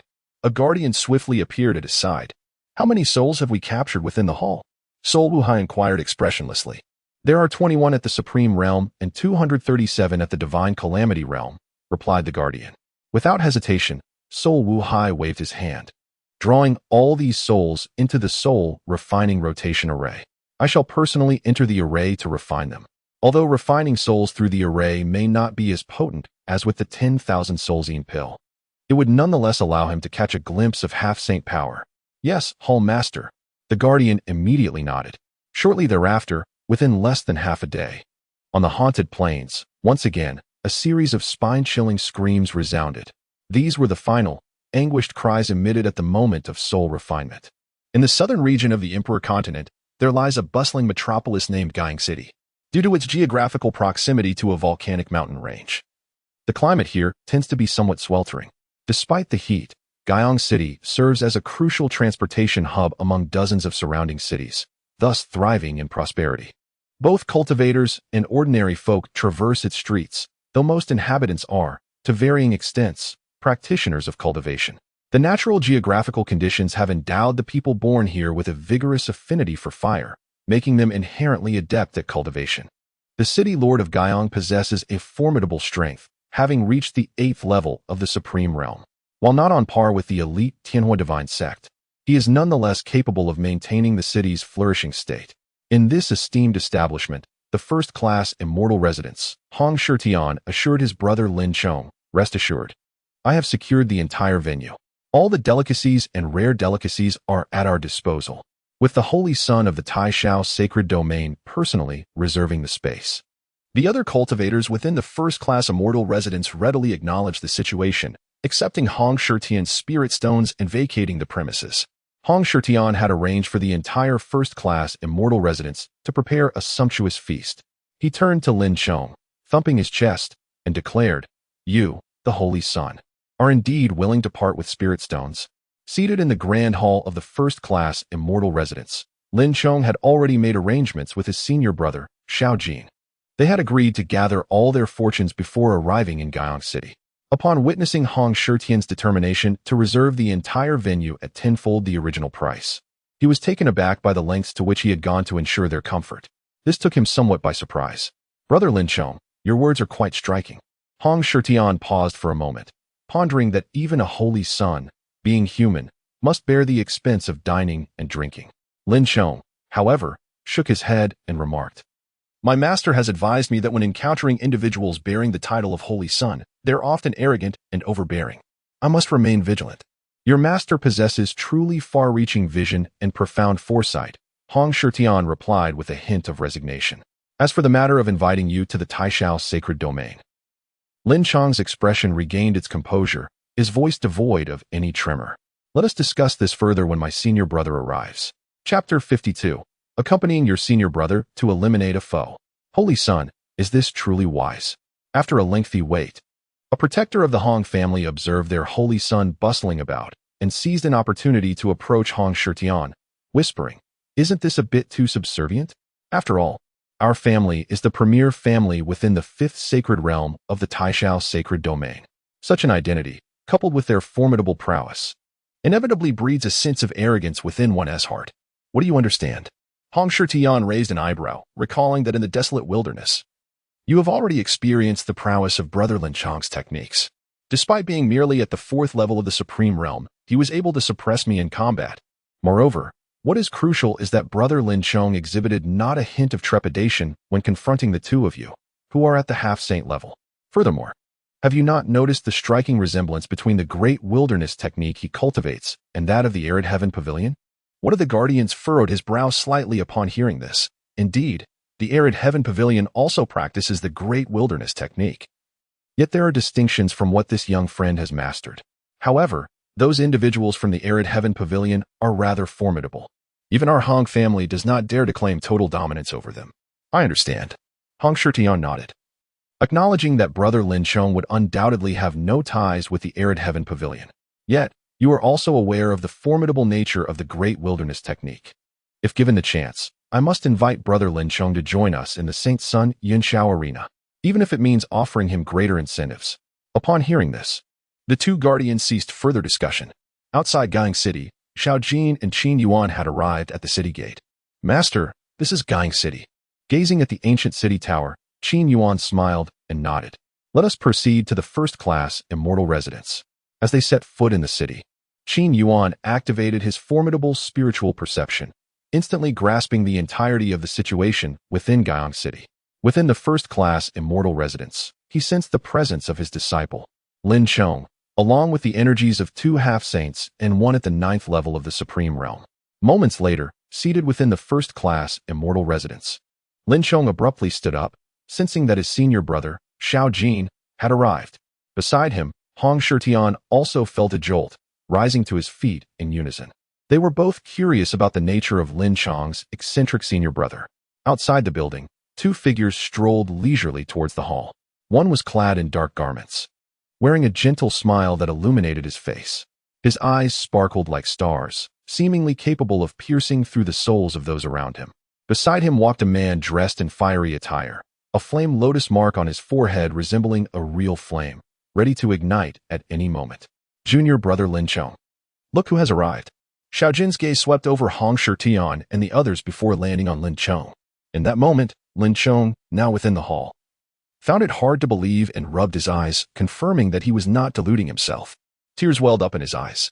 He took 2 steps forward and, with a thud, knelt down straight. Master. The call of Master was laced with a tremor, unmistakably revealing Lin Chong's overwhelming excitement at this moment. He had not seen his master for over 10,000 years. Ding. Congratulations to the host for completing the triggered task. The disciple's fortune burst reward is now being reflected. Congratulations to the host for obtaining 200 billion points of fortune value. Seeing this, Qin Yuan smiled with satisfaction, raising his hand to gently lift Lin Chong. Subsequently, Lin Chong began to recount the bittersweet journey of the past millennia. Meanwhile, Hong Shitian appeared somewhat dazed. He lightly nudged the guardian of the Hong family beside him with his elbow. Am I mistaken? The one whom Brother Lin referred to as Master possesses only the strength of the 1st level of the Supreme Realm, right? I sense the same, replied the guardian of the Hong family, momentarily stunned. The individual next to him wields an exceptionally powerful fire attribute technique, though I cannot ascertain his true strength. It likely does not pale in comparison. Another guardian whispered. After a brief moment, Qin Yuan directed his gaze towards Hong Shitian. You are Hong Shitian? Ah. Hong Shitian cleared his throat.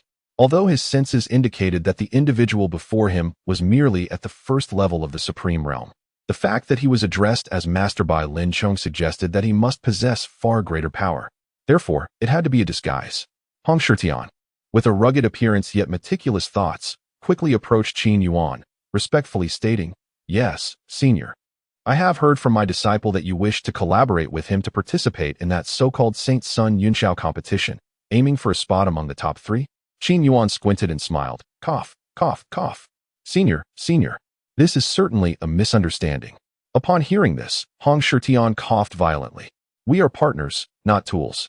You see, if we can secure a place among the top 3, we would have the opportunity to enter the Xianke Heavenly Gate.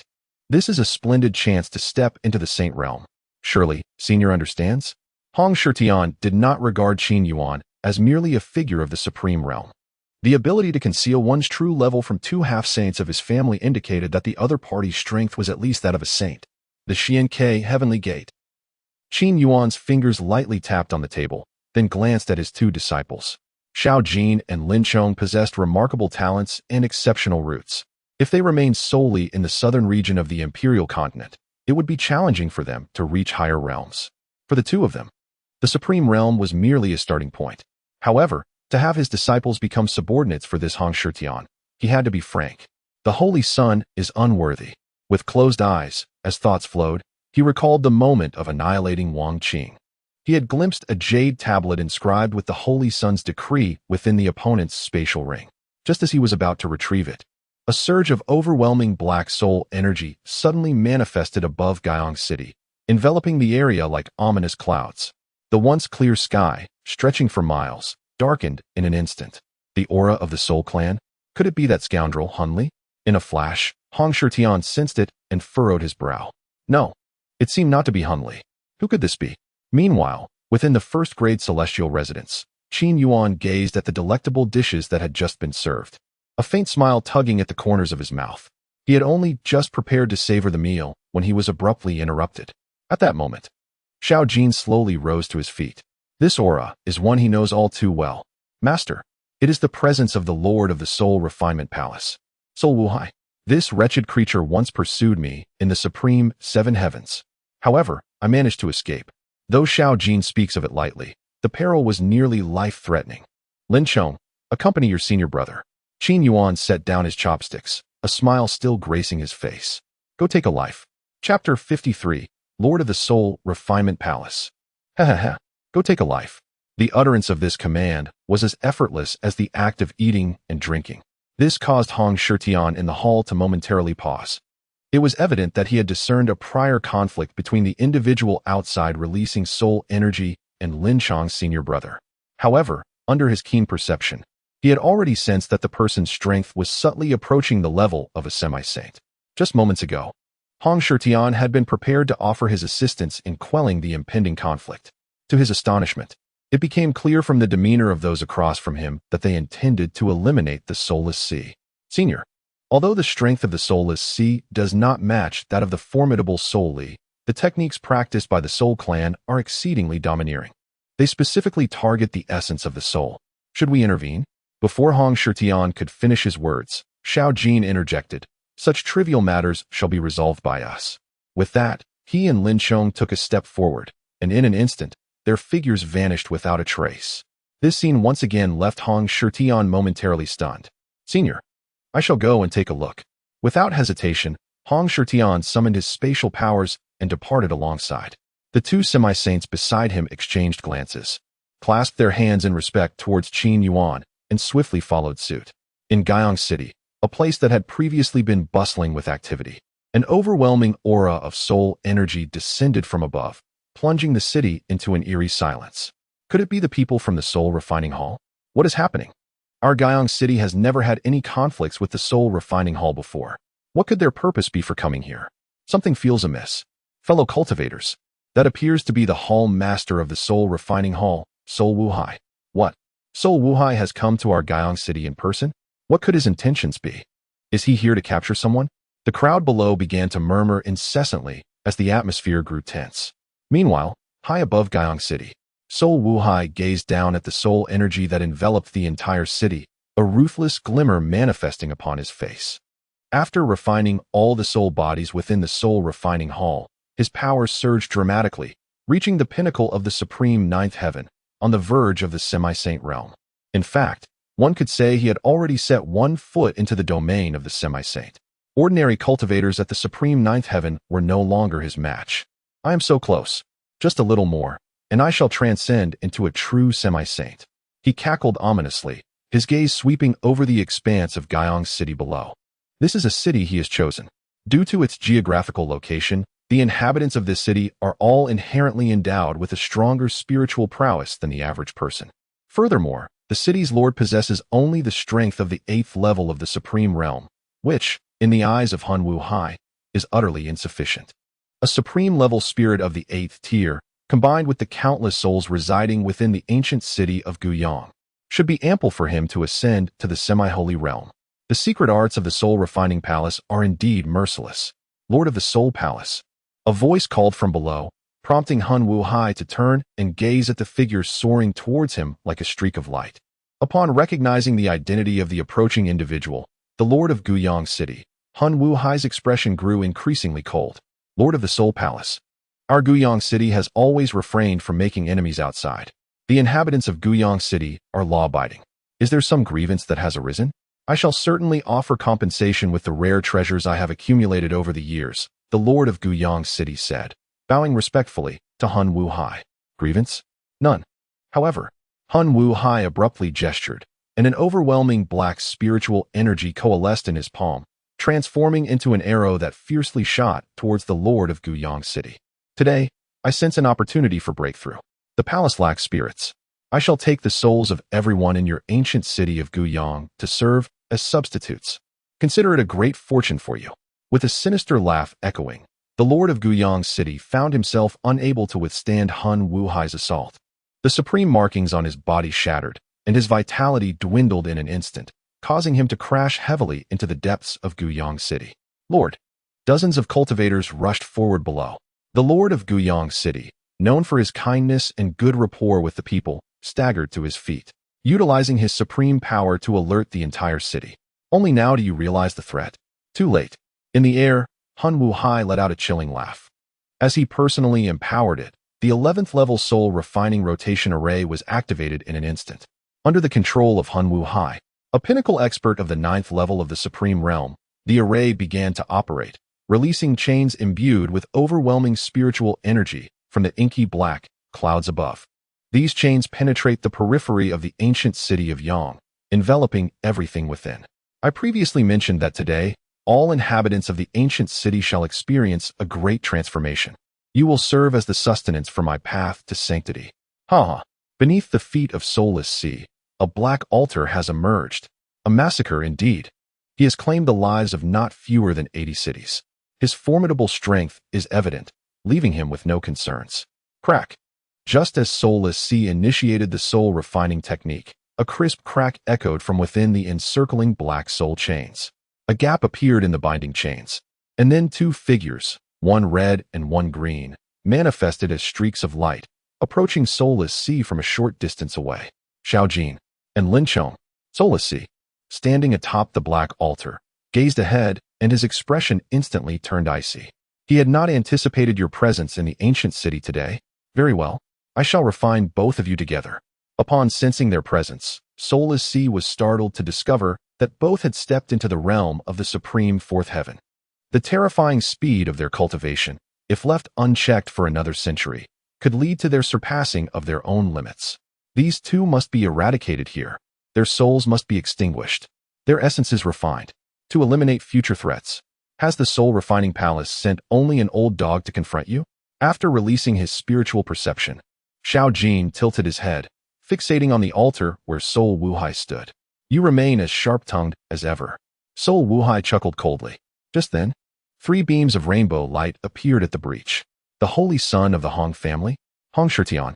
Soul Wuhai was slightly taken aback. He did not expect such commotion in Guyang City today. Let us not disturb the peace, shall we?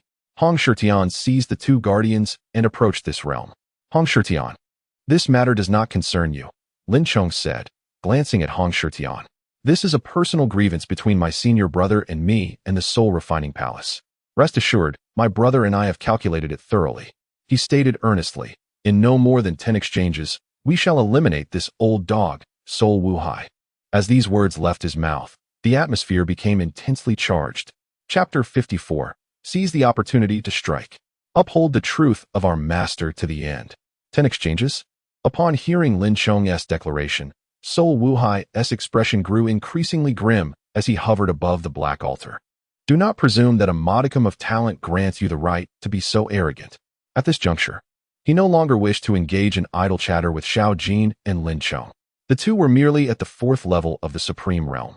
Even if they possessed the means to slay those above their rank, he was already on the brink of becoming a half-saint. Exterminating the two would be as effortless as breathing. 11-tiered Soul Refinement Rotation Array. Activate. Soul Wuhai landed atop the black altar, and with his guidance, thick black chains of blood began to emerge from the void above. Observing Soul Wuhai's serious demeanor, Hong Shitian felt a twinge of anxiety. Holy Son, what should we do? The 2 guardians of the Hong family inquired hastily. Soul Wuhai was nearing half-saint status, and their clan's methods were notoriously treacherous. If it becomes evident that Lin Chong and his brother are at a disadvantage, you must intervene immediately. Hong Shitian inhaled deeply, speaking earnestly. However, doing so would effectively place our Hong family in opposition to the Soul clan, one of the guardians uttered solemnly. So be it. Hong Shitian clenched his fists, a glint of madness flashing in his crimson eyes. Our Hong family has been suppressed by the Soul clan for millennia. We fear not this time. Indeed, Holy Son, the guardians of the Hong family, upon hearing this, ceased further discussion. They positioned themselves, awaiting the opportune moment for rescue. Meanwhile, within Guyang City, all cultivators raised their heads, observing the battle in the skies, each silently sweating in trepidation. It is Lin Chong and Xiao Jin. Among the crowd, some had already recognized the identities of the 2 figures, one clad in azure and the other in crimson. It was rumored that they had always had friction with the Soul Refining Palace, even to the point of being mortal enemies. After all, Lin Chong's vast wilderness aura and Xiao Jin's innate fire affinity were quite distinctive. Above them, the heavens churned with dark clouds, and fierce winds stirred the air. Brother, I shall go first. Lin Chong stepped into the void, his gaze as sharp as a blade. The great wilderness technique within him began to circulate rapidly, and an aura of infinite desolation enveloped him, like a sea of barrenness.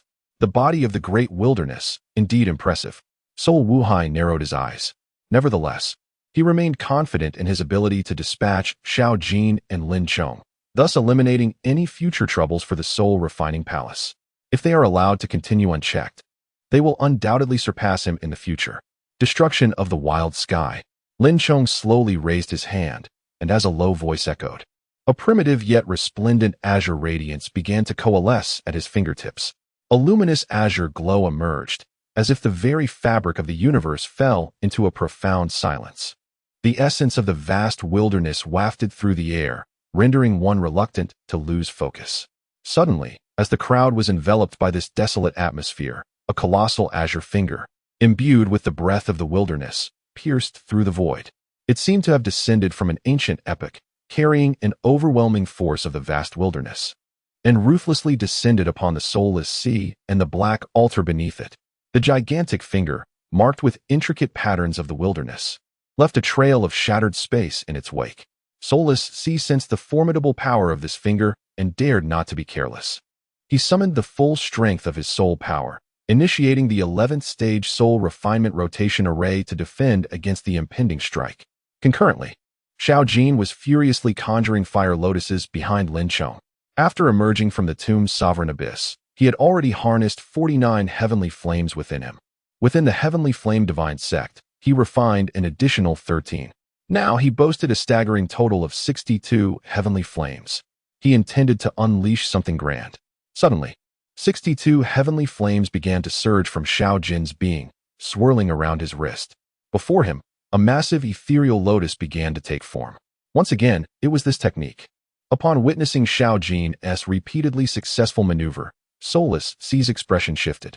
After all, many elders of the soul refining hall had met their demise beneath his fire lotuses. As he observed the sheer number of 62 heavenly flames emanating from his opponent, even Soulless Sea could not suppress a gulp. Xiao Jin, are you even human? He cursed, then commanded the black altar to rush towards Xiao Jin. In front of them, Lin Chong coldly remarked, "Can you escape?" In the next instant, the overwhelming essence of the wilderness erupted from within him. The great wilderness, celestial art. The 5 fingers of the wilderness. At this moment, Lin Chong's eyes were suffused with a deep azure hue of desolation. He raised a finger, signaling the first move. The first finger, a finger that captures heaven and earth. With a thunderous roar, an inexhaustible force of the wilderness surged forth from the surrounding space. These desolate forces incessantly formed an immense prison, advancing towards the obsidian altar, a desolate cage that ensnares the heavens and the earth. Even though Sol Wuhai has already approached the realm of semi-saint, he remains unable to break free from this desolate prison in a short span of time. "Break from me," Sol Wuhai bellowed, raising his head. The boundless soul energy around him began to surge. The iron chains intertwined even more, transforming into a colossal black dragon that gnawed at the desolate cage. The azure prison seemed to dim continuously under the onslaught. At this moment, Lin Chong offered no respite to his adversary. 5 fingers of the desolate sky. Second finger. The second finger shatters mountains and rivers. In the void, another azure giant finger materialized, this time infused with a greater force of annihilation from the vast wilderness, a torrent of pure power capable of crushing all matter. Bang! The finger struck fiercely upon the black altar, causing the ominous clouds above to tremble and churn with an overwhelming darkness. Within the altar, the corners of Sol Wuhai's mouth bled slightly, his eyes filled with disbelief. This young man proved to be as formidable as his senior brother. Gritting his teeth, he began to channel all the soul power within him. Upon witnessing this, Lin Chong launched another attack. His master had once imparted wisdom to him. In battle against a deadly foe, one must exert their utmost strength.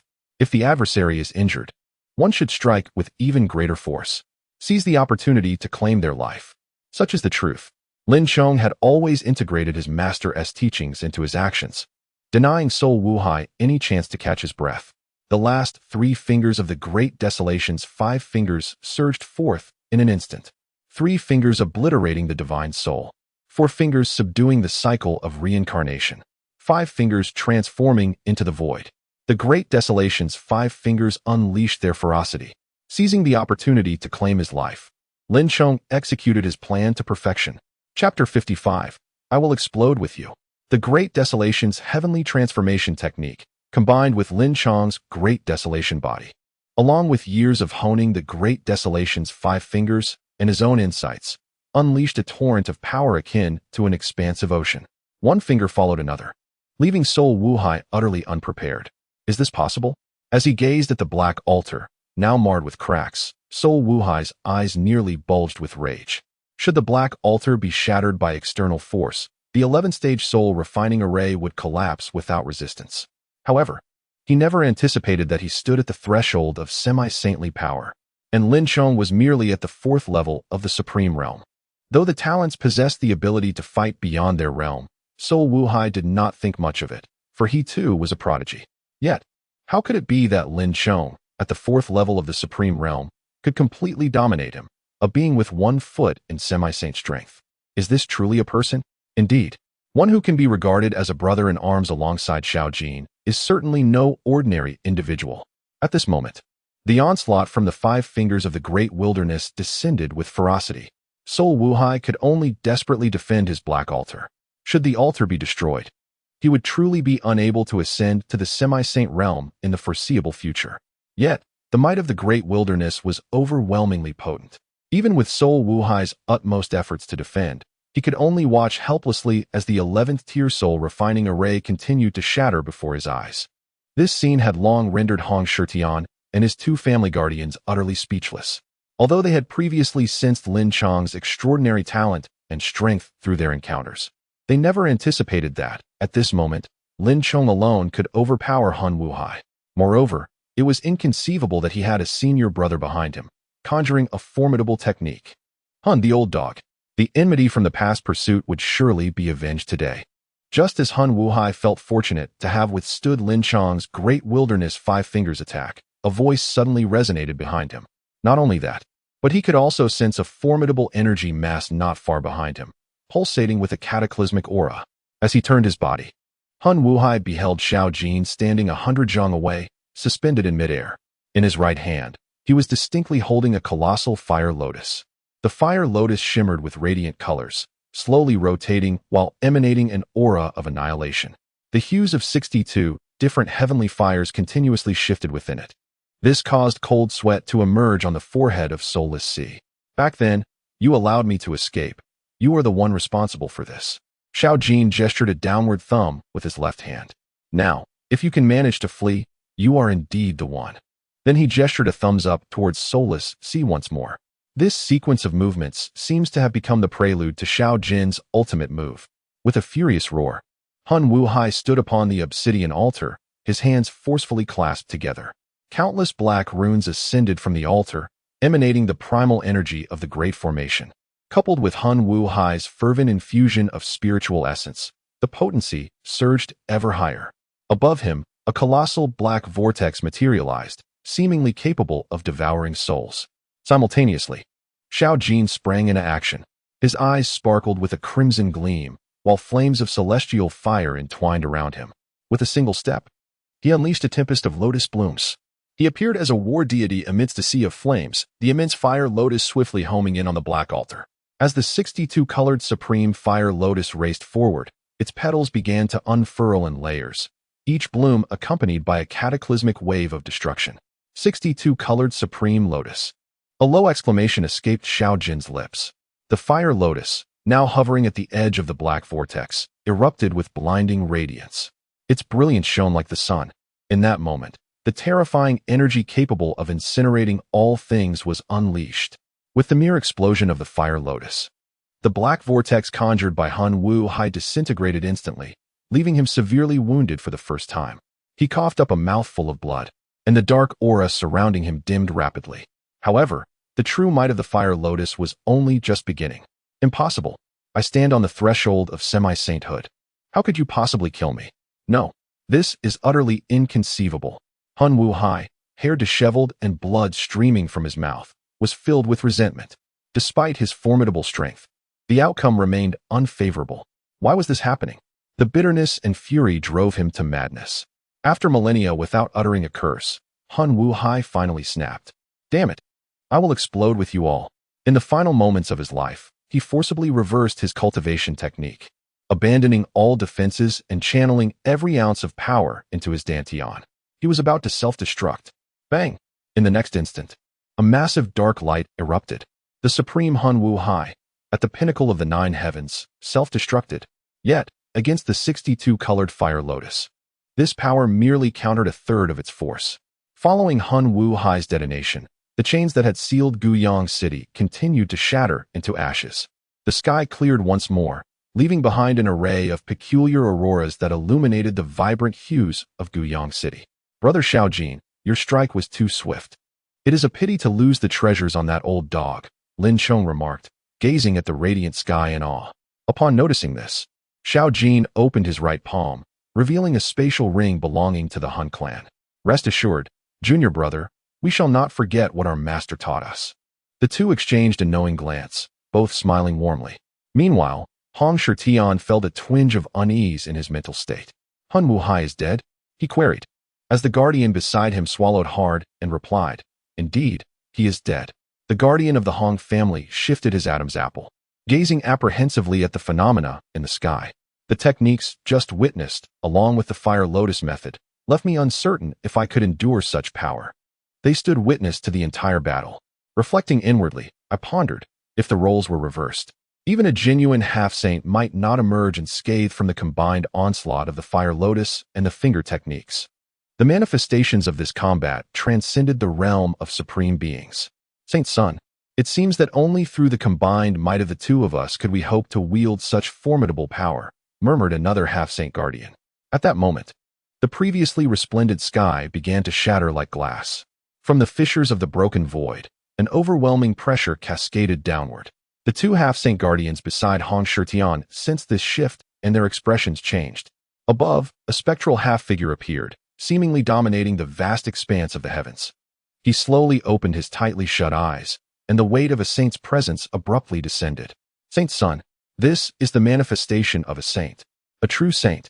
The guardians of the Hong family immediately summoned the power of the saint's resonance to aid Hong Shitian in resisting the pressure. Although the saint's manifestation did not intentionally exert its might, it was undeniably a genuine saint. In the southern region of the empire, a decree from the supreme 3 palaces of the Taishao sacred domain forbade any being of the saint realm from entering this territory. The domain lord of the southern region was the sole saint within the empire. He was also a saint dispatched from the Taishao palace. Clearly, the battle's fluctuations here surpassed the supreme level, summoning the domain lord to this location. Chapter 56. What of the saint? Handle him. A true saint. Above the ancient city of Yang, gazing at the fracturing space surrounding them and feeling the oppressive power of the saint. The eyes of Xiaojin and Lin Chong grew increasingly fervent.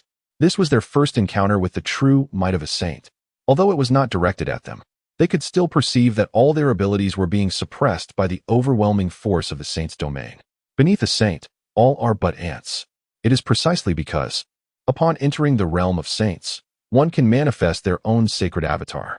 This so-called sacred avatar represents a profound understanding of the principles of a particular domain. It allows one to reveal their sanctity before others from countless miles away. It also enables instantaneous traversal across vast distances, bringing one's true form into presence. Moreover, and of paramount importance, upon stepping into the realm of saints, beyond the capabilities of manifesting sanctity, the sacred avatar, and the ability to traverse millions of miles in a single step, one possesses an ultimate means, the sacred resonance. Such a power, surpassing the very essence of heaven and earth, can only be truly mastered upon reaching the realm of the saints. The martial techniques unleashed through the force of sacred resonance will possess a potency hundreds of times greater than that of spiritual energy. This elucidates why a sage can effortlessly vanquish a half-sage, although this formidable pressure may not even compare to a single hair of his master. It undeniably exerts a certain degree of oppression.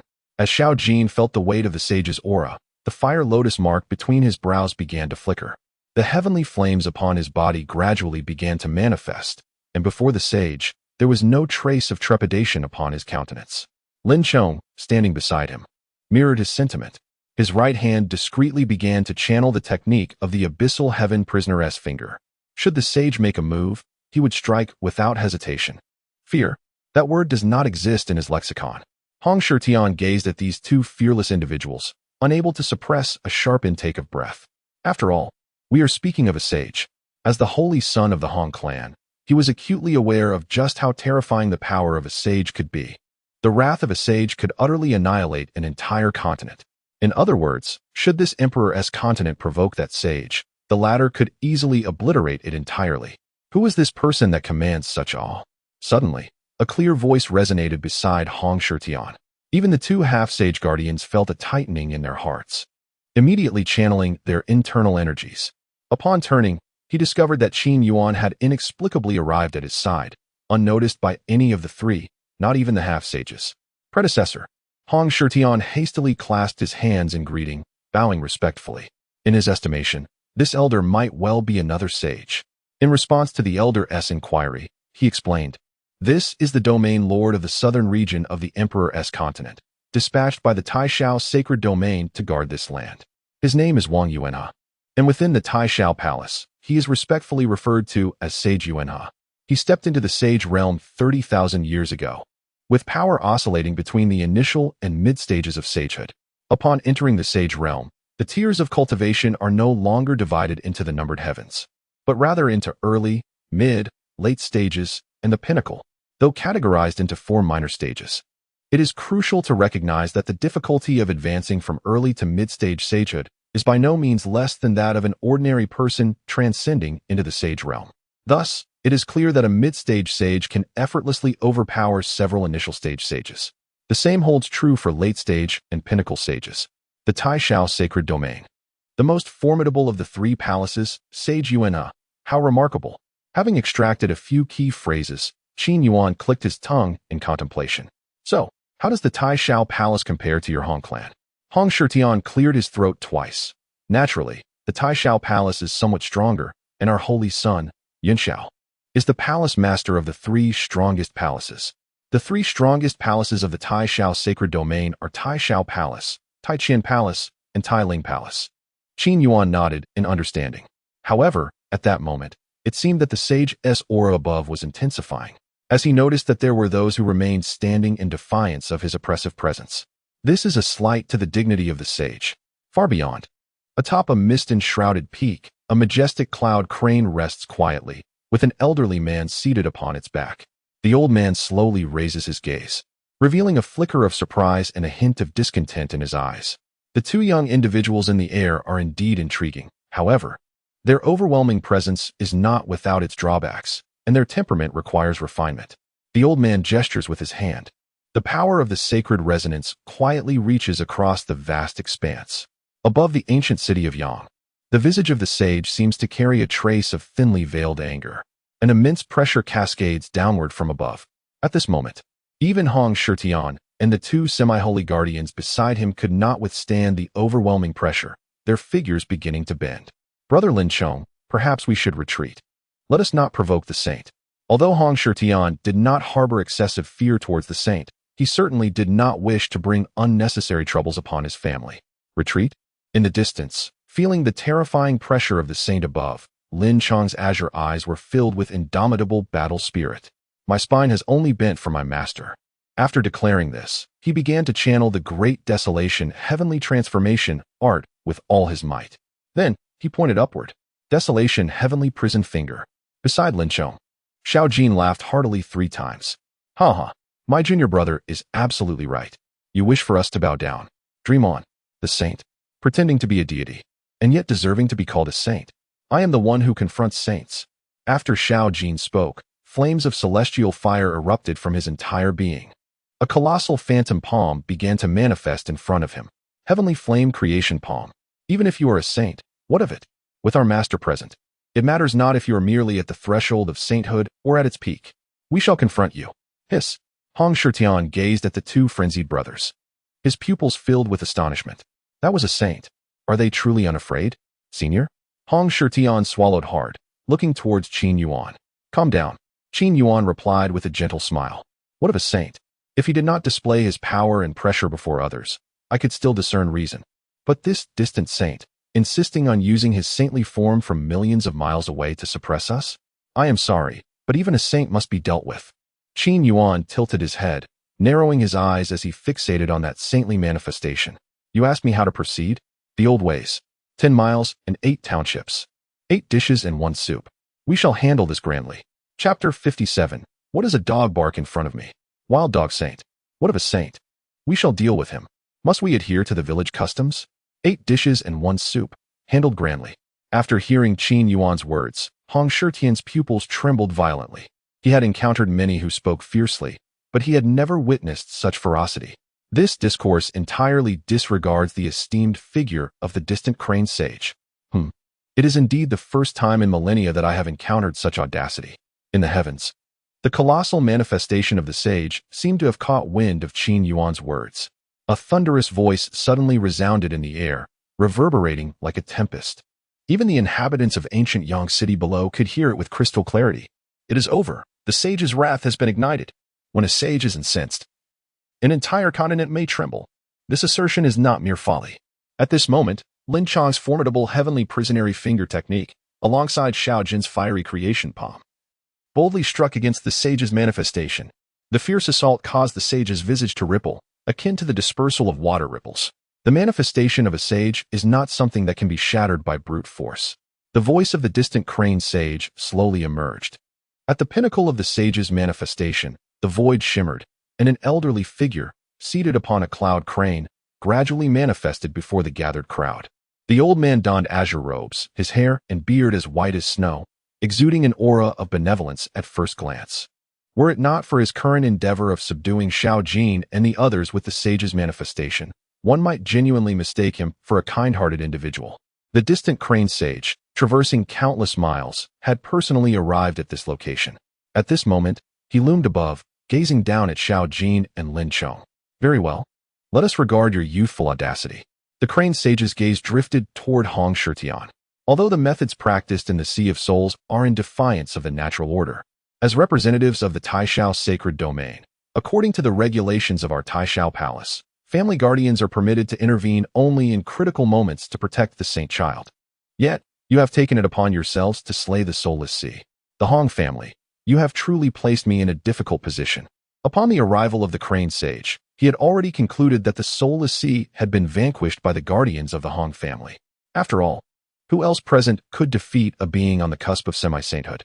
Crane sage, you have misunderstood. Just moments ago, the guardian of the Hong family merely cleared his throat. However, as this guardian prepared to elucidate the situation, Hong Shitian suddenly stepped forward, speaking softly. Crane sage. It was I who commanded the family guardian to eliminate the soulless sea, for he activated the cruel soul refining array against me. Upon hearing this, the crane sage's eyelids lowered slightly. The weight of the sage's presence bore down upon Hong Shitian in an instant. The 2 guardians beside him, witnessing this, swiftly employed their sacred resonance to shield against the pressure, yet to no avail. The 3 could only perceive an insurmountable mountain before them, descending with tremendous force. Hong Shitian, though you are the esteemed saint child of the Hong family, do not forget that you represent your family in the Saint Child Cloud Summit. Your purpose in coming to this continent is to seek opportunities, not to engage in slaughter. According to the rules of the Saint Child Cloud Summit, you must surrender your Saint Child token, the crane sage stated indifferently. Saint Child, the 2 guardians of the Hong family exclaimed in alarm. This is a once-in-50,000 years event. The Sacred Sun's Cloud Summit. For every family, it represents an immense opportunity. Which family can withstand the test of 50 millennia? Thus, the Hong family must infuse new blood into its lineage. Hong Shitian is the carefully nurtured sacred son of the Hong family and is the most formidable among his peers. All members of the Hong family have placed their lofty hopes on him. At this moment, they cannot afford to lose their right to participate in the Sacred Sun's Cloud Summit due to this incident. Silence. I am aware of the situation. Hong Shitian turned his gaze towards Xiao Jin and Lin Chong, knowing that he was about to embark on a monumental gamble. Even if he reluctantly participated in the Sacred Sun's Cloud Summit, he could not secure the first place.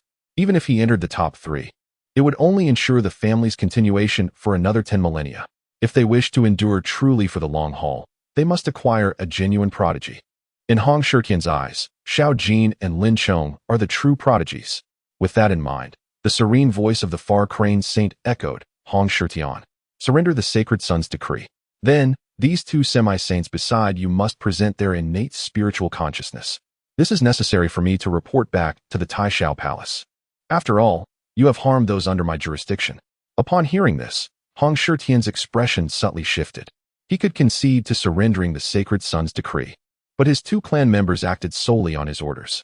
Before Hong Shirtian could finish, the amiable expression of the far crane saint began to grow increasingly frigid.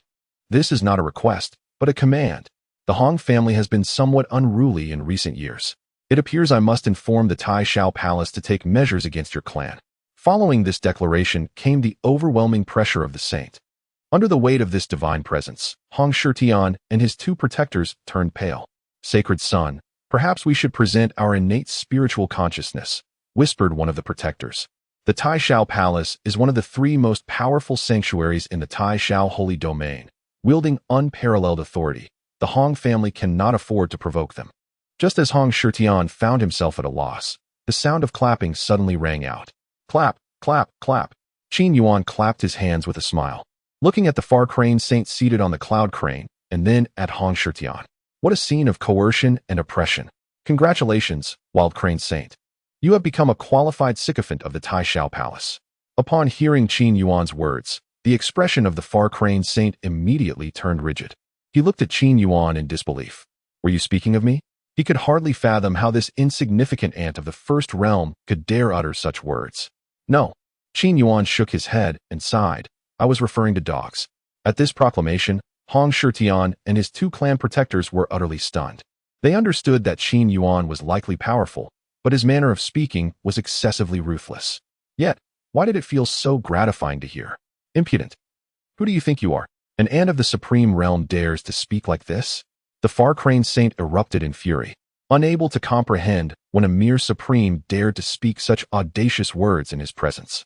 As the lord of the southern domain of the Emperor continent, you allow the soul refinement hall to harm the innocent. If we were not here today, the ancient Sun City would have already turned into a ghost town. To speak frankly, Qin Yuan shook his head. Even a dog could manage better than you. Also, why do you bark in my presence? I observe that your spiritual sea is shallow, your saintly essence superficial. Do you even qualify to call yourself a saint? With your realm built upon the consumption of drugs, do you dare to present yourself as a holy figure? You are not even a thing, for a thing cannot cultivate, right, wild dog saint? Hearing their master speak, Xiao Jin and Lin Chang's faces brimmed with pride. Their master's power was not only boundless, but his verbal prowess was also terrifying. They had never witnessed anyone who could contend with their master's sharp tongue. Indeed, the far crane saint, seated upon the cloud crane, trembled with rage at these words. It seemed he was on the verge of making a move. Chapter 58. The True Five Fingers of the Wild Heaven. What did you just call me? The far crane saint, perched upon the back of the cloud crane, was nearly unable to contain himself. Who was he? He was the sole saint of the southern domain of the Emperor continent.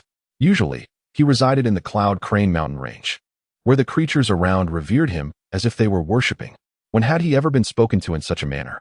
In fact, the far crane saint could hardly believe that someone actually dared to insult him so brazenly. Is this life becoming tiresome? Indeed, after achieving sanctity, one's intellect appears to dull. Must I repeat my reprimands? I declare you a wild dog sage. Do you comprehend? Qin Yuan is nearly at a loss for words. You, utterly audacious. The sage of distant crane manifests his overwhelming presence. At this moment, the sage atop the back of the cloud crane could no longer restrain himself.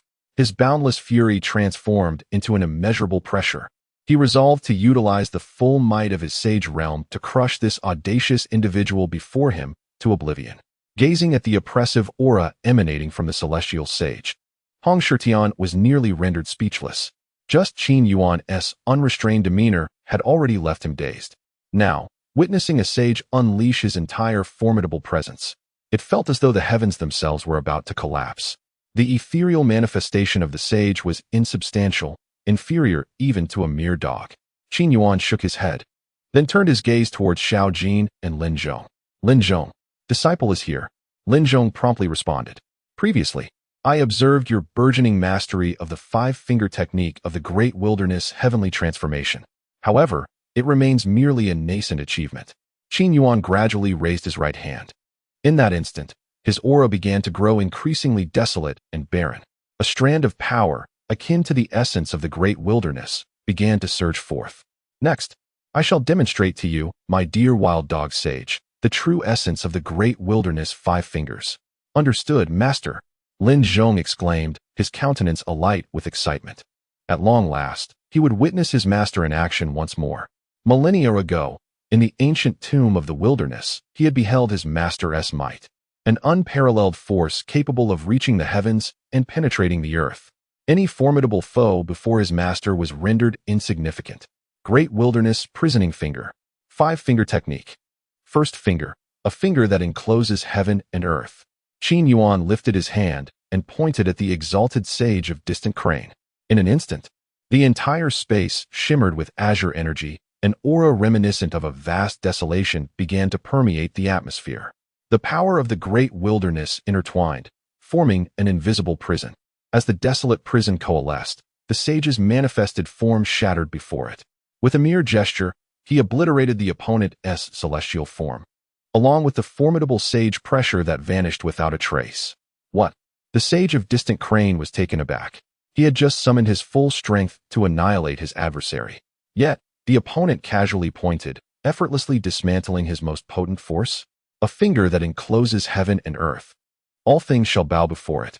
With a mere gesture, it felt as though an invisible hand gripped the universe with tremendous force. The very fabric of space stood still, and time itself seemed to freeze. No technique could evade the confines of this prison. Qin Yuan gazed at the distant figure of the saint of the crane and pointed once more. With the second finger, mountains and rivers shattered, and the cosmos returned to the void. In the emptiness, a second colossal azure finger materialized in an instant. Upon this colossal fingertip lies an intricate tapestry of desolation, etched with the insignia of barren power, imbued with the capacity to reduce all existence to mere remnants. Crack! The fabric of space could no longer withstand such terrifying force, fracturing inch by inch. At this moment, the ethereal energies of this realm began to converge with wild fervor. As the space shattered and the mountains crumbled, it seemed as though the very balance of the cosmos was disrupted by the influence of this singular digit. In this realm, it appears that everything is tilting beneath a mere finger. The very fabric of space begins to shatter, with fissures in the void voraciously consuming the surrounding area. Spreading like a spider's web in all directions, mountains and rivers are shattered. The cosmos returns to chaos. It is in this moment that the distant crane sage realizes he is utterly unable to harness the powers of the surrounding universe. In other words, at this instant, all the spiritual energy, laws, spatial essence, and divine resonance within this space have been completely commandeered by the other party. Who, indeed, is this individual? This power surpasses that of the supreme being by far. A sage? Even a sage could not possess such formidable might. The sage of distant crane swiftly channeled the spiritual energy within his body, utilizing the primordial blood of a sage to forcibly shield himself, striving to prevent his form from being torn asunder by the rifts of the void. Elder, I acknowledge my mistake. I shall depart immediately. As the sage of distant crane realized that the protective blood was depleting at an alarming rate, panic finally set in. Qin Yuan cast a glance at the sage of distant crane and then addressed Lin Zhong, saying, "Disciple, observe closely.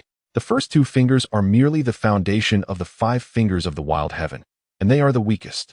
The latter 3 fingers, however, are the true lethal techniques." Upon finishing his words, Qin Yuan extended his 3rd finger. 3 fingers extinguished the divine soul, with no path of return to the yellow springs. At this moment, as the 3rd finger slowly extended, a dim radiance began to emanate from its tip. These radiances do not emanate from the mortal realm, but rather from the depths of the underworld. They are infused with a power that hails from the abyss of hell. This finger, unlike the previous 2, does not exude a grandiose aura. Instead, it possesses an eerily silent presence. Yet, the enigmatic power contained within this digit is sufficient to freeze space and suspend time itself.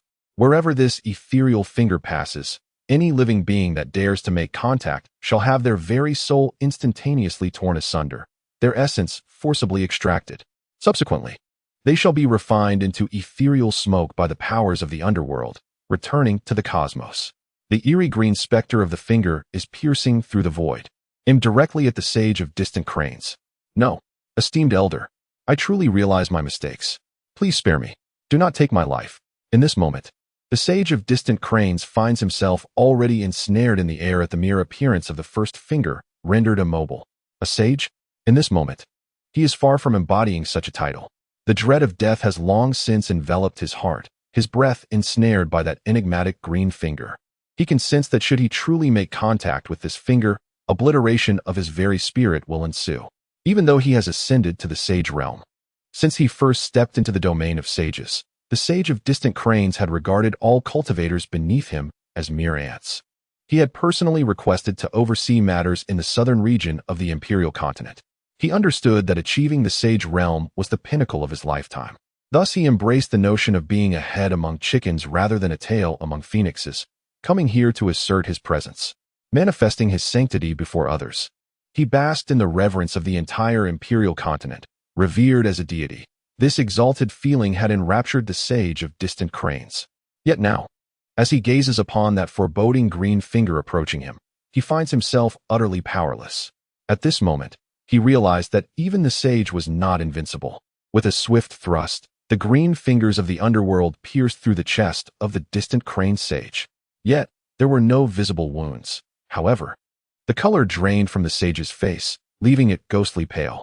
The essence of his being was dissipating, the sage's body was collapsing, and the power of his spirit was fading. Merely from these initial 3 fingers, he was already ensnared in a fatal predicament. Yet, at that very moment, Qin Yuan's 4th finger followed closely behind. After all, he had yet to fully demonstrate the true essence of the 5 fingers of the wasteland to his disciple. Chapter 59, The River of Reincarnation. The 5 fingers of the wasteland. The 4th finger. The 4 fingers restrain reincarnation, life and death unbound by heaven. As Qin Yuan's 4th finger slowly rose, the entire realm seemed to dim, and wisps of the most ancient principles began to manifest. The power of reincarnation began to reveal itself. Suddenly, it was as if a gap had opened from one end of the firmament to the other. A celestial river appeared above the heavens. Within the river flowed brilliant colors, and the water was suspended upside down against the dome of the sky. Such an eerie spectacle allowed all beings within the Empire continent to behold. The waters of this celestial river were not true currents, but rather woven from countless glimmers of souls. The shimmering waters of souls seemed to reflect all the wonders of the world. On either side of this celestial river, there appeared to be no fixed boundaries. The waters did not produce a clattering sound. Instead, they emitted a deep hum, resonating with ancient and mysterious whispers. This is. The distant crane sage gazed at the boundless celestial river, suspended high in the sky. As a sage, he naturally understood what this was. Indeed, there exists a river of reincarnation. His pupils filled with dread. For countless millennia, he had never felt such fear as he did now. He had perused ancient scrolls within the Taishao Palace, which contained fragments of records from epochs long past. These scrolls had mentioned snippets regarding the river of reincarnation. However, since no one in later generations could unlock the river of reincarnation, this account had been dismissed as mere legend from ancient times. Yet now, as the distant crane sage beheld the celestial river hanging in the firmament, he comprehended the truth. The very person he had targeted possessed the power to traverse heaven and earth. Holy Sun, this is extraordinary. This is truly the river of reincarnation. Beside Hong Shitian, the 2 semi-saints could no longer contain their exclamations, their astonishment overwhelming. The river of reincarnation. As the holy son of the Hong family, Hong Shitian had also perused ancient texts and understood from the fragments what the river of reincarnation symbolized. In this realm, every being that awakens the essence of wisdom is inherently marked by the imprint of reincarnation. This mark, ethereal and elusive, defies comprehension. It is beyond exploration, beyond capture, beyond scrutiny. In other words, to unlock the essence of intelligence, one must first possess the mark of reincarnation. The celestial river shatters into the void. As causality binds the turbulent waves like chains, the golden gate of destiny breaks the eternal night as the tides of ancient calamity swirl in the cycle of reincarnation. The nearby half-saint gazes in horror at the suspended river of reincarnation in the sky. Within that flowing water, each droplet represents a being caught in the cycle of rebirth. Bang! As the river of reincarnation manifests, the distant sage, unable to withstand its power, is obliterated into nothingness. Among the remnants, a faint blue mark pulsates incessantly. The mark of reincarnation. The voices of the two half-saints beside Hong Shirtian began to falter. Their gazes towards Qin Yuan had irrevocably changed. This esteemed predecessor possesses the ability to manifest the mark of reincarnation. What terrifying power is this?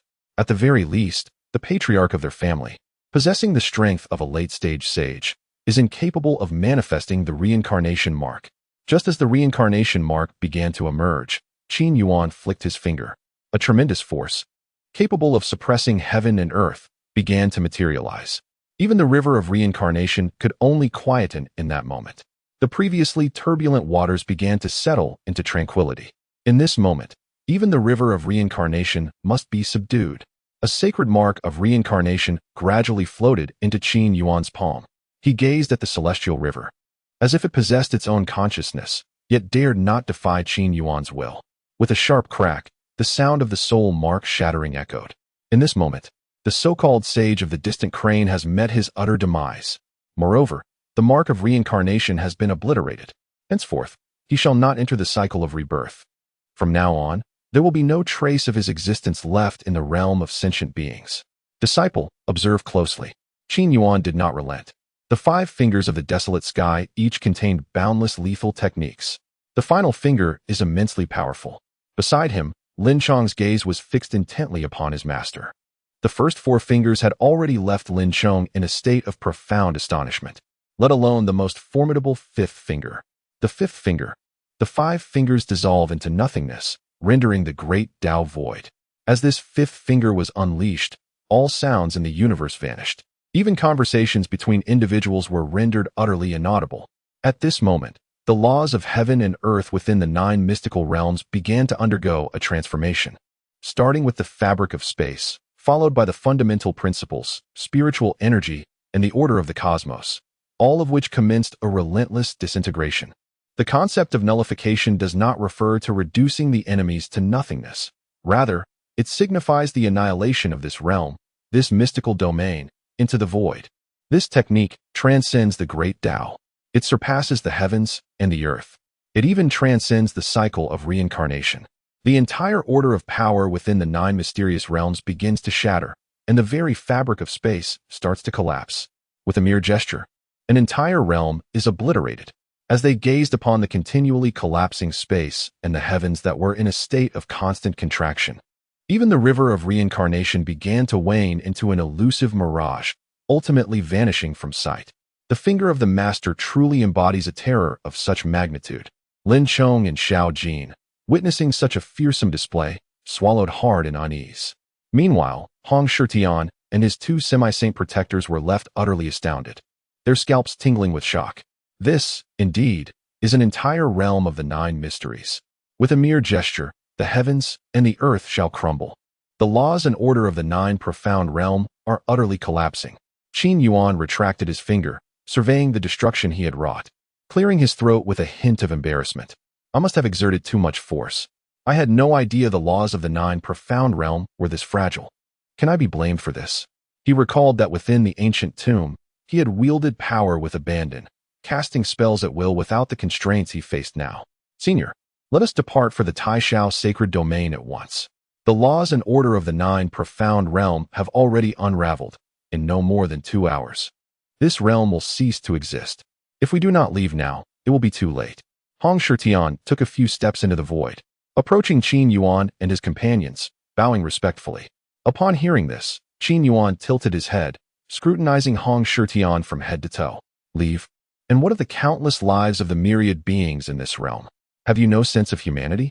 Hong Shirtian stood momentarily stunned, gazing at the surrounding space, which was fracturing inch by inch, the laws and order dissolving into chaotic void. Can this be managed? It's not as if any of us are devoid of humanity. So, does the senior mean that Hong Shirtian is utterly bewildered? Repair it before proceeding. Qin Yuan waved his hand and sighed deeply. The collapse of the laws and order, the disintegration of the forces of heaven and earth, the fragmentation of time and space. Can this truly be mended? Hong Shirtian and the two semi-saints beside him were at a loss for expressions, their faces frozen in shock. Qin Yuan glanced at the three of them, observing the vast areas around them that had transformed into profound voids. He chuckled softly and remarked, "It's merely a matter of reshaping the heavens and the earth. Isn't it just a matter of skill?" Chapter 60. The great power that governs the heavens and the earth. Reshaping the heavens and the earth, merely a matter of skill? Hong Shirtian and the two semi-saints were utterly perplexed as to how to respond to Qin Yuan. This is truly a transformation of the heavens and the earth. Although the Nine Xian realm may not be the pinnacle of all domains, it is by no means feeble. If one wishes to reshape this realm, their strength must at the very least surpass that of a sage. In the minds of Hong Shirtian and his companions, even the peak of sagehood would be insufficient to accomplish such a feat at this moment. Qin Yuan took a deliberate step forward. In an instant, he ascended to the heights of the sky, standing firm in the void. Gazing upon the fracturing expanse of the Nine Xian realm, he exhaled deeply. In the next moment, an inexplicable wave of energy emanated from Qin Yuan, radiating outward in all directions with a speed akin to that of a fleeting thought. A faint, pale wave of energy surged forth, causing the shattered dimensions it traversed to appear as if they had been frozen in time, exhibiting a bizarre stillness. The source of chaos? Upon sensing this milky white wave, the minds of the two guardians beside Hong Shirtian felt as though they had been struck with tremendous force, akin to a grinding stone. The shock rendered their body hair standing on end. If there exists a power capable of mending fractured planes, it can only be the chaos that transcends the very fabric of these dimensions. They could never have anticipated that within Qin Yuan resided such a terrifying essence of chaos. Is this still a person? At this moment, Qin Yuan gazed at the stilled space around him, and then his fingers began to curl as if grasping something intangible. In an instant, tendrils of milky white primordial chaos began to flow forth.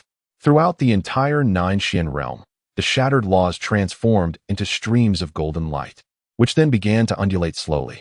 From the rift in the heavens above, the sharp sounds of intertwining laws, space, and order emerged, as if resonating from the depths of the void. This is the voice of the universe being intricately woven anew. At this moment, Qin Yuan, with his left hand, slices through the void.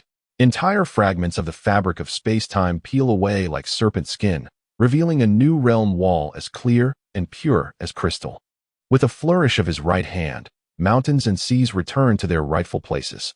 In that instant, the entire Nine Xian realm begins to crystallize like a painting, with Qin Yuan embodying the artist wielding the brush, freely unleashing strokes with his wolf hair brush.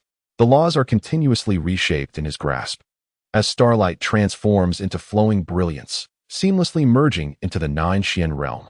Meanwhile, the chaotic energy morphs into a liquid silver luminescence, winding its way through the cracked celestial expanse of the Nine Xian realm. Wherever it flows, everything is ceaselessly mended and restored. Thud, thud, thud. At this moment, it seems that the very pulse of the earth begins to resonate from afar. Qin Yuan squints slightly. Behind him, a duality of black and white, the yin-yang symbol, gradually emerges. In an instant, an overwhelming and unparalleled force transcends chaos and the great path. Qin Yuan slowly raises his right hand. His voice is clear and brimming with power. With a gesture, he calls upon the stars to mend the heavens, unraveling clouds and weaving the fabric of existence. The essence of the abyss calms the shattered mountains and rivers, while chaos condenses light to reverse the cycle of reincarnation. Steady, a voice as vast as the ocean, enveloped in supreme might. With the final declaration, the Nine Mysterious Realm solidifies in an instant. It restores to its original state, even more stable and robust than before. The forces of heaven and earth are now 100-fold more vibrant. The ability to manipulate the very fabric of existence, wielding terrifying power that can reshape the cosmos. At this moment, Hong Shirtian and the two semi-saints beside him recognized that they had indeed encountered a formidable and terrifying power. Simultaneously, they felt an immense relief. It turned out that their arrival in the southern domain of the Emperor continent had truly brought them great opportunities. This remarkable chance was the opportunity to meet an extraordinary predecessor like Qin Yuan. Lin Chong, do you see? The 5 fingers of the wild heavens. If you cultivate it to a minor success, you can slay a sage. If you master it to a great success, you can annihilate space. Qin Yuan instructed as he approached Lin Chong and Xiao Jin. I am honored to receive your guidance. Lin Chong replied earnestly, nodding gravely. Xiao Jin, do not lose heart. Qin Yuan then turned his gaze to Xiao Jin. The burning heaven technique can absorb all the fires in the world. You have only integrated a few flames, which merely signifies your nascent stage. I have sensed that there is no heavenly fire left in the southern domain of the Emperor continent. However, there must be plenty within the Tai Shao holy domain. Upon hearing this, Xiao Jin promptly responded, yes, I shall endeavor to seek out heavenly fire and absorb all the flames in the world. Indeed, Qin Yuan said with a gentle smile, pleased to see his two disciples so eager to improve. Hong Shitian, Qin Yuan beckoned, causing Hong Shitian to startle and rush to stand respectfully before him. Predecessor, please command. You took a bold gamble by stepping forward and assuming responsibility, Qin Yuan remarked with a smile as he regarded Hong Shitian. Your recent actions align perfectly with my preferences. Earlier, you expressed a desire to call me your master and join you in participating in that so-called Saint Sun Yunxiao challenge, correct? Yes, esteemed predecessor. Hong Shitian nodded excitedly. Then forget it. Qin Yuan waved his hand dismissively. My disciples are accustomed to high aspirations. They will not be subservient to others, even as mere aids. Hong Shitian cleared his throat and repeatedly expressed, I dare not presume. I was indeed presumptuous earlier. Upon reflection, with such an illustrious master, how could his disciples be willing to serve as mere henchmen? Nevertheless, Qin Yuan flipped his palm, revealing a square token that appeared in his hand. The token bore the character for Saint Sun, exquisitely crafted.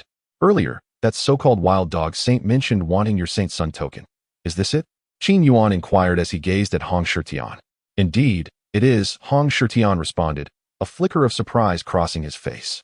There are only 7 Saint Sun tokens in total. Only those in possession of a Saint Sun token are qualified to participate in the Saint Sun Yunxiao challenge. Moreover, there exists an unwritten rule. The challenge recognizes only the token, not the person. Hence, the wild crane saint sought the token I possess. Predecessor, where did this Saint Sun token of yours come from? Qin Yuan casually toyed with the token in his hand, saying, oh, I acquired it from a rather inconspicuous Wang Qing after eliminating him and rummaging through his spatial ring. At this revelation, Hong Shitian was momentarily taken aback. Wang Qing, the Saint Sun token? He swallowed hard and hastily retrieved a square jade from his spatial ring.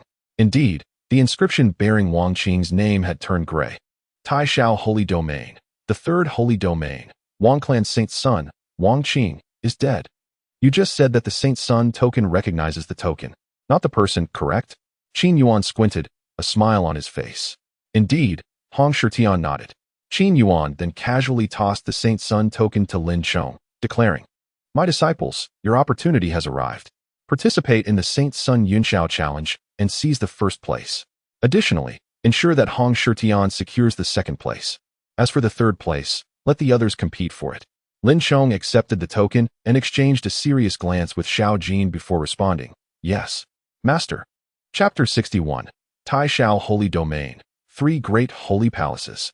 Observing Lin Chong and Xiao Jin, who had taken possession of Wang Qing's Saint Sun token, a semi-saint guardian beside Hong Shitian could not help but interject, esteemed predecessor. If your disciples appear at the Yunxiao challenge with this token, the Wang clan will undoubtedly recognize it as Wang Qing's token, and they may hold a grudge against them. In response, Hong Shitian answered on behalf of Qin Yuan. Do you believe that esteemed predecessor fears the Wang clan? Upon hearing this, the semi-saint protector suddenly came to his senses, repeatedly striking his own head and exclaiming, indeed, indeed. Forgive me, esteemed senior, it was I who overthought the matter. This formidable senior possesses the extraordinary power to reshape the very fabric of the universe. Qin Yuan chuckled, waving his hand dismissively.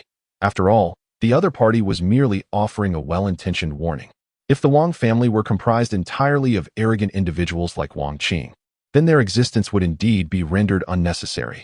In a single phrase, the fate of the Wang family had been sealed. Hong Shitian could only shake his head in silent concern. Let us hope the Wang family does not court disaster. Otherwise, they might find themselves in dire straits. Master, when shall we set forth? Lin Chong inhaled deeply, his desire for strength intensifying upon witnessing his master's formidable display of the heavenly 5 fingers, an ability that far surpassed his own. The top 3 contenders in the St. Sun Yunshao arena could step into the mysterious Xianke Gate, a threshold accessible only to those of semi-saintly stature. Within this Xianke Gate lies unparalleled opportunity for every cultivator. He had encountered accounts in ancient texts that spoke of extraordinary prodigies who, through immense fortune, entered the Xianke Gate while still in the mid-stages of supreme cultivation. Upon emerging, their powers were no less than that of a semi-saint, with some even achieving the realm of a saint. Such an opportunity must not be squandered. We shall depart at dawn. Qin Yuan smiled softly before returning to the first-class immortal abode within Guyang City, as he had yet to finish savoring the exquisite 3-yuan chicken. Thus, the entire 9-Xian realm remained in a profound silence, overshadowed by the fearsome might of that individual capable of rewriting the world's very coordinates. Meanwhile, Qin Yuan himself sat at a table within the first-class immortal abode, leisurely gnawing on a chicken leg and sipping fine wine, embodying the essence of one who, having accomplished his goals, discreetly withdraws, concealed in both merit and fame. The Taishao Sacred Domain. This place is situated at the confluence of numerous plains, forming a realm of its own. The spiritual essence of this land is markedly more potent than that of other planes. Consequently, the myriad of beings inhabiting this realm is significantly more abundant. The population of the human race alone has reached several trillion. Furthermore, within the sacred domain of Taishao, there exist various other smaller spatial realms. These realms are interconnected, either occupied by formidable sects or claimed by various demon tribes, beast clans, or other sentient races. Nonetheless, within the Taishao sacred domain, humanity remains predominant.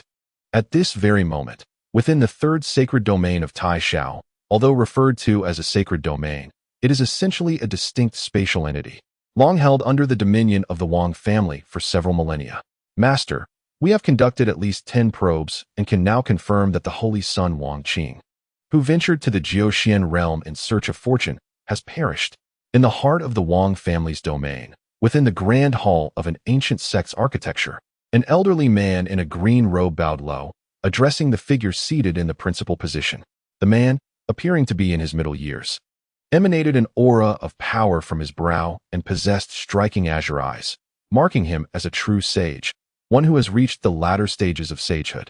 My son, has he truly met his end? He did not even employ the life-preserving measures I provided.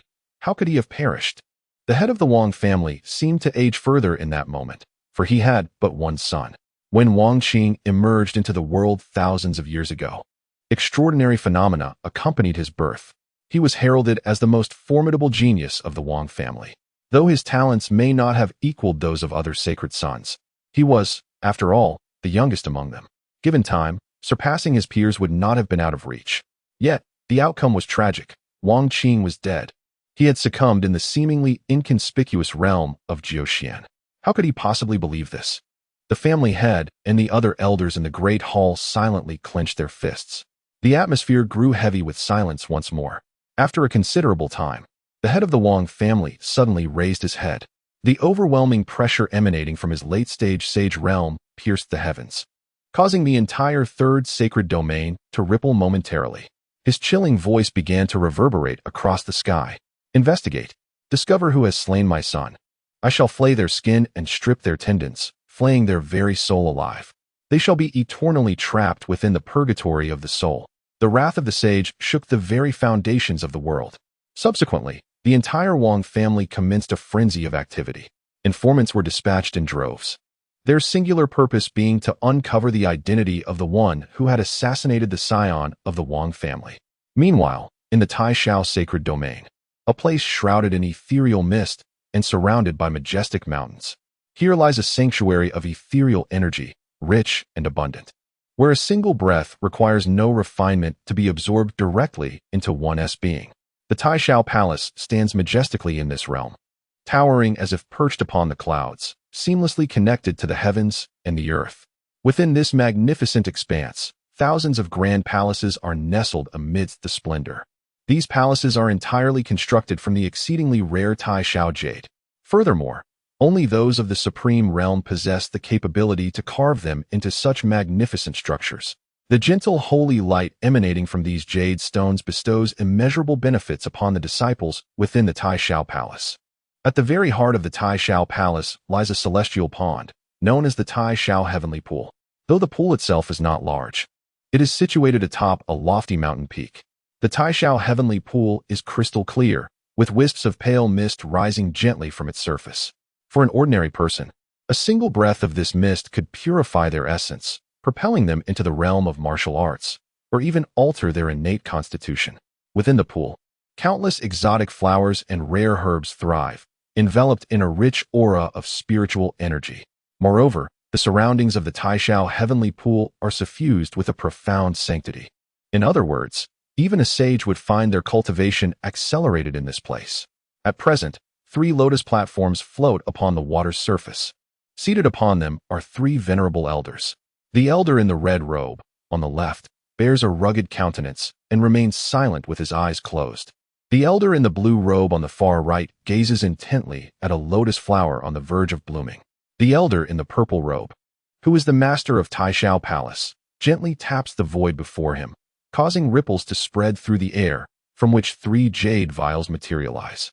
Celestial lotus elixir. Please, partake, the purple-robed elder says with a light-hearted smile as he strokes his beard. The blue-robed elder, smiling, accepts the elixir and begins to savor it.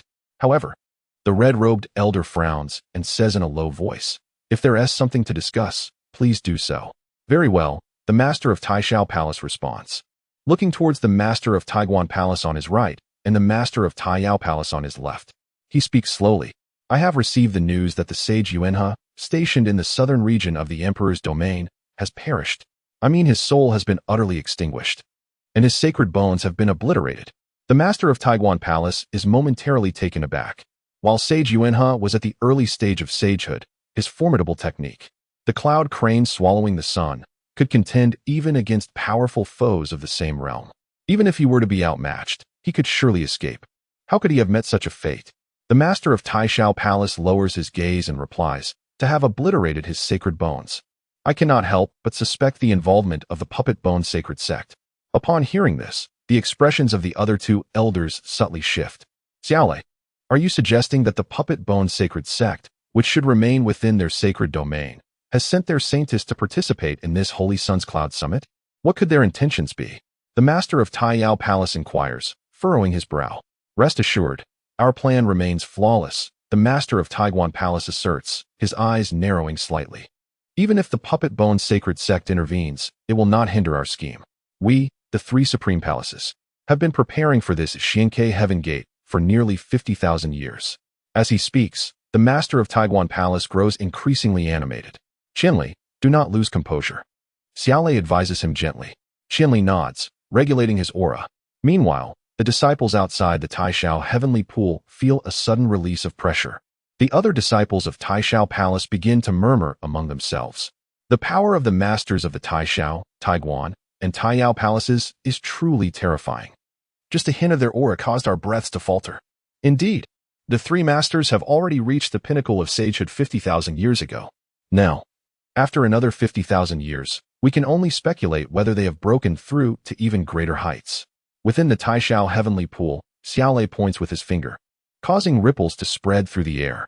Subsequently, a glass fish tank appears, within which a yin-yang koi swims gracefully. "Qinli Yaolai, this upcoming Holy Sun's Cloud Summit presents a tremendous opportunity for the 3 of us," Xiaolei states slowly. The koi continues to swim, and only when another koi approaches will it reveal its true form. In other words, Xiaolei gazes at the koi, a glimmer of greed in his violet eyes. "We shall soon have the chance to acquire a second yin-yang koi. At that time, we can precisely locate the Su Mi Zijia pearl." As he speaks, Xiaolei's breath becomes heavier. The other 2 elders' eyes also gleam with anticipation. As the masters of Tai Shao, Taiguan, and Tai Yao Palaces, they reached the pinnacle of sagehood 50,000 years ago, and now they have attained ultimate perfection. No amount of cultivation can elevate them further. To shatter the chains of sagehood, they must rely on such formidable treasures from the heavens and earth. If they can find and refine the Su Mi Zijia pearl, breaking through that barrier will be a mere formality. Although the 3 supreme palaces are the foremost sects within the Tai Shao sacred domain, they have come to realize that this domain is but a drop in the ocean of the vast universe. Meanwhile, as the 3 supreme palaces conspire regarding the Xianke Heaven Gate, in the Taishao sacred domain, in the skies above an ancient city. The fabric of space suddenly shatters like a mirror, and two figures step forth. The man on the left appears somewhat delicate, resembling a gentle scholar, clad in flowing azure robes. Beside him walks a young man in black. "Brotherly, are you truly certain that you have not misinterpreted the signal this time?" The young man in black queries with a hint of exasperation. "Absolutely. My master has stated that once I surpass the pinnacle of sagehood and reach a higher realm, I will be able to resonate with the river of reincarnation. This direction cannot be wrong." The azure-robed young man's gentle features are alight with indescribable excitement. The river of reincarnation has emerged. Seeing his fervor, the black-clad youth can only shrug resignedly, for he has heard such claims numerous times before. Yet, the more fervently he asserts it, the young man in black grew increasingly intrigued by the master spoken of by his companion. What formidable power could cultivate a being as terrifying as Li Ruoshui? In merely a few tens of thousands of years, he ascended from the realm of an ordinary cultivator, crushing through obstacles as if they were non-existent, ultimately reaching the pinnacle of the saint realm a mere 10,000 years ago. Recently, he even transcended the shackles of that peak, entering the even loftier great saint realm. Before a great saint, even a saint must bow in submission. What astonishing talent! He eclipsed the prodigies of their world. "Brother Fong, you truly need not accompany me," Li Ruoshui remarked, gazing at the man in black and exhaling softly. "Absolutely not." Fong Emo waved his hands repeatedly. "My family has meticulously calculated the celestial mechanisms, expending the accumulated power of our clan over thousands of years, and determined that merely following in your wake guarantees grand opportunities. Thus, Li Xiong, I am resolutely sticking by your side."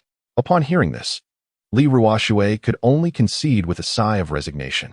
"Then where shall we go now?" Fong Emo inquired. "I do not know. A day ago, the aura of the reincarnation river vanished," Li Ruoshui replied, shaking his head helplessly. "Were it not for the cultivation technique bestowed upon me by my master, related to the river of reincarnation, I would be unable to sense the celestial river." Fong Emo, seemingly having anticipated this, smiled and said, "I knew it. Therefore, before we set out, I inquired about the Taishao holy domain from my family.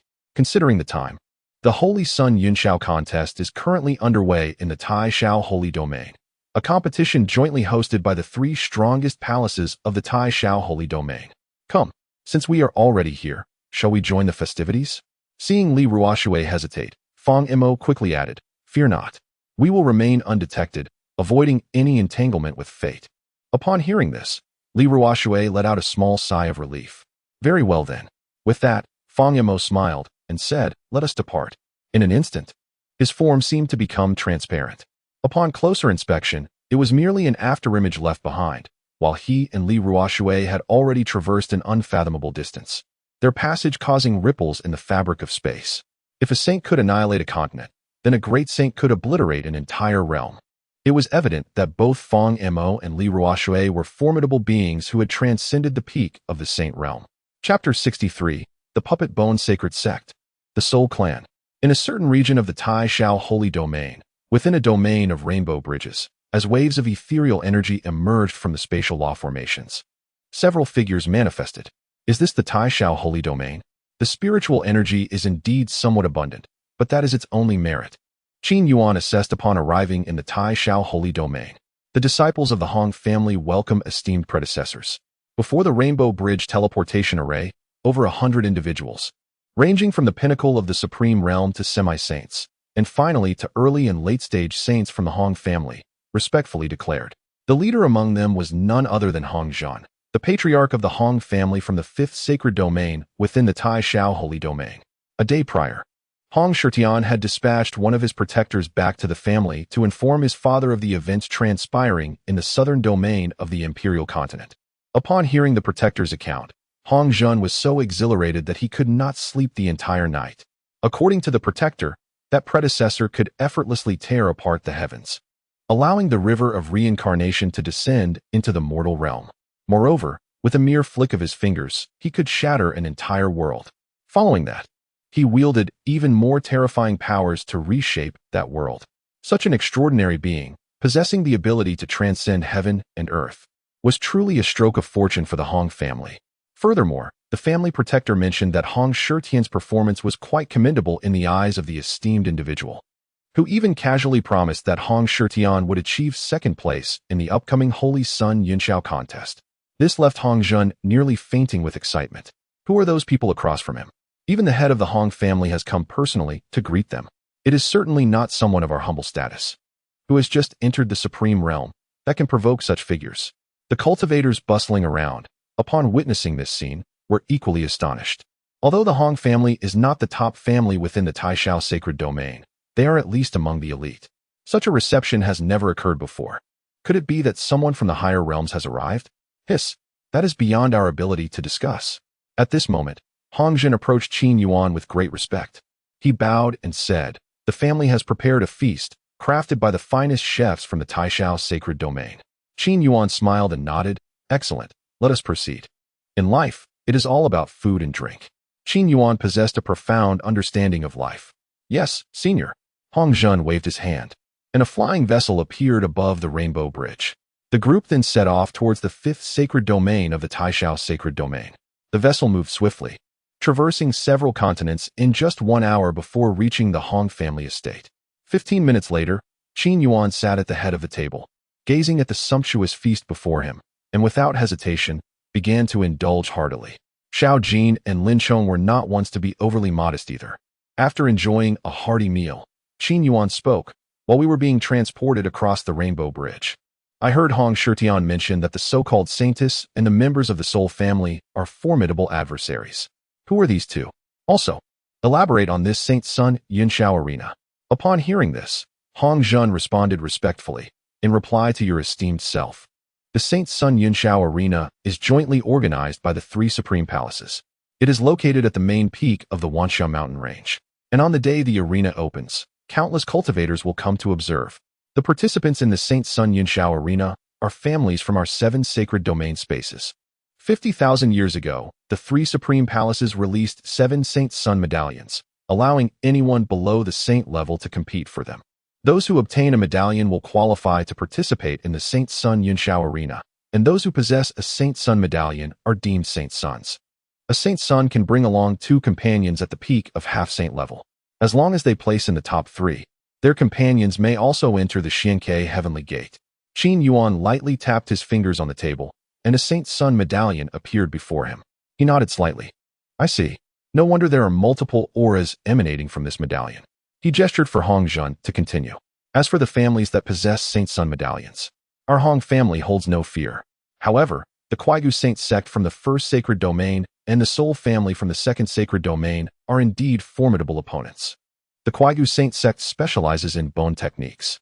Their saintess, Zhu Gareo, possesses extraordinary bone refining skills, and it is said that even saints have been refined by her.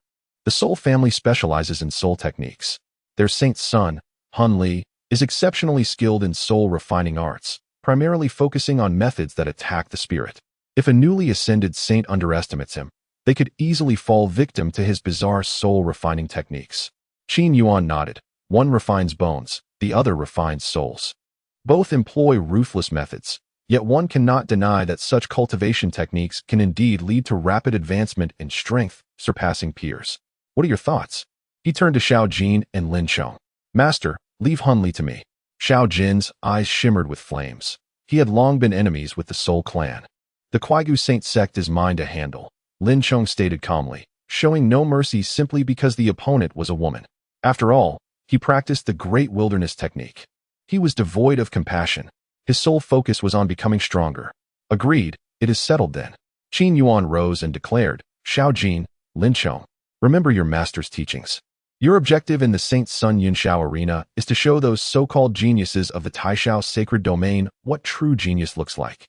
Let them understand that they are nothing of significance." Xiao Jin and Lin Chong immediately stood, their eyes ablaze with fighting spirit, and bowed to Qin Yuan in unison, "Yes, master." Meanwhile, Hong Shitian also stood, clearing his throat. After all, he too was among the so-called geniuses in Qin Yuan's words. The Saint Sun Yunxiao arena. It was high time these so-called geniuses were shown the world. Qin Yuan's gaze turned distant as he asked Hong Jun, "How many days remain until the Saint Sun Yunxiao arena?" "In reply to your esteemed self, there are still 10 days, Hong Jun answered promptly. "Does the family possess a cultivation secret realm?" Qin Yuan inquired further. "Indeed. Hongzhen affirmed. In these 10 days, I wish to guide my 2 disciples and will require the use of the secret realm. Upon hearing this, Hongzhen quickly replied, Please feel free to use our family's secret realm. Qin Yuan nodded, then glanced at Hong Shitian and said, In these 10 days, you may also attend the secret realm for observation. Upon hearing this, Hong Shitian felt a thrill run through him, excitement coursing through his veins. And he spoke with a slight tremor in his voice, Yes, yes, yes. Senior. Hongzhen was equally animated, his brows quivering with exhilaration. He understood this was a grand opportunity bestowed upon his son by a remarkable figure. This is indeed a true fortuity. Qin Yuan gazed at the exuberant Hong Shitian, then turned his attention to Xiao Jin and Lin Chong. Come, for the next 10 days, I shall provide you with special training. He reminded them to prepare elixirs for healing their injuries. A warm smile adorned Qin Yuan's face, and then he addressed Hong Shitian, saying, Yes, ensure you prepare a little extra. Chapter 64. 3 Ancient Characters. 10 days. Only these 10 days. Within the training secret realm of the Hong family, Hong Shitian began to comprehend what it truly meant to be a prodigy. In the secret realm, Xiao Jin stood firm in the void. As the mark on his brow continued to shimmer, the sea of clouds above him transformed into an endless expanse of crimson. At this moment, intense and vividly colored flames began to rise around him, flames that were entirely composed of the celestial fire fused within Xiao Jin's body. The celestial fire danced, each flicker emanating an aura potent enough to scorch the heavens and obliterate the earth. Xiao Jin had now reached a critical juncture in the operation of the celestial flame technique.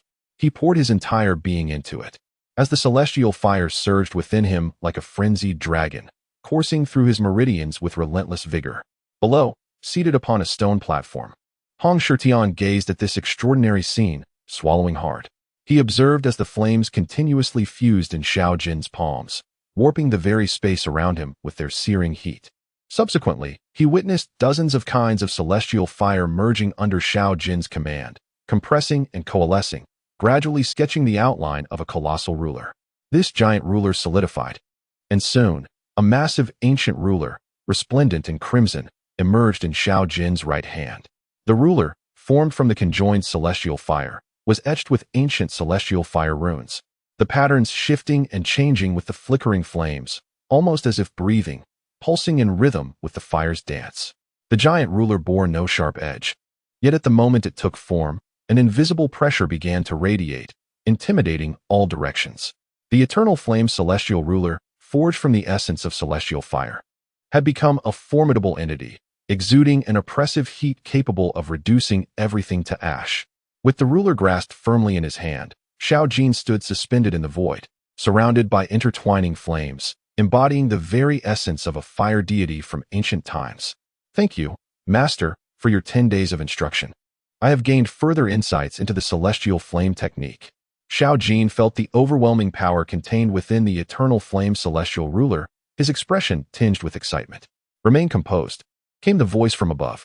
In the sky, a jade chair hovered, where Qin Yuan reclined serenely, a gentle smile gracing his lips. Your development of the celestial flame technique is barely at 2/10 of its potential. You must strive harder. Xiao Jin respectfully bowed towards Qin Yuan. Yes, Master. I shall heed your teachings diligently. Very well, Qin Yuan nodded slightly. Now, it is time to observe your fellow disciple. With those words, Xiao Jin shifted his gaze to another direction. At the opposite end of the Hong family's cultivation secret realm lay an expansive forest. In the sky above, Lin Chong sat in meditation, employing the great wilderness celestial transformation technique, enveloped by swirling, deep azure energy. At this moment, he was as steadfast as a mountain, surrounded by the ancient and formidable power of the great wilderness. This force enveloped Lin Chong, causing his form to flicker in and out of visibility. Suddenly, the operation of the great wilderness heavenly transformation technique seemed to reach a critical juncture, and Lin Chong's brow furrowed deeply. Break! A low exclamation escaped Lin Chong's lips. In an instant, an unprecedented surge of great wilderness power erupted from his dantian, transforming into a deep azure radiance that soared into the heavens. At that very moment, it seemed as if an ethereal dragon's roar resonated through the cosmos. The sound of the dragon's chant fluctuated in proximity, not particularly loud, yet imbued with an ancient majesty and profound history. It was as if this dragon's roar emanated from the primordial ages. At this moment, the sky began to undergo a sudden transformation. The clouds were torn apart inch by inch, and the clear blue expanse was instantly enveloped by tendrils of azure wilderness power. Amidst the rolling clouds, a colossal silhouette of a blue dragon gradually emerged. It was not a tangible entity, but rather a phantasmal apparition. Yet it appeared so vivid that each scale on its body was distinctly visible. Following the emergence of the azure dragon, it began to spiral directly above Lin Chong, its form undulating for miles, while its dragon eyes shimmered with a divine radiance akin to the brilliance of the sun and moon. As its whiskers swayed, it seemed as though endless wilderness power roamed freely. Meanwhile, the vast forest below began to rustle ominously. At this moment, everything in the universe seemed to bow before the might of the colossal dragon. Gradually, the azure dragon's shadow began to merge with Lin Chong's essence. An overwhelming pressure cascaded outward in all directions. Below, even the esteemed Hong Shitian, at the pinnacle of the supreme realm, felt a hint of pressure. It is noteworthy that Lin Chong had only attained the 4th level of the supreme realm. As the azure dragon's manifestation continued to intertwine with Lin Chong, he slowly opened his eyes, which had been closed in meditation. In the next instant, 3 ancient and profound characters suddenly appeared in the void before him. The dragon transformation technique of the wasteland. These 3 deep and imposing characters shimmered with a captivating azure radiance, commanding attention and respect. This is a manifestation of the purest power of the great wilderness. Each character radiates an aura of mystery, appearing before Lin Chong for but a fleeting moment before seamlessly merging into his being. At this juncture, Lin Chong has fully comprehended the formidable martial art, the dragon transformation art of the great wilderness, from the great wilderness celestial transformation technique. In this very moment, below, Hong Shitian, seated upon the stone platform, gazes at the extraordinary spectacle unfolding in the air of his cultivation sanctuary. To his left, the sky, painted crimson by Shao Jin's heavenly fire, contrasts sharply with the azure hues emanating from the great wilderness power within Lin Chong. The sky is thus divided, one side red and the other blue, dominating the entire expanse above. This is the true embodiment of a prodigy. In comparison to them, I am but a mere nobody. Hong Shitian swallowed hard, once filled with pride as the pinnacle of cultivation speed and comprehension within his family. Yet now, he has been thoroughly enlightened to the true essence of what constitutes a genuine prodigy. He recalls the words spoken by Qin Yuan 10 days prior, a statement meant to showcase to the prodigies of the Taishao sacred domain what true excellence looks like. They, who covet the titles of Holy Son, Holy Maiden, and Prodigy, are, in Qin Yuan's eyes, utterly insignificant. Master, I have grasped the dragon transformation art of the great wilderness. After stabilizing his breath, Lin Chong excitedly rushed to Qin Yuan. Qin Yuan nodded with a smile, addressing Hong Shitian below. Let us depart the sanctuary. Yes, esteemed elder. Hong Shitian replied earnestly. Upon exiting the sanctuary, Hong Zhun, who had been waiting anxiously at the entrance, immediately perked up. He swiftly turned his gaze to Qin Yuan and the others. Although the auras of Shao Jin and Lin Chong still resonated at the 4th level of the supreme realm, they now exuded a markedly different presence. As for Hong Shitian, despite bearing some injuries, his strength at the 9th level of the supreme realm had become increasingly solidified. It was even subtly apparent that he was on the verge of stepping into the realm of the semi-saints. It was evident they had received guidance from a master. Hong Zhun excitedly bowed deeply to Qin Yuan. On behalf of my son, I extend my deepest gratitude for your guidance, esteemed elder. Qin Yuan nodded, his expression indicating that time was of the essence. Let us proceed to meet the prodigies of the Taishao sacred domain. Yes, esteemed elder. Chapter 65, The Holy Sons Gather. The grand tournament approaches. The Wanxia mountain range, situated in the Taishao sacred domain, is a realm of perpetual daylight. This extraordinary locale, bathed in a constant glow of misty radiance, has earned the name Wanxia mountain range. The presence of this ethereal light renders the nights here akin to broad daylight. At this moment, atop Wanxia mountain, thousands of silhouettes are racing towards this very spot, whether arriving by flying vessel from the skies, ascending from the mountain's base, or tearing through the void to arrive. Today marks the most vibrant day in the past 50,000 years of the Wanxia mountain range. For today, the grand tournament of the Holy Sun, the pinnacle event of the Taishao sacred domain held once every 50,000 years, is about to commence. This is indeed a grand event organized by the formidable triumvirate of the Taishao sacred realm.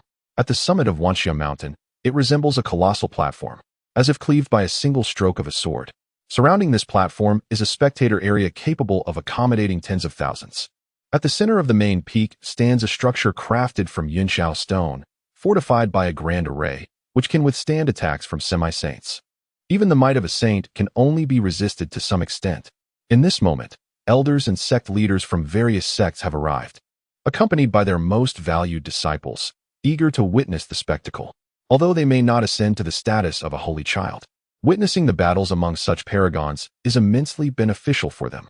At this moment, in the southeastern corner of the spectator area, in the front row, Fang Mo is holding a fruit platter, offering it to his companion, Li Ruoshui. "Brother Li, won't you indulge?" he inquires. At times like this, a fruit platter is essential. Clad in a green robe, Li Ruoshui responds with a hint of exasperation. "Brother Fang, we agreed. After observing the Holy Child's contest today, we shall depart immediately. I still need to continue my search for my master." The resonance with the river of reincarnation has become so faint that it is nearly imperceptible. Yet Li Ruoshui is reluctant to relinquish hope. 2,000 years ago, he had inquired about it from his master in the ancient tomb, who had informed him that should he ever sense the presence of the river of reincarnation, it would signify that his master has emerged from seclusion. As Li Ruoshui contemplates this, his breath quickens. His master has bestowed upon him immense fortune and has imparted the supreme method of reincarnation, enabling him to shine like a new star upon leaving the ancient tomb, swiftly surpassing all realms beneath the great saint in a mere 2,000 years. Approaching the great saint realm, the gratitude he holds for his master is indelible. "Rest assured, Brother Li, do not be anxious," Fang Mo reassures him. "Once we have witnessed the contest among the holy children, we shall set forth immediately. Moreover, this contest is the most vibrant spectacle within the Taishao sacred realm. If your master were present in this realm, he would undoubtedly join the fray. Perhaps your master is even here." Hearing Fang Mo's comforting words, Li Ruoshui nods helplessly, and then continues to quietly circulate the reincarnation method within him, searching for traces of the reincarnation river. At the summit of Wanxiao Mountain, in the reception area for the holy children of the Yunxiao platform, the group from Qin Yuan has already arrived.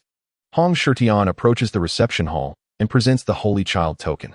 The two attendant maidens at the entrance immediately nod and escort Hong Shitian into the hall. The three from Qin Yuan advance to the front of the hall. Lin Chong produces the holy child token from the Wang family. Upon hearing this, the expressions of the attendant maidens change slightly. There are only 7 holy child tokens in existence. While the recognition is based on the token rather than the individual, it has become evident that the Wang family's recent actions have been suspicious. The holy child token from the Wang family has been seized, and their holy child is missing. Other families possessing holy child tokens have discerned through Fang Yu that the Wang family's holy child has perished. Presently, the individual holding the holy child token is an unknown man. Such a reaction is to be expected. Under the guidance of the maid, Qin Yuan and his companions arrived at the reception hall of the Holy Sun's palace. Upon entering the hall, the maid softly spoke, "Please wait here. I shall present the Holy Sun's token." "Very well," Qin Yuan gestured, "proceed. Just inform me when the combat commences." With that, he settled into a wooden chair within the hall, closing his eyes to rejuvenate his spirit. Moments later, atop Wanxiao Mountain, at the highest tier of the arena, 3 prominent families and factions had already assembled: the Wang family, the Kuaigu sacred sect, and the Han family. Opposite them sat the lords of the supreme 3 palaces, prominently positioned upon jade thrones. The master of Tai Shao Palace glanced at the jade stone in his hand, then relaxed his brow, directing his gaze toward the Wang family. He had just received word that the Holy Sun's token from the Wang family had been submitted, with 3 individuals in attendance, 2 participating in the Holy Sun battle, and the third presumably their master. "Do they truly dare to come? They must have grown weary of life," exclaimed the head of the Wang family, crushing the dragon head carving atop his jade throne with his right hand. The immense pressure of his late-stage saint realm surged forth abruptly. "Patriarch, steady yourself," the elders beside him urged in hushed tones.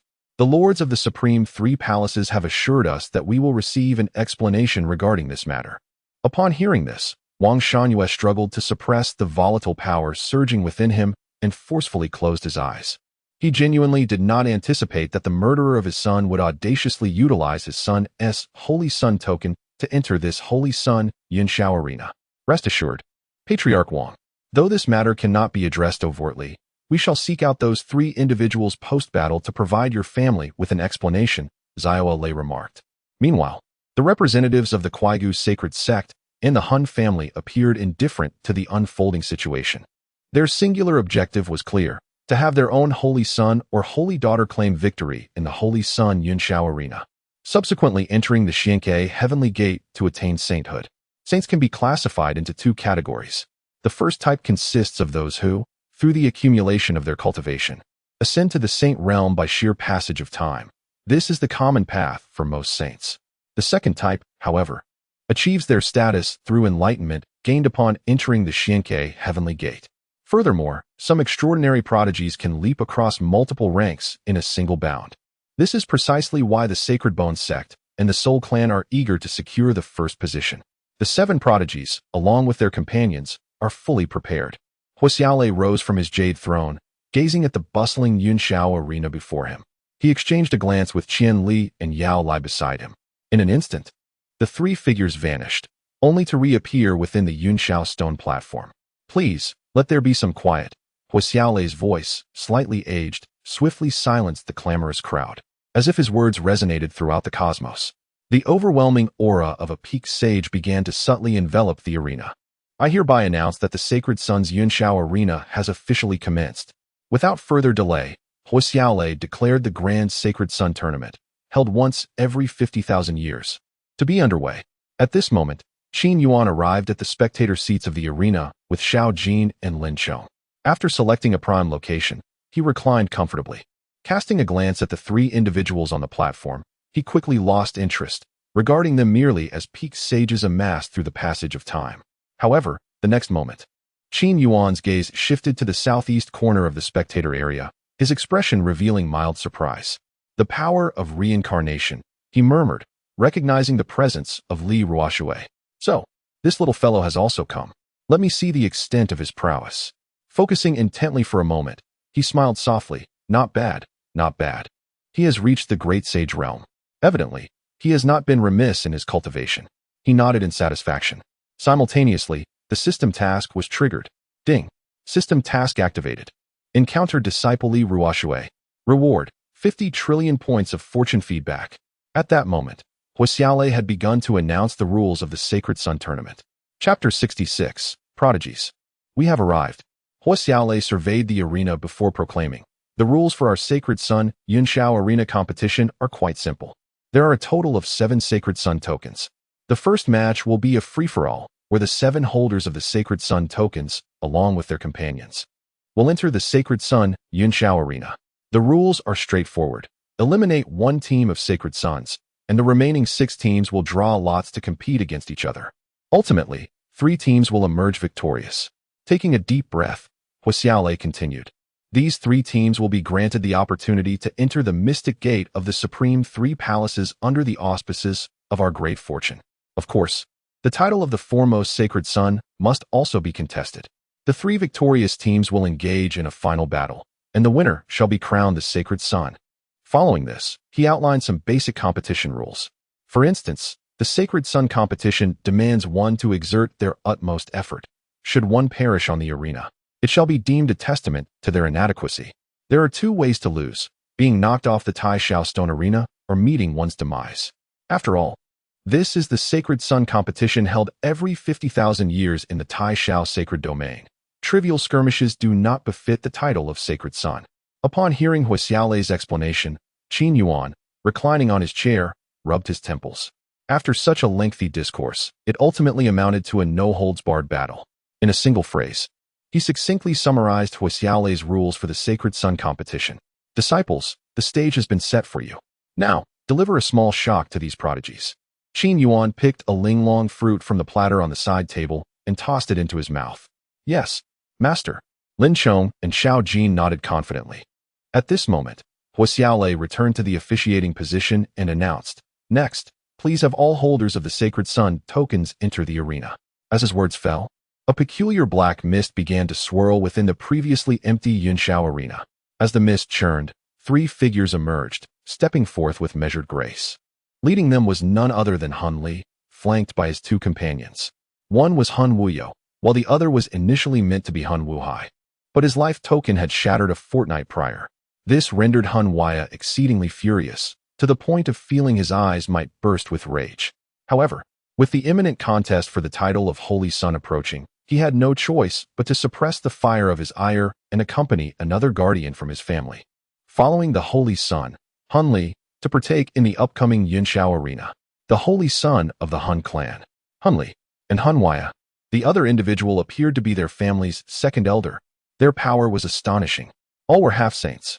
The onlookers in the stands swallowed hard after sensing the presence of Hun Li and his companions. The criteria for participating in the Holy Son's Yunxiao arena demanded one to be beneath the level of a saint. Yet, here stood 3 members of the Hun family, all unmistakably half-saints. This clearly indicated their grand ambitions for this event. As Hun Li and his companions took to the stage, a sudden ripple in the space several hundred feet away caught their attention. It seemed as if something was attempting to tear through the very fabric of space. In the next instant, a pair of skeletal hands split the air apart. A chilling sound echoed ominously. Before them lay 2 white, eerie skeletons, relentlessly widening the rift in space. Within the hollow eye sockets of these bone figures danced a flicker of purple, ghostly flame. Following this, a woman clad in red stepped forth with a measured grace. Her beauty was striking, yet an unsettling aura emanated from her entire being. Her violet eyes swept across the arena, causing those of lesser cultivation to feel as though their very souls were on the verge of being drawn away, their bones turning weak beneath her gaze. When they regained their composure, a cold sweat began to bead on their backs. The woman in red stood imperiously, flanked by the 2 ghastly skeletons that loomed silently beside her.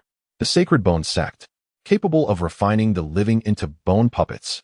Furthermore, these bone puppets could cultivate, their training methods being exceedingly brutal, rivaling the soul-forging techniques of the Hun family. Zhugiru, the saintess of the Sacred Bone Sect. It was said that those who pursued her were ultimately refined into her puppets. How terrifying. Her power was also at the half-saint level. Did she require assistance? Did she not need any? The skeletal beings at her side were formidable enough to rival half-saints in their own right. The onlookers murmured amongst themselves, and soon after, Hong Shirtian of the Hong family from the 5th Holy Domain stepped onto the Yunxiao arena alone. This spectacle left the gathered cultivators in stunned silence. The Hong family? Only one Holy Son? Had they conceded defeat? This seemed implausible. While the strength of the Hong family might not surpass that of the Hun family or the Sacred Bone Sect, surely they were stronger than many of the other Holy Son families? Did he possess the confidence to secure a place among the top 3? Discussions erupted in the surrounding crowd. On the Yunxiao arena, Hun Li observed the solitary figure of Hong Shirtian stepping onto the stage and couldn't help but arch an eyebrow. Hong Shirtian, has your family sent but you? Hong Shirtian cast a glance at Hun Li, rolling his eyes in response. What business is it of yours? After all, a powerful figure had assured him he would secure a place among the top 3. It was perhaps better to face this challenge alone. Hong Shirtian, it has been a long time, yet your temper remains as volatile as ever. Hun Li narrowed his eyes, his gaze turning frigid. You are still as you were. At the 9th level of supremacy, not yet having stepped into half-saint territory. I wonder what audacity you possess to participate in this Holy Son's Yunxiao arena. Hong Shirtian simply closed his eyes, choosing to ignore Hun Li. In the past, he might have shown some respect, but now, with the backing of a powerful ally, he relished the support that came from having a strong foundation. Following this, the remaining Holy Sons from the Liu, Ma, and Liu families also ascended the stage, accompanied by their 2 companions, ready to engage in the Holy Son's Yunxiao arena. Although these 3 families rank lower, their heirs possess formidable prowess, standing at the 8th or even 9th level of the Supreme Realm. At this juncture, 6 factions have congregated in the arena. Yet one family, the Wang clan, has yet to make an appearance. Where is the Wang clan's heir? I recall that the heir of the Wang clan was quite arrogant. Logically, in such a setting, they should have emerged shortly after the initial participants. Have you not heard? The Wang clan has spent the last fortnight scouring the realm, reportedly searching for their heir who has been slain. What? Furthermore, the sacred token in the heir's possession has also been seized by the assailant. How ruthless! Which formidable foe could have committed such an act? I am unaware of that. Amidst the murmurs of the crowd, Xiao Jin and Lin Chong exchanged glances, offered a respectful bow to Qin Yuan, and then stepped forward in unison. In an instant, the The air shimmered as they found themselves within the arena of the sacred sun. Yin Xiao? At this moment, Xiao Jin and Lin Chong stood under the gaze of countless spectators. They slowly surveyed the arena, announcing their arrival among the prodigies of the Tai Xiao sacred domain. As they stepped into the arena, silence enveloped the surroundings, with all cultivators and the holy sons on the Yin Xiao arena falling into a hush. The focus of every gaze converged upon them. Two figures, one clad in red and the other in blue, stood resolutely in the center. The crimson figure bore a faint smile, with a striking fire lotus mark prominently displayed on his forehead. In contrast, the blue-clad man exhibited an air of indifference, emanating a desolate aura. Their names were inscribed upon the stone of Yin Xiao beside the arena, Xiao Jin and Lin Chong. It was they who had slain my son. On the main platform, Wang Shangyue, the head of the Wang family, glared at Xiao Jin and Lin Chong on the Yin Xiao arena, his fury surging like a tempest. Are they merely at the fourth level of the supreme realm? The previously closed-eyed Qian Li, the palace master, suddenly opened his eyes, slightly taken aback by Wang Shanyue's words. Beside him, Yao Lai, the palace master of Tai Yao, gazed at Xiao Jin with a hint of greed, narrowing his eyes and grinning. That Xiao Jin is impressive. The multitude of heavenly flames within him coexists harmoniously. It appears he possesses a formidable technique for controlling fire, akin to the methods of our Tai Yao palace. Upon witnessing this, Qian Li discerned the impending fate of the one named Xiao Jin. Meanwhile, in the spectator seats of the Yin Xiao arena, discussions erupted among the crowd. What is happening? Can someone at the fourth level of the supreme realm participate in the Holy Sun battle? If that's the case, can I, at the fifth level of the supreme realm, join as well? You? Can you contend with Han Li or Zhugu Riao? Cough, cough. But how did those two dare to step onto the stage? Need it be said? They must possess their own trump cards. Amidst the chatter, in the southeast corner of the spectator area, Fang Yimo observed Xiao Jin and Lin Chong with a hint of astonishment. Fourth level of the supreme realm? Impossible. Could they be concealing their true power with an artifact? Fang Yimo slightly activated his perception, and after a moment, his expression turned grave. Indeed, they exhibited the strength of the fourth level of the supreme realm. However, their spiritual energy and divine essence were remarkably solid. Even I cannot guarantee that I had such a firm foundation at the fourth level, he mused. Given time, their power will undoubtedly surpass mine. This was Fang Mo's assessment. Beside him, Li Ruoxue nodded in agreement, observing Xiao Jin and Lin Chong, feeling an inexplicable sense of familiarity with their audacious aura. Am I missing my master too much? Li Ruoxue took a deep breath, continuing to silently cultivate the cycle of reincarnation within him, striving to sense the fluctuations of the previously manifested reincarnation river. Brotherly, you are rather dull. Since we are here, why not speculate on who will secure a spot in the top three? Fang Yimo playfully nudged Li Ruoxue's arm. Li Ruoxue reluctantly opened his eyes, scrutinizing the holy sons in the arena. After a moment of contemplation, he countered, "What do you think, Brother Fang? I believe the top three will consist of Zhugu Riao from the Skeleton Bone Sacred Sect, Han Li from the Han family, and of course, Xiao Jin and Lin Chong." Fang Yimo reflected, continuing, "Zhugu Riao will likely claim first place, followed by Han Li, with Xiao Jin and Lin Chong in third. Although their strength is remarkably solid, the disparity in cultivation levels is significant. Both Zhugu Riao and Han Li are half-saints, not to mention their half-saint companions and puppets." Fang Mo's analysis was quite pragmatic. At that moment, Li Ruoxue shook his head, replying, "My master has warned me never to underestimate any opponent based solely on their cultivation level. Besides, is this level disparity truly substantial? When I was at the third level of the Supreme Realm, I had already slain several half-saints." Fang Mo's expression shifted slightly. "How can you compare with such a prodigy? Your reincarnation technique allows you to transcend great realms with ease. I can only say, when those half-saints were flaunting their might, they truly did not choose an auspicious day to confront you. An auspicious day turned into a day of misfortune. Where can one seek justice for that? So, brotherly, what is your perspective?" Fang Yimo redirected the conversation. "I believe the first place will go to Xiao Jin and Lin Chong." Li Ruoxue felt an inexplicable confidence in Lin Chong and Xiao Jin. "Very well, let us wager on tonight's banquet." Fang Yimo grinned. "Loser treats." Li Ruoxue chuckled softly, nodding in agreement. At this moment, the host, Xiao Lei, proclaimed with a resonant voice, "Since the 7 holders of the Holy Sun's decree and your companions have taken the stage, let us commence." In the first match, the first to concede defeat or be knocked off the platform shall be eliminated. As his words echoed, Xiao Jin abruptly raised his right hand. May I inquire, what if more than one person is defeated? He gazed towards the master of Tai Shao Palace and spoke softly. Xiao Lei was momentarily taken aback by this question before responding. In that case, they shall fall together. Very well, Xiao Jin sighed in relief upon receiving the answer. Meanwhile, Lin Chong had already begun to secretly gather the techniques of the Great Wilderness Finger.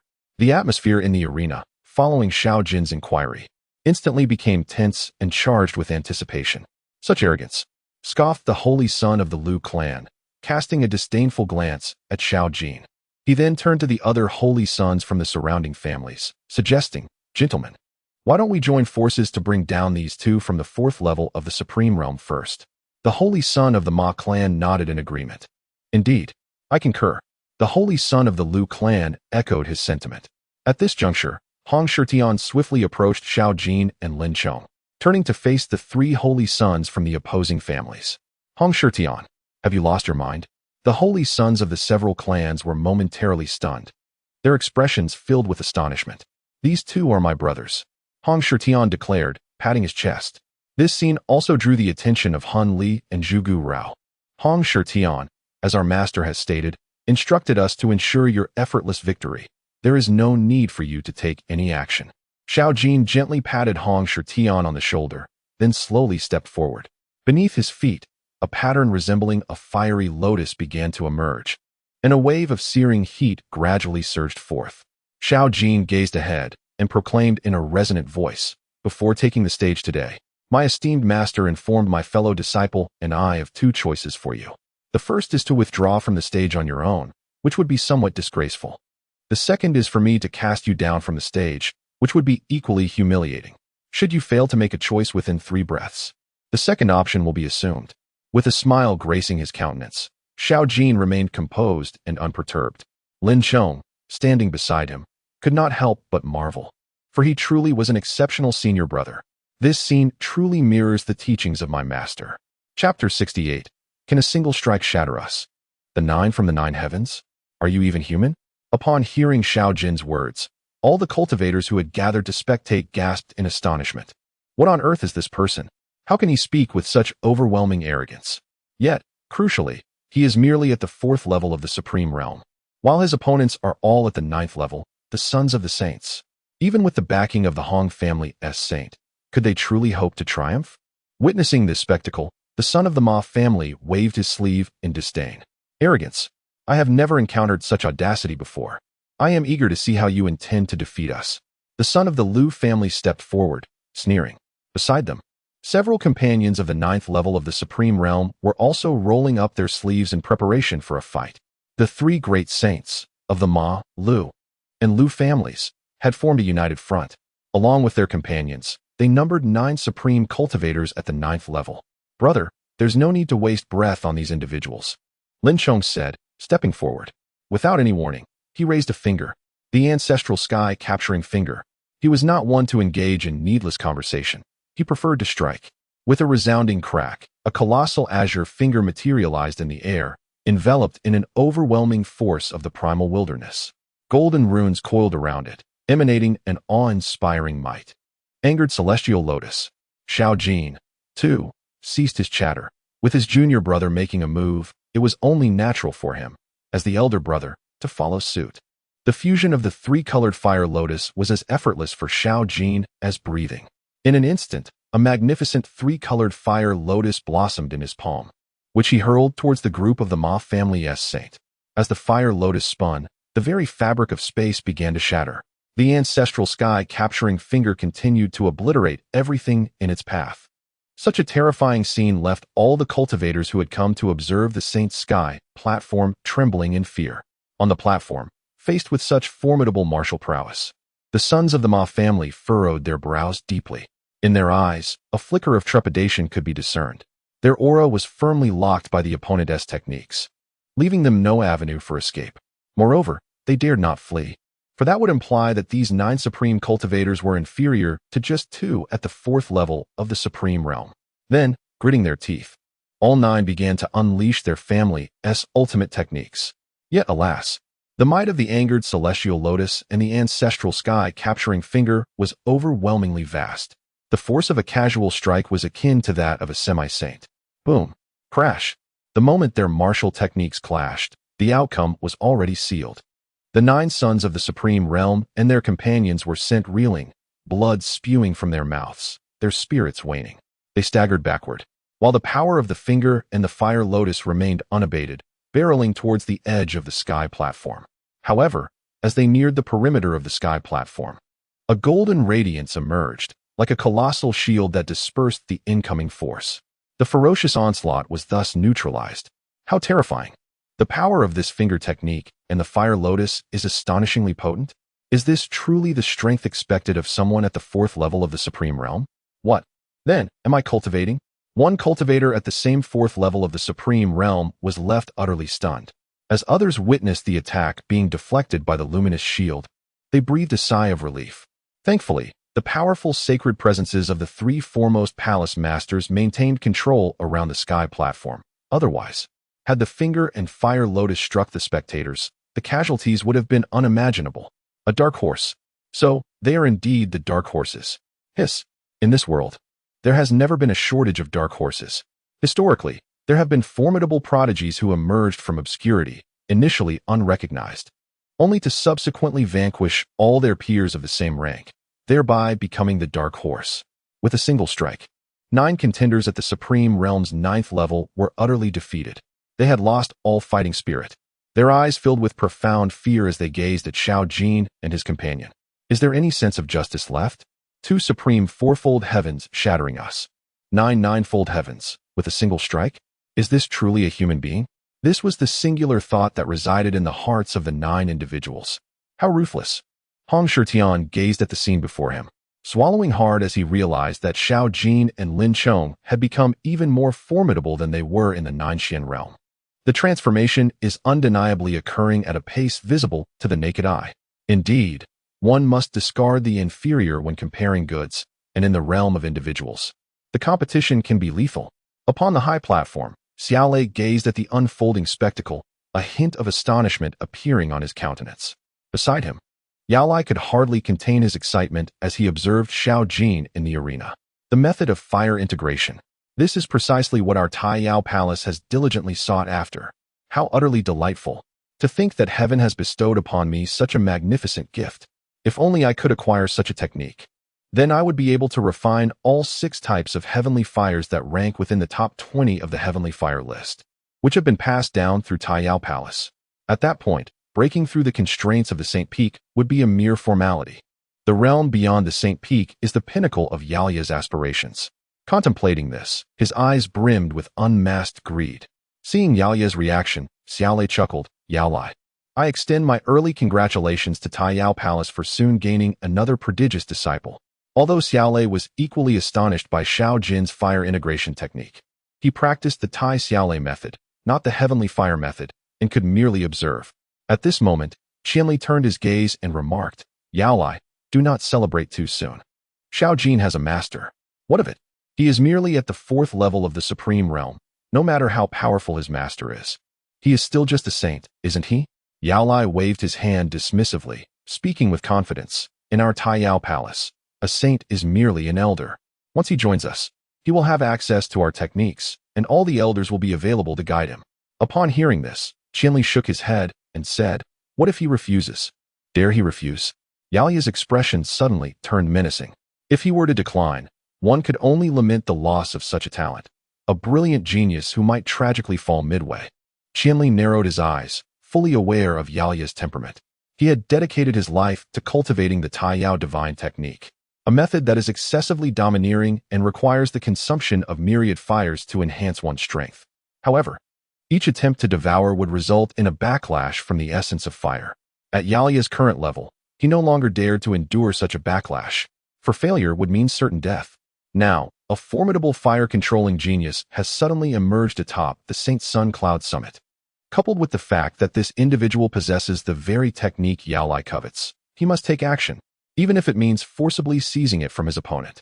As he said, perhaps the genius might fall midway. A fallen genius is truly a lamentable sight. Chapter 69. Who is your brother? The destruction of the abyss. In the Wanxiao mountain range. At the pinnacle of the cloud summit, Xiaolei observed Yaolai, whose eyes sparkled with divine light, and pinched between his brows, warning softly, Yaolai, do not go too far. Be wary of the consequences should his master seek an explanation from you. With a hearty laugh, Yaolai replied, then let his master accompany him in his downfall. Qianli, seated nearby, also chuckled lightly. Observing this, Xiaolei refrained from further admonitions. After all, they were the three strongest palaces within the Tai Shao Saint domain, facing two geniuses at the fourth level of the supreme realm and their maximum saint-level master. There was little to fear. In fact, to be chosen by one of their esteemed three palaces was a stroke of fortune. They would be grateful rather than apprehensive. In the viewing area, at the southeastern corner, Fang Yamo could not help but widen his eyes upon witnessing the 9 supreme-level warriors defeated without a chance to retaliate. A prodigy. Why do I feel that these two are as extraordinary as you, brotherly? Li Ruoshui, equally astonished, remarked, indeed, they are remarkably strong. It has been a long time since I encountered a genius of similar talent. He continued, had I not met my master back then, I might have turned out like you, brother Fang. These two statements struck Fang Mo like daggers. The first clearly indicated that Li Ruoshui did not regard him as an equal genius. The second was even more piercing. What did he mean by saying that without encountering his master, he would be akin to Fang Mo? Was he implying that Fang Mo was inferior? Fang Mo pondered inwardly, questioning himself. Aside from being a millennium older than Li Ruoshui, he was equally skilled. With this thought, Fang Mo's eyelids began to twitch uncontrollably. In comparison, it seems I truly possess little to boast about. Indeed, those capable of vanquishing Wang Qing are no ordinary adversaries. On the Yunxiao arena, Han Li observed as the other 3 holy sons were effortlessly defeated, then fixed his gaze upon Xiao Jin and his companion. When Han Li's eyes met Xiao Jin's, a fierce determination ignited within them. Han Li remained unfazed, for he had already ascended to the semi-holy realm. Lin Chong then approached Zhu Gu now, advancing slowly and silently locking eyes with her. After all, he and Xiao Jin had previously delineated their battle targets for this confrontation. On the elevated platform of Yunxiao, Xiaolei, witnessing this scene, inhaled deeply and declared in a resounding voice. Due to the unexpected defeat of 3 holy sons in a single instance, the format of this competition will be slightly altered. We shall continue the melee until only 3 factions remain, at which point the top 3 will be determined. Subsequently, the ultimate victor shall claim first place. Following the alteration of the rules, the cultivators surrounding the Yunxiao arena erupted into fervent discussions. On one side stood the rising dark horse, while on the other were the saintess of the Gubon sacred sect and the holy son of the Han clan. The atmosphere has grown increasingly lively. It appears that you have already chosen your adversaries. Huan Li's gaze was chilling, his voice echoing like a ghost. He turned his attention to Zhu Gu Rao not far away and said, Zhu Gu Rao, let us first join forces to eliminate those 3. Then, we shall contend for the position of the Holy Son. Zhu Gu Rao lightly waved her sleeve and replied, no problem. Thus, the battlefield became distinctly clear. Zhu Gu Rao, accompanied by 2 semi-holy puppets, faced Lin Chong. Huan Li, accompanied by 2 semi-holy companions, confronted Xiao Jin. Each was pitted against 3 semi-holy beings. In an instant, the atmosphere on the Yunxiao arena became charged with tension. How about I step forward as well? Hong Shitian, standing behind Xiao Jin, took a step forward. But before he could finish speaking, Xiao Jin interjected, my master has said to let you win effortlessly. There is no need for you to engage. Yet each of you must face 3 semi-holies. Hong Shitian still harbored some concerns. Although they had just combined their strength to vanquish 9 supreme beings of the 9th layer, the disparity in power between supreme and semi-holy beings was akin to a chasm. Is it not just semi-holy? Xiao Jin grinned. I have slain one before. In the past, within the burial sovereign abyss, he had indeed killed a semi-holy. Upon hearing this, Hong Shitian coughed twice. Hong Shitian, your presence here will hinder my and my senior brother's performance, Lin Chong stated. His words caused Hong Shitian's lips to twitch. Very well, Lin Chong, Xiao Jin. I shall retreat to the side. Both Xiao Jin nodded. Hong Shitian obediently moved to the edge of the Yunxiao arena. Hong Shitian is not to engage. Huan Li narrowed his eyes at this scene. Dealing with you requires no effort. Xiao Jin's palm began to radiate with blazing heavenly fire. a myriad of luminous streams swirling around him. His eyes glimmered with golden flames. Huang Clan, come forth. With that declaration, he stepped into the void, each stride blooming like a lotus. 1 against 3 semi-holies, he was the first to strike. The right side of the Yunxiao arena was already occupied by Xiao Jin and Huan Li, while on the left, Zhugu Rao was carefully observing Lin Cheng from a distance. He was indeed a handsome man. How about you join my sect? I could perhaps offer you some benefits. Zhugu Rao suggested, her voice laced with a soft allure. All you need to do is nod, and I can grant you pleasures unattainable by ordinary mortals. Her voice dripped with seduction. Even from the stands, though separated by the sacred resonance barrier, some cultivators were affected by her charm. Had it not been for the timely slaps from their companions, they would have succumbed entirely. With the sharp sound of slaps, these individuals regained their senses. And soon everyone felt a wave of trepidation. Thank you for those slaps that brought me back to reality. No need for thanks. I could deliver another slap if necessary. No, please. Such a terrifying charm. This was the unique allure of the holy maiden of the puppet bone sacred sect, the soft bone charm. It was said that she had used this charm to slay many geniuses of equal standing, refining them into puppets. Truly fearsome. On the left side of the arena, Lin Cheng furrowed his brow. He could indeed sense a gentle force enveloping him. However, he did not feel the so-called soft bone charm. Conversely, Zhugu Rao's expression shifted. Her charm had failed to subdue him for so long. Not even a ripple in his aura. Could he be made of wood? Lin Cheng. Zhugu Rao exerted her charm with all her might. But before she could finish, Lin Cheng's gaze, filled with desolation, swept coldly over her. Do not call me brother. Who is your brother? If we are to fight, let us do so without further ado. Although he was unaware of her previous actions, his master had warned him, women will only impede my cultivation progress. In the next moment, Lin Cheng struck fiercely. A thunderous roar erupted from his lips. Desolate sky, prison extinction finger. Chapter 70. What are you looking at? Taste my wrathful heavenly lotus. Without a hint of hesitation, he unleashed a colossal finger imbued with devastating power, crashing down towards Zhugu Rao. This scene left Zhugiru nearby utterly bewildered. Confident in her mastery of the soft bone charm after countless years of cultivation, she believed it powerful enough to entice even the most resolute of men into harboring ulterior motives. Even steadfast cultivators, when faced with her, would inevitably be swayed, rendering them unable to unleash their true potential. Yet, before her stood a man named Lin Cheng, who seemed entirely unaffected. As she beheld the ominous azure finger advancing towards her vital point, her expression soured. What was happening? How could Lin Cheng resist her soft bone charm entirely? Was his composure truly so formidable? Moreover, it was rumored that Zhugiru had already stepped into the realm of a half-saint. Even when confronting a saint, her charm would have some effect. Could it be that this Lin Cheng's resolve surpassed that of a saint? The spectators at the arena began to murmur among themselves. Just as the azure finger was about to strike Zhugiru, her 2 half-saint puppets suddenly sprang into action. With a resounding boom, the puppets clashed against Lin Cheng's formidable attack, sending waves of energy rippling outward.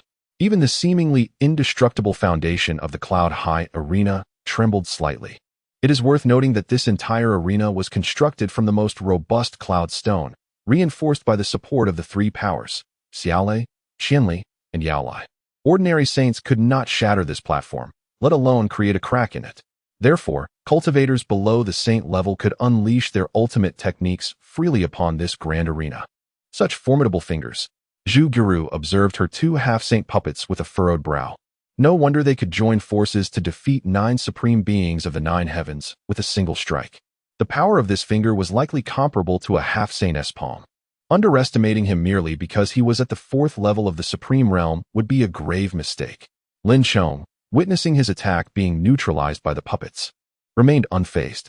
After all, his opponent was reputed to be the most capable contender for the title of Saint Child in the Cloud Arena. What are you looking at? He called out. Receive my fiery lotus of wrath. At that moment, as Han Li was momentarily taken aback by Lin Cheng's actions, the voice of Xiao Jin rang in his ears, followed closely by the appearance of a blooming tricolor fire lotus. The intense heat emanating from it made Han Li feel as though his very soul was ablaze. Indeed, this is formidable, Han Li thought, unwilling to underestimate his opponent. He unleashed his soul techniques in a desperate attempt to defend himself. Bang! The fire lotus detonated upon reaching its target, unleashing a dazzling array of colors. Han Li staggered back repeatedly, barely managing to withstand the onslaught of the Fire Lotus's power. Heavenly fire was a natural nemesis to the Soul Clan. Han Wuyo, act quickly. We must resolve this swiftly. Han Li inhaled deeply, activating his soul techniques, causing the space around him to fracture as dark chains began to entwine him. The Soul Lock Chains, a fated artifact refined from the essence of the Soul Clan, emerged. When the Soul Lock is unleashed, even the gods weep. Even saints would feel trepidation when encountering a member of the Soul Clan at the same level. Han Wuyo? Xiao Jin tilted his head, gazing at Han Wuyo. What is your relation to him? Han Wuyo paused for a moment, instinctively replying, he is my younger brother. So they are cut from the same cloth, Xiao Jin thought, nodding as he raised his hands, revealing two floating fiery lotuses of wrath. I shall send you to meet your brother. Han Wuyo instantly comprehended.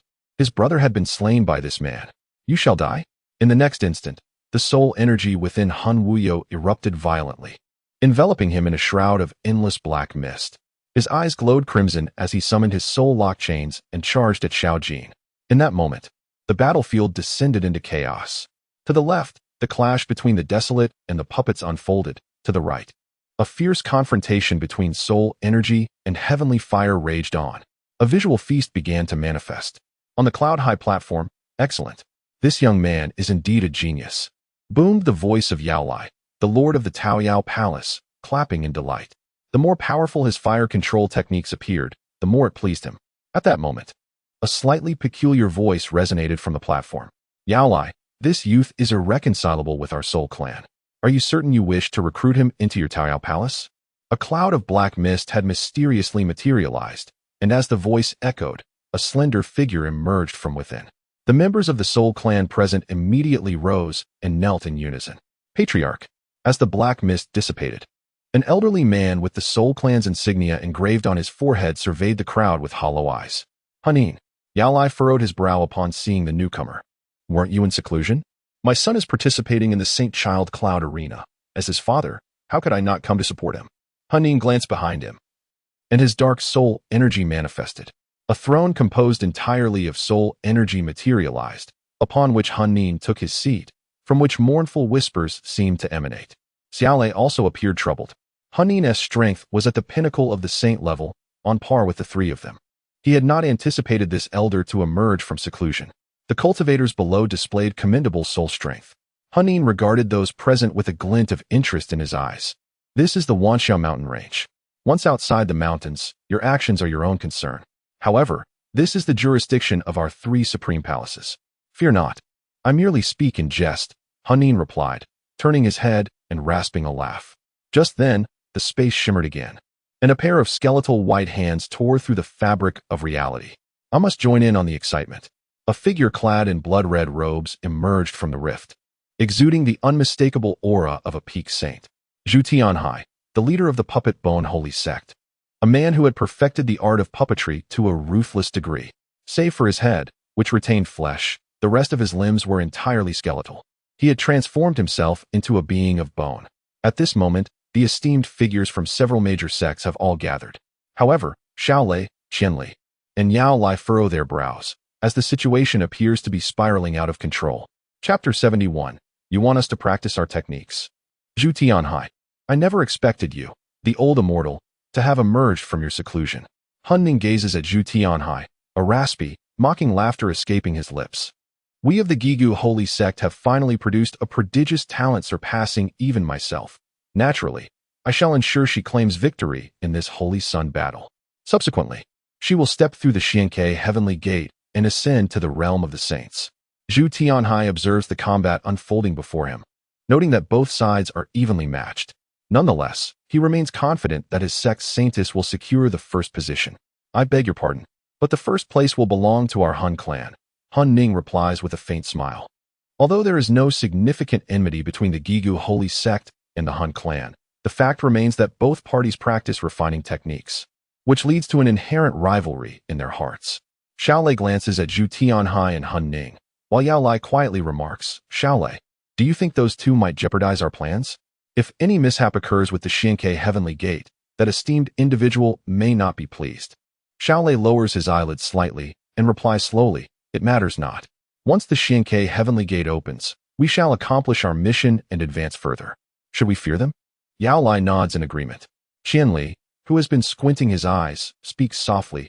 This may indeed be our final opportunity to ascend beyond the realm of saints. We must give it our all. His tone is calm, yet the resolve in his words is unmistakable, even if it means offending the Gigu holy sect and the Han clan. Upon reaching the pinnacle of the saint realm, a natural barrier of separation can manifest around them. Thus, their conversation remains unheard by Zhu Tianhai and his companions seated across from them. However, the demands of that esteemed individual are indeed stringent. The Xianke heavenly gate materializes, and the 9 sons of the Holy Heart converge. Qianli pinches the bridge of his nose in frustration. Including those present, we cannot even muster 9 individuals. Initially, 9 candidates were deemed sufficient. Yet, with the Gigu holy sect's interference, their saintess counts as merely 1, and her puppet is utterly useless. The Han clan contributes 3 members. Unexpectedly, the dark horses, Xiao Jin and Lin Chong, burst forth, with the Han clan fielding only 1 participant. There were only 7 of them. Just as Xiaolei and the others were grappling with their predicament, the rhythm of the battle below was abruptly interrupted. Something was amiss. It was decidedly peculiar. Why was this individual always able to counterattack at critical moments? With minimal cost, he could dismantle our offensive? Huanli swiftly distanced himself from Xiao Jin, adjusting his breath, and his expression turned exceedingly grim. Xiao Jin, are you using us to practice your techniques? Similarly, Zhu Guoreo also detected an anomaly. Lin Chong showed no signs of retreat against her 2 skeletal warriors. At times, there were even some openings. Yet, these vulnerabilities were promptly rectified by the opponent. Upon hearing Huanli's inquiry, she suddenly realized that he was utilizing her 2 semi-holy skeletal warriors to compensate for his own combat skills. Only then did it dawn on her. Xiao Jin stood majestically in the void, gazing down at Huanli and the others below. The battle that lasted for a quarter of an hour, though neither too lengthy nor too brief, was sufficient for him to solidify his own prowess completely. Indeed, his master was correct. The most effective method to rapidly enhance one's combat skills is to engage in battle with an opponent who is 7 or 8 levels superior. With 3 half-saints as sparring partners, his progress was extraordinarily swift. Xiao Jin, today, I shall slay you. Huanli was nearly consumed by fury. As the esteemed scion of the Huan family, how could he be reduced to a mere practice target for someone at the 4th level of the Supreme Realm? His eyes blazed with rage, and the surrounding soul power surged violently. The lethal strike began to take shape. In this moment, the constraints of any competition rules were disregarded. The 2 semi-saints beside him felt the same way. As members of the Soul Clan, they had been accustomed to pride from a young age. When had they ever been subjected to such treatment? In an instant, the 3 semi-saints gathered their lethal moves. Meanwhile, in the other corner, Zhu Giru's eyes glimmered with murderous intent. Dare to use my skeletal remains to practice your moves? You are the first. Soon, I shall refine you into my skeletal servant, condemning you to eternal oblivion. As Zhu Giru's words fell, her skin began to pale, revealing intricate skeletal patterns. Clearly, she too had begun to unleash her deadly technique. On the sidelines, in the southeast corner, Fong Mo chuckled. Brotherly, that saintess declared her intent to condemn her opponent to eternal oblivion. Eternal oblivion? If this were to be spoken by Li Ruoshui, he would undoubtedly believe it. As for others, they are merely engaging in empty bravado. Li Ruoshui chuckled helplessly, casting a glance at the figures of Xiao Jin and Lin Chong in the arena, and then spoke. Next, the outcome shall be revealed. Brother Fong, you must treat us to dinner tonight. Brotherly, although I am not particularly fond of the Holy Son of the Soul Clan and the Holy Maiden of the Puppet Bone sect, their strength is indeed formidable. Fong Mo remarked, astonished. Do you truly have such faith in Xiao Jin and Lin Chong? For some reason, I do believe in them, Li Ruoshui replied, his voice brimming with confidence. Meanwhile, atop the cloud sky arena, both Xiao Jin and Lin Chong stood suspended in the void, having nearly finished their preparations. Junior brother. Xiao Jin turned to Lin Chong. Let us conclude this contest. Very well, senior brother. Lin Chong nodded in agreement. This blatant disregard for their opponents ignited a fervent uproar among Zhu Gu Rao and Han Li. Xiao Jin gazed down at Han Li and his companions, suddenly tilting his head with a chilling smile. 3 half-saints, do you truly believe yourselves to be so impressive? In the words of our master, you are nothing. In the next moment, he clenched his right hand in the air. The celestial fire within him surged forth, various flames coalescing upon his palm. The terrifying heat began to ripple through the very fabric of space, which struggled to endure such elevated temperatures. Then, in an instant, a colossal fire ruler materialized in Xiao Jin's right hand. The ruler, radiating a crystalline sheen, infused with diverse celestial flames, bore intricate patterns that exuded an overwhelming pressure. This grand ruler, forged from 62 types of celestial fire, was unveiled, the 10,000 fire eternal ruler. The moment this colossal fire ruler took shape, a mere flick of it caused the space to fracture, revealing the eerie black void within. If the assault of the 62-colored supreme fire lotus is expansive in nature, then the attack of the 10,000 fire eternal ruler is concentrated. It merges the power released by the fire lotus into the ruler's body, with each strike's might rivaling that of the explosion released by the 62-colored supreme fire lotus. On Lin Chong's side, a phantom of an azure dragon enveloped him. The dark green power of the vast wilderness churned relentlessly, causing the space around him to shatter inch by inch. The azure dragon's phantom grew increasingly solid, ultimately merging with Lin Chong's form. Desolate heaven transformation dragon technique. The manifestation of these two potent martial techniques alone overwhelmed Zhu Gu Rao and Han Li with sheer intimidation. In the following moment, Xiao Jin and Lin Chong launched their attacks simultaneously. As Zhu Gu Rao and Han Li sensed the onslaught targeting them, a singular thought permeated their minds: death. Moreover, they realized escape was utterly impossible. The spatial formations crumbled, preventing their retreat. Their auras were locked, rendering flight futile. Should they be struck by their adversaries' assaults, certain death awaited. Subsequently, Zhu Gu Rao and Han Li could no longer maintain their composure, crying out in desperation, "Master, save me. Clan leader, save me." Chapter 72. Apart from being invincible, the master has no other choice. The cries for help from Zhu Gu Rao and Han Li echoed in the cloud sky arena. This spectacle left all the onlookers, who had come to witness this battle of the holy sons, utterly astonished. They had never anticipated that the two underdogs, Xiao Jin and Lin Chong, would decisively surpass their formidable competitors, even in the face of the saintess of the skeleton holy sect and the holy son of the soul clan. They maintained a distinct superiority. At this moment, the searing heat of the 10,000 fire eternal celestial ruler had approached the front of Han Ning. Meanwhile, before Lin Chong, the azure dragon finger technique had boldly descended before Zhu Gu Rao. Beneath the overwhelming prowess of martial arts, they found themselves utterly bereft of any opportunity to retaliate.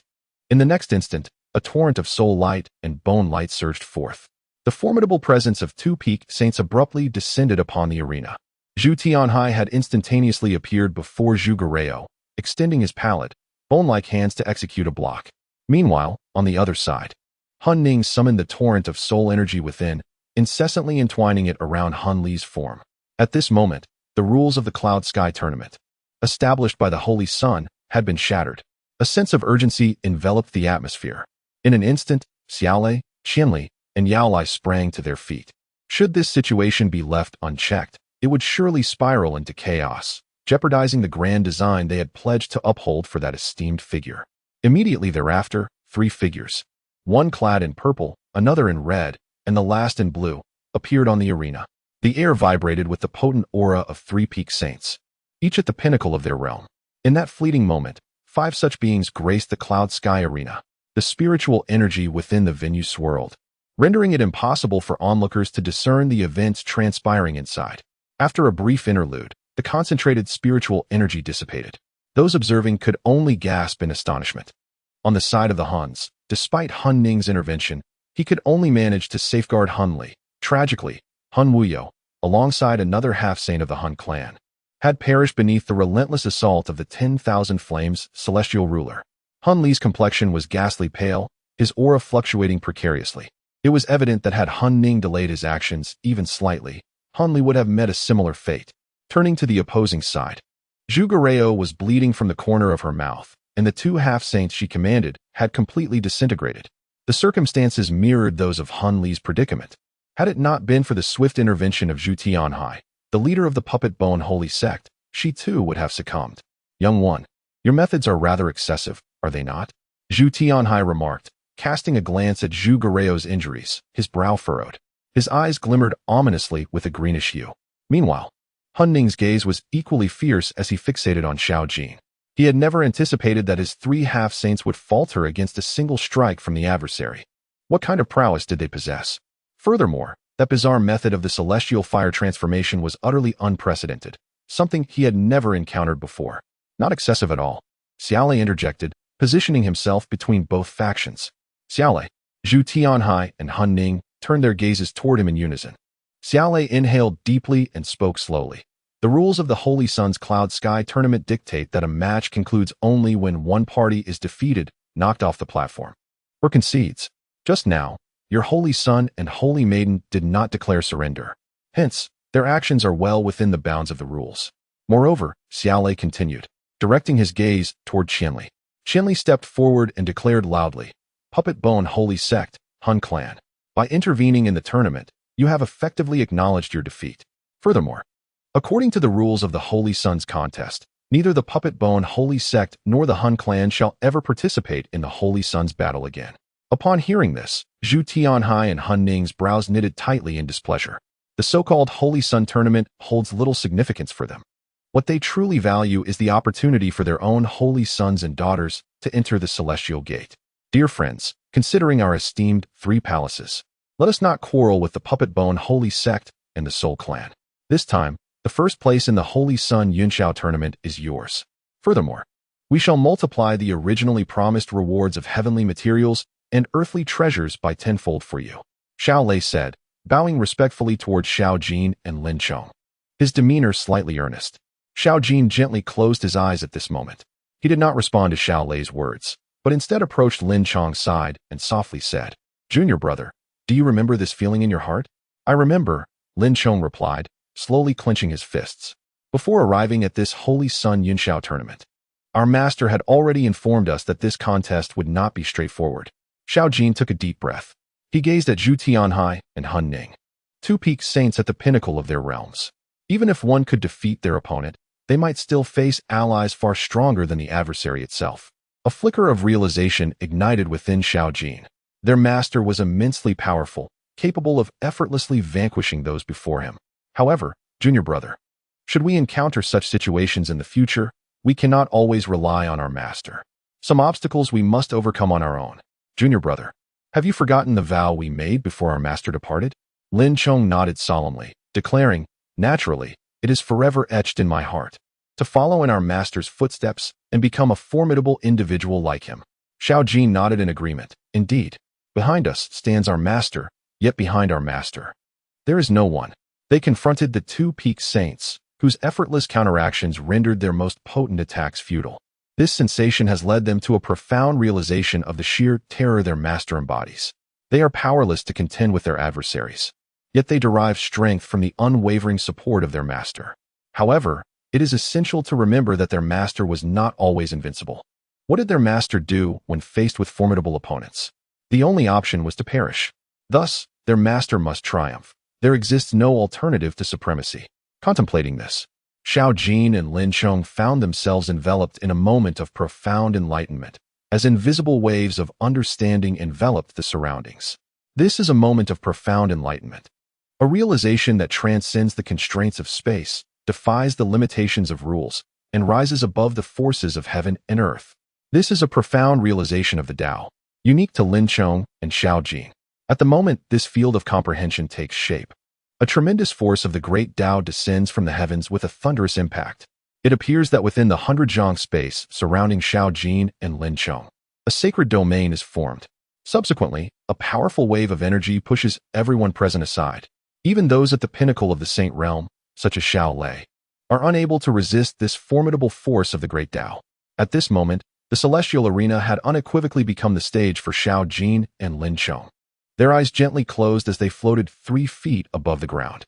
Witnessing this scene, Xiaolei and the others were struck with astonishment, their voices trembling with disbelief.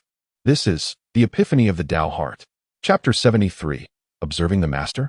Indescribable, unfathomable, unapproachable. The epiphany of the Tao heart. Upon hearing Xiaolei's words, the expressions of Qianli, Yao Lai, Zhu Tianhai, and Han Ning changed dramatically. The epiphany of the Tao heart? It truly is the epiphany of the Tao heart.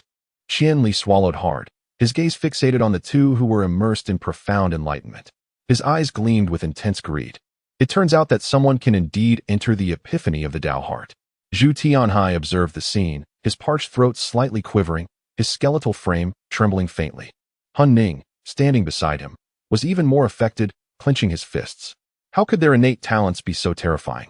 The epiphany of the Tao heart does not directly enhance the cultivator's prowess.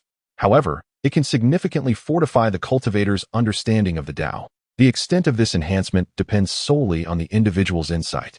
Xiao Lei and his companions had presided over the Tai Shao sacred domain for millennia and had discovered references to the epiphany of the Tao heart in ancient texts. If one could invoke the epiphany of the Tao heart, even the most mediocre talent could break through the pinnacle of the saint realm to achieve the great sage realm without encountering obstacles. In other words, the meticulously devised plans of Xiao Lei, Qin Li, and Yao Lai over several millennia were utterly overshadowed by the talents of Xiao Jin and Lin Chong. Meanwhile, in the southeast corner of the spectators' seating area, Li Ruoshui was exasperated by Feng Mo's incessant tapping on his arm. "Brotherly, my arm is about to break." Coughing lightly, Feng Yamo realized he had become somewhat unruly. "I'm just excited, brotherly. The epiphany of the Tao heart. This is a realm you and I have never even approached. It turns out, what the ancestor said was indeed correct. It was wise of me to accompany you, brotherly, to witness this." Feng Yamo's breathing quickened. Perhaps the ordinary cultivators nearby could not comprehend the magnitude of the epiphany of the Tao heart. But he was acutely aware. He even possessed complete records of the epiphany. Entering the epiphany of the Tao heart. Even an ordinary person devoid of cultivation could undergo a profound transformation.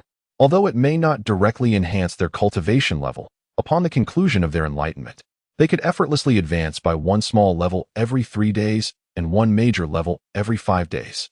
"Brother Feng, allow me to interject." Li Ruoshui raised his hand. "I entered the epiphany of the Tao heart 2,000 years ago." Feng Mo's expression stiffened at his words, before morphing into one of disbelief as he stared at Li Ruoshui. "Why have I never heard you mention this?" "You didn't?" he asked. Feng Yamo fell silent for a moment, finally uttering 5 words. "Please, be a person." Li Ruoshui gazed at Xiao Jin and Lin Chong, who were currently experiencing the epiphany of the Tao heart, and he felt an inexplicable surge of gratitude. It seemed as if an invisible thread connected them. Ordinary cultivators might not experience such a sensation, but Li Ruoshui, who primarily practiced the law of reincarnation, could subtly perceive this phenomenon beyond the comprehension of regular individuals. Otherwise, he would not have been able to cultivate the power of reincarnation. In another corner of the viewing area, Qin Yuan observed his 2 disciples undergoing the epiphany of the Tao heart with a satisfied smile. "Remarkable. They have progressed even sooner than I anticipated. Truly worthy of being my disciples." Initially, he had expected Xiao Jin and Lin Chong to realize their Tao heart epiphany within the Xianke heavenly gate, but to his surprise, they had invoked it right here in the Holy Sun's celestial arena. Indeed, the saying that pressure creates motivation holds true. Had the leaders of the Quaigu Saint sect and the Han clan not intervened at the critical moment, Xiao Jin and Lin Chong might not have entered the epiphany of the Tao heart so swiftly. It appeared they regarded the leaders of the Quaigu Saint sect and the Han clan as their adversaries. Qin Yuan rubbed his temples, feeling a mix of emotions. The causality entwined in this arena contest can be described as a rite of passage for both Xiao Jin and Lin Chong on their journey to fortitude. For the time being, Qin Yuan harbors no intention of intervening. However, should the so-called puppet bone sovereign, the leader of the Soul clan, or the formidable figures from the 3 supreme palaces lack discernment, he would be left with no choice but to ensure their demise, banishing them from the cycle of reincarnation for eternity. Contemplating this, Qin Yuan resumed his consumption of a delicate fruit, savoring its essence. In the next moment, above the Saint Sun Yunshao arena, it appeared as though an invisible barrier had quietly shattered. A profound and enigmatic aura began to surge into the void like an unrelenting tide. Within the confines of the Saint Sun Yunshao arena, this arcane essence permeated every inch of space. This is a force that transcends the mundane, surpassing the shackles of time and the confines of space. In an instant, the laws of heaven and earth seem to be drawn by an invisible power, and the sky is illuminated with resplendent brilliance. Countless radiant beams intertwine, each infused with profound significance. In this moment of enlightenment, Xiao Jin and Lin Chong discover that the once obscure aspects of their cultivation now flow into their souls like clear spring water. It is as if the martial techniques they have mastered inherently belong to them. Whispers of low chants begin to emerge, seemingly conveying supreme truths. The sound does not emanate from the void, but arises from the depths of their consciousness. In this moment, Xiao Jin and Lin Chong seemed to sense that time around them had come to a standstill, and space had solidified. Everything became extraordinarily clear and profoundly transparent. They were astonished to discover that they could perceive their own essence. As they abruptly regained their awareness, they realized they had unknowingly entered a state of spiritual perception. Senior brother, Lin Chong's spiritual essence stood beside his own, and upon seeing Xiao Jin's spiritual form, he exclaimed, "What a wondrous sensation!" Xiao Jin was immersed in this unprecedented arcane experience. Everything around him was suspended. He was curious about what his master would appear like in this state. However, as Xiao Jin directed his spiritual essence towards Qin Yuan, an overwhelming sensation surged through him, causing his mind to swell instantly. Wherever his gaze fell, there was only chaos and void. A profound pain coursed through him, causing his spiritual form to quiver slightly. Indescribable, incalculable, unbearable to behold. This was his initial sensation. Beside him, Lin Chong felt the same. They remained steadfast in spirit, quietly observing the myriad phenomena around them. At that moment, Qin Yuan's voice resonated in their consciousness. Lin Chong and Xiao Jin immediately comprehended that their master was aiding them. They promptly settled back into their physical forms. Their minds were as tranquil as still water, their intentions as fluid as drifting clouds. With focused concentration and serene repose, their souls returned to their origins, intent safeguarding their dantian. All thoughts converged into one, and their resolve to follow the Tao endured. As Qin Yuan's voice faded away at this moment, the profound insights of the Tao heart were fully absorbed by Xiao Jin and Lin Chong. Consequently, they attained the pinnacle of understanding, the eternal Tao heart. The eternal Tao heart. Both of them have reached this supreme state. Goodness gracious. Brotherly, I once believed you were the only one not of this world. Now, it appears all three of you are beyond human. On the spectator platform, Fang Yimo watched this scene unfold, and his composure shattered completely. Chapter 74. The True Xinkei Heavenly Gate. At this very moment, within the arena of the Holy Son of Yunxiao, Xiao Jin and Lin Chong slowly opened their eyes. They had successfully realized the Tao heart. Although their power had not changed at this moment, their understanding on the path of cultivating the heart had entered the ultimate realm of the eternal Tao heart. In other words, henceforth, on their journey of cultivation, they would be free from any inner demons. Indeed, in a certain sense, the benefits they gained far surpassed the rewards for placing among the top 3 in the Yunxiao Holy Sun competition. In a corner of the stands, Qin Yuan observed the two who had achieved the eternal Tao heart on the stage and nodded in acknowledgement. One must admit, the audacity of these two disciples is remarkable. Qin Yuan was astounded. Just moments ago, Xiao Jin and Lin Chong dared to use their spiritual consciousness to perceive themselves during their moment of enlightenment. This is almost indistinguishable from seeking one's own demise. Fortunately, as a disciple of Qin Yuan, he ultimately found stability within his tranquil meditation mantra. Were it any other prodigy daring to act in such a manner, it is likely that upon witnessing their own reflection, their consciousness would be ruthlessly countered by overwhelming power. Indeed, it is conceivable that they might descend into madness thereafter. Congratulations to both of you. After the dissolution of that comprehension arena, the members of Xiaolei once more approached Xiao Jin and Lin Chong. With a jovial demeanor, Xiaolei proclaimed, "This is your reward for securing first place." With that, he produced a green spatial ring. Xiao Jin, eschewing any pretense, accepted the ring and began to investigate its contents. There were indeed numerous rare treasures within, yet none of what Xiao Jin required. How, then, should this battle be assessed? Xiao Jin cast a glance towards the sole entity, Hunli, standing at the edge of the arena. Xiaolei immediately declared with clarity, "I hereby announce that the top 3 positions of the Holy Sun Yuntian Arena have been established. The first place, without a doubt, goes to Xiao Jin and Lin Chong. As for the second place here," Xiaolei turned his gaze towards Hong Shitian, who had remained inactive throughout the contest. He then proclaimed, "It is Hong Shitian of the Hong clan." At that moment, Hong Shitian struggled to swallow his saliva. At last, he truly comprehended the meaning of effortless victory. Throughout the entire event, he merely took to the stage and emerged as the runner-up. On the spectators' side, the members of the Hong family were equally exhilarated, truly deserving of their masterful mentor. When they said their prodigy would achieve a victorious outcome without exertion, he indeed did. Xiaolei cast another glance at Zhu Tianhai and Hun Ning. These two old fellows are quite formidable. He continued, the third place goes to Hun Li and Zhugu Rao. Thus, the top 3 slots for the Holy Sun Yun Xiao were conclusively determined. Brother Fong, the banquet tonight is entrusted to you. In the southeast corner, Li Ruoshui gently patted Fong Mo's shoulder. Fong Mo, however, was visibly distressed, his face contorted with confusion. I cannot comprehend this. Why is it that you all can step into the realm of Tao-hard enlightenment, yet I cannot? Before I met you, Brother Li, I was also hailed as a prodigy. At this moment, Fong Mo was truly at a loss. It would have been one thing if Li Ruoshui, this exceptional cultivator, was simply strong. Yet now, having only just accompanied Li Ruoshui, he encountered 2 other talents whose cultivation prowess far surpassed his own. Can one maintain composure in such circumstances?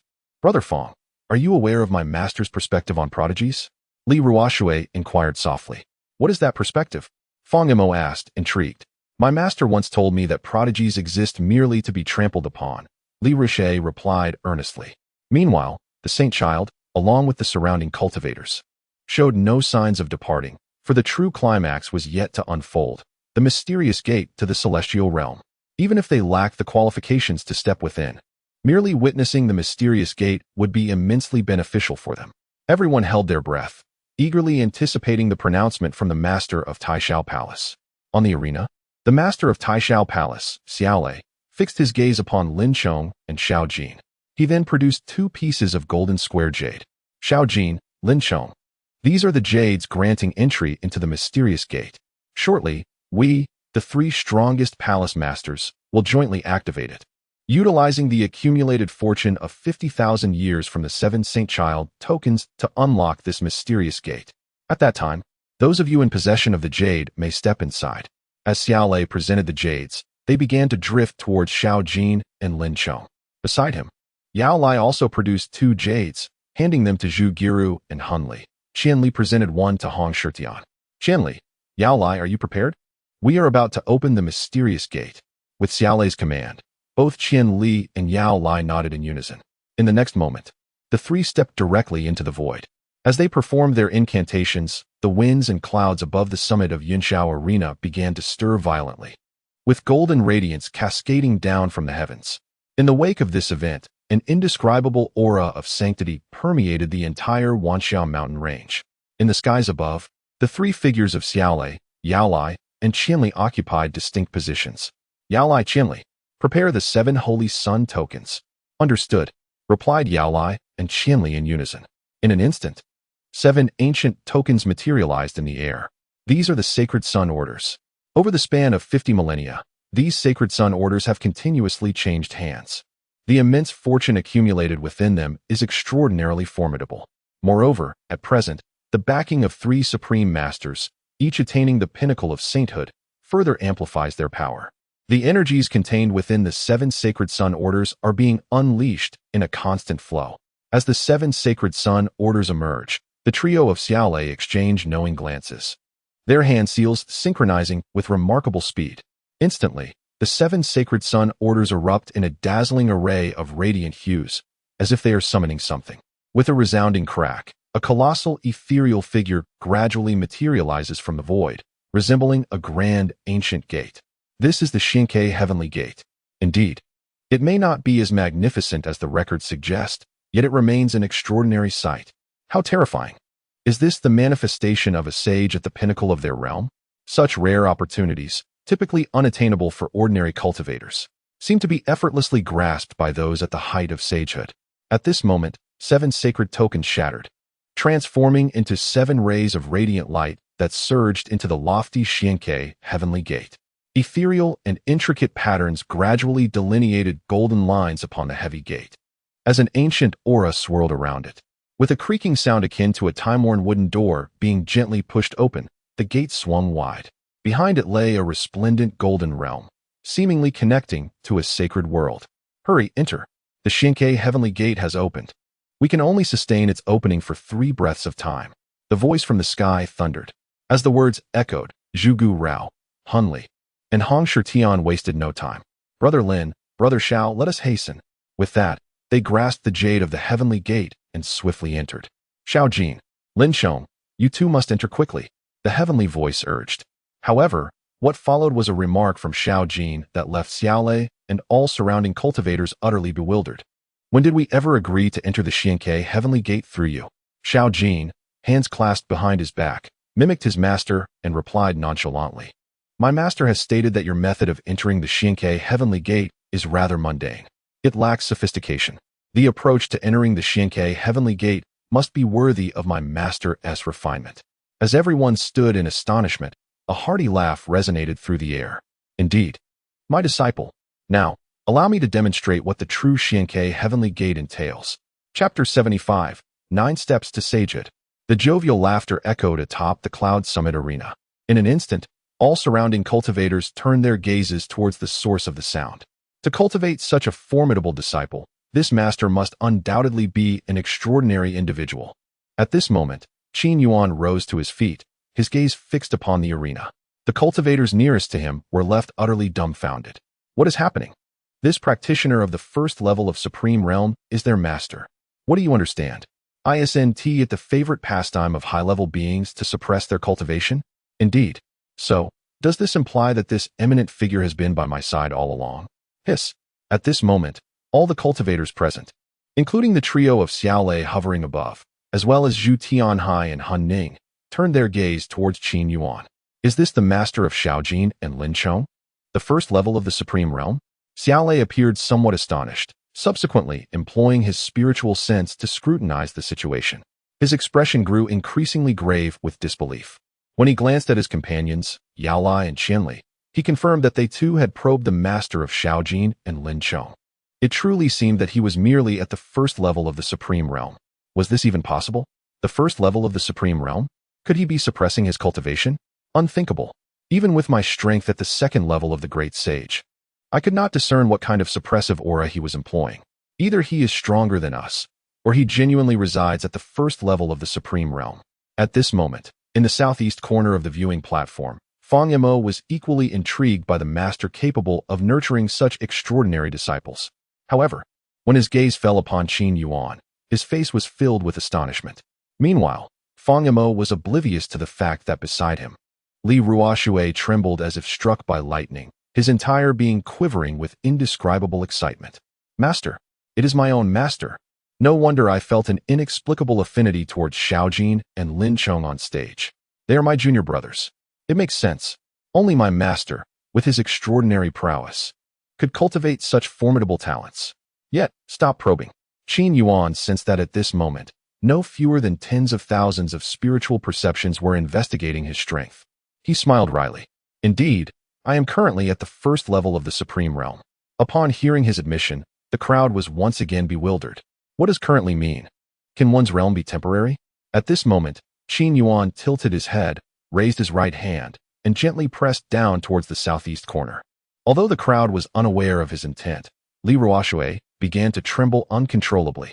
It turned out that the master had long since noticed him. However, Li Ruoxue, being quite perceptive, understood that this was his master's domain. He merely needed to wait until everything concluded before approaching his master. At this time, Qin Yuan lifted his head, gazing at the slowly closing Xianke heavenly gate, shaking his head. The golden light was not manifesting, and the heavenly gate did not reveal itself. This level of the Xianke heavenly gate is the most rudimentary, he commented. This caused all those present to gasp in astonishment. For his recent evaluation was akin to delivering a slap to the face of the formidable leader of the three palaces. Indeed, the expressions of the three individuals, Xiaolei and his companions, morphed into a grimace.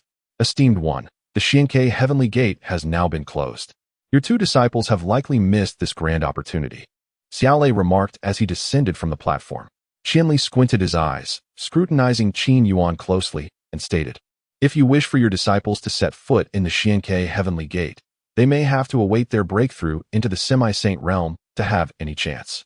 However, even if your disciples possess extraordinary talent, it will likely take them at least a millennium to reach the semi-saint realm.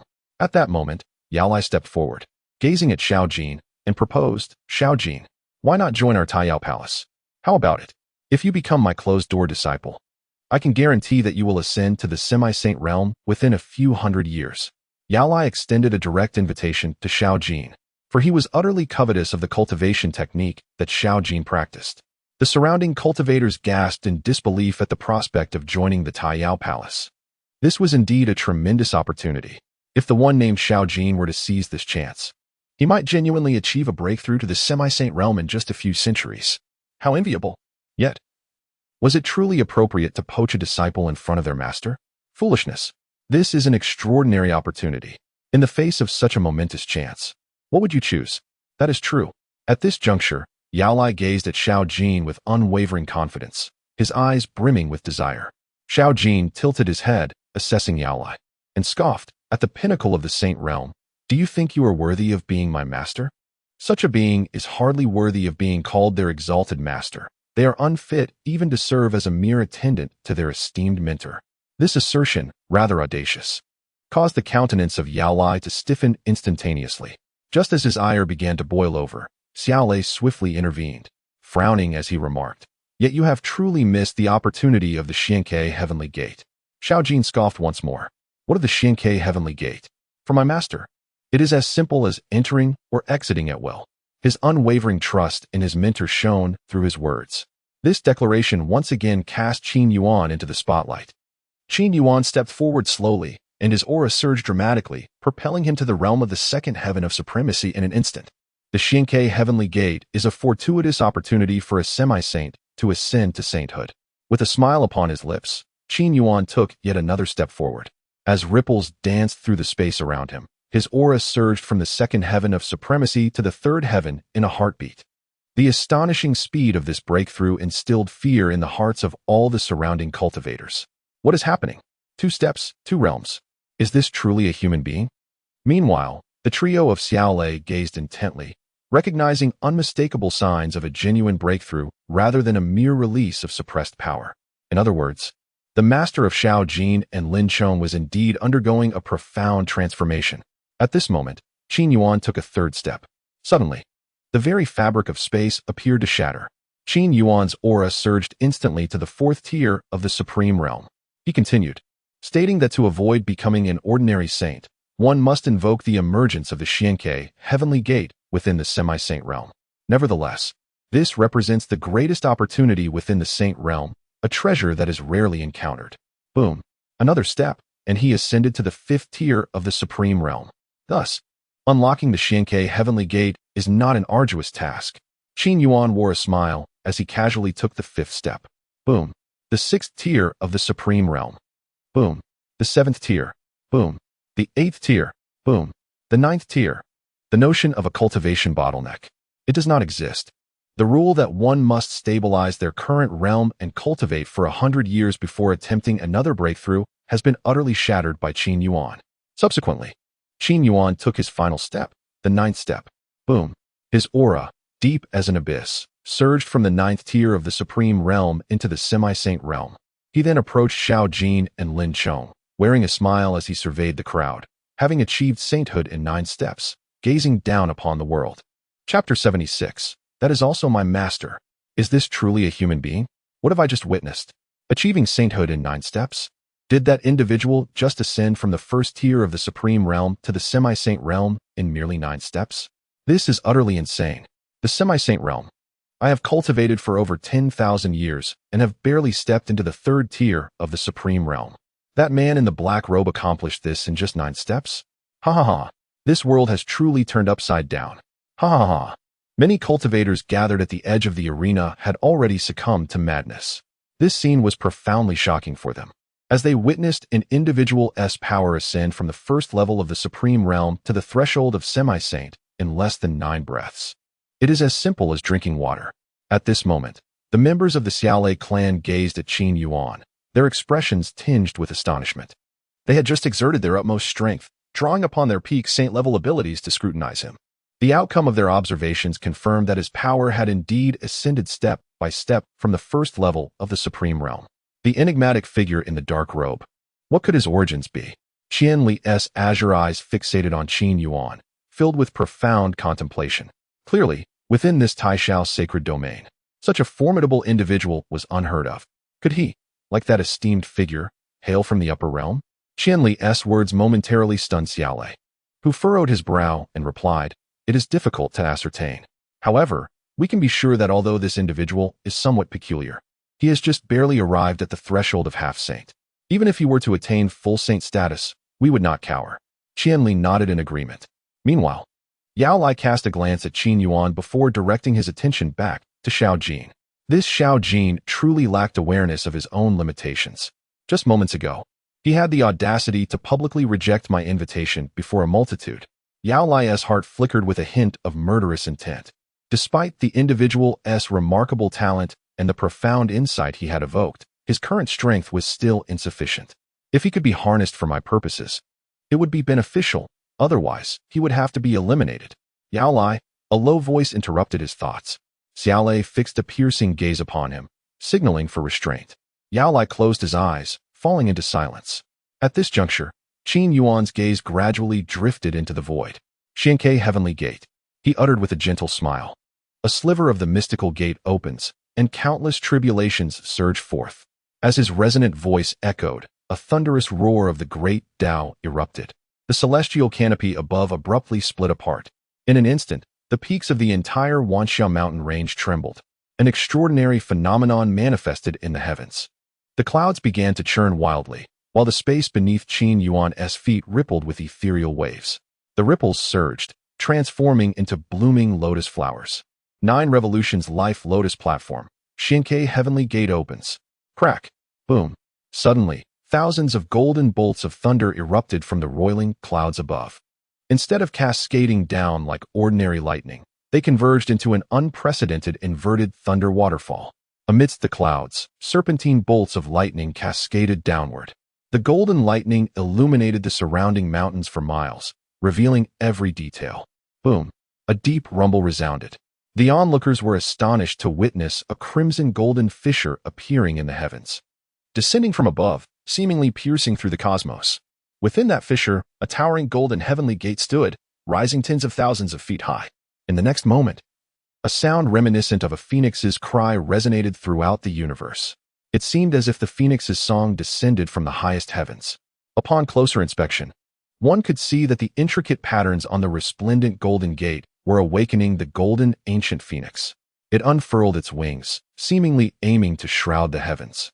The golden heavenly gate slowly opened, revealing an interior filled with extraordinary radiance, evoking a sense of yearning. At that moment, before the gates of the Xianke Heavenly Gate, a golden staircase began to unfurl, step by step, descending towards Qin Yuan's feet. The Xianke Heavenly Gate had extended the staircase of its own volition. Such an extraordinary occurrence had never been recorded in any ancient texts. Yet, everyone understood that only an immensely powerful opportunity and a formidable individual could prompt the Xianke Heavenly Gate to behave in such a manner. In stark contrast to the efforts of Xiao Lei and his companions, who had struggled to partially open the Heavenly Gate, this magnificent, resplendent gate, wide open and extending a golden staircase, was the true Xianke Heavenly Gate. So this is the genuine Xianke Heavenly Gate. Now I comprehend why Xiao Jin previously remarked that the Xianke Heavenly Gate summoned by the 3 supreme halls lacked grandeur. In comparison, what did they truly summon? Hush! Lower your voice. Are you courting death? A voice admonished. Ahem. In any case, this visit to witness the Saint's battle was not in vain. Just the sight of this golden radiance has loosened the constraints of my bottleneck. I can hardly imagine the opportunities that would arise if I could step within. The surrounding cultivators began to murmur among themselves. At this moment, Qin Yuan's aura steadily approached the realm of saints. Xiao Jin, Lin Chong, let us proceed. Qin Yuan smiled softly, stepping onto the golden staircase with ease. Behind him, Xiao Jin and Lin Chong followed suit without hesitation, entering the celestial portal. In a haze of ethereal light, the 3 figures swiftly arrived before the magnificent golden gate that descended from the heavens. Qin Yuan stood with his hands clasped behind his back, gazing down upon the Wanxiao mountain range. Xiao Jin and Lin Chong were drawn into the luminous golden gate. Ultimately, Qin Yuan's gaze fixed upon Li Ruoshui, and he chuckled softly, "Good disciple, do not rush. Await my return from the heavenly gate." Though the statement may seem somewhat abrupt, those around him paid it no heed, assuming he was referring to the words exchanged between Xiao Jin and Lin Chong. Little did they know, in the southeast corner of the stands, Li Ruoshui was trembling with excitement. As Qin Yuan stepped through the golden gate, the resplendent glow began to shimmer, half concealed and hovering in the void, leaving everyone uncertain as to when it would finally open. However, one thing was clear to all: when it did open again, those who emerged would possess immeasurable futures. Li brother, did you see? 9 steps to sanctity. The Xianke gate is graciously lowering its golden staircase to welcome us. Those 2 prodigies, master, is even more extraordinary than the prodigies themselves. Fang Yimo exclaimed, slightly exhilarated. Upon hearing this, Li Ruoshui's lips twitched as he replied, "Because that is also my master." Fang Yimo, struck as if by lightning, paused for a moment before turning back, bewildered. Huh? Chapter 77. The 4 Realms of the Great Sage. Wait, my friend, Fang Yimo stammered, still somewhat dazed. After contemplating for a considerable time, he finally exclaimed, "What? Li brother, are you saying that the man in the dark robes, ahem, that esteemed elder you are desperately seeking, is really him?" Li Ruoshui swallowed hard, his face betraying immense excitement. "Indeed, my master is truly here." I sensed a familiarity about Xiao Jin and Lin Chong. It turns out, they are my junior brothers. Haha. Normally reserved, Li Ruoshui was genuinely joyful at that moment. Fang Yimo, taken aback, realized that all these extraordinary talents had congregated in one place. Nevertheless, he felt happy for Li Ruoshui. "Congratulations, Li brother, on finally finding your master. Once the elder emerges from the Xianke gate, I shall certainly represent my Fang family in inviting him to visit us." Fang Yimo declared solemnly with a deep breath. "That will depend on my master's wishes. I shall abide by all his decisions," Li Ruoshui replied, pacing back and forth in the stands. "How long will this gate remain closed? I recall when I first entered the realm of saints, it seemed I stayed inside for about an hour." Seeing this, Fang Yimo smirked. "Li brother, you actually stayed in there for 3 whole days. Really? Was it that long?" Li Ruoshui said, slightly exasperated. "With my master's cultivation, would that mean he must remain inside for thousands of years?" Fang Yimo fell silent. The Xianke gate presents a tremendous opportunity for those half-saintly to step into the saintly realm, and such opportunities vary in magnitude. For those encountering minor opportunities, some would emerge in less than an hour. Most saints could only remain for half a day at most. Those who stayed for half a day would typically return as mid-stage saints. As for Li Ruoshui, who was a truly exceptional prodigy, he remained for an entire 3 days, emerging directly into the late stage of the saintly realm. This had astonished his contemporaries over 10,000 years ago. Yet now, he claimed that his master would remain for thousands of years. So terrifying. My master is indeed that formidable. Li Ruoshui discerned Fang Mo's thoughts and remarked directly, "Moreover, it is even more terrifying than you can imagine. This is my master. My master wields power that can overshadow the heavens." Others may not comprehend the extent of Qin Yuan's strength, but Li Ruoshui is acutely aware of his master's immeasurable prowess. At this moment, his thoughts drifted back over 20,000 years. By chance, he entered the ancient celestial tomb, where he was favored by his master, becoming one of many disciples. He received teachings from his master regarding reincarnation, which harmoniously complemented his innate reincarnation affinity, resulting in a remarkable enhancement of his abilities. He began to develop his reincarnation affinity to its fullest potential, and through the techniques imparted by his master, he devised numerous formidable methods, subsequently overwhelming all the prodigies of his generation. While ordinary cultivators may not have heard of Li Ruoshui's name, within the interconnected realms of the mystic domain, his reputation resonates powerfully. The one who governs life and death with weak water, a solitary hand measuring the river of reincarnation. This speaks of Li Ruoshui, who possesses the art of reincarnation. After all, in this world, the number of individuals capable of employing reincarnation techniques is exceedingly limited, as reincarnation intertwines with causality. Even sages and mighty beings dare not claim to grasp it. Brotherly, earlier your 2 junior brothers had friction with that puppet bone sect and the Soul Clan. Would you like me to take action against their clan leader and sect master? Fang Yimo interjected suddenly, his gaze seemingly glancing intentionally at Zhu Tianhai and Han Ning nearby. In that instant, both of them shivered involuntarily, as an instinctive realization struck them that their lives hung in the balance. However, this thought came swiftly and departed just as quickly, leading Zhu Tianhai and Han Ning to assume they were merely hallucinating due to the celestial phenomena before them. After all, both were peak sages at the pinnacle of their power. In this vast realm of Tai Xiao, who could pose a threat to them. No need. This is merely a trial for my junior brothers. Li Ruoxue gently waved his hand, a smile illuminating his face as he spoke with great cheerfulness. If my junior brothers find themselves at a disadvantage, I shall invite them into my river of reincarnation for a thorough cleansing. The smile on his face belied the extreme danger in his words. The river of reincarnation, Li Ruoxue's most formidable means of execution. Once he summoned the river of reincarnation, those who fell into its waters would be eternally ensnared in the hell of reincarnation he constructed, never to rise again, until their souls shattered and transformed into sustenance for his river of reincarnation, thereby augmenting its might. When faced with such an adversary, few cultivators of the same realm would dare confront Li Ruoxue. Even those stronger than him would be reluctant to engage in battle, for Li Ruoxue, possessing the second stage of the Great Sage realm, had slain beings of the third stage. The so-called Great Sage realm transcends the pinnacle of the Sage realm, resulting in a profound metamorphosis. The Great Sage realm is divided into 4 stages. The first stage focuses on refining the physical body, wherein one must purify all sinews and flesh to be considered a practitioner of Great Sage first stage. Those who attain the first stage possess a physique capable of bearing greater sacred resonance. They can summon the sacred resonance from the void for cultivation at any time and in any location.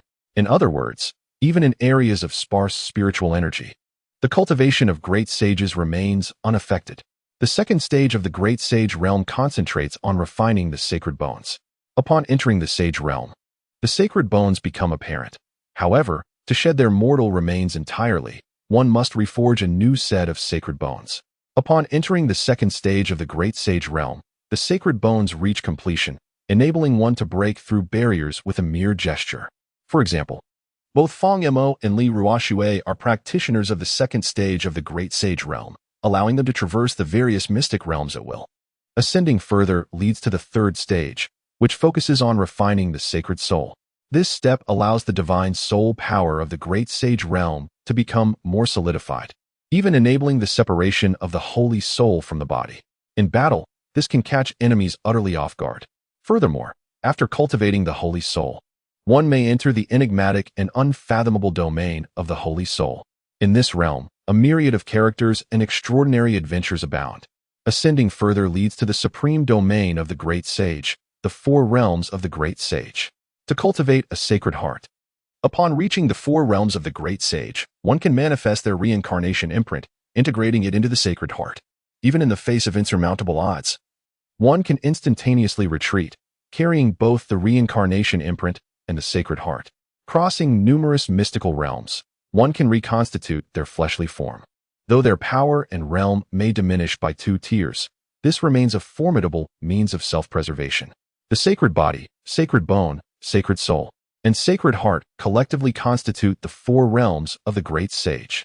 Presently, Li Ruoxue has resolved to await the reopening of the Xianke Heavenly Gate at the Cloud Sky Arena. Simultaneously, within the Xianke Heavenly Gate, Xiaojin, Lin Chong, and Qin Yuan have already stepped inside. They have entered what is reputed to be the greatest opportunity for sages. Chapter 78. Confronting Opportunity, the 8-character mantra. The golden light Heavenly Gate flickers into visibility in the sky. The multitude of cultivators gathered here have chosen not to depart, but rather to patiently await. After all, they are curious about the realms to which those who enter the Xianke Heavenly Gate will ascend upon their emergence. The Saintess Zhu Giru of the Puppet Bone Sacred Sect, the Saint Sun Hunli of the Hun clan, and Hong Shitian of the Hong clan, along with dark horses Xiaojin and Lin Chong, and their extraordinarily gifted master. The recent contest for the Holy Sun has indeed been exceptionally lively. It was utterly unexpected that the masters of Xiaojin and Lin Chong possessed such terrifying talents. Xiao Lei gazed quietly at the golden gate in the sky, his brow gradually unfurling. However, they have reached the limits of their journey. The Xianke Heavenly Gate may represent a great opportunity, but it is not the right moment. That esteemed figure should not fault us for the insufficient number of participants. After all, those who have entered the Xianke Heavenly Gate are all prodigies among prodigies. A glimmer of ruthlessness flickered in Xiao Lei's purple eyes.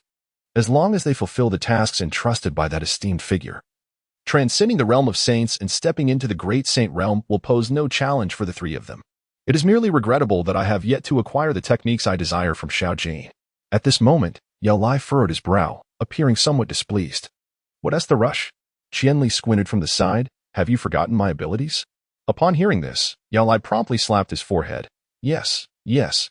I almost overlooked your capabilities, Qianli. Haha. If that's the case, I can rest easy.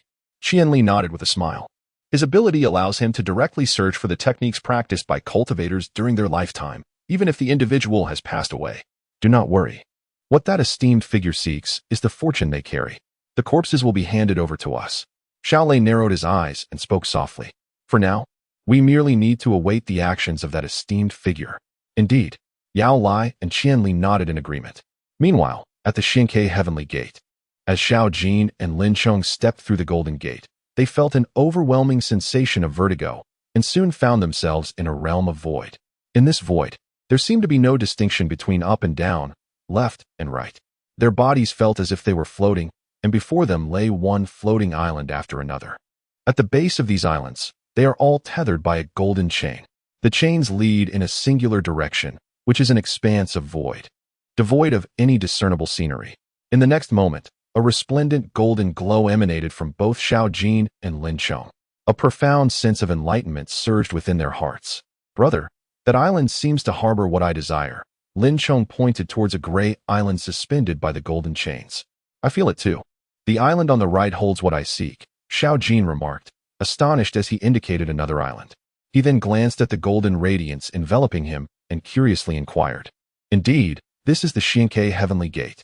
This golden light appears to enable us to swiftly discern the opportunities that favor our advancement. No wonder practitioners aspire to enter the Xinke Heavenly Gate when they attain the status of a sage.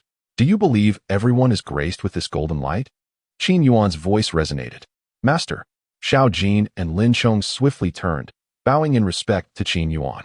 This sacred golden glow materializes solely for those superlative beings endowed with the fortune of the heavens when they activate the Xinke Heavenly Gate, Qin Yuan stated leisurely. Clearly, this golden light is a gift I have bestowed upon you. I am that superlative being. Qin Yuan was never one to shy away from self-praise. Thank you, Master. Xiao Jin and Lin Chong expressed their gratitude. Enough. These islands before you each harbor great opportunities for you. The terminus of the golden chains leads to the Xinke Heavenly Palace, where the most formidable treasures of this Xinke Heavenly Gate reside. Since this is your cultivation journey, I shall not interfere. You have 3 days. We shall meet at the Xinke Heavenly Palace in 3 days. Upon Qin Yuan's decree, Xiao Jin and Lin Chong nodded earnestly. Yes, Master. Very well. Qin Yuan smiled, and his figure vanished in an instant. To be candid, while the Xinke Heavenly Gate may contain opportunities that could drive sages to madness, such trifling fortunes hardly captured Qin Yuan's interest. Junior brother, shall we commence? At this moment, the fire lotus mark on Xiao Jin's forehead flickered incessantly. His eyes began to blaze with flames. Indeed, brother, junior brother, do you recall Master's teachings? When faced with such opportunities, we must adhere to the 8-character mantra. Xiao Jin readied himself. Of course, Lin Chong's gaze remained steadfast upon the gray island. Confronting opportunity. The 8-character mantra. The two exchanged glances and proclaimed in unison, Erdi, Erdi, all are Erdi. The moment their voices fell, they transformed into a crimson and azure light, swiftly merging with the 2 floating islands. Opportunities must be seized to be deemed genuine. Anyone daring to obstruct their pursuit of fortune becomes an adversary. In the face of enemies, one must show no mercy. Before long, an array of beastly roars echoed from the 2 islands, for where rare treasures and heavenly materials reside, fierce beasts are sure to guard them. Moreover, this is the Xinke Heavenly Gate. At this very moment, within another dark-hued island. In this place, the spiritual energy is abundant, and amidst the islands, there seems to be the faint sound of ghostly infants weeping. The Soul Master has already arrived here. He sits cross-legged in the void, silently channeling the soul cultivation technique within him, commencing the absorption of the spiritual energy surrounding him. The words of the clan leader ring true. Within the heavenly gate of the mysterious threshold lies an island most suitable for soul cultivation. It appears that if I can absorb all the spiritual essence here, I will undoubtedly break through to the saint level. Once I attain the status of a saint and emerge, I shall surely hunt you down, Xiao Jin. Ha ha ha ha ha. With this thought, the Soul Master fervently intensifies his cultivation practice. However, not far from this island, the neighboring island, radiating a fiery red hue, seems to have dimmed. Xiao Jin has swiftly absorbed all the laws present within this flame law island in a mere moment. Unbeknownst to him, his cultivation has quietly ascended to the 5th layer of the supreme realm. His master once mentioned that there are a total of 99 law islands here. What would happen if all were absorbed? After all, his master had previously said, once one law is mastered, all laws are mastered. In the next instant, Xiao Jin's gaze fixates on the nearby black island, brimming with spiritual essence. Noticing the essence there appearing somewhat diminished, he immediately realizes that someone is encroaching upon his opportunity. Damn it! Xiao Jin abruptly rises. With a step, he summons the lotus of creation, and the 62 colors of celestial fire begin to coalesce into a fiery lotus. You impudent fool! That opportunity is rightfully mine. This time, he recalled his master's previous teachings. Along the way, he must ignite the fire lotus. Chapter 79. The talisman bestowed by the master. Do you not utilize a talisman when you possess one? In the ethereal black floating island, rich with spiritual energy, the island presents an extraordinary flatness. Although the terrain beneath is uneven, its surface resembles a vast, expansive plain. Within this plain, various dense and dark soul energies continuously wander. However, this ebony expanse is not boundless. Peculiar, gnarled brown dead trees are scattered throughout. Intriguingly, each of these desiccated trees bears ghastly visages. At the heart of the island, the soul entity, Soul Li, voraciously cultivates its internal techniques, voraciously consuming these soul energies in abundance. These soul energies have lingered here for an indeterminate period, having transformed entirely into the most pristine form of energy. All he needs to do is to absorb them into his being. At this moment, Han Li lamented the sluggish pace of his cultivation. Gazing upon the ebony plain, akin to a mountain of gold, he commenced a more fervent absorption of the soul energy. You fool! Just as Han Li reveled in his intoxication, immersed in the absorption of soul essence, a thunderous voice suddenly echoed from above. In the frigid, shadowy skies above the dark plain, a resplendent radiance abruptly manifested. A magnificent 62-colored supreme fire lotus, exuding a heat capable of incinerating the void, was hurtling down towards Han Li's head with great ferocity. Xiao Jin, have you lost your mind? Upon sensing the terrifying heat above him, Han Li trembled in fear. He swiftly abandoned his refining stance and summoned all his soul power for defense. The dreadful supreme fire lotus was upon him in an instant. Even with Han Li's speed, he could merely watch as the 62-colored supreme fire lotus detonated before his very eyes. Soul burning technique. Black soul raging tide. Faced with such a close-range ferocious fire lotus, Han Li had no recourse but to ignite his own life spirit. Simultaneously, he unleashed a torrent of curses. Xiao Jin, is it customary to launch an all-out assault immediately? As his words fell, his mental state plummeted. A dense black mist enveloped him. In that very moment, the fire lotus erupted with a thunderous explosion. Boom! Bang! Instantly, the formerly pitch-black plain was illuminated with a kaleidoscope of vibrant colors. Meanwhile, the pure soul energy wafting through the plain dissipated significantly. As the fire lotus descended, a vast, obsidian island unveiled a bottomless abyss at its core. The peculiar trees surrounding it ignited in flames. Coughing violently, a shadow emerged from the depths of the pit. At that moment, the soul's visage was ashen, and nearly half of his soul power had been depleted. Furthermore, his innate spirit had sustained grievous wounds, indicating that a recovery could not be achieved in less than a millennium. He crawled from the chasm, gazing upward at the resurgent Xiao Jin, who was once again conjuring the supreme fire lotus. With fury that threatened to shatter him, he bellowed, Xiao Jin, what on earth do you intend to accomplish?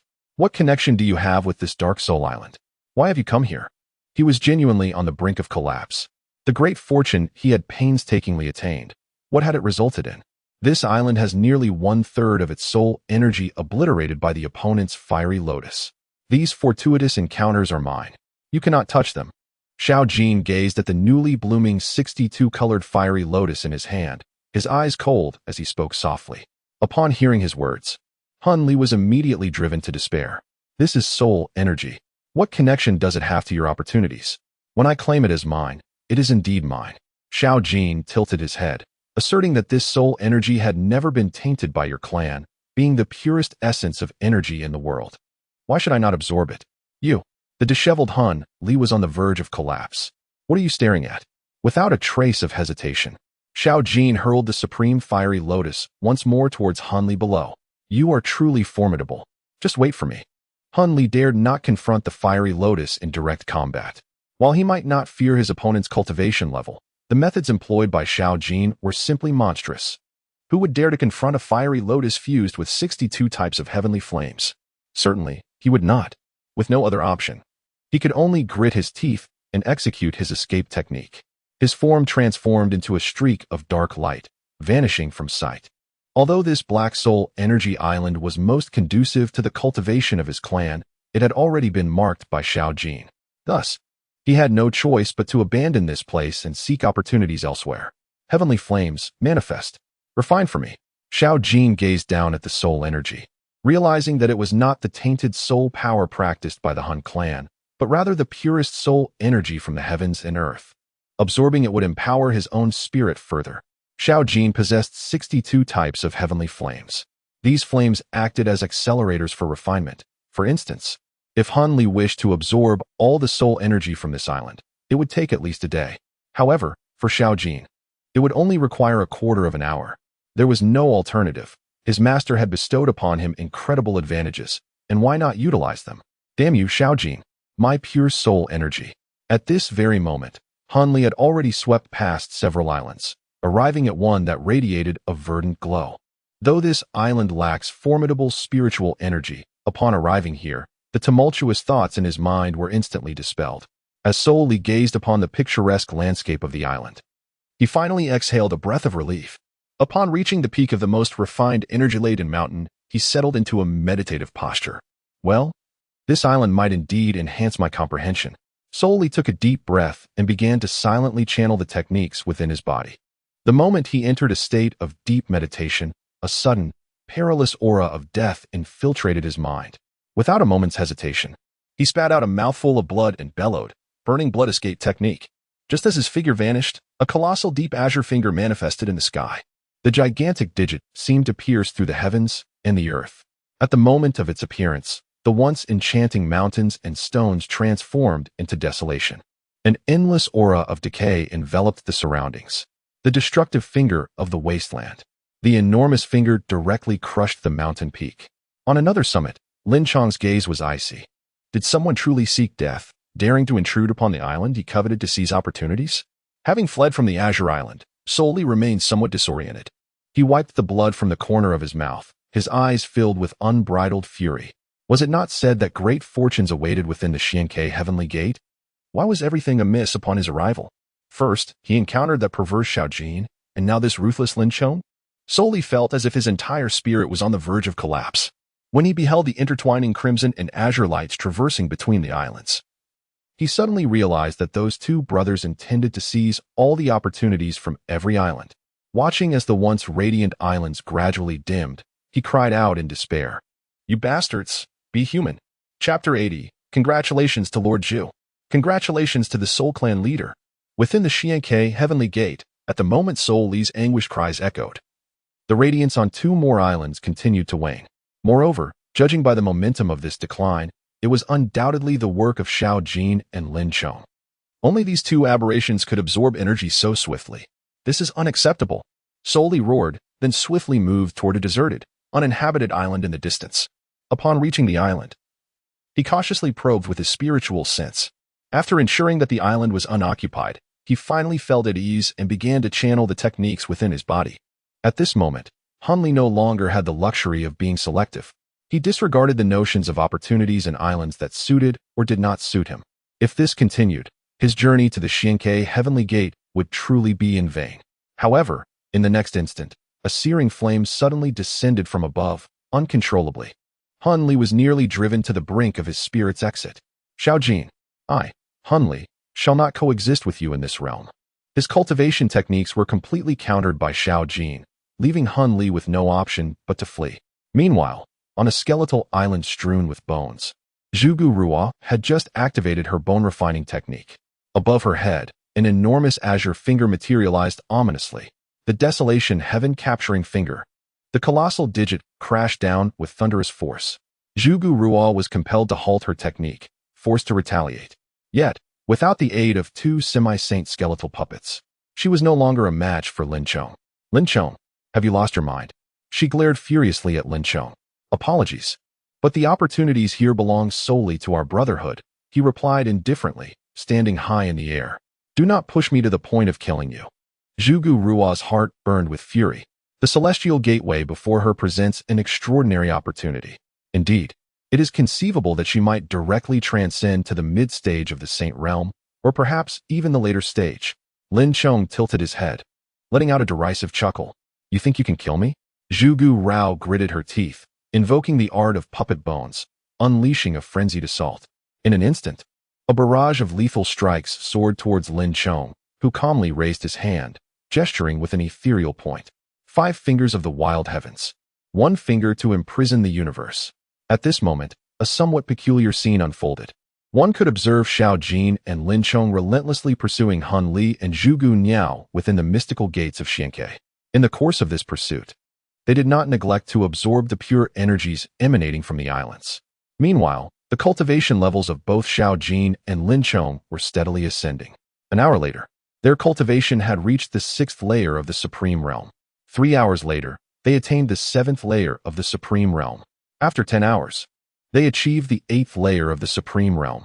And 2 days later, they reached the 9th layer of the Supreme Realm.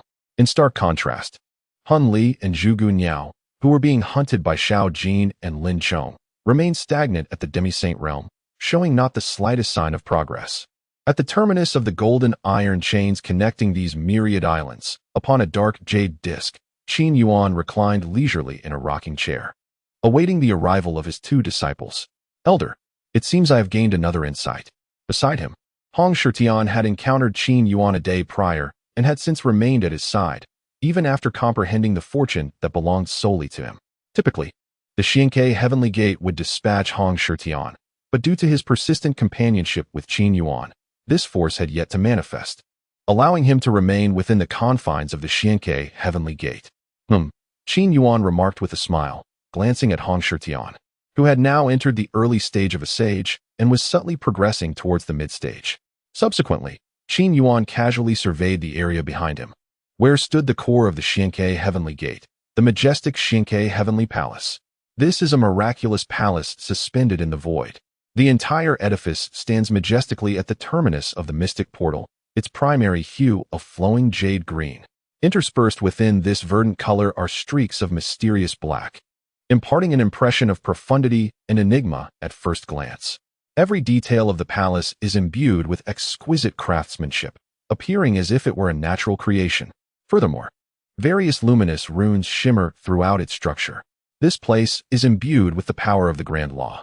Even standing nearby, Hong Shitian can faintly sense the force within him being drawn by this law. Calculating the time, it seems he has about half a day remaining. With a flicker of his divine consciousness, Qin Yuan comprehends the circumstances regarding Xiao Jin and Lin Chong. All the pure energy from the islands has been completely absorbed by the two. At the current pace, they will reach the jade platform beneath him in no more than half a day. The opportunities ahead are merely appetizers for Xiao Jin and Lin Chong. The true fortuitous encounters, however, await behind him. Yet, there is no urgency for Qin Yuan. At this moment, in the external realm of Tai Xiao's sacred domain, the Wanxiao mountain range is filled with jubilant laughter. Ah, Lord Zhu, this truly calls for celebration. Ha! Soul Clan leader, we share in this joy. Since a day ago, the laughter of Zhu Tianhai and Soul Ning has resonated across the Wanxiao mountain range. At present, on the high platform, despite Zhu Tianhai's emaciated form, his face glows with vitality. Opposite him, Soul Ning bears a similar expression. The two exchange jovial banter, almost ready to pledge brotherhood. Meanwhile, on the side of Xiaolei, the 3 of them gaze in astonishment at the half-revealed golden gate in the void. It has been 3 days, and they have managed to remain in the celestial gate for such an extended period? Xiaolei gasps in disbelief. While it is conceivable that Xiao Jin and Lin Chong, along with their exceptionally gifted master, could endure 3 days within the Xiankei celestial gate, how is it possible that even the saintess of the skeleton sacred sect and the saint son of the Soul Clan can remain for 3 days? Could it be that their innate talents are equally formidable? They recall that upon entering the Xiankei celestial gate, they themselves had only lasted a single day. Xiaolei, do you think that the esteemed presence has intervened? Yaolai whispers. Impossible. Xiaolei shakes his head, gazing at the partially concealed gate, slowly responding. If someone perishes within the Xianke celestial gate, their body would automatically be expelled. For now, we can only proceed step by step. Indeed, Yaolai nods in agreement. Across the platform, Zhu Tianhai rubs his bony hands together, calculating the time. It is nearly the 4th day, isn't it? Yes, it is about to be 4 days. Soul Ning beams with delight. It is said that those who comprehend within the Xianke celestial gate for 3 days emerge with at least mid-level saint strength. If they surpass 4 days, they attain late-stage saint strength. Lord Zhu, we can indeed claim successors. Zhu Tianhai claps and laughs heartily indeed. We have successors. At this moment, within the Xianke celestial gate, Xiao Jin and Lin Chong have thoroughly absorbed all the opportunities surrounding the heavenly palace, leaving none for Zhu Giru and Soul Li. As for Zhu Giru and Soul Li, they have fled to the desolate islands devoid of opportunities, hiding away. If they do not conceal themselves, they would undoubtedly be struck down by Xiao Jin and Lin Chong. Moreover, since they have failed to absorb the opportunities here, the power of the celestial gate has not expelled them. Master, at this point, Lin Chong and Xiao Jin have arrived at the jade platform, their auras simultaneously rising to the semi-saint level. Qin Yuan nods in satisfaction, retracting his rocking chair, turning his gaze toward the magnificent heavenly palace before him. Together with my master, let us ascend the heavenly palace and seize our fates. Yes, master. Chapter 81. The Sharp Sword Saint. The Xianke heavenly palace is shrouded in mystery.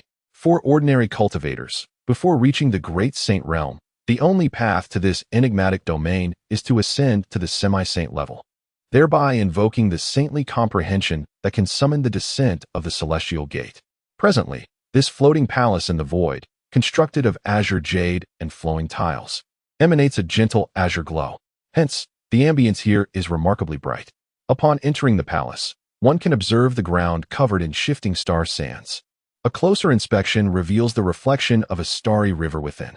If one gazes intently, it seems as if a miniature world exists amidst these star sands. Your current levels are insufficient to comprehend this realm. Qin Yuan perceives the confusion in Xiao Jin and Lin Chong's eyes. He smiles and explains. As the saying goes, one grain of sand, one world, one leaf, one Bodhi. When your realms are elevated, you will understand. For now, it is premature for you. Xiao Jin and Lin Chong nod in agreement, acknowledging their master's teachings. They recognize that in the journey of cultivation, the greatest taboo is to aspire too high too quickly. One must remember that as long as they are stronger in the next moment than they are in this moment, that suffices. Meanwhile, Hong Shitian, who entered with them, cannot help but swallow hard. Merely walking on this flowing sand rekindles profound insights within him. At this moment, on the expansive plaza of the palace, a blue radiance and a red glow suddenly manifest. They have arrived. Qin Yuan is not particularly surprised. Before him, the blue radiance coalesces into a colossal stone monument. The monument is adorned with various ancient engravings, within which resides an immense reservoir of the power of the Qingwu Great Wilderness. The other red glow materializes into a fiery altar, resembling a vast bonfire, its interior filled with swirling flames. This peculiar landscape left Xiao Jin in awe. The liquid flames were indeed a sight he had never encountered before. The fire ruins platform and the monument forest stood before them. Qin Yuan gazed at these two phenomena and smiled as he addressed Lin Chong and the others, saying, "Go forth. This is your opportunity. The extent of your breakthrough depends on your own fortune. I shall stand by to protect you." "Yes, master." Lin Chong nodded earnestly. Xiao Jin then inquired, "But master, what about your own opportunity? After all, those who entered the celestial gate would inevitably attract their own fortunes, yet since they had arrived, it seemed they had yet to witness their master's chance." "Me?" Qin Yuan replied casually. "Since entering the celestial gate, I have concealed my own destiny. The fortunes I attract might overwhelm this celestial gate within mere moments." He then grinned and added, "Do you think I require these so-called sage opportunities?" At this, Xiao Jin smacked his forehead. Right. I almost forgot. Such sage-level fortunes are utterly trivial for you, master." The sentiment, albeit blunt, was not without merit. Qin Yuan nodded. "Now go." "Yes, master." With that, Xiao Jin swiftly leapt towards the fire ruins platform, plunging into the sea of flames, leaving only his head visible above the inferno.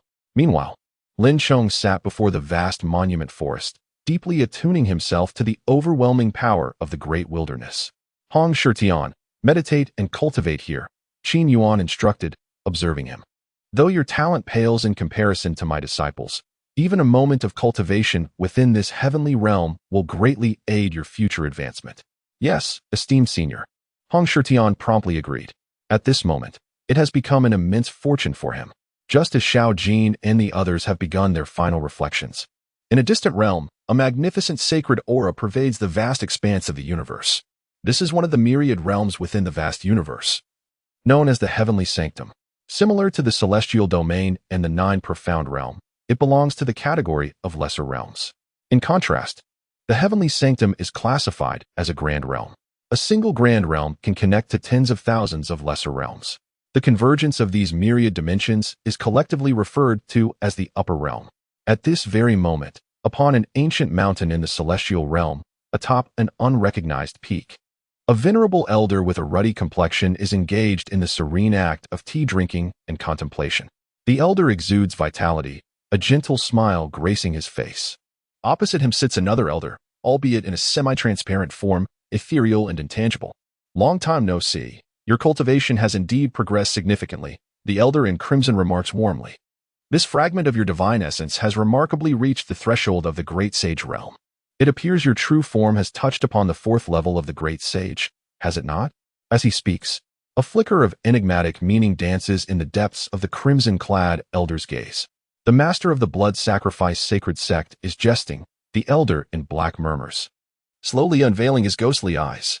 This is not his true self, but merely a fragment of his sacred soul.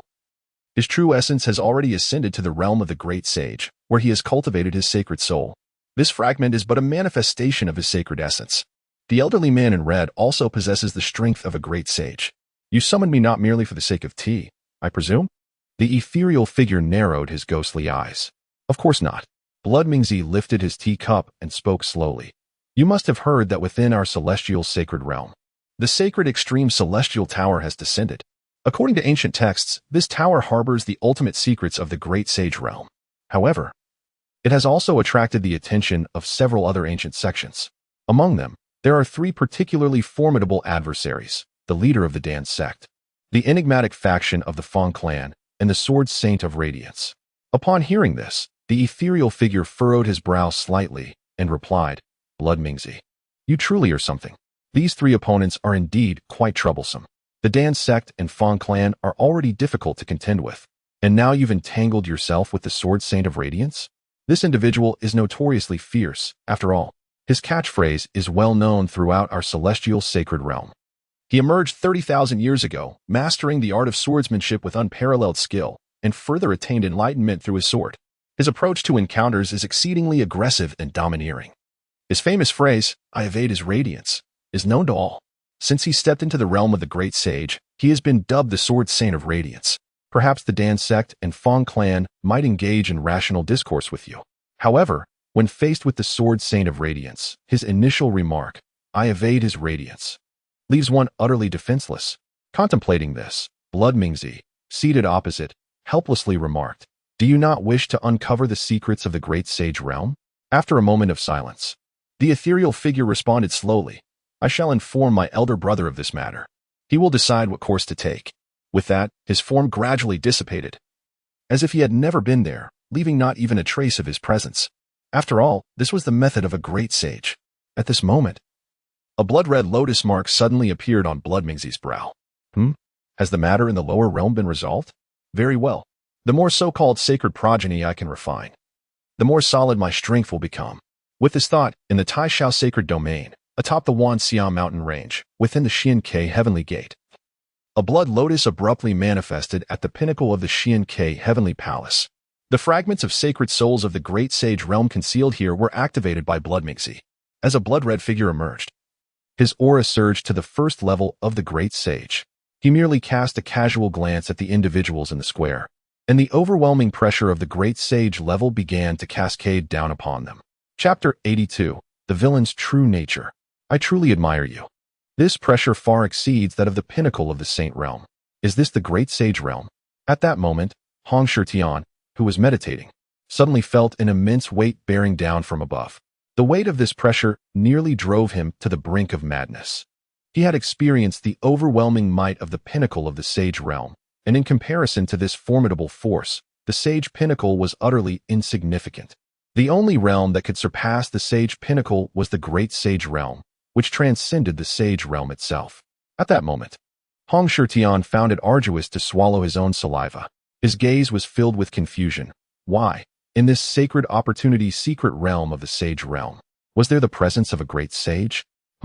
The sacred aura emanating from these two figures was remarkably potent. However, why was the number insufficient? Upon the emergence of Blood Mingzi, he immediately activated his formidable great sage perceptive abilities to sense the space around him. When he discovered that the number of individuals present was merely 6, he was slightly taken aback. His gaze drifted far off, where 2 indistinct presences could be felt, only possessing the strength of half-saints. Yet, the sacred aura within them was almost imperceptible, leading him to disregard those 2 entirely. His attention then returned to the 4 individuals before him. The fire ruin platform and the steel forest seat, infused with the pure energies of fire and the vast wilderness. The 3 juniors of Xiaolei had indeed procured 2 commendable supplements for me. As Blood Mingzi gazed upon Xiao Jin and Lin Dong, the crimson hue in his eyes grew ever brighter. However, when he turned his gaze to Hong Shirtian and Qin Yuan, his interest waned, as their fortune was pitifully scant. Particularly the man in the dark robe, whose sacred aura was nearly undetectable. It was evident that he had not acquired any opportunities here. Xiaolei, juniors? Hong Shirtian gulped nervously. What do you mean, senior? Blood Mingzi glanced at Hong Shirtian but did not respond to his query. Instead, he murmured to himself, later, I shall hold those 3 accountable. Initially, it was said there would be 9 holy sons, yet now only 6 are present. Very well, one of these 2 can be worth 9.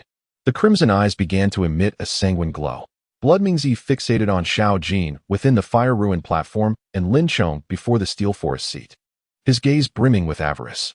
Indeed, Qin Yuan exhibited no surprise.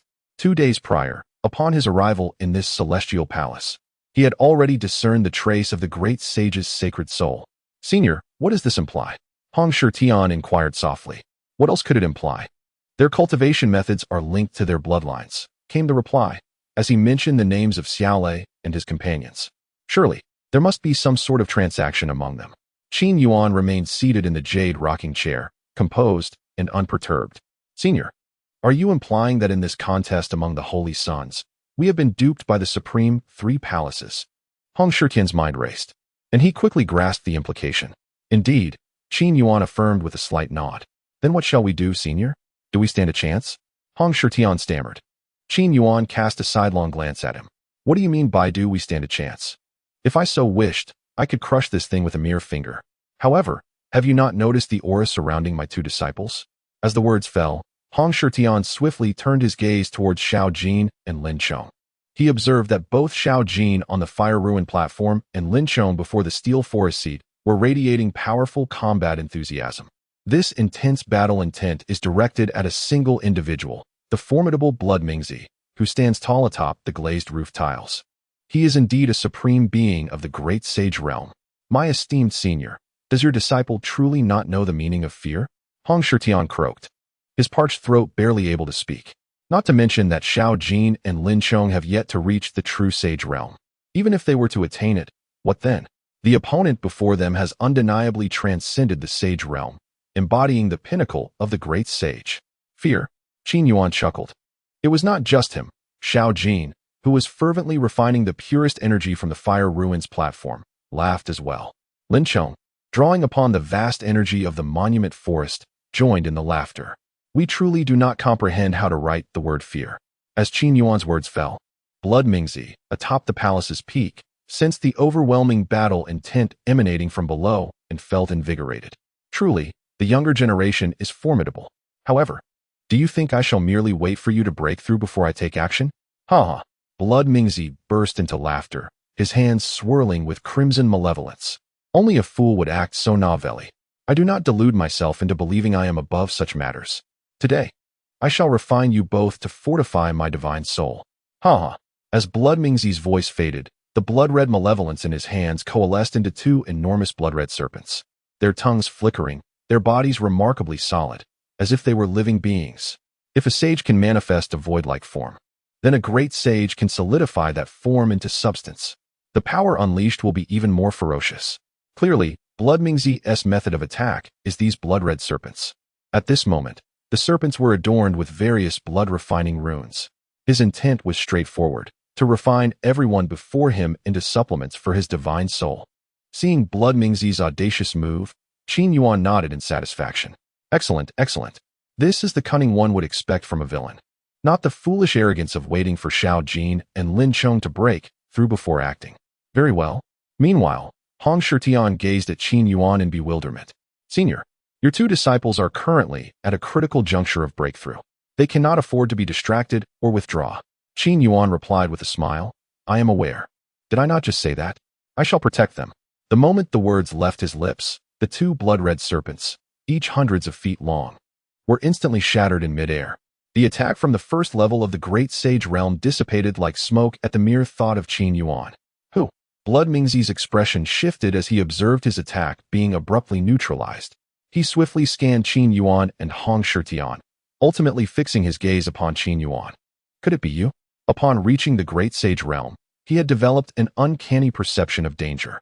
The instant his attack was thwarted, he began to suspect the man draped in the mysterious robe in the rocking chair. Although he had not sensed the man's action, only someone with such calmness before his great sage presence could be responsible. Unwilling to accept defeat, Blood Mingzi raised his hand once more, conjuring an even more robust blood-red serpent. Yet, just as before, it shattered upon reaching the ground. Blood Mingzi's pupils contracted. Though there was no evidence linking the mysterious man to the disruption, he dared not take the risk. Something is amiss. Retreat. Blood Mingzi was not foolish. Encountering such an enigmatic situation, despite his intense desire for the fortunes of the two before the Fire Ruins platform and Monument Forest, he dared not linger. However, just as he prepared to employ his great sage abilities to escape, he suddenly realized he could not tear apart the fabric of space here. Meanwhile, Qin Yuan's voice resonated slowly from below. Excellent, excellent. You have truly qualified. Recognizing the peculiar situation and choosing to flee rather than arrogantly remain is indeed the mark of a proper villain. Qin Yuan smiled reassuringly. I genuinely admire you. Chapter 83. Admiring you does not conflict with killing you. At this moment, even the mindless Blood Mingzi understood who had made a move. It was the mysterious man in black before him, who bore no visible signs of fortune. While secretly wielding the powers of the Great Sage Realm, Blood Mingzi remained vigilant. His gaze fixed upon Qin Yuan. What method have you employed? Although the space here could not be traversed, Blood Mingzi felt no overwhelming fear of his opponent. After all, this was merely a fragment of his sacred soul. At worst, he would perish alongside his adversary. His true self would remain unscathed. He had merely altered the laws of space here, preventing any escape. Qin Yuan regarded Blood Mingzi with satisfaction. Altering the laws of space? Upon hearing this, Blood Mingzi felt a pang of anxiety. His true self, at the third stage of the Great Sage, could not modify the laws of space. How could this man in black achieve such a feat? What was his true power? The fourth stage of the Great Sage? Or perhaps beyond the ultimate realm of the Great Sage? Contemplating this, Blood Mingzi's tones softened considerably. He spoke slowly. Esteemed one, we harbor no enmity. As you mentioned, you appreciate my abilities. This time, I have acted improperly. If fate allows us to meet again in the future, I shall prepare a generous gift in gratitude. Qin Yuan tilted his head, observing the distant Blood Mingzi. Had I refrained from intervening just now, my two beloved disciples would have been slain by you. You claim there is no enmity between us. Moreover, my admiration for you does not conflict with the intent to eliminate you.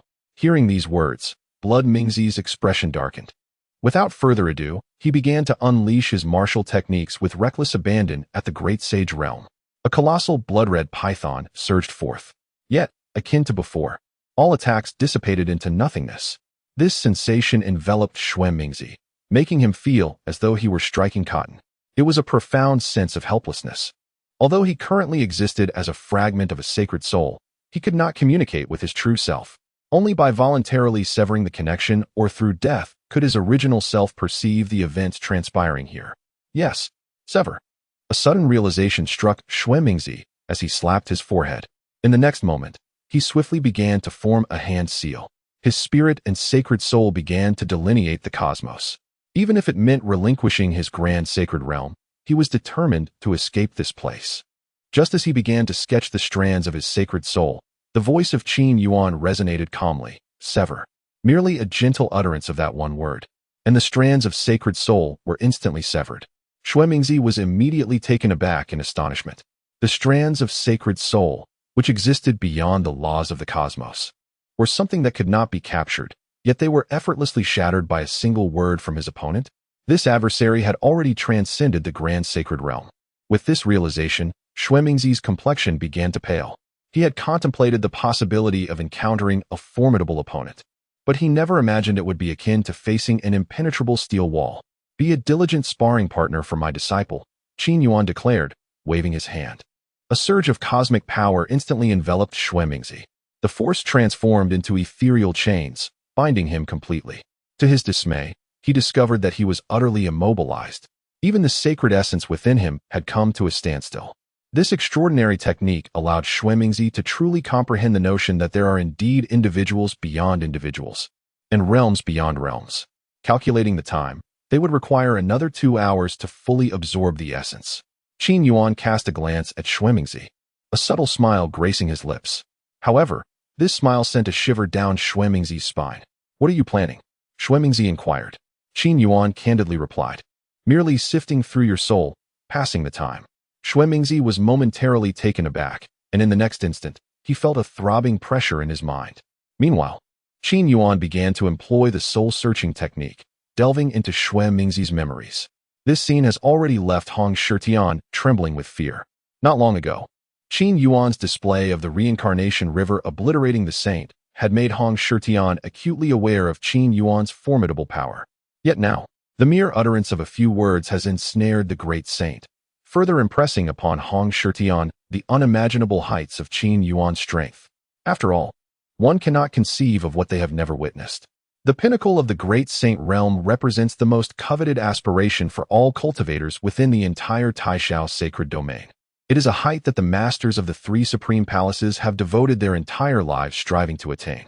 Before Qin Yuan, such a formidable being appeared as insignificant as an ant, easily manipulated at will. Just how powerful could he be? At this moment, Hong Shitian finally comprehended that the invincible master spoken of by Xiao Jin and Lin Chong was indeed truly invincible. In the celestial sacred realm, within the supreme celestial tower, there are also members of the Soul Clan? Yet, their roots have existed for at least 80,000 years, formless and intangible. And what of the Pupils sect and the Radiant Sword Saint? The Radiant Sword Saint? Should I avoid his brilliance? After the soul search concluded, a hint of astonishment flickered in Qin Yuan's gaze. When this little fellow first took his seat, he radiated an aura of brilliance. He was perfectly suited for cultivating the essence of the sharp sword technique. Moreover, Qin Yuan imparted to him several insights on engaging in combat when confronted with formidable adversaries. One must not retreat. The phrase "I evade his brilliance" was imparted to him by Qin Yuan. Qin Yuan felt a twinge of emotion, realizing that the once young lad had now ascended to the status of a sword saint. However, his temperament had become somewhat fierce. Should he encounter Lin Chong, they would likely become fast friends, for their natures are quite similar. One is taciturn, initiating with the technique Desolate Skies Prisoner Annihilation, while the other is domineering and fierce, employing the technique I evade his brilliance. Indeed, they would make a perfect match. Qin Yuan found himself genuinely looking forward to the moment when these 2 disciples would meet. At this juncture, Xuemingzi's gaze towards Qin Yuan had transformed from initial disdain to profound fear. The soul-searching technique is not an excessively arcane secret art. However, the ability to thoroughly probe one's consciousness in an instant is formidable.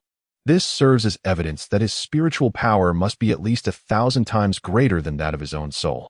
Otherwise, it would be utterly impossible to complete the soul search of his own grand saint soul in such a brief period. A spiritual power of at least 1,000 times that of a grand saint. Can this still be considered human? At the very least, Bloodmingzi, who has lived for 80,000 years, has never encountered an individual with such a ferocious soul. Not even the terrifying leader of the Dan sect possesses such power. However, the leader of the Dan sect has always been shrouded in mystery. Bloodmingzi does not even know their name or appearance. He had only once, 40,000 years ago, witnessed from a distance the soul pressure released by the leader during the process of pill condensation. That soul pressure was so formidable that even those at the fourth level of the Grand Saint realm dared not confront it head-on. It is precisely for this reason that the Dan sect has remained one of the most formidable forces in the celestial sacred realm, a power that none would dare to provoke. In the next instant, Blood Mingzi suddenly realized that the restraints upon him had vanished, initially believing it to be the result of the indolence of the man in the dark robe. He was about to unleash a secret technique when he suddenly discovered that two overwhelming auras, brimming with bloodlust, had locked onto him firmly on the plaza of the Shuangguan Heavenly Palace. At this moment, Lin Chong and Xiao Jin were enveloped in an intense and unparalleled battle intent. Behind Xiao Jin, a towering fire lotus phantom, reaching hundreds of feet in height, gradually materialized. Meanwhile, behind Lin Chong loomed an ancient wild dragon phantom, radiating an aura of the great wilderness. This is the divine form of the two saints. The divine form signifies their formal entry into the realm of the saints. In the next moment, their gazes locked onto Blood Mingzi. Battle. Chapter 84. The Power of the Great Sage, Onward. At this moment, Xiao Jin and Lin Chong both stepped into the realm of saints, their spirits soaring with fervor. Confronting the formidable Blood Mingzi of the Great Saint realm, they exhibited no trace of trepidation. With the 10,000 fire eternal heaven measuring stick and the wild heaven transforming dragon technique. Even though they had merely entered the initial stage of sainthood, their unleashed combat prowess far surpassed that of their peers. Observing the peculiar heavenly fire coalescing into a colossal measuring stick and the primal force shaping into a verdant dragon, Blood Mingzi felt a genuine sense of urgency, daring not to exhibit even a hint of negligence. The techniques practiced by these two were extraordinary and required utmost caution. He uttered a low command, his hands weaving intricate seals. Even when faced with opponents of lesser strength, Blood Mingzi never underestimated his adversaries. This is the wisdom he has gleaned from his long existence. Thus, from the very moment he sensed the impending danger, he yearned to flee. However, he found no opportunity to escape. Lo and behold, with a low exclamation, a colossal blood-red serpent, stretching 1,000 zhong, materialized out of thin air. This is the power mastered by Blood Mingzi. At this moment, he dared not exhibit even the slightest carelessness. He commanded the blood-colored giant python beneath him, which surged madly towards Xiao Jin and Lin Chong, seeking to strangle them. Clang, clang, clang. The Wanhua Hung Tianqi struck against the serpent's body, producing rare sparks. Meanwhile, after Lin Chong executed the Huang Tian Hua Long Ju, a spectral azure dragon manifested around him. Each of his attacks merely left faint traces upon the blood-colored giant python, seemingly unable to penetrate its formidable defenses. You two are merely at the initial stage of the Saint realm. I, on the other hand, possess the strength of the Great Saint realm. Observing that his blood python could not be breached in the immediate term, Blood Mingzi felt a measure of relief. However, he remained vigilant, casting a wary glance at the man in the dark robe, for his attacks could be effortlessly countered by the opponent. Perhaps it would be wise for you both to withdraw? Blood Mingzi suggested. Yet, Xiao Jin and Lin Chong continued to unleash their martial techniques. Indeed, upon reaching the Saint realm, it appeared that they could no longer eliminate foes of greater rank as they once did. Was it not a betrayal of their master's teachings? Flames of celestial fire danced within Xiao Jin's eyes, while Lin Chong remained resolutely silent. Below, Hong Shitian watched the terrifying battle unfold, feeling a prickling sensation at the back of his head. The power of the initial stage of the Saint realm could contend with that of a great saint, and yet, they believed their strength to be lacking? Is this truly a person? Hong Shitian discerned that although the formidable being of the great sage realm possessed immense power, he could not derive any advantage from the combined assaults of Xiao Jin and Lin Chong. It could only be said that the current state of both parties was evenly matched. Contemplating this, he shuddered once more. He could never have imagined that there would come a day when the strength of a nascent sage would stand on par with that of a great sage. Meanwhile, in the vicinity of the Su in Chu Heavenly Palace, there lay a desolate island.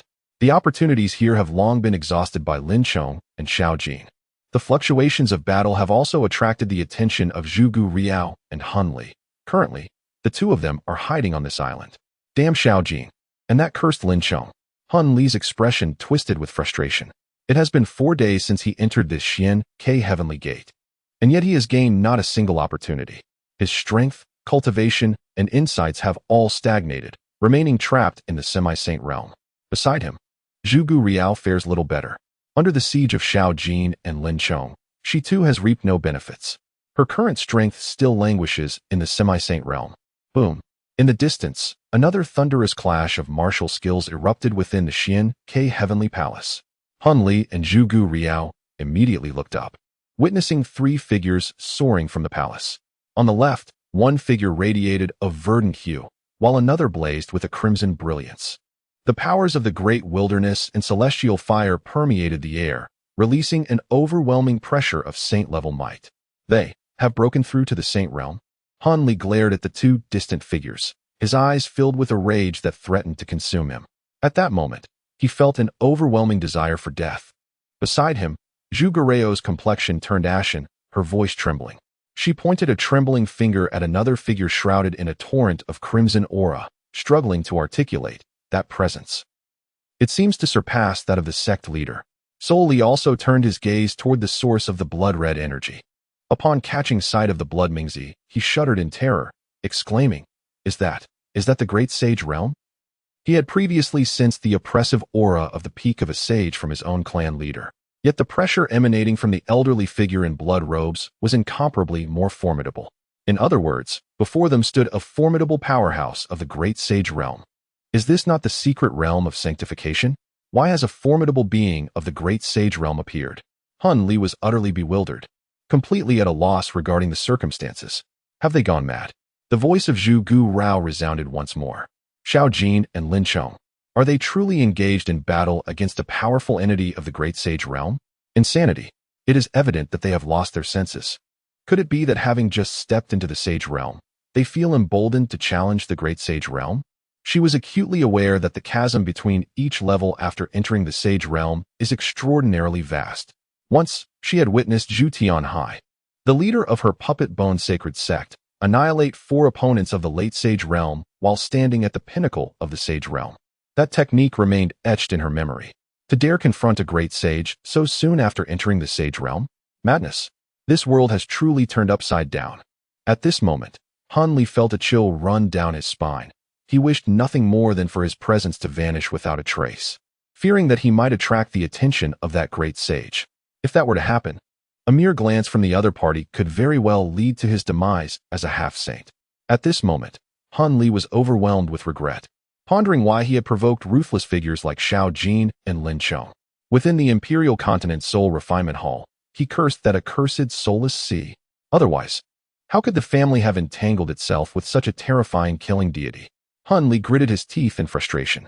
Beside him, Zhugu Riao softly remarked, Han Li, there is no need for such pessimism.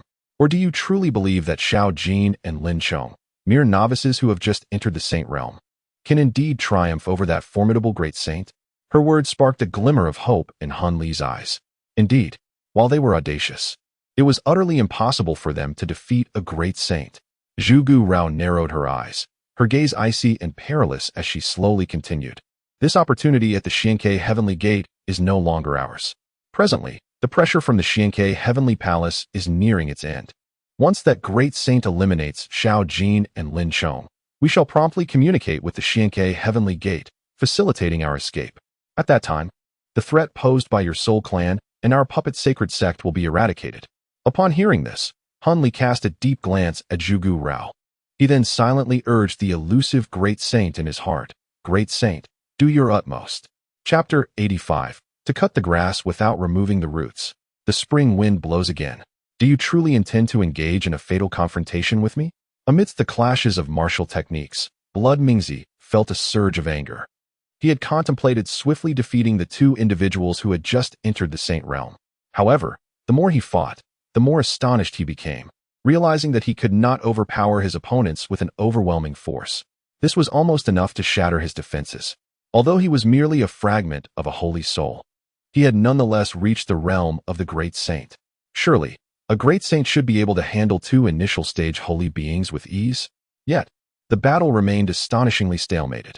In that moment, Mingzi felt as though his status as a great saint might be nothing but a fade. Junior brother, this is a trial left to us by our master, a test of our true strength. Xiao Jin's gaze fixed intently on the airborne Xuemingzi. And in the next instant, the fire lotus mark on his forehead began to flicker with fervent intensity. Thus, I shall go all out. I have just comprehended a new system from the Fire Ruins platform, and I wish to put it to the test. As he spoke, his crimson eyes sparkled with an overwhelming fervor.